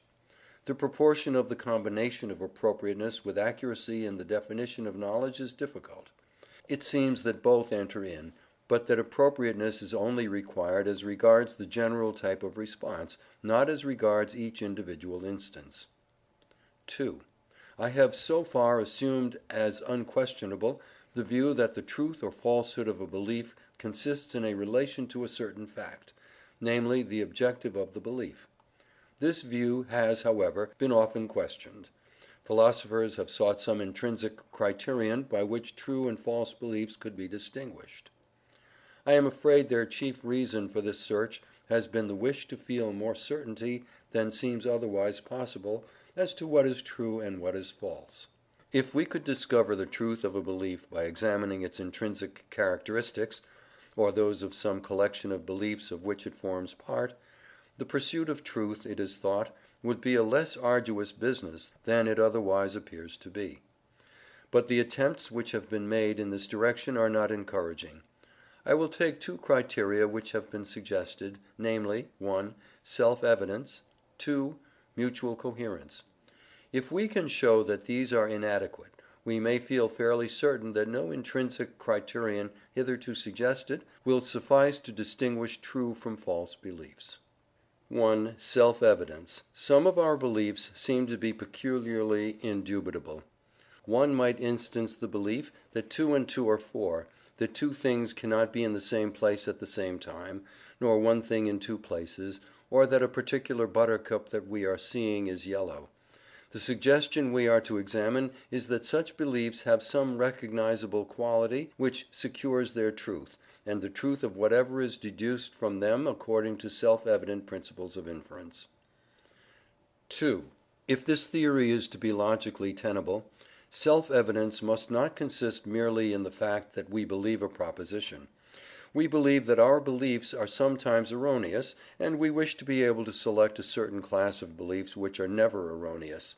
If we are to do this, it must be by some mark which belongs only to certain beliefs, not to all; and among those to which it belongs there must be none that are mutually inconsistent. If, for example, two propositions, P and Q, were self-evident, and it were also self-evident that P and Q could not both be true, that would condemn self-evidence as a guarantee of truth. Again, self-evidence must not be the same thing as the absence of doubt or the presence of complete certainty. If we are completely certain of a proposition, we do not seek a ground to support our belief. If self-evidence is alleged as a ground of belief, that implies that doubt has crept in, and that our self-evident proposition has not wholly resisted the assaults of skepticism. To say that any given person believes some things so firmly that he cannot be made to doubt them is no doubt true. Such beliefs he will be willing to use as premises in reasoning, and to him personally they will seem to have as much evidence as any belief can need. But among the propositions which one man finds indubitable, there will be some that another man finds it quite possible to doubt. It used to seem self-evident that there could not be men at the Antipodes, because they would fall off, or at best grow giddy from standing on their heads. But New Zealanders find the falsehood of this proposition self-evident. Therefore, if self-evidence is a guarantee of truth, our ancestors must have been mistaken in thinking their beliefs about the Antipodes self-evident. Meinong meets this difficulty by saying that some beliefs are falsely thought to be self-evident, but in the case of others it is self-evident that they are self-evident, and these are wholly reliable. Even this, however, does not remove the practical risk of error, since we may mistakenly believe it self-evident that a certain belief is self-evident.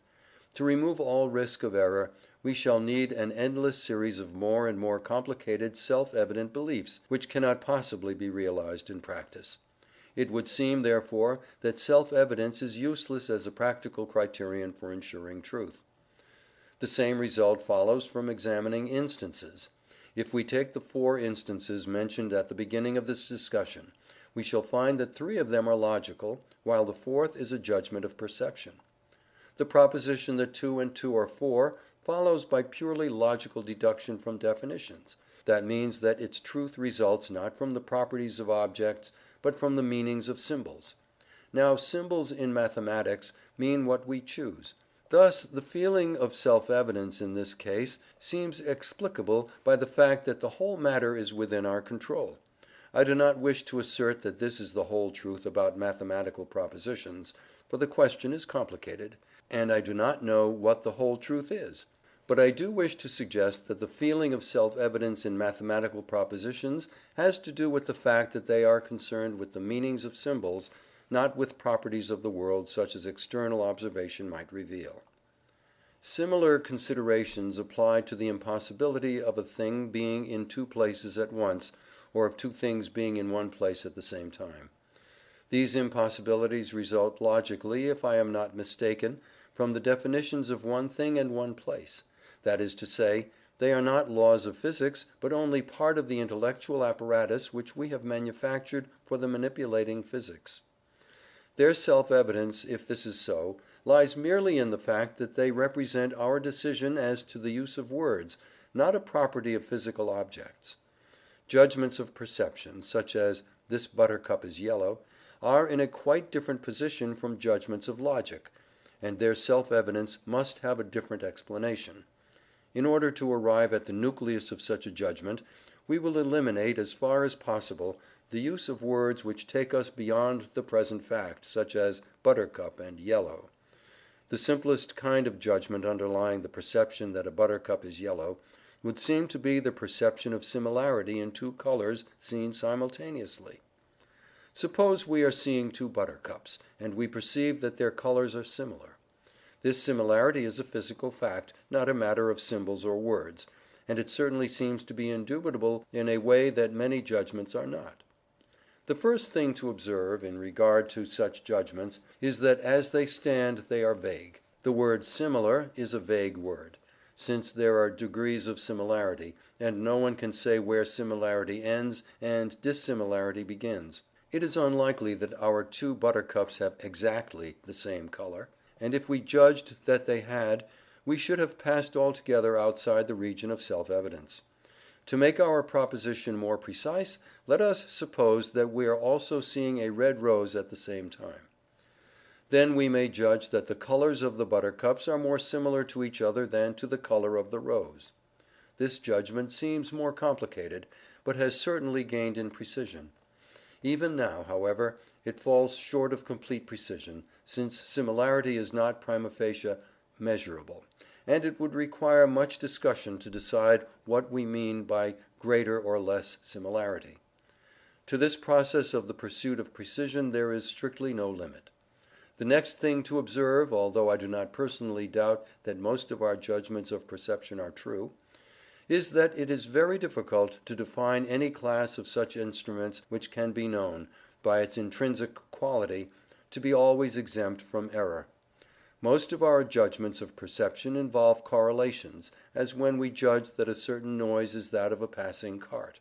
Such judgments are all obviously liable to error, since there is no correlation of which we have a right to be certain that it is invariable.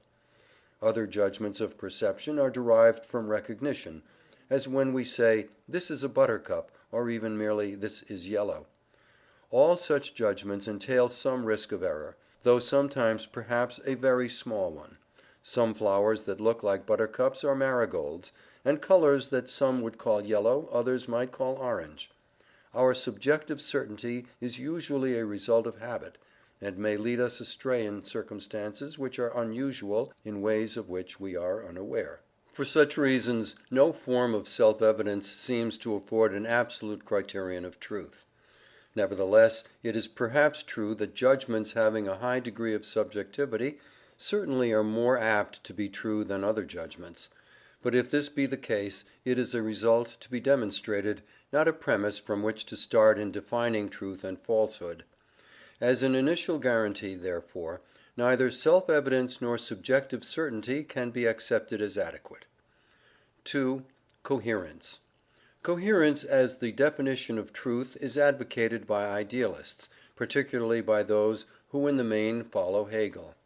It is set forth ably in Mr. Joachim's book, The Nature of Truth (Oxford, 1906).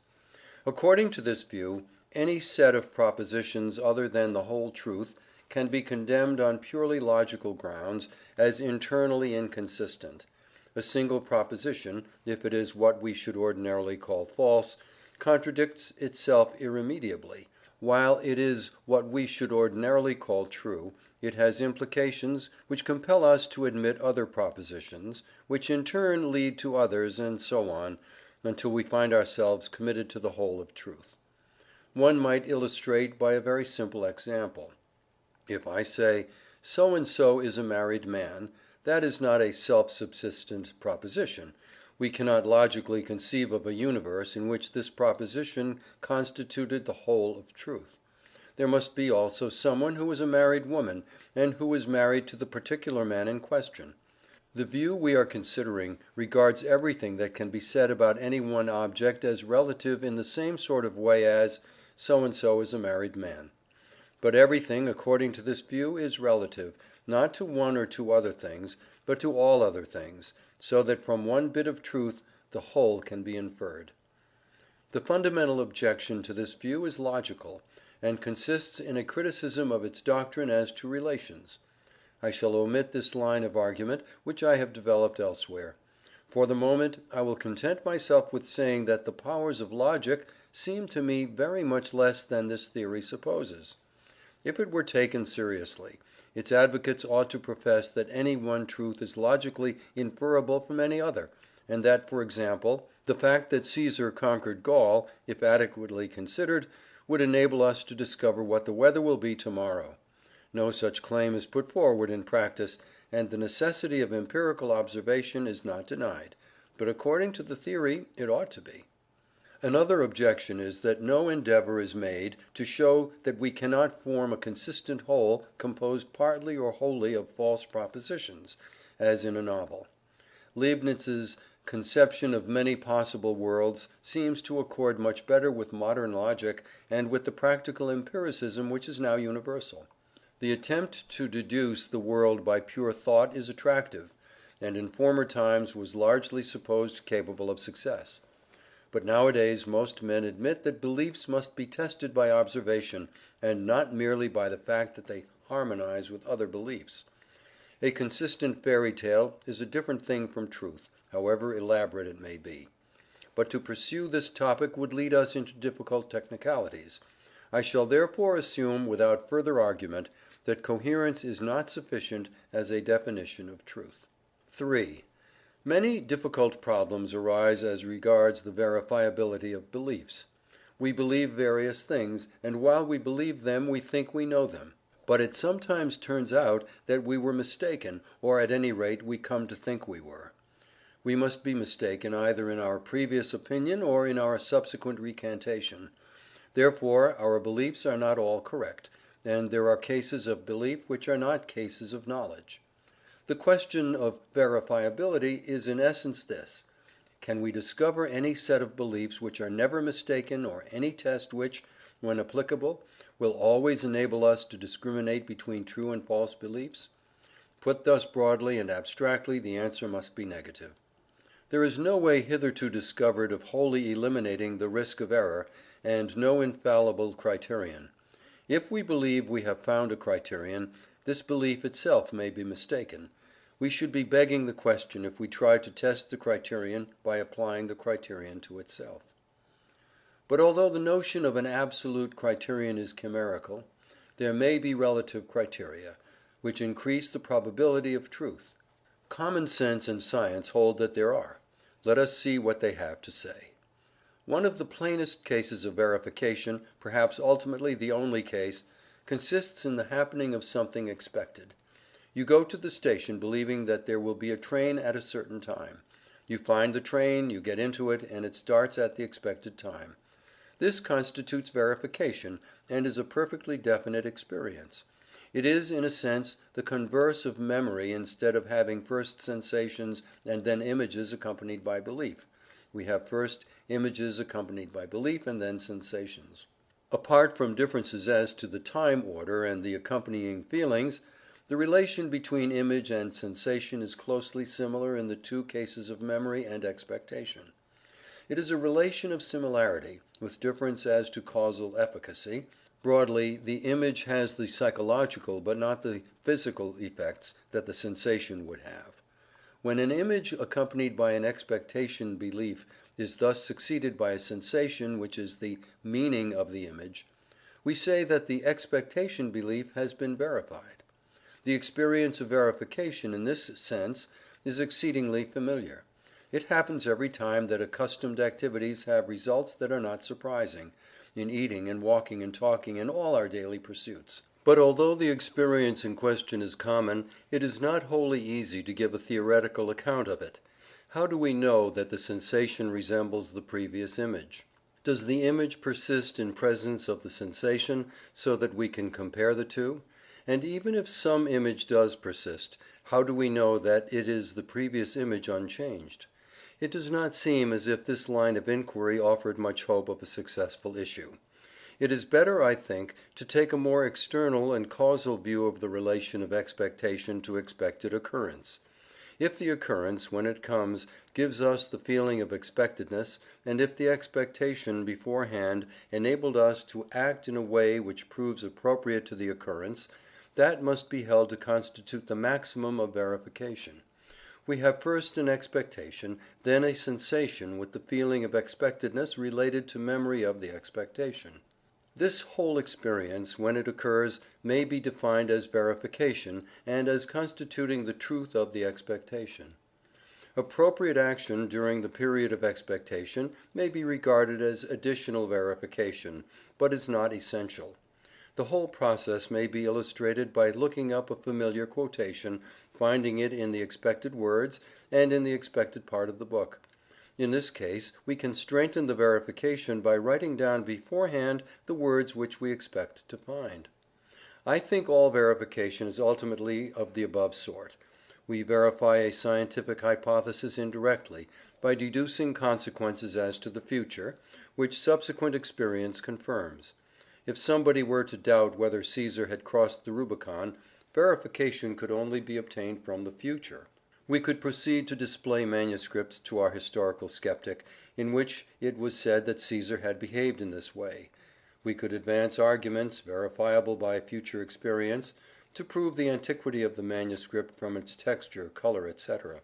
We could find inscriptions agreeing with the historian on other points, and tending to show his general accuracy. The causal laws which our arguments would assume could be verified by the future occurrence of events inferred by means of them. The existence and persistence of causal laws, it is true, must be regarded as a fortunate accident, and how long it will continue we cannot tell. Meanwhile, verification remains often practically possible.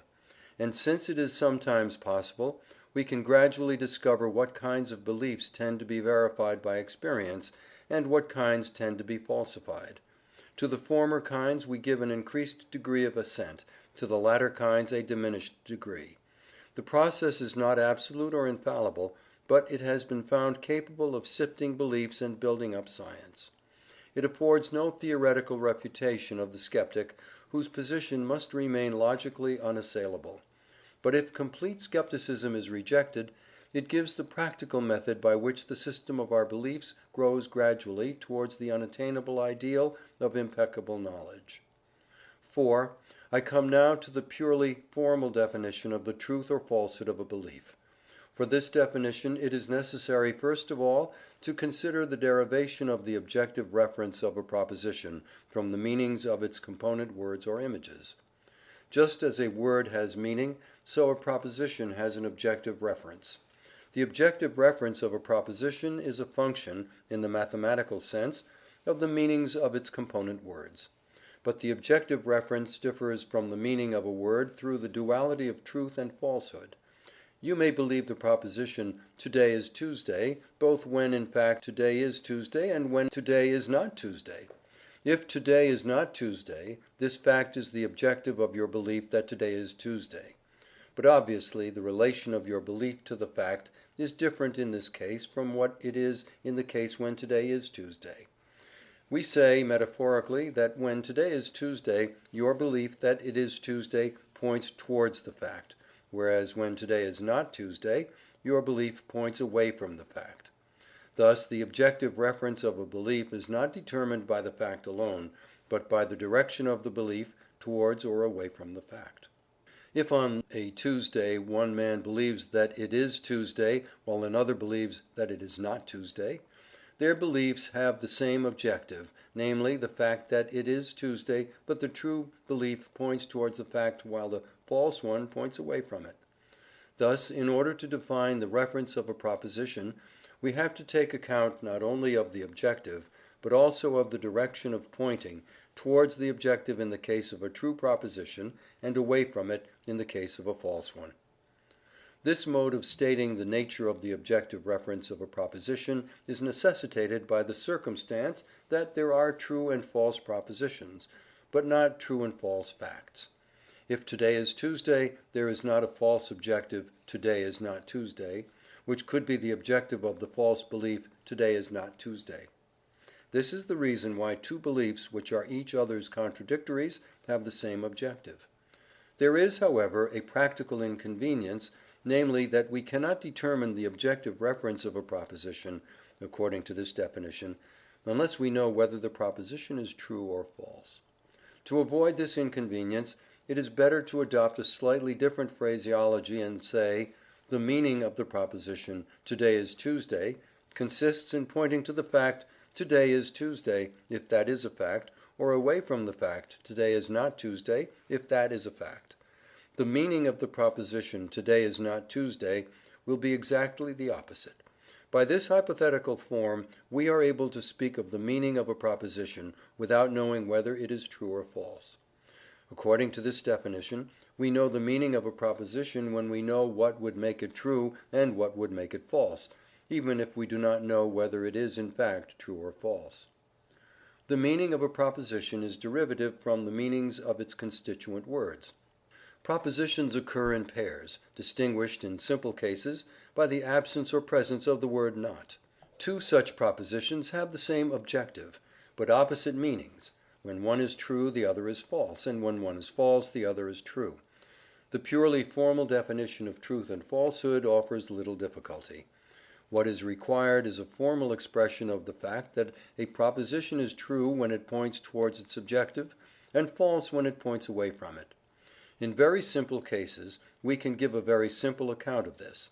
We can say that true propositions actually resemble their objectives in a way in which false propositions do not. But for this purpose it is necessary to revert to image propositions instead of word propositions. Let us take again the illustration of a memory image of a familiar room, and let us suppose that in the image the window is to the left of the door. If in fact the window is to the left of the door, there is a correspondence between the image and the objective. There is the same relation between the window and the door as between the images of them. The image memory consists of the image of the window to the left of the image of the door. When this is true, the very same relation relates the terms of the objective, namely the window and the door, as relates the images which mean them. In this case the correspondence which constitutes truth is very simple. In the case we have just been considering, the objective consists of two parts with a certain relation, that of left to right, and the proposition consists of images of these parts with the very same relation. The same proposition, if it were false, would have a less simple formal relation to its objective. If the image proposition consists of an image of the window to the left of an image of the door, while in fact the window is not to the left of the door, the proposition does not result from the objective by the mere substitution of images for their prototypes. Thus in this unusually simple case we can say that a true proposition corresponds to its objective in a formal sense in which a false proposition does not. Perhaps it may be possible to modify this notion of formal correspondence in such a way as to be more widely applicable, but if so, the modifications required will be by no means slight. The reasons for this must now be considered. To begin with, the simple type of correspondence we have been exhibiting can hardly occur when words are substituted for images, because in word propositions relations are usually expressed by words, which are not themselves relations. Take such a proposition as "Socrates precedes Plato." Here the word "precedes" is just as solid as the words Socrates and Plato. It means a relation, but is not a relation. Thus the objective which makes our proposition true consists of two terms with a relation between them, whereas our proposition consists of three terms with a relation of order between them. Of course, it would be perfectly possible, theoretically, to indicate a few chosen relations, not by words, but by relations between the other words. Socrates, Plato might be used to mean Socrates precedes Plato. Plato, Socrates might be used to mean Plato was born before Socrates and died after him, and so on. But the possibilities of such a method would be very limited. For aught I know, there may be languages that use it, but they are not among the languages with which I am acquainted. And in any case, in view of the multiplicity of relations that we wish to express, no language could advance far without words for relations. But as soon as we have words for relations, word propositions have necessarily more terms than the facts to which they refer, and cannot therefore correspond so simply with their objectives as some image propositions can. The consideration of negative propositions and negative facts introduces further complications. An image proposition is necessarily positive. We can image the window to the left of the door, or to the right of the door, but we can form no image of the bare negative, the window not to the left of the door. We can disbelieve the image proposition expressed by the window to the left of the door, and our disbelief will be true if the window is not to the left of the door. But we can form no image of the fact that the window is not to the left of the door. Attempts have often been made to deny such negative facts, but for reasons which I have given elsewhere, I believe these attempts to be mistaken, and I shall assume that there are negative facts. Word propositions, like image propositions, are always positive facts. The fact that Socrates precedes Plato is symbolized in English by the fact that the word precedes occurs between the words Socrates and Plato. But we cannot symbolize the fact that Plato does not precede Socrates by not putting the word precedes between Plato and Socrates. A negative fact is not sensible, and language, being intended for communication, has to be sensible.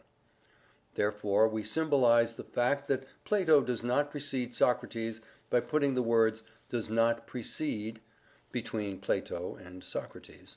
We thus obtain a series of words which is just as positive a fact as the series Socrates precedes Plato. The propositions asserting negative facts are themselves positive facts. They are merely different positive facts from those asserting positive facts. We have thus, as regards the opposition of positive and negative, three different sorts of duality, according as we are dealing with facts, image propositions, or word propositions. We have, namely, 1.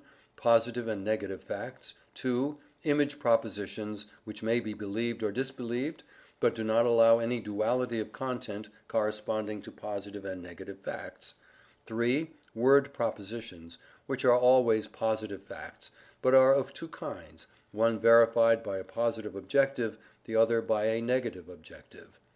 Owing to these complications, the simplest type of correspondence is impossible when either negative facts or negative propositions are involved. Even when we confine ourselves to relations between two terms which are both imaged, it may be impossible to form an image proposition in which the relation of the terms is represented by the same relation of the images. Suppose we say, Caesar was 2,000 years before Foch. We express a certain temporal relation between Caesar and Foch.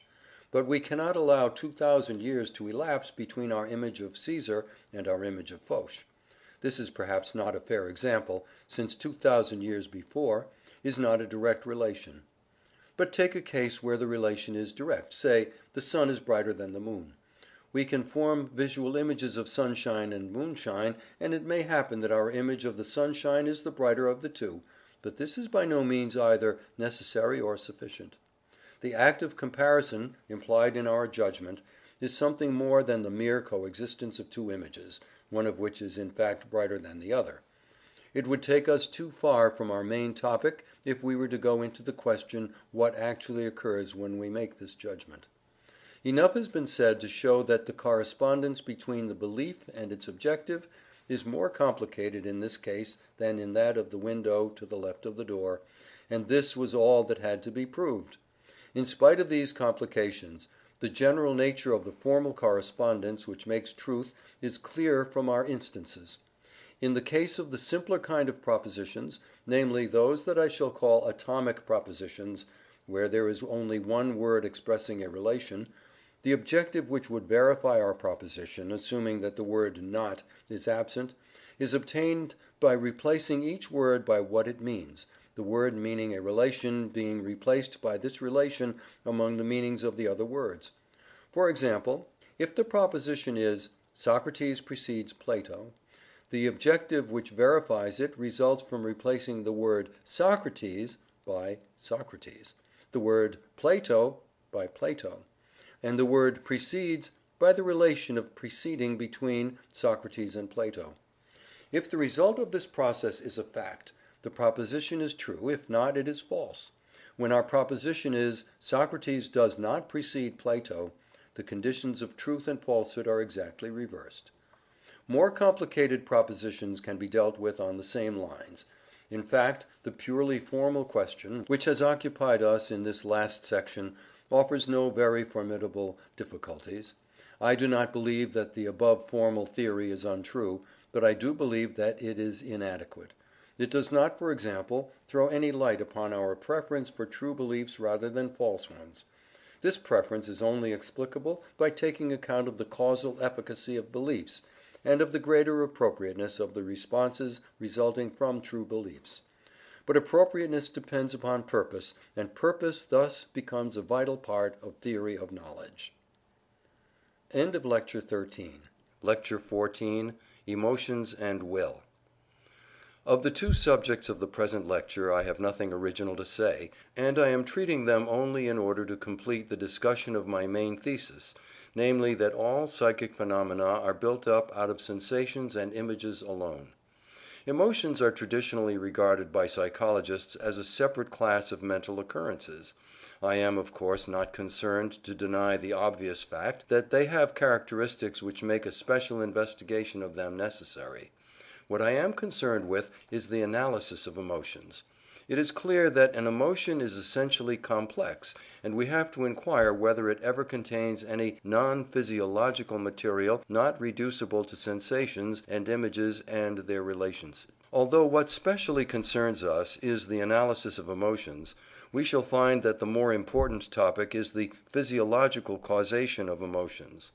This is a subject upon which much valuable and exceedingly interesting work has been done, whereas the bare analysis of emotions has proved somewhat barren. In view of the fact that we have defined perceptions, sensations, and images by their physiological causation, it is evident that our problem of the analysis of the emotions is bound up with the problem of their physiological causation. Modern views of the causation of emotions begin with what is called the James-Lange theory. James states this view in the following terms. Psychology, Volume 2, page 449.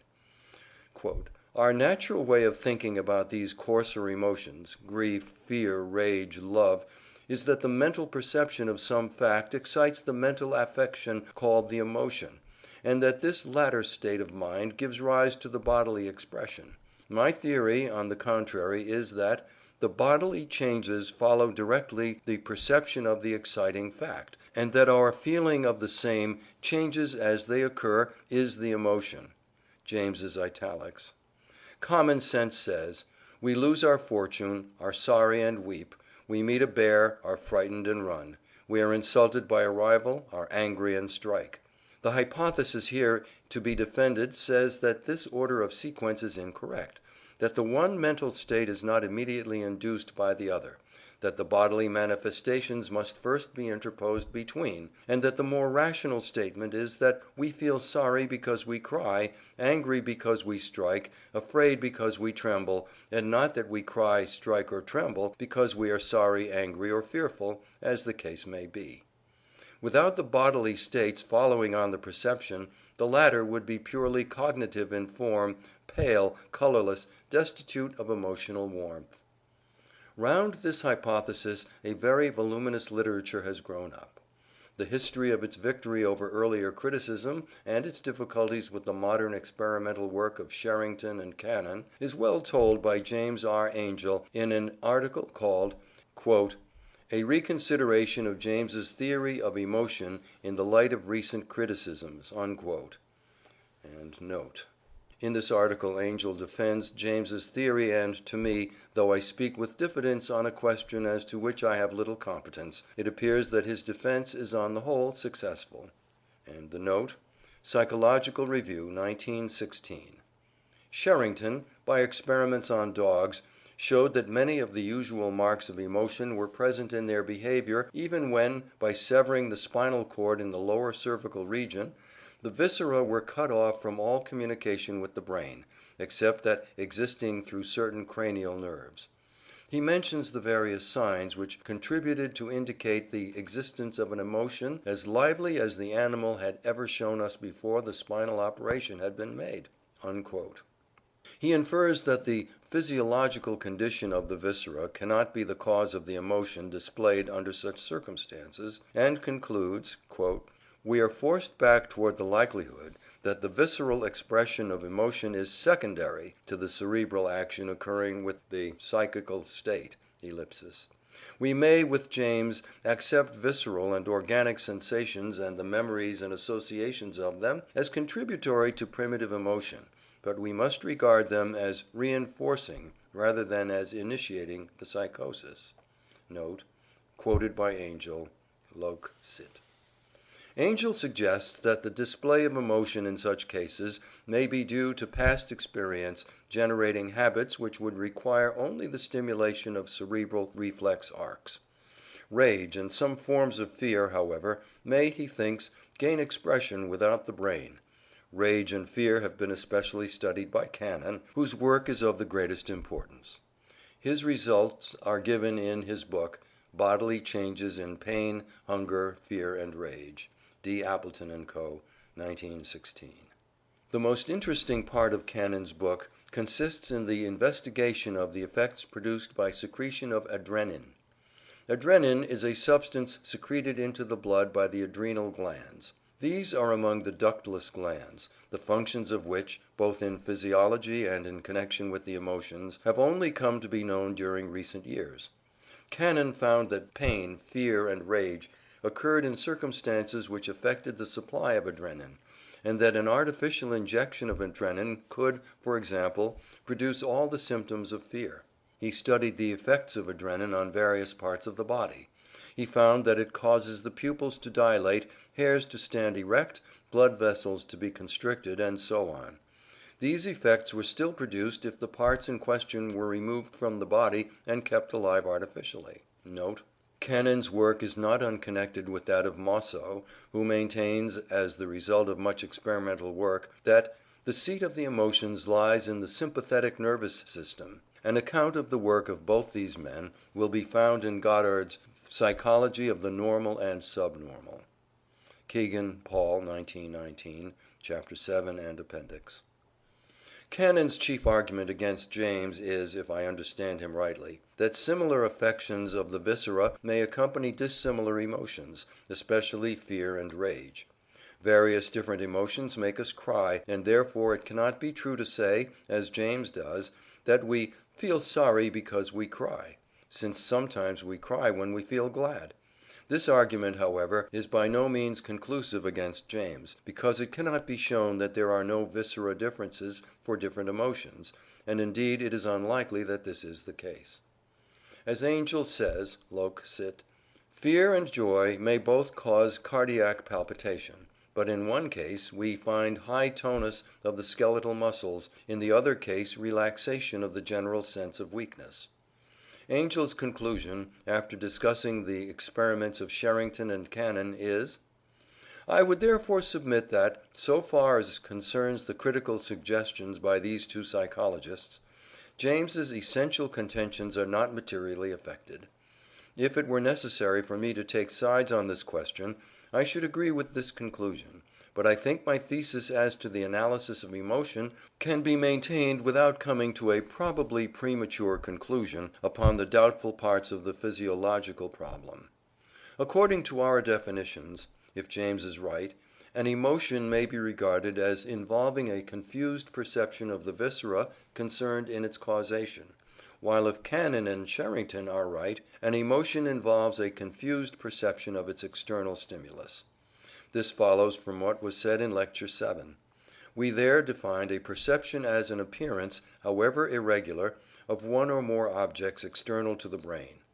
and in order to be an appearance of one or more objects, it is only necessary that the occurrence in question should be connected with them by a continuous chain, and should vary when they are varied sufficiently. Thus the question whether a mental occurrence can be called a perception turns upon the question whether anything can be inferred from it as to its causes outside the brain. If such inference is possible, the occurrence in question will come within our definition of a perception, and in that case, according to the definition in Lecture 8, its non-mnemic elements will be sensations. Accordingly, whether emotions are caused by changes in the viscera or by sensible objects, they contain elements which are sensations according to our definition. An emotion in its entirety is, of course, something much more complex than a perception. An emotion is essentially a process, and it will be only what one may call a cross-section of the emotion that will be a perception of a bodily condition according to James, or, in certain cases, of an external object according to his opponents. An emotion in its entirety contains dynamic elements, such as motor impulses, desires, pleasures, and pains. Desires and pleasures and pains, according to the theory adopted in Lecture 3, are characteristics of processes, not separate ingredients. An emotion, rage for example, will be a certain kind of process, consisting of perceptions and, in general, bodily movements. The desires and pleasures and pains involved are properties of this process, not separate items in the stuff of which the emotion is composed. The dynamic elements in an emotion, if we are right in our analysis, contain, from our point of view, no ingredients beyond those contained in the processes considered in Lecture 3. The ingredients of an emotion are only sensations and images and bodily movements succeeding each other according to a certain pattern. With this conclusion, we may leave the emotions and pass to the consideration of the will. The first thing to be defined when we are dealing with will is a voluntary movement. We have already defined vital movements, and we have maintained that, from a behaviorist standpoint, it is impossible to distinguish which among such movements are reflex and which voluntary. Nevertheless, there certainly is a distinction. When we decide in the morning that it is time to get up, our consequent movement is voluntary. The beating of the heart, on the other hand, is involuntary. We can neither cause it nor prevent it by any decision of our own, except indirectly, as, e.g., by drugs. Breathing is intermediate between the two. We normally breathe without the help of the will, but we can alter or stop our breathing if we choose. James, Psychology, chapter 26, maintains that the only distinctive characteristic of a voluntary act is that it involves an idea of the movement to be performed, made up of memory images of the kinesthetic sensations which we had when the same movement occurred on some former occasion. He points out that on this view no movement can be made voluntary unless it has previously occurred involuntarily. Note Psychology, Volume 2, pages 492 to 493. I see no reason to doubt the correctness of this view. We shall say, then, that movements which are accompanied by kinesthetic sensations tend to be caused by the images of those sensations, and when so caused are called voluntary. Volition, in the emphatic sense, involves something more than voluntary movement. The sort of case I am thinking of is decision after deliberation. Voluntary movements are a part of this, but not the whole. There is, in addition to them, a judgment. This is what I shall do. There is also a sensation of tension during doubt, followed by a different sensation at the moment of deciding. I see no reason whatever to suppose that there is any specifically new ingredient. Sensations and images, with their relations and causal laws, yield all that seems to be wanted for the analysis of the will, together with the fact that kinesthetic images tend to cause the movements with which they are connected. Conflict of desires is of course essential in the causation of the emphatic kind of will. There will be, for a time, kinesthetic images of incompatible movements, followed by the exclusive image of the movement which is said to be willed. This will seem to add no new irreducible ingredient to the analysis of the mind. End of Lecture 14. Lecture 15. Characteristics of mental phenomena. At the end of our journey, it is time to return to the question from which we set out, namely, What is it that characterizes mind as opposed to matter? Or, to state the same question in other terms, how is psychology to be distinguished from physics? The answer provisionally suggested at the outset of our inquiry was that psychology and physics are distinguished by the nature of their causal laws, not by their subject matter. At the same time, we held that there is a certain subject matter, namely images, to which only psychological causal laws are applicable. This subject matter, therefore, we assigned exclusively to psychology. But we found no way of defining images except through their causation. In their intrinsic character, they appeared to have no universal mark by which they could be distinguished from sensations.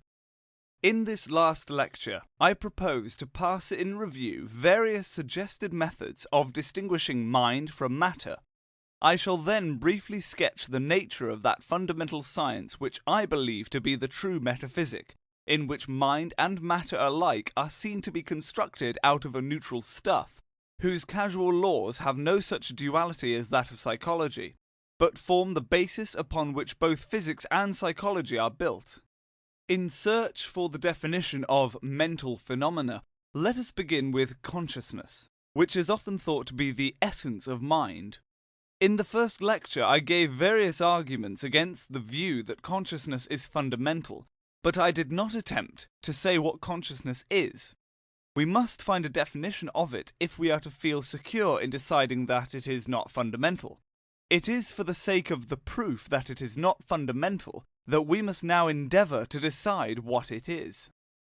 Consciousness, by those who regard it as fundamental, is taken to be a character diffused through our mental life, distinct from sensations and images, memories, beliefs and desires, but present in all of them. Dr. Henry Head, in an article which I quoted in Lecture 3, distinguishing sensations from purely physiological occurrences, says, quote, "Sensation in the strict sense of the term demands the existence of consciousness." End quote. This statement, at first sight, is one to which we feel inclined to assent, but I believe we are mistaken if we do so. Sensation is the sort of thing which we may be conscious, but not a thing of which we must be conscious. We have been led in the course of our inquiry to admit unconscious beliefs and unconscious desires. There is, so far as I can see, no class of mental or other occurrences of which we are always conscious whenever they happen. The first thing to notice is that consciousness must be of something. In view of this, I should define consciousness in terms of that relation of an image of a word to an object which we defined in Lecture 11 as meaning. When a sensation is followed by an image which is a copy of it, I think it may be said that the existence of the image constitutes consciousness of the sensation, provided it is accompanied by that sort of belief which, when we reflect upon it, makes us feel that the image is a sign of something other than itself. This is the sort of belief which, in the case of memory, we expressed in the words, "this occurred," or which, in the case of a judgment of perception, makes us believe in qualities correlated with present sensations, as, example, tactile and visual qualities are correlated. The addition of some element of belief seems required, since mere imagination does not involve consciousness of anything, and there can be no consciousness which is not of something.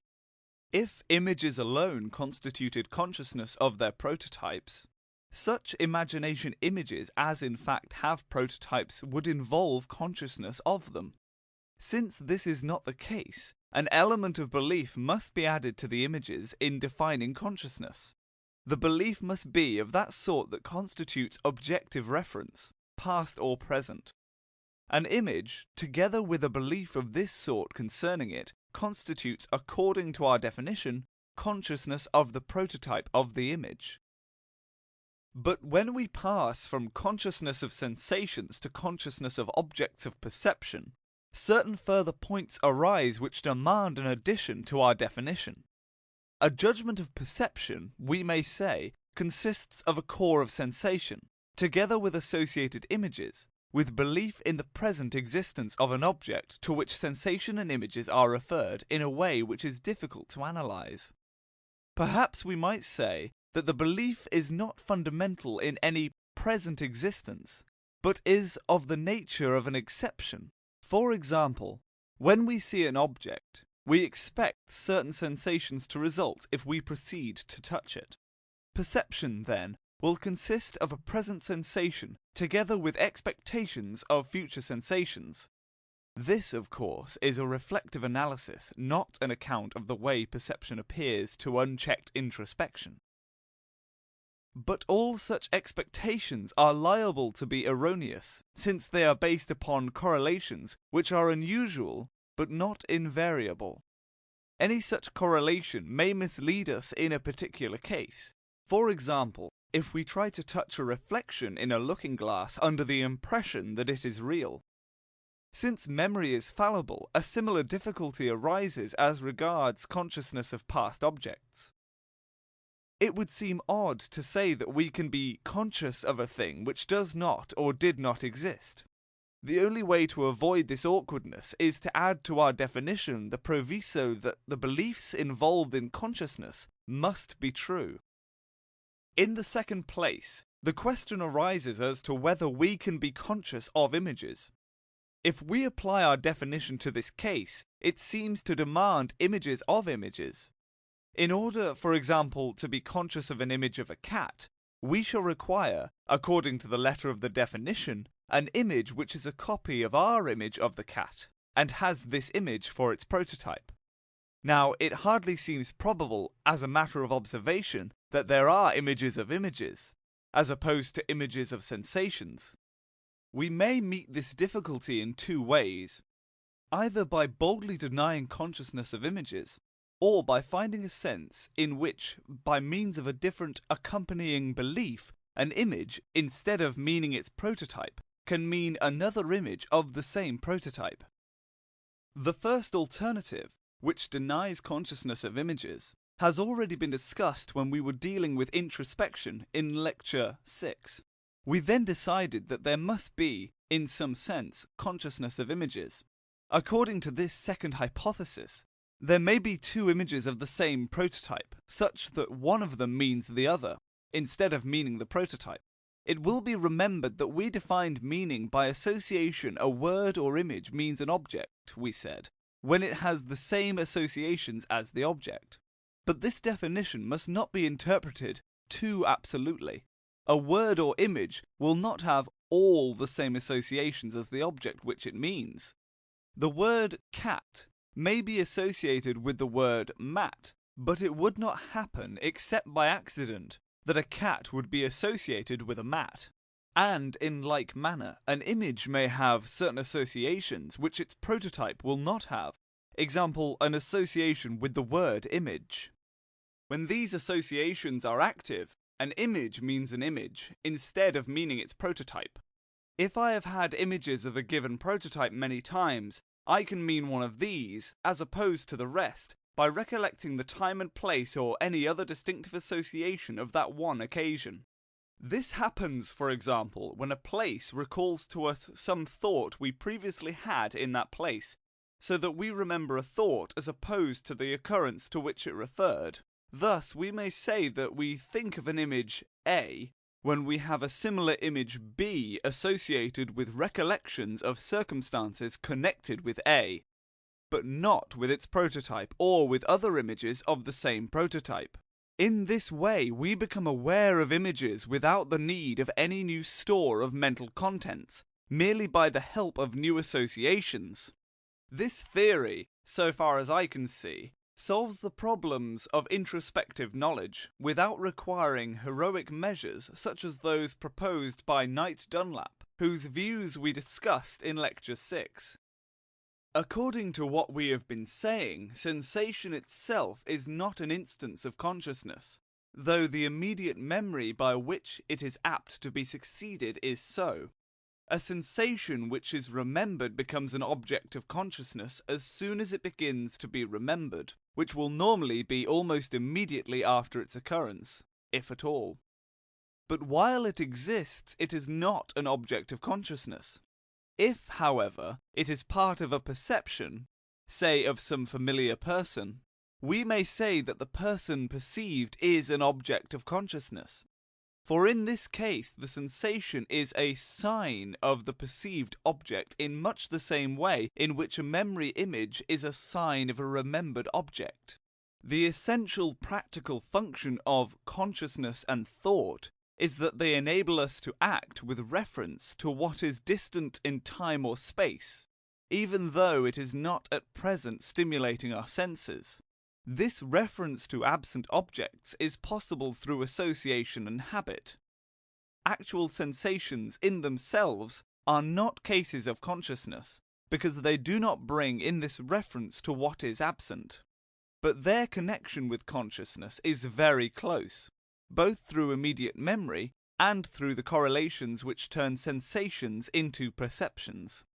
Enough has, I hope, been said to show that consciousness is far too complex and accidental to be taken as the fundamental characteristic of mind. We have seen that belief and images both enter into it. Belief itself, as we saw in an earlier lecture, is complex. Therefore, if any definition of mind is suggested by our analysis of consciousness, images are what would naturally suggest themselves. But since we found that images can only be defined casually, we cannot deal with this suggestion except in connection with the difference between physical and psychological causal laws. I come next to those characteristics of mental phenomena which arise out of mnemic causation. The possibility of action with reference to what is not sensibly present is one of the things that might be held to characterize mind. Let us first take a very elementary example. Suppose you are in a familiar room at night and suddenly the light goes out. You will be able to find your way to the door without much difficulty by means of the picture of the room which you have in your mind. In this case, visual images serve, somewhat imperfectly it is true, the purpose which visual sensations would otherwise serve. The stimulus to the production of visual images is the desire to get out of the room, which, according to what we found in Lecture 3, consists essentially of present sensations and motor impulses caused by them. Again, words heard or read enable you to act with reference to the matters about which they give information. Here, again, a present sensible stimulus, in virtue of habits formed in the past, enables you to act in a manner appropriate to an object which is not sensibly present. The whole essence of the practical efficiency of thought consists in sensitiveness to signs. The sensible presence of A, which is a sign of the present or future existence of B, enables us to act in a manner appropriate to B. Of this, words are the supreme example, since their effects as signs are prodigious, while their intrinsic interest as sensible occurrences on their own account is usually very slight. The operation of signs may or may not be accompanied by consciousness. If a sensible stimulus A calls up an image of B, and we then act with reference to B, we have what may be called consciousness of B. But habit may enable us to act in a manner appropriate to B as soon as A appears, without ever having an image of B. Although A operates as a sign, it operates without the help of consciousness. Broadly speaking, a very familiar sign tends to operate directly in this manner, and the intervention of consciousness marks an imperfectly established habit. The power of acquiring experience, which characterizes men and animals, is an example of the general law that, in mnemic causation, the causal unit is not one event at one time, but two or more events at two or more times. And a burnt child fears the fire.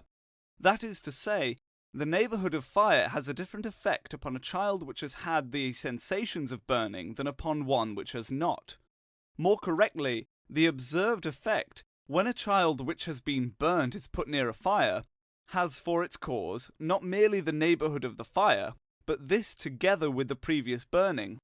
The general formula, when an animal has acquired experience through some event A, is that when B occurs at some future time, the animal to which A has happened acts differently from an animal which A has not happened.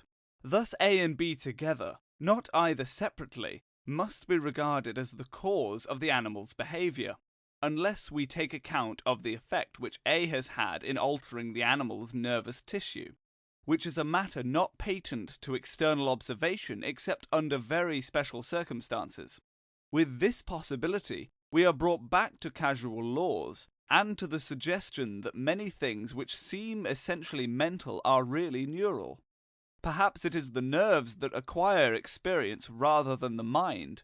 If so, the possibility of acquiring experience cannot be used to define mind.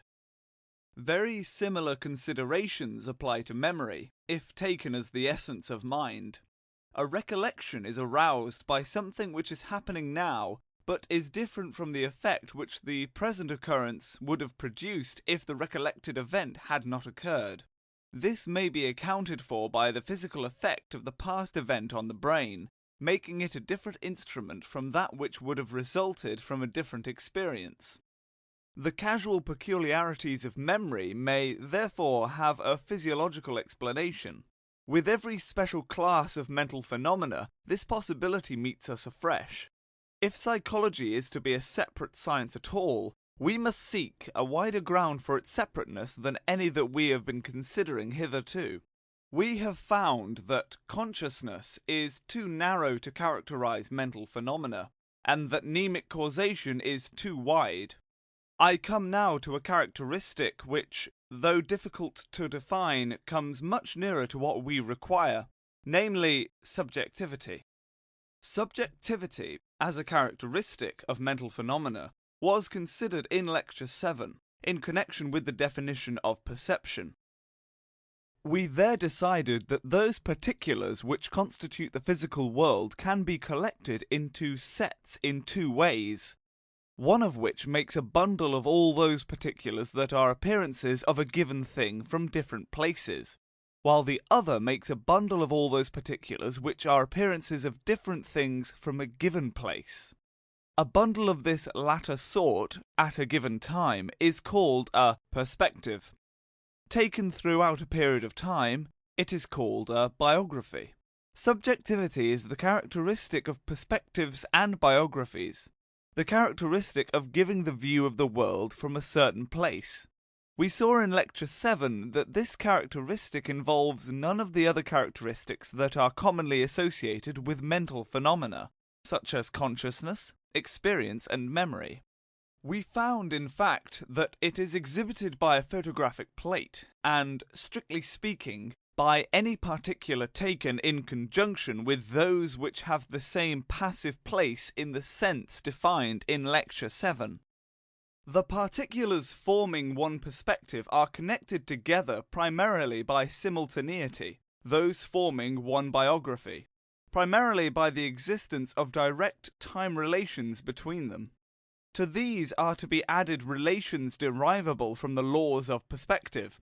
In all this, we are clearly not in the region of psychology, as commonly understood, yet we are also hardly in the region of physics, and the definition of perspectives and biographies, though it does not yet yield anything that would be commonly called mental, is presupposed in mental phenomena. For example, in mnemic causation, the causal unit in mnemic causation, which gives rise to Semon's engram, is the whole of one perspective, not of any perspective, but of a perspective in a place where there is nervous tissue, or at any rate living tissue of some sort. Perception also, as we saw, can only be defined in terms of perspectives.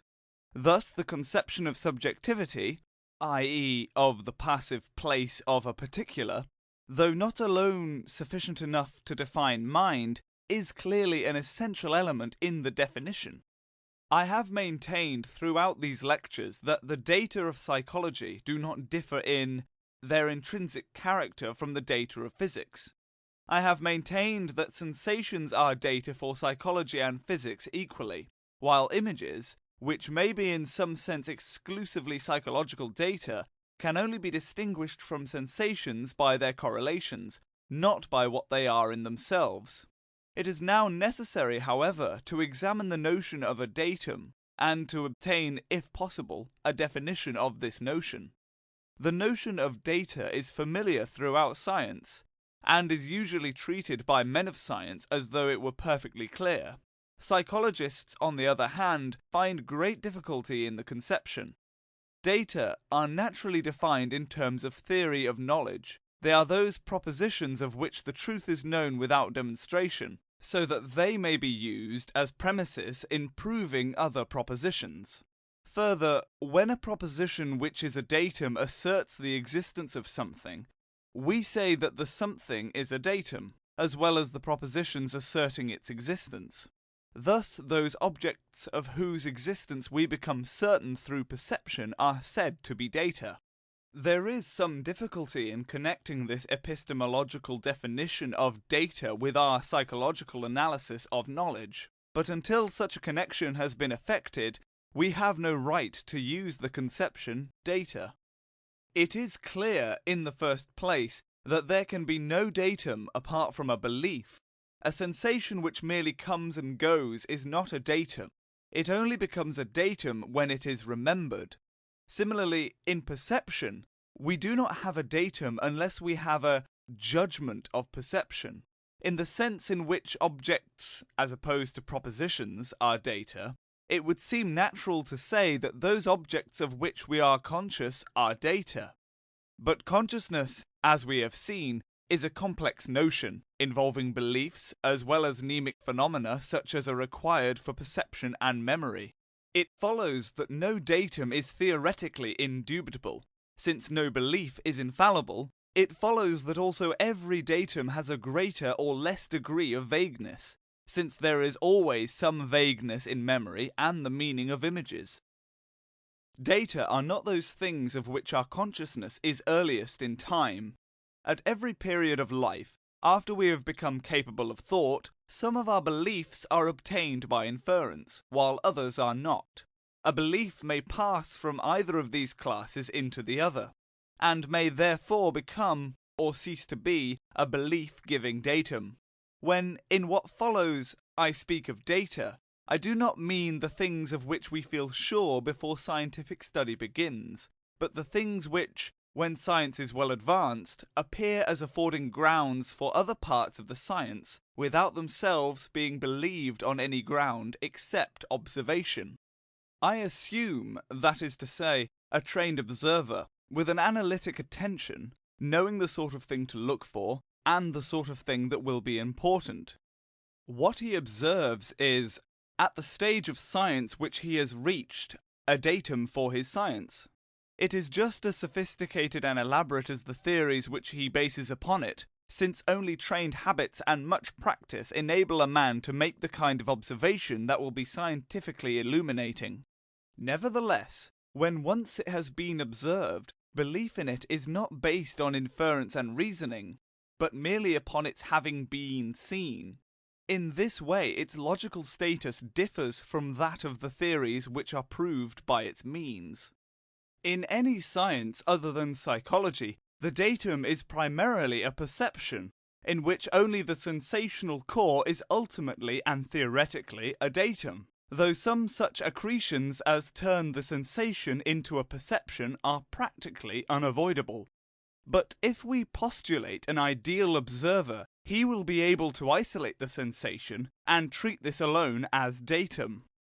There is, therefore, an important sense in which we may say that, if we analyze as much as we ought, our data, outside psychology, consist of sensations which include within themselves certain spatial and temporal relations. Applying this remark to physiology, we see that the nerves and brain as physical objects are not truly data.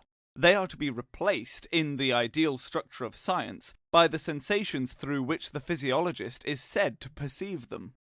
The passage from these sensations to nerves and brain as physical objects belongs really to the initial stage in the theory of physics, and ought to be placed in the reasoned part, not in the part supposed to be observed.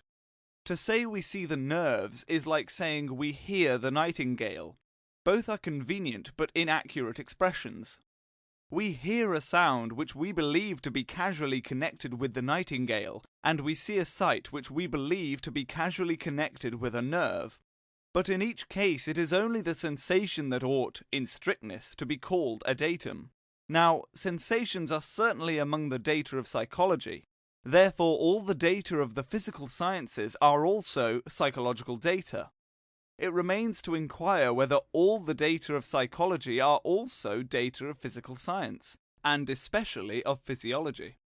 If we have been right in our analysis of mind, the ultimate data of psychology are only sensations and images and their relations. Beliefs, desires, volitions, and so on appeared to us to be complex phenomena consisting of sensations and images variously interrelated. Thus, apart from certain relations, the occurrences which seem most distinctively mental and furthest removed from physics are, like physical objects, constructed or inferred, not part of the original stock of data in the perfected science. From both ends, therefore, the difference between physical and psychological data is diminished. Is there ultimately no difference? Or do images remain as irreducibly and exclusively psychological? In view of the casual definition of the difference between images and sensations, this brings us to a new question, namely, are the casual laws of psychology different from those of any other science? Or are they really physiological? Certain ambiguities must be removed before this question can be adequately discussed. First, there is the distinction between rough approximate laws and such as appear to be precise and general. I shall return to the former presently. It is the latter that I wish to discuss now. Matter, as defined at the end of Lecture 5, is a logical fiction, invented because it gives a convenient way of stating casual laws. Except in cases of perfect regularity in appearances, of which we can have no experience, the actual appearances of a piece of matter are not members of that ideal system of regular appearances which is defined as being the matter in question. But the matter is, after all, inferred from its appearances, which are used to verify physical laws. Thus, in so far as physics is an empirical and verifiable science, it must assume or prove that the inference from appearances to matter is, in general, legitimate, and it must be able to tell us more or less what appearances to expect. It is through this question of verifiability and empirical applicability to experience that we are led to a theory of matter such as I advocate. From the consideration of this question, it results that physics, insofar as it is an empirical science, not a logical fantasy, is concerned with particulars of just the same sort as those with psychology considers under the name of sensations. The casual laws of physics, so interpreted, differ from those of psychology only by the fact that they connect a particular with other appearances in the same piece of matter, rather than with other appearances in the same perspective. That is to say, they group together particulars having the same active place, while psychology groups together those having the same passive place. Some particulars, such as images, have no active place, and therefore belong exclusively to psychology. We can now understand the distinction between physics and psychology. The nerves and brain are matter. Our visual sensations when we look at them may be, and I think are, members of the system constituting irregular appearances of this matter, but are not the whole of the system.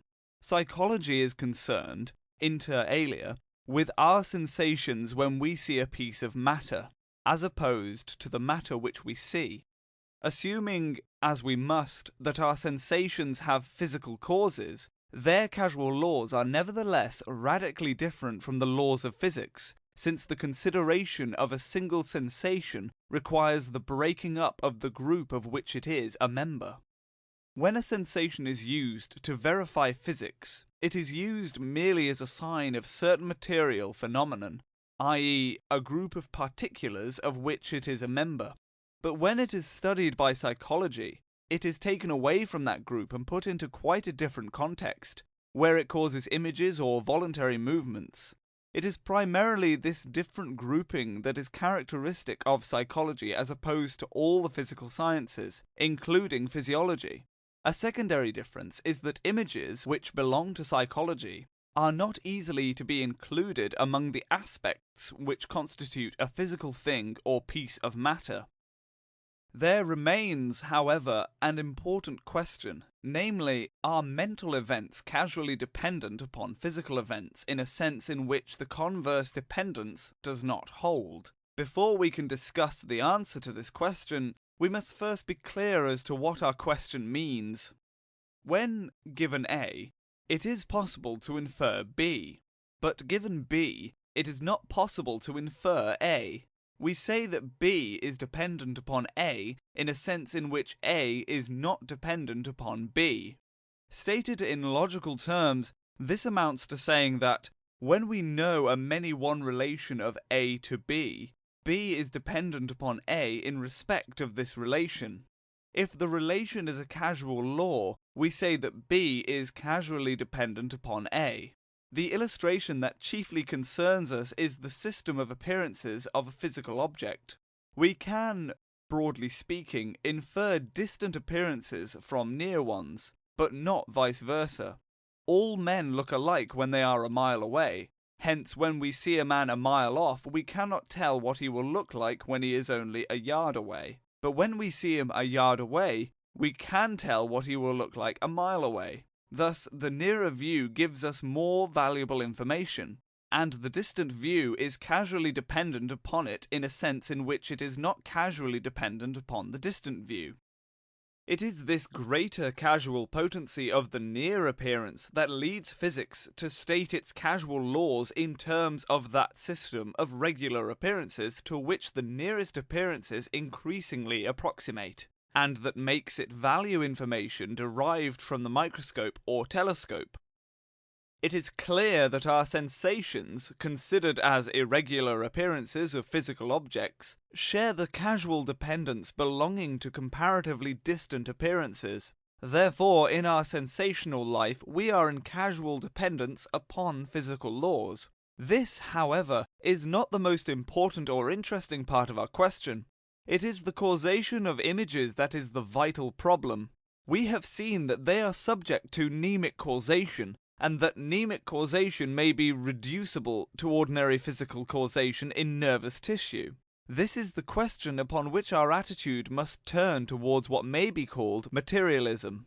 One sense of materialism is the view that all mental phenomena are causally dependent upon physical phenomena in the above defined sense of causal dependence. Whether this is the case or not, I do not profess to know.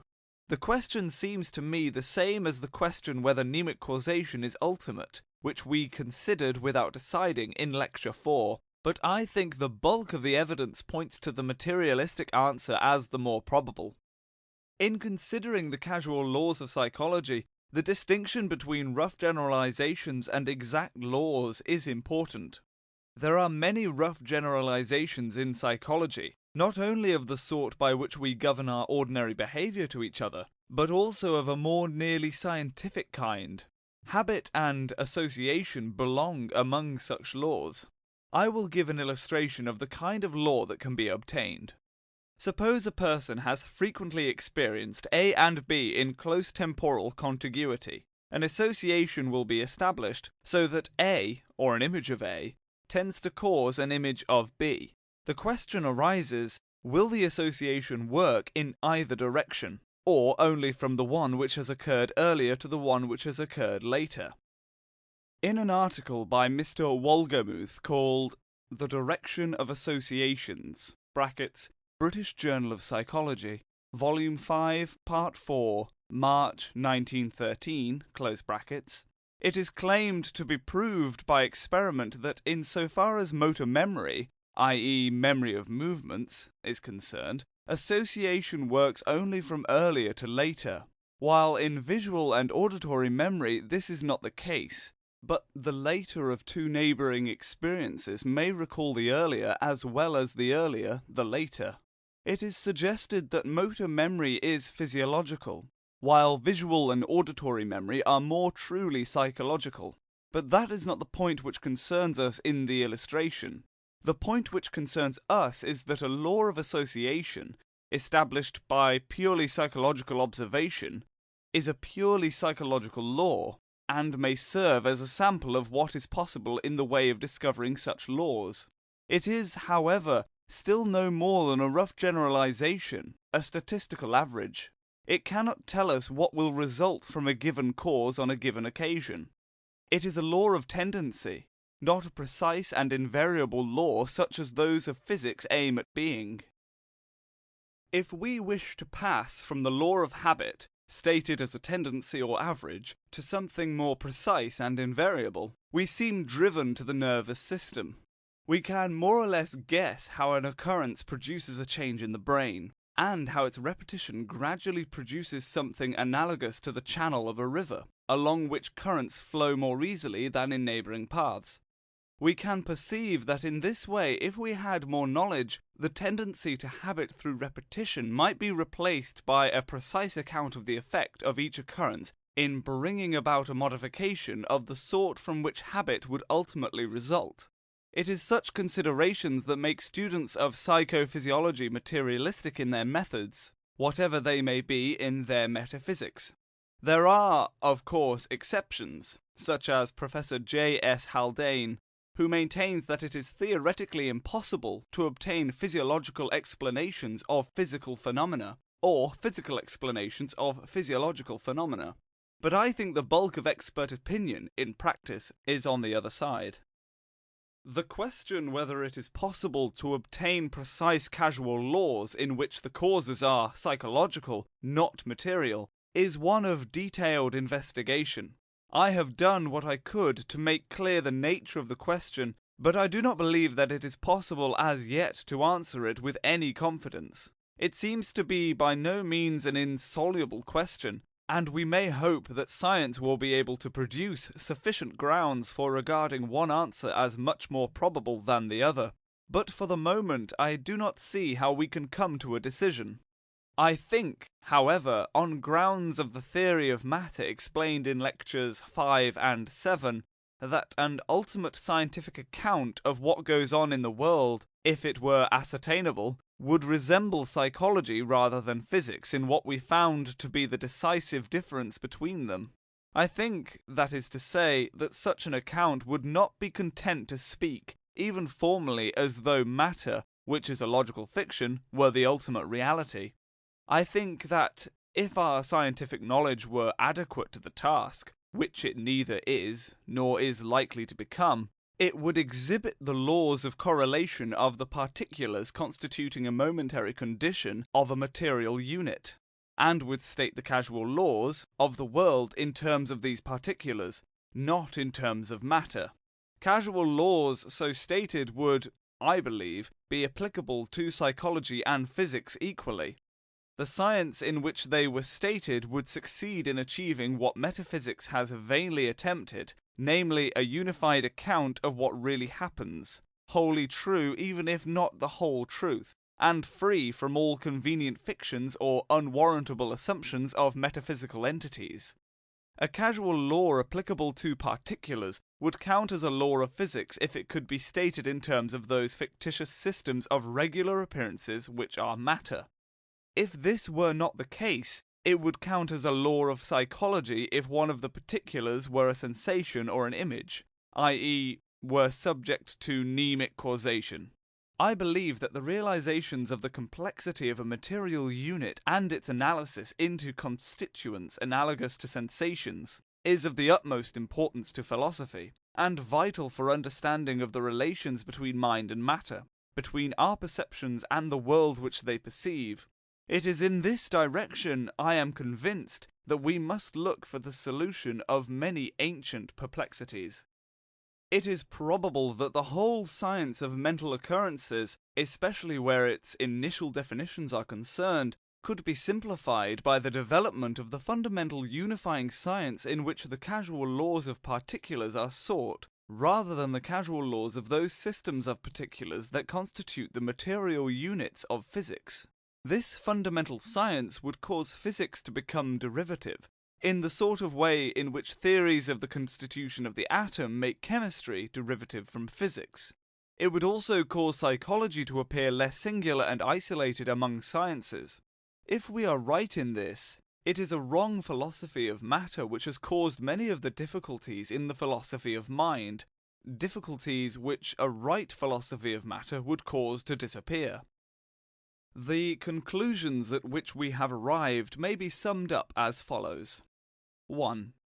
Physics and psychology are not distinguished by their material. Mind and matter alike are logical constructions. The particulars out of which they are constructed, or from which they are inferred, have various relations, some of which are studied by physics, others by psychology. Broadly speaking, physics group particulars by their active places, psychology by their passive places. 2. The two most essential characteristics of the causal laws which would naturally be called psychology are subjectivity and mnemic causation. These are not unconnected, since the causal unit in mnemic causation is the group of particulars having a given passive place at a given time, and it is by this manner of grouping that subjectivity is defined. 3. Habit, memory, and thought are all developments of mnemic causation. It is probable, though not certain, that mnemic causation is derivative from ordinary physical causation in nervous and other tissue. 4. Consciousness is a complex and far from universal characteristic of mental phenomena. 5. Mind is a matter of degree, chiefly exemplified in number and complexity of habits. And 6.